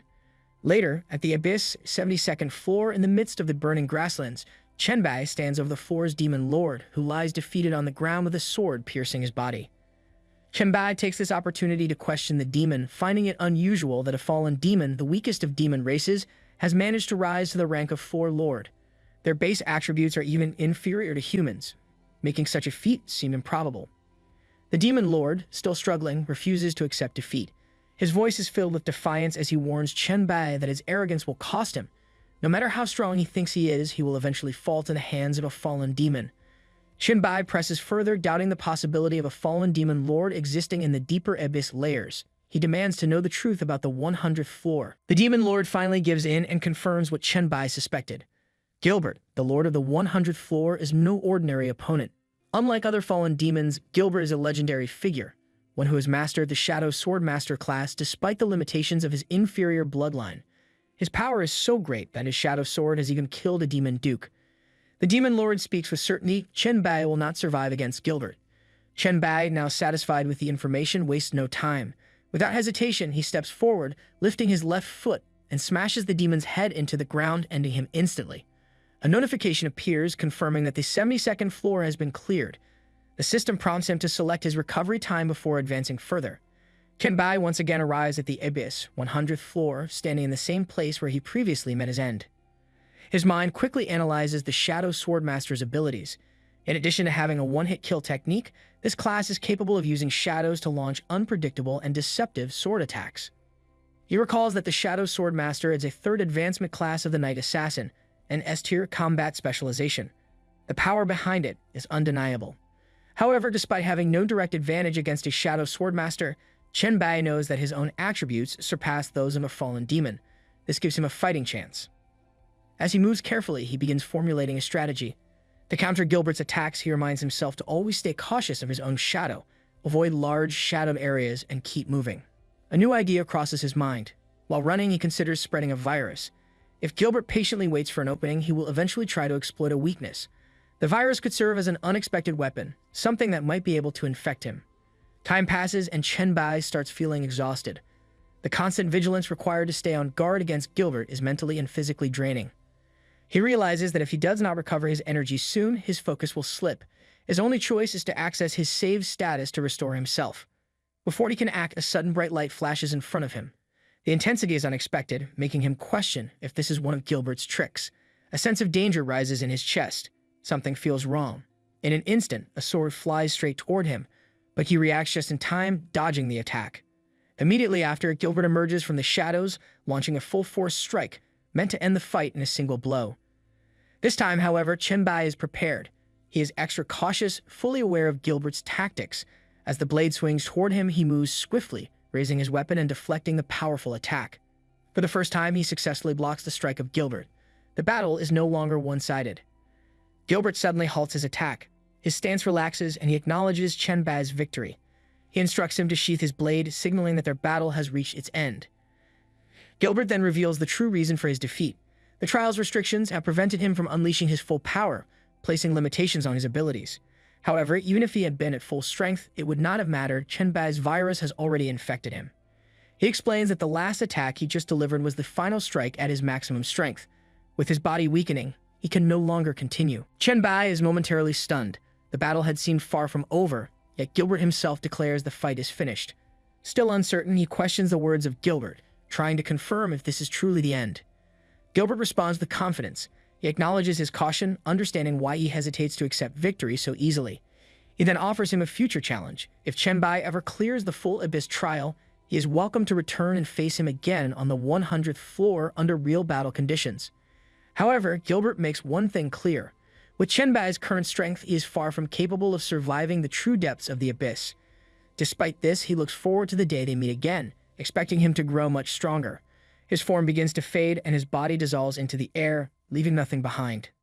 A notification immediately appears, confirming that the 100th floor has been cleared. The system prompts Chen Bai to select his recovery time. Chen Bai takes a deep breath, reflecting on Gilbert's words. He recognizes the difference in their strength, but does not let it discourage him. Instead, he sees it as a goal to surpass. His eyes remain focused as he accepts the challenge. Next time they meet, he will be ready. When that moment comes, he will not rely on tricks. He will face Gilbert's swordsmanship head-on and prove his strength. At the 200th floor of the Abyss, Chen Bai steps into a magnificent palace filled with an elegant yet eerie presence. He calls out, addressing the lord of the 200th floor, expecting to begin the trial battle. Seated calmly on a luxurious sofa is fallen angel Lord Elmia, a six-winged fallen angel at level 10. A notification appears, confirming that there are no special conditions for this floor. Chen Bai looks around and comments on the state of the palace, questioning why cleaning it up seems so troublesome. Elmia responds with an unexpected answer. She admits that she had originally intended to let him proceed immediately without a fight. However, curiosity got the better of her. Rising gracefully from her seat, she walks toward a dining table surrounded by sofas. She sits comfortably, exuding an air of casual authority, and invites Chen Bai to join her. Chen Bai approaches, his expression showing caution and curiosity. He wonders what exactly Elmia is interested in. She wastes no time and asks the question on her mind. How did someone with his level of strength manage to reach the 200th floor? She acknowledges that Gilbert, though a skilled fighter, is limited in his thinking, relying too much on practice and sneak attacks. Even if Chen Bai managed to defeat him, the challenges ahead will be much more difficult. Many opponents in the later floors will be far more complex and harder to handle. Chen Bai listens but does not reveal anything. As he reaches the dining table, he places his hand on one of the chairs and responds with confidence. Having wins is his greatest secret, and he cannot share that information with Lady Elmia. Elmia remains relaxed and makes it clear that she is not interested in uncovering his background. She simply feels bored after spending the day lying around. She then makes an offer if he sits down for a drink, chats with her about how he managed to make it this far. She will let him pass without a fight. Chen Bai reaches for the flask, pouring red wine into a glass while considering her words. He then asks her what exactly she wants to know. Elmia pauses for a moment, then brings up a specific opponent. She refers to the lord of the 105th floor, a slime monster she clearly finds disgusting. Chen Bai recalls the creature in question, flesh and blood aggregation Cerubus, the level 10 demon lord of the Abyss 105th floor. His mind drifts back to the swamp-like battlefield where the fight took place. Cerubus was not a normal opponent. His form resembled a mass of writhing meat, a pool of living flesh that spread across the ground like a sticky, pulsating swamp. Touching it meant certain death, as anything that made contact was immediately swallowed and dissolved. Chen Bai himself barely survived the encounter. The moment he touched Cerubus, the creature devoured half of his body in an instant. Elmia listens with intrigue before asking the most important question. How did he manage to win? She raises her glass, proposing a toast. Chen Bai answers without hesitation. If Cerubus enjoyed devouring flesh, then the only solution was to feed him. However, the process was brutal. His own body was not easy to digest, so he force-fed the monster hundreds of his own severed arms. Eventually, Cerubus succumbed to severe food poisoning.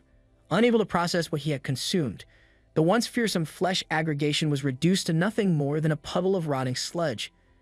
Elmia smiles at the unexpected strategy, admitting that she did not expect him to deal with Cerubus so effortlessly. Chen Bai, however, clarifies that it was far from easy. The pain of repeatedly tearing off his own arms was excruciating. The battle may have seemed simple, but the sacrifice required was beyond what most could endure. Elmia, still enjoying the conversation, brings up another name, Fingo, the 136th floor demon lord. She refers to him as a smelly old creature, questioning why he ever bothered leaving the sea in the first place. Chen Bai immediately recalls the battle and admits that his victory was only possible because of a good piece of equipment that was gifted to him by Fing's own grandson. Hearing this, Elmia laughs, clearly amused by how Chen Bai took advantage of the situation. Her curiosity does not stop there. She then mentions another opponent, the girl from the 153rd floor, pointing out that unlike Fingo, she had no place to hide. Chen Bai's mind shifts back to the 153rd floor where he faced Hartley, the barrow flame spirit who ruled over the mountainside lava pool. He acknowledges that she was truly strong. During their battle, she had killed him 15 times in a row.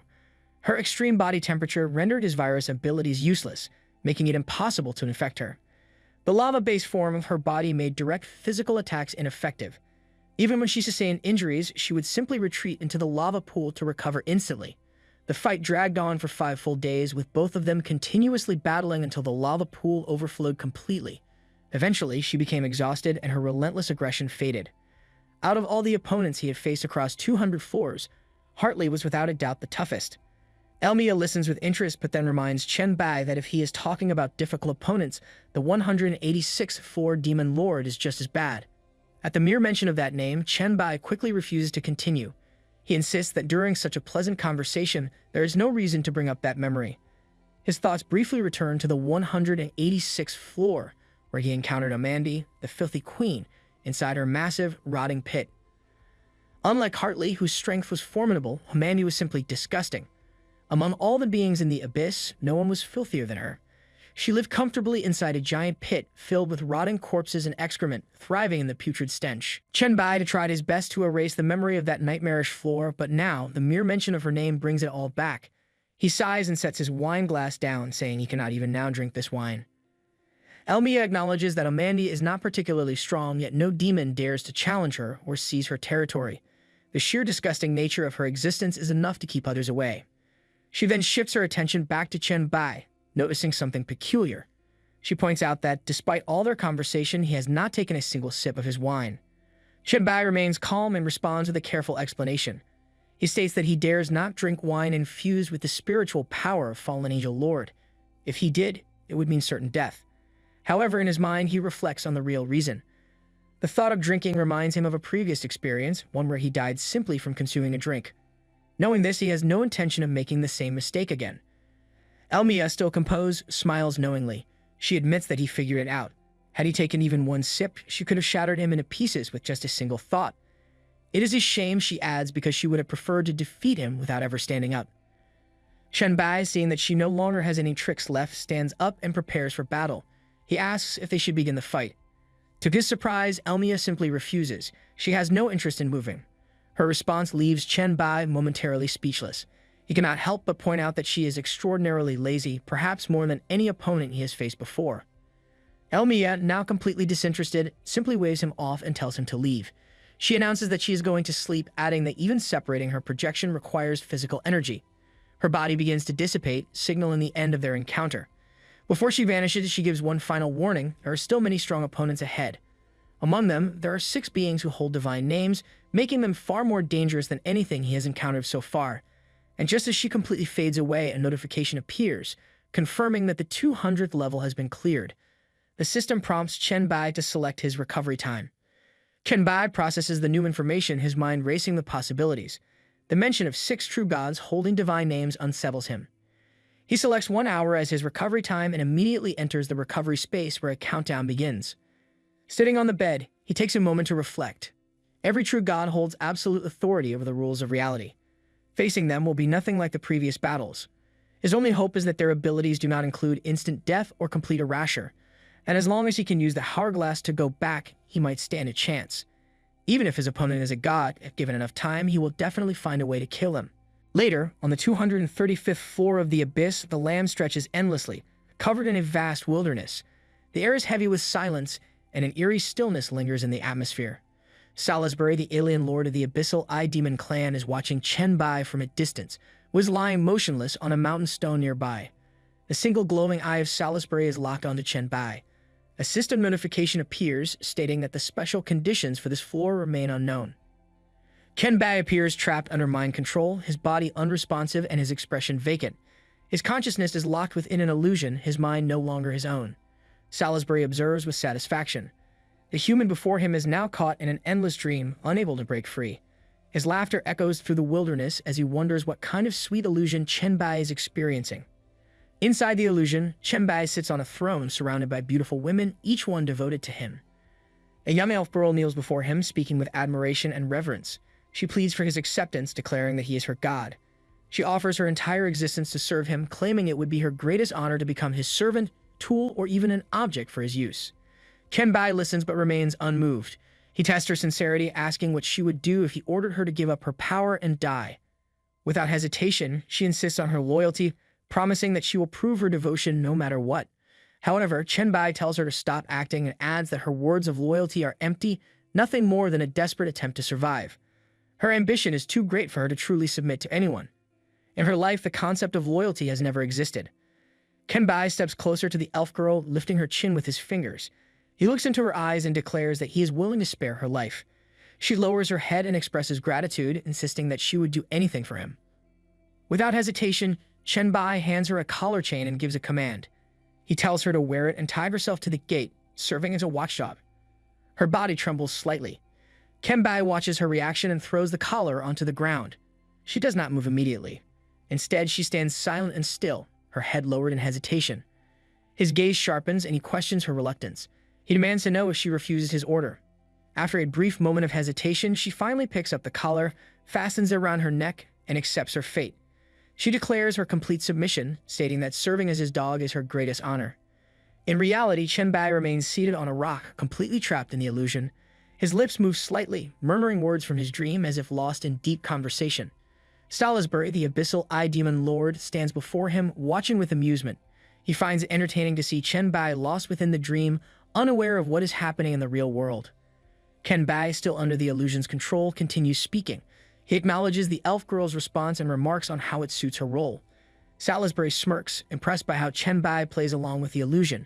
He reassures him that once his soul is fully absorbed, he will forever remain inside this sweet dream, trapped for eternity. However, before Salisbury can make his move, 3 swords suddenly materialize behind him. Without warning, they pierce straight through his body. A notification appears, revealing the true special condition of the 235th floor to see through and break free from Salisbury's illusion. Chen Bai opens his eyes and breaks free from the illusion. He acknowledges that the dream was beautiful, but it was not real. No matter how tempting it was, staying in it forever would be meaningless. Salisbury, now wounded, struggles to understand what just happened. He questions Chen Bai, demanding to know at what point he had seen through the illusion. The fact that Chen Bai had broken free without him noticing leaves him in shock. Chen Bai explains that identifying the illusion was not difficult. The reason is simple. Salisbury cannot simulate the true presence of a god. Perhaps his original form is capable of it, but here, in the trial, he is only at level 10. He further clarifies that escaping was even easier than Salisbury might have expected. The sword spirits were never pulled into the illusion, which allowed them to act independently. Unlike Chen Bai, they retain their own consciousness, giving him a direct way out. Salisbury listens, realizing what this means. If Chen Bai had been aware from the start, then he could have ended the fight at any moment. This leads Salisbury to suspect that Chen Bai allowed the game to continue, merely toying with him. Chen Bai denies this and explains his true reason. He never intended to play games with Salisbury. Instead, he needed a break. After descending through 200 layers of the abyss, his spirit had reached its limits. He recalls the sheer number of battles, the relentless strategizing, and the hundreds of times he was forced to restart. The overwhelming fights, calculations, and betrayals had drained him beyond what simple physical and mental recovery could fix. Even though his strength and energy could be restored, the burden of accumulated pressure and confusion remained. No matter how many times he recovered, the weight of an endless, unforgiving journey did not disappear. If not for this illusion, his willpower might have completely worn away. Surprisingly, he realizes that the dream helped him remember his original purpose. Without it, he might have eventually lost himself, becoming a madman wandering through the abyss without an end in sight. For this reason, he acknowledges that Salisbury has unintentionally helped him. In a strange way, he owes him a moment of clarity. Salisbury looks at Chen Bai and remarks on his choice to rest inside the illusion. He finds amusing that after enduring the exhaustion of 200 floors, Chen Bai chose to recover inside his fantasy world. He reassures him, however, that there are not many battles left ahead. Chen Bai listens carefully and asks if they are approaching the final floors. Salisbury begins to walk away, casually revealing that fewer than 300 floors remain. However, not all of them are occupied. Many of the layers are empty. Chen Bai, hearing this, corrects his assumption. Even if a layer does not have a current floor lord, the will of the abyss will summon a former lord to fight in their place. He recalls how the smoke demon from the 215th floor had previously ruled over the 192nd floor, proving that past floor lords are still active in the trials. He reflects on the fights he has already experienced, noting that he has faced the same type of enemies multiple times, as though their hands were being played like a repeated deck of cards. Salisbury quickly disagrees, shaking his head. He clarifies that some floors do not just lack a lord, they have been completely erased. In those places, nothing remains. He explains that during battles between truly powerful beings, entire layers of space collapse in the aftermath. The deeper the abyss, the more frequently this phenomenon occurs. Chen Bai listens and wonders if this is truly the case. If some floors no longer exist, then what lies ahead is even more uncertain than he expected. He expresses his appreciation to Salisbury, acknowledging the useful information. Before leaving, he adds that if he successfully clears the trial, he might return to visit Salisbury in the future. Salisbury bursts into laughter, clearly entertained by the idea. He assures Chen Bai that if he ever comes back, he will experience a flawless illusion, one so perfect that escaping it will be impossible. If he fails to break through, Salisbury will never let him leave again. A notification appears confirming that the 235th floor has been cleared. The system prompts Chen Bai to select his recovery time. Without hesitation, he chooses 1 second, refusing to waste any time. He clenches his fists together and prepares himself. His energy surges, and he declares that he will continue fighting while he is still at his peak condition. Another notification appears, informing him that the 236th floor has collapsed, automatically transporting him to the 237th floor. Before he can react, a second notification follows, confirming that the 237th floor has also collapsed, moving him straight to the 238th floor. Then yet another notification appears, announcing that the 238th floor has also been destroyed, forcing him into the 239th floor. Chen Bai takes a moment to process the situation. For the first time, he realizes that collapsed floors can actually be skipped. His thoughts race as he wonders how many floors will be skipped in total.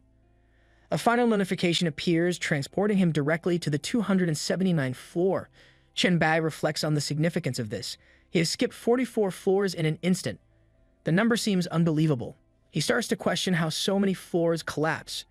If he ever gets the chance to look back, he might ask the fallen angel Elmia or Salisbury for an explanation. Just as his feet touch the ground, another notification appears. The 279th floor is revealed. His next opponent is the Bull Demon Lord, the Lord of Beasts. Baphomet, a special condition notification follows, stating that in order to defeat Baphomet, he must first navigate through a maze before engaging in battle. Chen Bai processes the name before him. Baphomet, the Lord of Beasts. Recognition flashes in his mind. He has heard of this entity before. Baphomet is known as the god of the Torn tribe, a sacred figure worshipped by the barbarian class. This means he is not just another floor lord, he is one of the 6 true gods that the fallen angels warned him about. He takes his first steps forward and immediately notices the change in atmosphere. The ground beneath him is dark and stained with blood, marking the entrance to the maze. The walls of the labyrinth rise high, casting deep shadows that make it impossible to see ahead. The silence in the air carries an oppressive weight, as though the maze itself is watching him. Moving cautiously, he reminds himself that even though the first 200 floors were incredibly difficult, the real challenge has only just begun. He recalls a warning: anyone who enters this maze will be attacked without hesitation. There will be no room for error. At that moment, a shift in the air behind him catches his attention. A beast emerges from the darkness, its red eyes glowing with hostility. Its horns curve like a markward goat, while its face resembles that of a lion, filled with ferocity and hunger. Without hesitation, it lunges forward, aiming to strike Chen Bai before he can react. His head jerks in surprise, but his body responds just in time. His fist meets the creature's punch mid-air, and their power clashes like a thunderstorm. Baphomet doesn't stand a chance at that moment. The oversized goat flies backward like a sack of garbage tossed off a cliff. Chen Bai transforms his arm. Flesh twists and reshapes into a sharp curved blade, smooth and deadly. With a quick motion, he swings it across Baphomet's chest, tearing a deep wound. The beast crashes onto the ground, making the floor tremble beneath its bulk. Chen Bai looks down at the motionless monster. For a moment, it seems like the fight is already over. But then something strange starts happening. The body doesn't stay still. It begins to sink into the floor like it's melting into the ground itself. Chen Bai notices, but not fast enough. He throws a punch, hoping to land a finishing blow, but the creature vanishes before his fist connects. It leaves behind no flesh, no bones, just a splash of red that quickly fades. The realization hits him. What he just fought wasn't the real Baphomet. That thing turned into blood. Most likely a clone, just a dirty trick made to waste his energy and slow him down. Typical coward move. This so-called beast lord hides behind illusions like a scared puppy in a costume shop. Chen Bai shakes his head. His knowledge about beast sovereigns is barely more than a few scattered stories, but now he knows one thing: he will have to learn fast or get left behind. After 10 minutes of walking through the dark maze, he steps into an ancient hall. The air here feels thick, like the place remembers pain. Echoes of heavy footsteps bounce through the chamber. Thump, thump, something waits just beyond the old stone wall. A shadow flickers, huge, sharp, and hungry. There it is again. The real Baphomet steps out from the dark, no longer pretending. It charges like a wild animal with zero brain cells, horns ready to stab. But Chen Bai plants his feet and grabs those ugly horns with both hands. The monster tries to push forward, but Chen Bai holds him in place. He doesn't waste time. His spiritual perception activates. A flood of information pours in. What he sees makes his eyes narrow. Baphomet has grown much stronger. Not just a little, 5 times stronger in every way. Strength, speed, toughness, spirit. It's all multiplied. Turns out this oversized goat isn't just dumb, it's also cursed with an ability called Gladiator God Battle Thirst Surge. Basically, the more it enjoys fighting, the stronger it becomes. Like a gym bro who grows muscles just by flexing in front of a mirror. 5 times is the limit, and this clown has already hit that cap. Chen Bai keeps his grip tight. This is no time for holding back. The real fight starts now. The Baphomet breaks free from his grip with a burst of power that shakes the ground. That blow isn't just strong, it's absurd. Chen Bai realizes something right away. This creature is only at level 2, and already its power feels unfair, like some cheat code comes to life. Chen Bai doesn't wait. He immediately uses his ground thorns technique, and as a result, thick dark thorns rise from the ground around him. They shoot up like angry spikes, piercing through the Baphomet from every direction. The beast gets pinned to the spot, stuck like a fly in a trap. Chen Bai takes a moment to think. It makes sense now. When he first stepped into the maze, this thing must have been only level 1. That explains how he overpowered it the first time. Now things are different. Time keeps crawling forward. Baphomet doesn't just heal, it evolves. Soon it reaches level 3. Chen Bai lands a heavy punch straight into its stomach. The blow lands clean, but it does nothing. It's like punching a wall of steel wrapped in muscle. And the worst part? The creature is now even bigger. Every level up makes it grow like some sort of ugly bodybuilding contest with no off switch. The fight turns into a horrible game of hide and seek. They clash again and again. Baphomet keeps leveling up, refusing to go down. Eventually, it reaches level 4. This time, it isn't charging, it just sits by a wall, calm and smug, like it knows how hopeless this battle is becoming. Honestly, it looks like a demon goat trying to act wise after eating half a gym. Chen Bai starts noticing something important. The deeper he walks into the maze, the stronger this oversized furball becomes. Every step forward means more danger. He does the math in his head. From level 1 to level 5, it's taken around 3 kilometers. At level 5, Baphomet's stats are ridiculous. Strength hitting 400,000, agility jumping to over 300,000, constitution through the roof, and spirit just as wild. And to make things worse, it has some fancy anti-magic ability like a final boss cheat. Chen Bai stands over the fallen beast, gasping for air. His body screams from exhaustion. This single creature at level 5 already matches him in raw power. That alone is bad enough. But then comes the real horror. He realizes this isn't the end. There are 10 levels total, which means he has to fight 10 different versions of this same horned nightmare. Each one stronger than the last. It's like a bad dream that forgot to end. Exhausted from the brutal struggle, Chen Bai drags his weary body onward and finally encounters the level 10 Baphomet. Chen Bai leans against a cold stone wall, every breath heavy and sharp, but he doesn't stop. Now isn't the time to give up. Not when things are just getting serious. After 30 minutes of endless fighting, Chen Bai finally crashes onto a cold stone slab. His body refuses to move any further. A sharp horn sticks out from his stomach, the pain burning like fire. He reaches for it, trying to pull it out, his face twisting from the agony. This fight isn't just hard, it's completely insane. Every time Baphomet levels up, its power shoots higher than anything he expected. It's like someone gave this beast a cheat sheet and forgot to tell him. A loud whooshing sound fills the air. Another Baphomet, now at level 7, comes flying toward him like a missile. His eyes glow red, full of rage and ugly confidence. This thing clearly thinks it's invincible. Chen Bai's chest tightens, not just from fear, but from knowing he's almost at his limit. Pain explodes through his body again. He tries to analyze the enemy, but his spirit is drained. His spirit's sense doesn't work anymore, but his instincts scream the truth. This Baphomet is far stronger than him. Its stats are nearly twice his own. This isn't just a beast anymore, it's a full-blown nightmare with horns and no manners. The creature crashes into him like a speeding subway train, slamming him deep into the stone. Dust and rock fly everywhere. His bones feel like they might snap. His vision blurs, but something unexpected happens. The hourglass around his neck lifts into the air. It glows with a strange golden light. Chen Bai's thoughts rush all at once. He notes he's losing badly. Even his virus skill would take too long to weaken this beast. In this moment of desperation, he activates the hourglass. Time rewinds. His body resets. His wounds vanish. The pain fades. He finds himself lying on the cold ground again, right at the entrance of the maze exactly where he started. This moment feels like a second chance. His heart calms. He breathes deeper. He knows what's coming now. This time, he won't rush and swinging like before. He sharpens his focus. He prepares for a new plan. His eyes narrow with resolve. He thinks carefully. What if he doesn't kill the lower-level Baphomets at all? Maybe, just maybe, that's the key to breaking the pattern. System notification appears, Baphomet level 1. Chen Bai lures the roaring beast down a narrow corridor. The idea is clever. Bring it close to where the level 2 version should appear, and then trick them into fighting each other like a pair of wild animals fighting over a toy. But things don't go as planned. He stops and waits. Nothing shows up. The air stays still. Confusion creeps into his face. The second Baphomet doesn't appear at all. He stands there blinking, looking around like someone who just missed their bus. And then, without warning, the entire world around him twists. The scenery warps, and he is yanked forward with insane speed, flying through floors like someone pressed the fast-forward button. In seconds, he passes the level 7 zone and ends up in a place he's never seen before. The maze looks unfamiliar.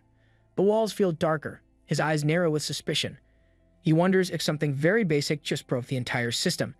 Could avoiding a fight with the first Baphomet really let him skip everything? That idea feels too simple, too stupid. But maybe that's exactly why it works. His thoughts are still turning when a shiver runs down his spine. Behind him, the air bends. Something massive appears, quiet but full of killing intent. Chen Bai turns fast, but not fast enough. A huge fist is already in front of his face. The monster wastes no time. It throws a brutal punch, starting a new round of chaos. Chen Bai doesn't hesitate. His hand flies to the glowing hourglass. He activates it in the nick of time. The power of time pushes him back. His heart beats like a war drum. That strike almost killed him. That thing moved faster than anything he could react to. He lands back at the maze entrance, cold sweat covering his skin. That wasn't just some regular brute. That Baphomet felt like a level 8 or maybe even worse.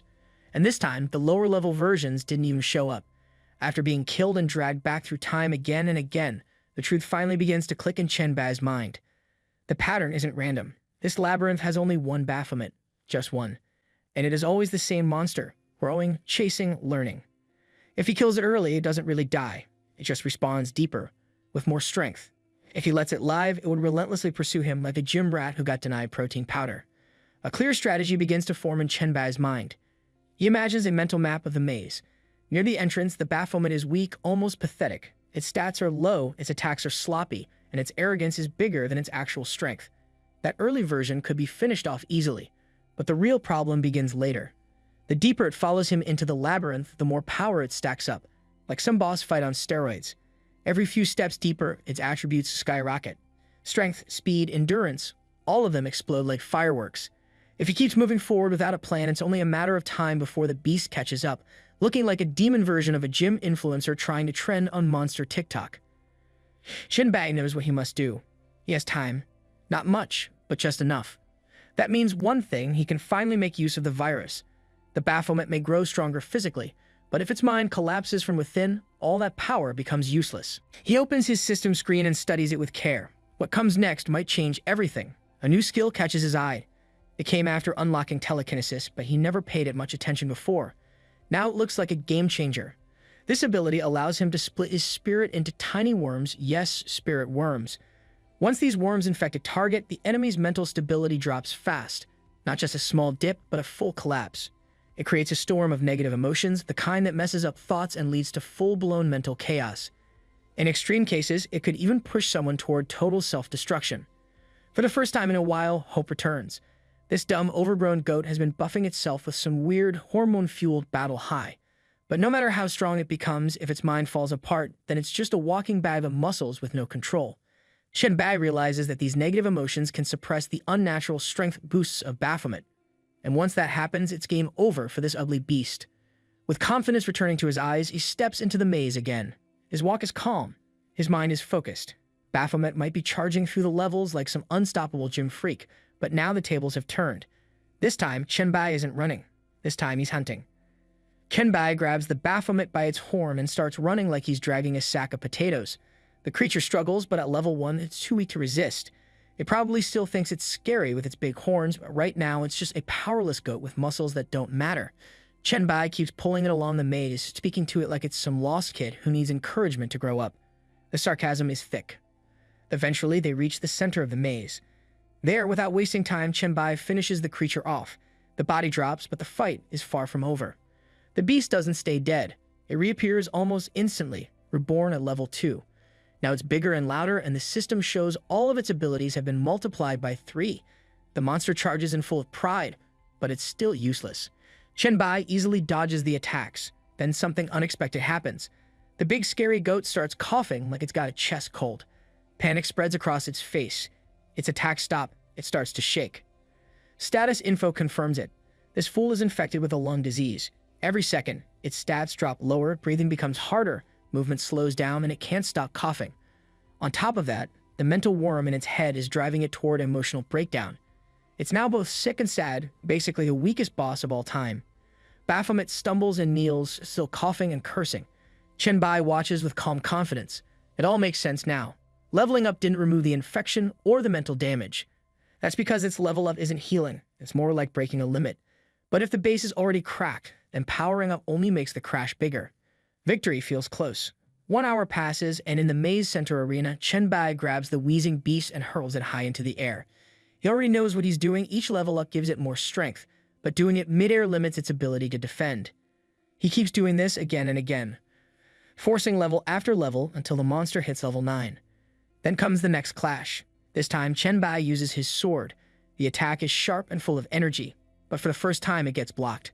Baphomet raises a giant poleaxe and meets the blow with a loud crash. The weapon shakes the arena. Chen Bai steps back, surprised. Just a moment ago, this thing was barely standing, and now it's matching his strikes. Rage pours out of the beast like smoke from a volcano. Its entire body glows red with fury. Its stats are now sky high, maybe even higher than before. But then Chen Bai looks at the system info again. The lung infection is still active. It never went away. He finally understands level 10 unlocks something else, an extra ability called Indestructible Body. No wonder the stats have jumped again. Something strange happens. The loud, violent monster who was once roaring and swinging weapons now sits down in front of Chen Bai like a tired statue. Its voice sounds slow and dull. It starts talking nonsense about how fighting is boring and pointless. It looks like a retired gym trainer who just realized protein shakes won't fix a broken heart. The system screen flashes with a clear update. The mental worm is still active. Emotional disturbance is at its peak. Depression, self-doubt, and extreme pessimism have fully taken over. Chen Bai watches closely and thinks to himself the parasite worked perfectly. The beast is not just infected, it's spiraling. A monster that once smashed without blinking is now sitting there talking like a washed-up philosopher. The monster keeps talking. It lies down, sighing like it's giving up on the world. Apparently, it destroyed 44 levels of the abyss just because it was obsessed with battle.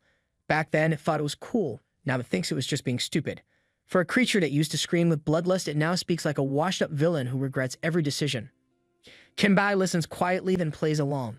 He suggests skipping the fight and just letting him pass the level. To his surprise, Baphomet agrees. It no longer cares. It says its entire life has been nothing but battle and more battle. Now even living feels pointless, like it's just wasting oxygen with every breath. That's when the truth hits Chen Bai. This goat-brained lunatic was the one who destroyed those 44 levels. And now it's crying about life choices. He almost wants to laugh. The conversation keeps going. Baphomet reveals something important. It can be revived over and over again with full health, right here in this maze. Even if it dies, it will come back like nothing happened. Normally, that would be terrifying, but right now, it sounds more like a punishment. Chen Bai doesn't panic. He calmly points out that the same rule applies to him. If either of them dies, they both return. But Baphomet says something unexpected. It believes real victory comes when someone admits defeat willingly. Then it pauses, asking if Chen Bai thinks it's mentally broken now. The answer is obvious. Chen Bai tells him the truth, just a little twisted. Honestly, the beast has gone from being a muscle-bound monster to a dramatic wreck in record time. He reflects for a moment. That was way too close.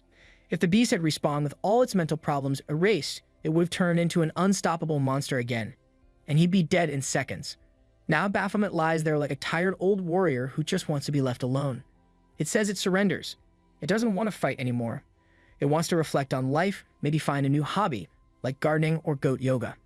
A system message appears right after. Level 279 is complete. Chen Bai is now asked to choose his recovery time. Chen Bai finds himself back in the rest space. His body sinks into the soft bed, but his mind stays alert. That last battle nearly broke him. He thinks back to it, trying to measure the danger. The final stats of that horned maniac Baphomet were probably sitting around 3,000 per attribute. Compared to that, his own average stats, barely over 500, seem laughable. If it wasn't for the mental worm, he'd be fertilizer in the maze right now. The skill saved his life, plain and simple. Now that the first so-called god has been taken down, his mind begins to drift to the next challenge. If that depressed goat was just the beginning, what kind of overgrown freak show is coming next? Soon a new system alert pops up, flashing across his screen. It's a warning. Abyss level 350. This isn't just another floor. It's a towering structure, one massive column, like a pillar holding up the world. Giant chunks of land float around it, connected like pieces of a broken puzzle. In the distance, the largest landmass draws his attention. That's where the Eye of the Abyss sits, watching like some creepy cosmic camera. Every level after the first now carries these strange cone-shaped eyes hanging from the sky. They hover upside down with volcano-shaped craters rising from the ground below. Thick purple beams stretch between them, surrounded by twisting black energy that looks alive. Chen Bai steps into this bizarre new realm. His first thought focuses on the one skill that's carried him so far. The mental worm continues to be a game-changer. Since clearing level 279, he's only had to retreat 3 times. For the Abyss, that's almost a miracle. But level 350 gives him a bad feeling. Something about this place feels heavier. Just when the thought finishes, a figure appears ahead. The system identifies it quickly. Level 350, Serpent Demon Lord, World Devourer, Winifred, level 10. And the special rule is to survive the 9-headed trial. Failure means death. Of course. Chen Bai doesn't even get a moment to process before the monster appears. The enormous serpent rises like a nightmare, its body coiling with power, and 9 massive heads swaying in the air like it's showing off. One of the heads slithers closer to him, smirking like it's already won. It makes a proud announcement, calling first dibs on killing him like it's some kind of party game. This thing is the second god, the legendary World Devourer, a beast that holds the power of endless hunger. Chen Bai quickly accepts the truth. He knows almost nothing about this monster. No tricks, no background, no real plan. He's probably going to die. Several times. The 9th head of the serpent leans in close, speaking in a soft, almost flirty tone. It looks at Chen Bai with wide eyes full of fake curiosity, asking what kind of trial would suit him. Then it makes a weird comment about his appearance, asking him if he is the most handsome man among humans. Apparently, this snake has been spending too much time watching human romance dramas. Chen Bai keeps a straight face and responds with smooth charm. He compliments the snake like it's royalty at a beauty contest. He praises its shiny scales, its glowing eyes, and even the ridiculous flower blooming on top of its head like a fashion disaster. His words hit the mark. The 9th head lights up like a shy schoolgirl, clearly flattered. It declares Chen Bai has passed the test with flying colors. Politeness apparently beats power in this snake's book. Chen Bai bows and continues the performance, calling it a lovely lady. The head giggles, blushing like this is a rom-com and not a life-or-death trial. Next, the 9th head nudges the 8th awake. The 8th rises slowly, yawning like someone who overslept for class. Its test is the simplest yet. It asked a basic math question, something any 5-year-old would answer. Chen Bai says the obvious answer, and just like that, he passes again. This one reminds him of the fallen angel from level 200, fancy title, Zero Actual Danger. Now the 7th head speaks up. This one is different. It sounds like a hippie with too much love for flowers and sunshine. It says it doesn't like fighting and wants to come up with a better test, something peaceful. The voice drifts off, and before it can even think, heads 5 and 6 cut in. They're tired of waiting. Head 5 speaks first. It says it controls water. Head 6 jumps in, claiming it rules over fire. Both of them sound like angry siblings fighting over who gets the last cookie. Chen Bai asks what kind of test they have for him. But instead of a proper trial, the 2 heads start arguing. Head 5 complains that fire doesn't respect water. It wants Chen Bai to agree that fire is dumb for not understanding that water can easily put out fire. The firehead snaps back, calling water weak and bragging that flames can burn through anything. The argument turns toward him. Both ask Chen Bai to choose his side. Basically, they want to know who's right, and who's foolish. Chen Bai realizes this isn't just a question. It's a trap. One wrong answer and he could get burned or drowned. Two notifications materialize in front of Chen Bai, both of them carrying life or death implications. The first one tells him that the trial of the Devourer of Water requires him to support water and make the Devourer of Fire admit its inferiority. The second notification flips the script, stating that the trial of the Devourer of Fire demands that Chen Bai support fire and force the Devourer of Water to concede that it's the weaker element. Each option seems like a trap. No matter which side he chooses, the other will deem him wrong. Failure means death. It's a lose-lose situation, a puzzle with no possible solution. Chen Bai stands still, his mind racing as he stares at the notifications. The gravity of the situation hits him. There's no way out of this. If he takes the wrong side, he'll be dead. If he says nothing, he'll still be dead. This isn't just a trial, it's a game of survival designed to break him. Head 5, annoyed at Chen Bai's hesitation, asks, with an almost condescending tone, why he's standing there looking so dumbfounded. It mocks him for not understanding something as simple as water overcoming fire. Head 6, completely oblivious to the predicament, chimes in and dismisses Head 5's words, claiming that it's obviously stronger. Head 6 questions whether Chen Bai is blind for not seeing it. And as the two heads squabble like children in a playground, Chen Bai begins to think of a way to break the deadlock. The puzzle before him seems unsolvable by ordinary means. The only way to break the impasse, he realizes, is to eliminate one of them entirely. Without hesitation, he swings his sword, hoping to cut through the tension. But his attacks fall short. His strikes miss, completely failing to hit their mark. Both heads look at him, wide-eyed and confused, as if they can't comprehend why a human is swinging a weapon at them. They're so caught up in their own self-importance that they didn't even see it coming. Head 5 stammers in disbelief, asking what Chen Bai is even doing, while Head 6, incredulous, demands to know why he's trying to attack. The other heads, clearly entertained by the spectacle unfolding before them, watch in amusement. Head 3, never one to pass up an opportunity to mock, calls the two heads retards, plainly unbothered by their lack of self-awareness. Head 4, ever the sarcastic one, chuckles at the situation, saying that it's no surprise Chen Bai would want to cut down these two fools. After all, they've handed him a dilemma that's impossible to solve. For a moment, Head 5 stays silent, perhaps realizing that it's been playing into Chen Bai's hands without even knowing it. Then, as if the weight of their foolishness finally hits, Head 5 speaks up. It understands now. The two-headed trial is designed in such a way that no matter how Chen Bai answers, it's a trap. He can't win. Either way, he's bound to lose. Head 6, unable to resist the urge to confirm its own brilliance, agrees with a smug sense of satisfaction. Yes, that's right. It's a foolproof plan, one that guarantees a trap no matter how Chen Bai reacts. Chen Bai can't help but chuckle, seeing the absurdity of it all. The villains, with all their power, had fallen into their own trap without even realizing it. It's almost laughable. Suddenly, Head 6, eager to end the awkwardness, declares that Chen Bai has passed the trial. He doesn't need to worry about it anymore. Head 5, now equally aware of the trap they've set, agrees. All Chen Bai has to do is pick a winner, declare which element is superior, and the trial will be over. Chen Bai shakes his head in disbelief. These so-called powerful beings are nothing more than childish and erratic entities. They act like spoiled children, constantly bickering about who is stronger.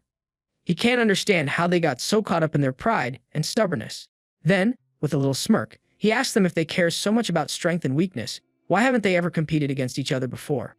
Head 5, trying to sound serious, explains that they are one entity, and if they went all out, it would be like committing suicide. Head 6 quickly nods in agreement, adding that if it weren't for this, it would have already turned Head 5 into a pile of ashes. Head 5 then throws back, claiming that if anyone should have been drained dry, it's Head 6. The argument continues like an immature spat between siblings, and it's all starting to feel ridiculous. Chen Bai, still calm, points out that this situation is the perfect opportunity for them to fight. After all, they've come to the trial as projections, nothing more than shadows. So, why not compete with everything they've got? It's a far better option than dragging him into their petty dispute. Besides, he knows nothing about them. Head 5, after some thought, agrees that this is indeed a good opportunity.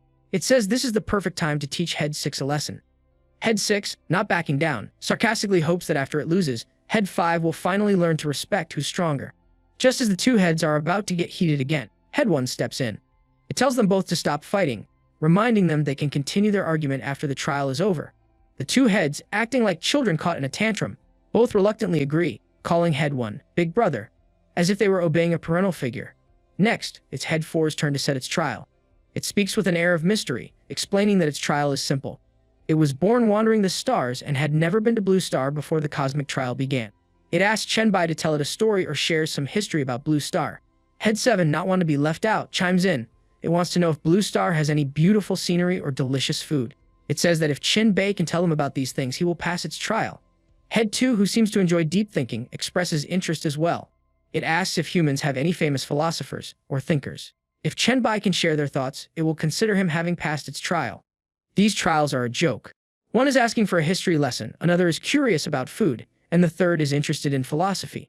They're supposed to be ancient, powerful beings, but they act like a group of tourists on a school field trip, eager to know what the world has to offer. Head 3 grows impatient with the others. It scoffs at the idea of a long conversation and demands to go first. It has no time for boring chit-chat. Without waiting for any response, Head 3 opens its mouth wide, and a dark hole begins to form. A powerful, ominous force starts gathering within, as if the very air around it is being sucked in. Head 3 bellows at Chen Bai, calling him a little brat and warning him to brace himself. It claims that this move, the first skill it created after reaching level 10 and obtaining the power of devouring, is coming for him. Chen Bai has no chance to dodge, and the attack is going to hit him head-on. Chen Bai quickly realizes the seriousness of the situation. This head already has the power to create its own skill at level 10. No wonder it's considered a god. He doesn't hesitate and immediately forms protective layers around himself, drawing on his mental strength. He thinks about the nature of the attack. The flying speed is slow, and the devouring range is limited, but the suction power is enormous. He decides to block it using telekinesis first, hoping that this might help. The black hole continues to grow, expanding larger with each passing second. Chen Bai focuses harder, using all his telekinetic power to push against the pole, but it's not enough. The force keeps increasing. He starts wondering if this is the true power of devouring. The force feels far more intense than his black light virus, which only devours flesh and blood. This is something much stronger, something beyond his current capabilities. Head 3, clearly enjoying the show, launches the attack directly toward Chen Bai. It taunts him, boasting that this is just the initial version of its devouring bomb, and that it's still limited by its level 10 power. The head sneers, wondering aloud if Chen Bai really can't block such a simple attack. Chen Bai isn't fazed. With a calm mind, he transforms one of his hands into a shield, positioning it to absorb the full force of the attack. He braces himself for the worst, the energy of the black hole pressing against him. Head 2 appreciates the move from Chen Bai. It comments that Chen Bai is matching the speed of the attack, slowly retreating in sync, and attempting to use his regenerative abilities to feed the black hole's devouring power. It is commendable. Head 3 chuckles, recognizing the move. It praises the cleverness of Chen Bai, acknowledging that the human has figured out that the devouring skill has limits. But then, with a sinister grin, Head 3 adds that once the devoured energy reaches its maximum, the skill will explode in a devastating blast. The arrogance in Head 3's voice is like that of a kid showing off a toy without realizing how many times it's been played with and broken. Chen Bai, however, is focused, feeling the immense pressure on his shield. Suddenly, without warning, his shield cracks under the strain. A massive explosion follows, sending shockwaves through the air. The force is powerful enough to shake the very ground beneath them, and Chen Bai's shield is completely destroyed in the process. Looking at the immense dark explosion caused by the black hole, Head 3 can't help but boast about the damage, claiming that the explosion is 3 times the energy it absorbed. It sounds so proud of itself, like it just invented fireworks. Head 9, who has been watching, looks surprised and worried. She turns to Head 3, asking if it's really going to blow the human to pieces. She seems like she can't quite believe the over-the-top explosion is enough to end it. Head 3 smirks, clearly enjoying the chaos it's caused, while Head 7, the peace-loving one, covers its eyes, unable to witness such violence. It even expresses disapproval, claiming that a peaceful soul like theirs can't stand to see such bloodshed, please. Head 7 is a joke, a self-righteous fool pretending to be above the fray. From the smoke, a faint sound of cuffing breaks the silence. Head 9's eyes widen with surprise and then delight. She cheers, clearly relieved, as it seems the human is still alive. Apparently, the explosion wasn't nearly as deadly Head 3 thought. Chen Bai steps out of the smoke, his body already beginning to regenerate. He smirks, commenting on the explosion's power, but it's not enough to kill him instantly. Chen Bai calmly looks over at Head 3 and asks if he has passed the test. The question is almost casual, as if he's been through this 100 times before. Meanwhile, Head 3, not willing to give up its flashy show, starts forming another black hole in its mouth. It's clearly not done trying to impress. It calls out to Chen Bai, telling him he's impressive for still being unscathed. But this time, it's promising the second show, an improved version of the attack. Before it can unleash its power, Head 2 steps in, stopping Head 3 in its tracks. It tells Head 3 that its test is already over and to stay out of the way. Head 3, somewhat disappointed, mutters to itself that it should have just used the improved version from the beginning. The frustration is clear. It can't seem to get its act together, and it's beginning to look foolish. Head 2 then turns its attention to Chen Bai, asking him to complete the trial by explaining the philosophy of humans. Head 4, eager to jump in, says it wants to hear about human history. Head 7, who clearly can't wait to get to the important stuff, asks about Blue Star's good food and beautiful views. The requests are all over the place. One wants philosophy, another history, and the last just wants a travel guide. Chen Bai, clearly amused by the randomness of the tests, winks and says it's simple. He begins narrating the story, carefully crafting an answer that satisfies their ridiculous demands. It's almost too easy. After a while, Head 2 comments that Chen Bai's human philosophy is quite interesting, admitting that he's passed the test. Head 4 also chimes in, questioning if this really is history, but agreeing that Chen Bai has passed. Head 7 nods eagerly, passing him as well. The entire thing feels like a performance, with each head offering half-hearted approval.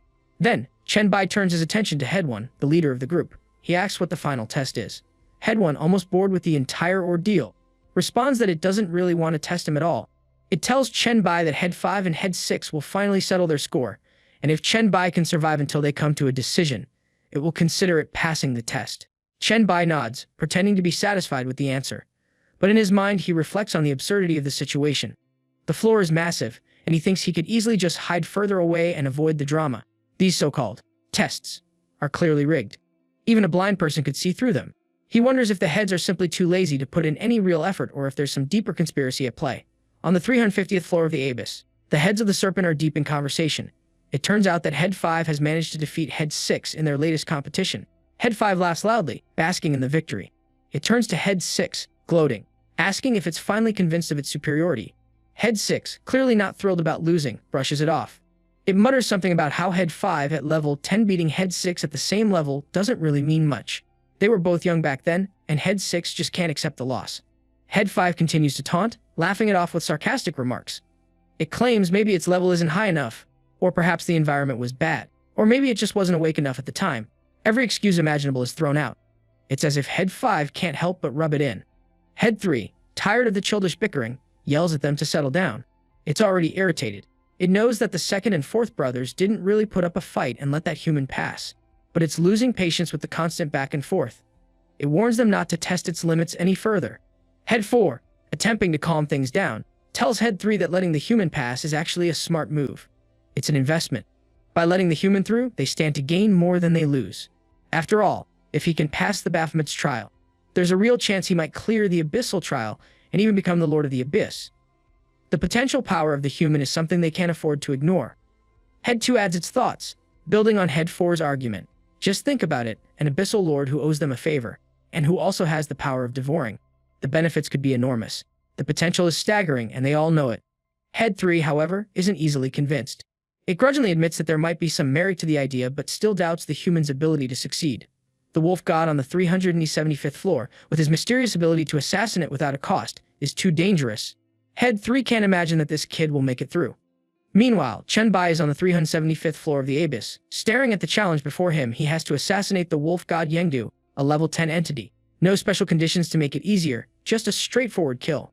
He reflects on the task at hand, knowing that an assassination is never simple. It's going to be troublesome, especially since stealth is required. Stealthy assassinations are exactly the kind of thing Chen Bai is worst at.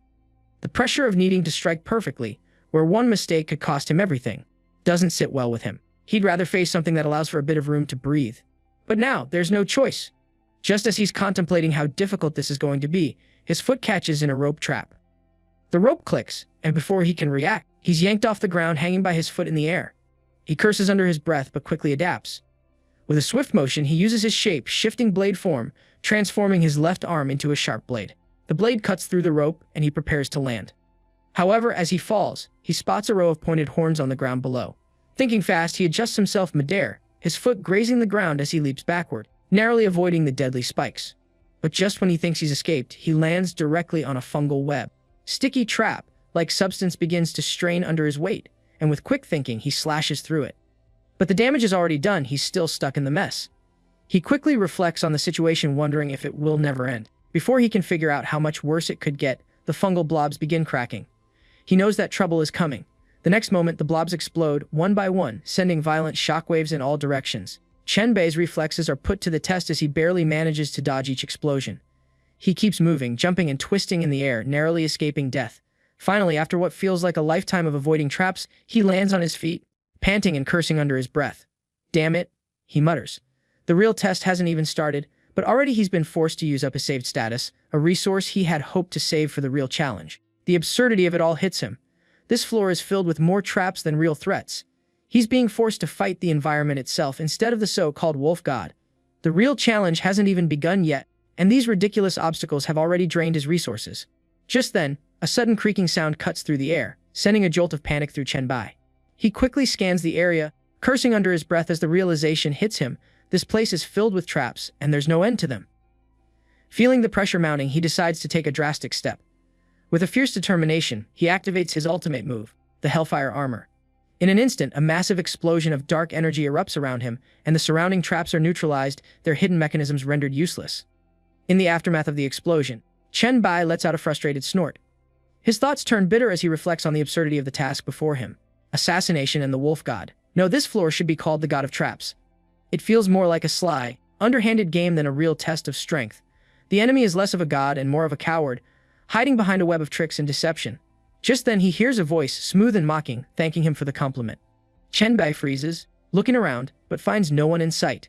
His instincts kick in immediately, and he uses his thermal tracking and psychic vision skills. The skills activate, and he's able to visualize the thermal energy radiating from the wolf god. But it's already too late. The wolf god has closed the distance and is moments away from striking. Before he can react, the wolf god pounces, slashing with razor-sharp claws.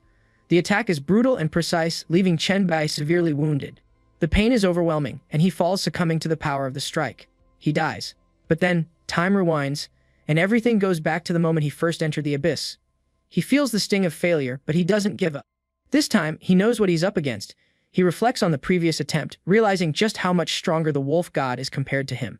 His stats far surpass Chen Bai's, and the traps are endless, designed to wear him down. To top it off, the wolf god's insane stealth ability makes it nearly impossible to detect, even with thermal tracking. Chen Bai resolves that this time, he'll be ready. He won't fall into the same trap again. He needs to release his viruses in advance. Last time, the chain traps didn't even give him the chance to use them. But now, he's prepared. If he can infect Yengdu with the virus, he'll be able to track the wolf god's position using the virus vision. This time, he won't be caught off guard. Chen Bai isn't wasting any time. He decides to tackle the traps head-on, using his own strategy. With a determined look, he transforms his hands, turning them into powerful extensions of his will. He thrusts both hands into the ground, sending pulses of viral mana energy deep beneath the surface. The energy spreads, and soon, spikes of mana begin to rise from the earth. Every trap in the area is triggered by the energy, setting off a chain reaction of chaos. Chen Bai looks around in disbelief. The ground beneath him is teeming with traps, snare traps, beast traps, quicksand pits, flying leaf magic grass, explosive thorn trees. In just a small area, no more than a few dozen meters, nearly 100 different traps are set. Each one is unique, designed to take him down in a different way. The sheer amount of effort put into these traps is mind-boggling. It's clear that this floor was never meant to be fair. It's meant to wear him down, to throw every obstacle at him. But just when he thinks he's made some progress, he senses a shift in the air. He feels the presence of the wolf god behind him, and his heart races. The wolf god speaks, almost taunting him. He can tolerate the poison, but the forest of traps, that was a real pain. Before Chen Bai can even turn to face the threat or respond, the wolf god strikes. The attack lands squarely on his chest, and Chen Bai is sent tumbling, his body crumpling under the force. The world goes dark, and he dies once again. Time rewinds, but this time, Chen Bai is left in pure shock. He realizes that the wolf god has known everything from the very beginning. The god wasn't fooled by his traps, he was there, lurking, watching from the start. His realization is a cold shock to the system. The wolf god is far more dangerous than he first thought. Chen Bai quickly checks with his peripheral vision, using his skills to track the wolf god's thermal energy. He can see the god's presence clearly now, moving with deadly intent. The trap, however, is already set. The realization hits him hard. This isn't a simple fight anymore. The wolf god has outplayed him at every turn.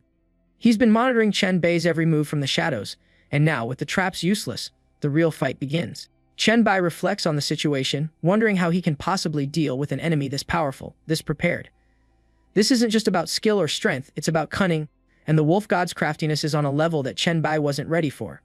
The question now is simple: how should he solve this?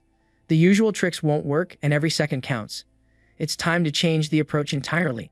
Before we continue, if you have liked this recap, hit that like button as today's goal is 1,500 likes. Also, consider subscribing with the notification bell on to get notified as soon as a new video drops onto the channel.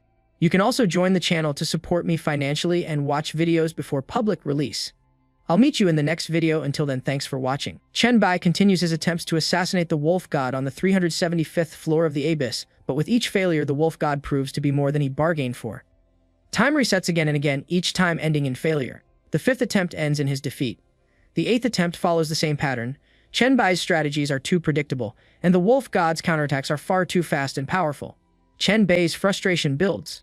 He knows the wolf god's strength may not match Baphomet's, but it's still 3 times greater than his own. The traps scattered throughout the forest are lethal. One wrong step, and death is certain. It's clear that the only way to survive is to use his viruses, but every time the wolf god senses its stats dropping, it kills him immediately.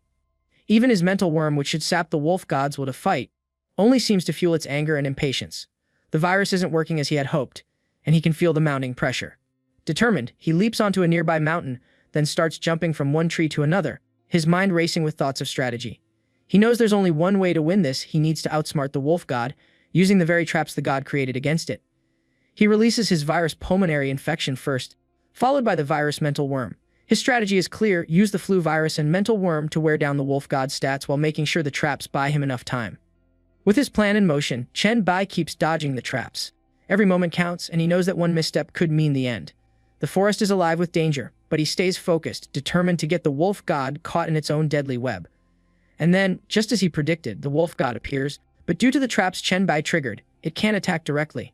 The wolf god is momentarily stalled, its ability to strike neutralized by the very environment it's created.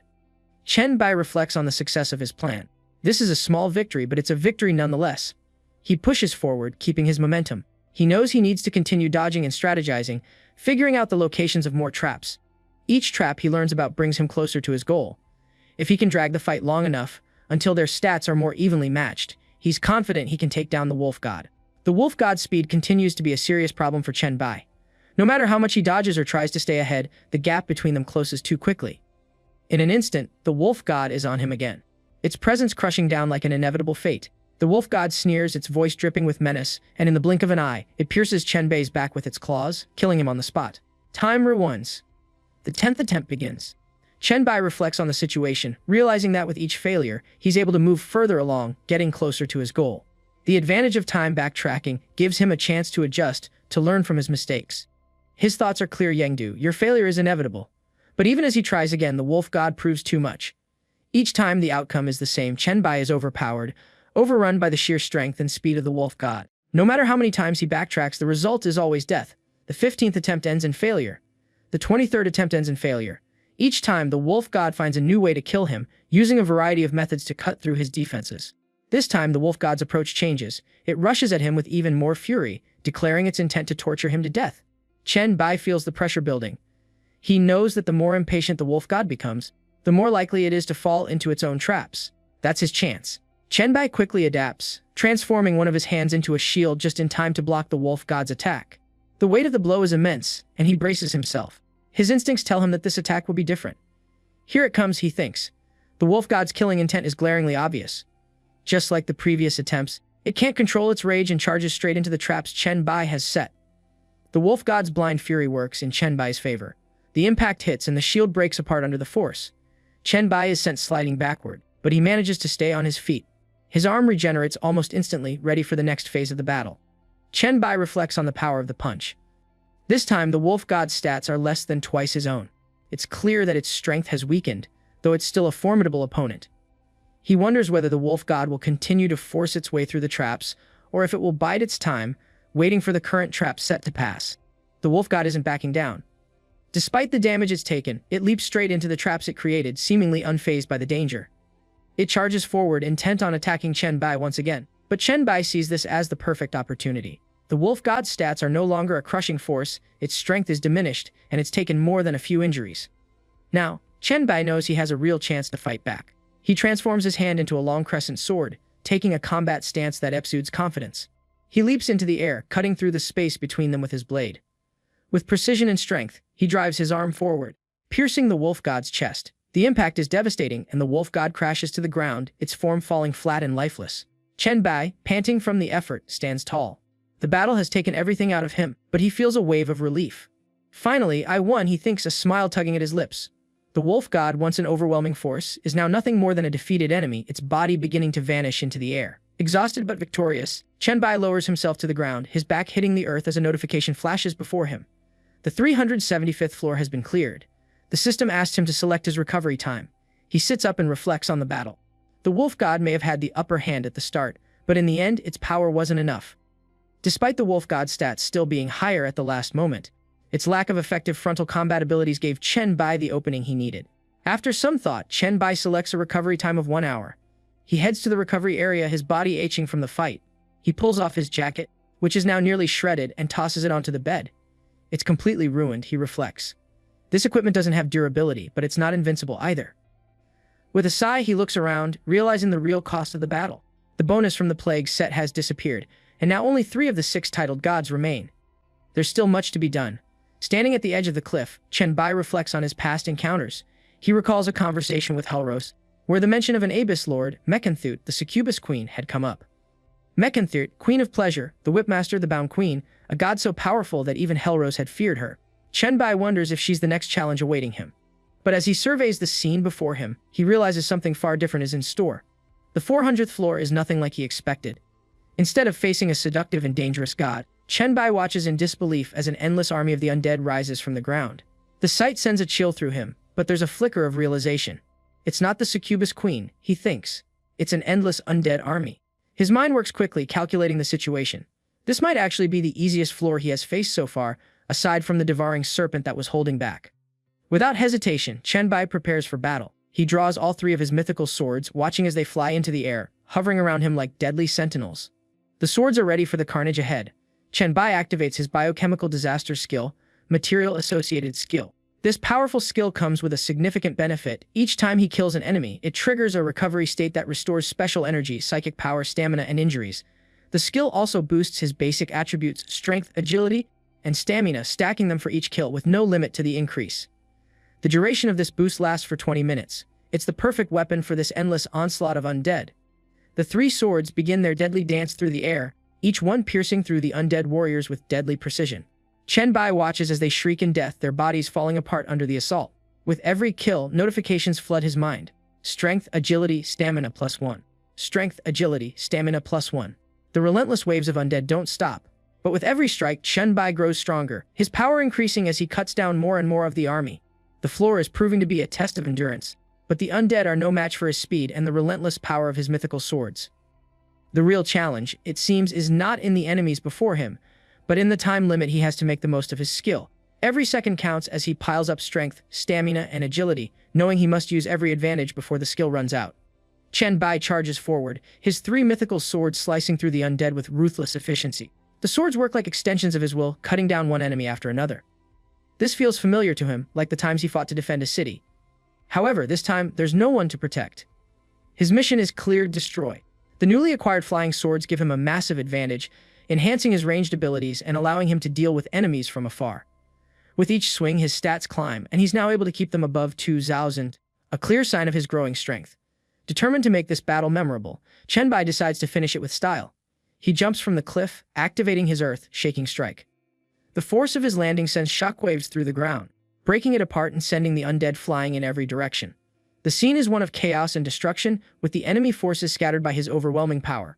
However, just as the dust settles, Chen Bai senses someone approaching. He quickly activates his psychic shield, raising the barrier just in time to block the incoming attack. The force behind it is so immense that the shield cracks under the pressure, leaving him stunned. His head spins from the impact, and he realizes how close he came to being struck down. The attacker reveals itself: Gabur, the leader of the undead, dressed in a black death robe. The dark energy surrounding him is almost suffocating, and Chen Bai feels an intense weight in the air. Chen Bai assesses the situation quickly. Gabur's psychic spear is incredibly strong, and his own psychic energy is not currently buffed. He knows he needs to end this fight fast or risk being overwhelmed. Without hesitation, Chen Bai transforms his left arm into a deadly claw and charges at Gabur. With one swift motion, he pierces the undead leader's gut, creating a deep hole in his body. Gabur, somehow still alive, responds with a tone of amusement, impressed by the persistence of Chen Bai. He praises Chen Bai for being full of surprises despite lacking the strength to back it up. Chen Bai reflects, after all, this isn't the first time Gabur has ambushed him. It turns out Chen Bai has been killed by Gabur twice already. He's been through this cycle of death and time backtracking, and now, it's finally his turn to get the upper hand. Gabur falls to his knees defeated. Chen Bai thanks the leader of the undead for the compliment but knows there's no time to waste. He has more battles ahead, and the next challenge is already calling. Gabur, on the verge of his death, appreciates Chen Bai, adding that their paths will cross again, but this time with more to discuss. Chen Bai walks away without looking back. From behind, Gabber tells him, saying that someone named Macantooth is waiting for him. Chen Bai wonders about Macantooth for a moment but then decides to move forward. Later, Chen Bai steps onto the 437th floor of the abyss, his eyes immediately drawn to a luxurious royal room. On a grand bed lies Macantooth, the succubus queen of pleasure, lounging gracefully. She is breathtaking, her red hair flows around her face like a fairy halo, and her little devilish horns and tail add a mischievous allure to her beauty. Her presence is overwhelming, enough to make anyone lose their focus for a moment. Chen Bai stands frozen, momentarily caught by her charm. Macantooth greets him with a soft voice, acknowledging his progress through the abyss. The way she speaks, so smooth and inviting, seems to draw him in even further. Chen Bai, however, quickly shakes off the effect. He reflects on the situation, realizing he's been captivated by her beauty. So this is Macantooth, he thinks. She's stunning, no doubt, but he can't afford to be distracted. The seductive aura surrounding her is dangerous, and he knows exactly what she is, a succubus, using her charms to manipulate and trap her prey. He must resist her tricks, or he'll fall into her grasp like so many others. Macantooth notices his hesitation, and calls him in a seductive tone. She tells him she can feel his desire, claiming that it's natural and shouldn't be suppressed. But despite the tempting offer, Chen Bai doesn't move. He stands his ground, staring at her, still aware of the threat she poses. His mind races, reminding himself not to fall for the temptation. Noticing his resistance, Macantooth smirks and decides to take matters into her own hands. Slowly, she rises from the bed, walking towards him with a measured, confident stride. She teases him, claiming that his desire is so strong it's about to burst, and implies that it must be unbearable. With each step, her allure grows stronger, and Chen Bai feels a small part of him start to waver. She inches closer, running her tongue along her lips in a gesture meant to test his resolve. Then she demands that he kneel before her. She tells him that with his looks she could easily make him her pet, completely under her control. Chen Bai stands still, frozen by her proximity. She towers over him, ordering him to bow and kiss her feet. Her long whip hangs by her side, ready to leave marks on his skin, an intimidating reminder of her power. For a moment, he feels an overwhelming urge to submit, the seductive charm of the succubus nearly breaking through his defenses. Macantooth promises that well-behaved, obedient pets will be rewarded by their owner. Chen Bai, still fighting his inner turmoil, feels his will begin to waver. Slowly, he kneels before her, his body betraying his resolve. Macantooth's smile grows wider, pleased with his submission. She looks every bit the epitome of beauty, a being that embodies temptation in its purest form. With a mocking tone, she comments on how predictable males are, even though Chen Bai has lasted longer than most. Despite his endurance, she believes him to be just like the rest, lowly, willing to give up everything in pursuit of desire. Then, suddenly, Chen Bai finds himself at the restaurant of Hellrose. Beauty Queen Herlos is sitting in front of him by a dining table. Chen Bai stands beside her, and for a moment, everything feels familiar and comforting. He doesn't realize it yet, but he's caught in an illusion crafted by Macantooth. Casually, Chen Bai begins speaking with Hellrose. They talk about the methods she had taught him to control desire. Chen Bai can't help but mention how well they worked, especially when it came to the succubus he faced during this mission. She had posed no real threat to him at all, thanks to the teachings that Hellrose had passed on. Hellrose, sitting gracefully, smiles knowingly.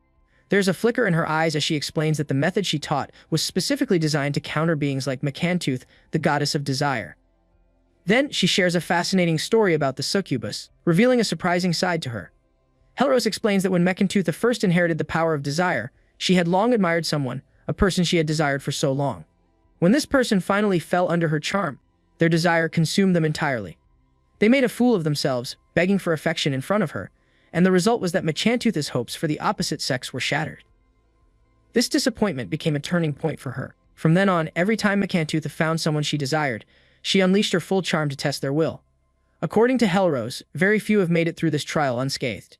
Chen Bai is taken aback by the story. He had always thought of the goddess of desire as a calculating manipulator, but now he sees her in a new light.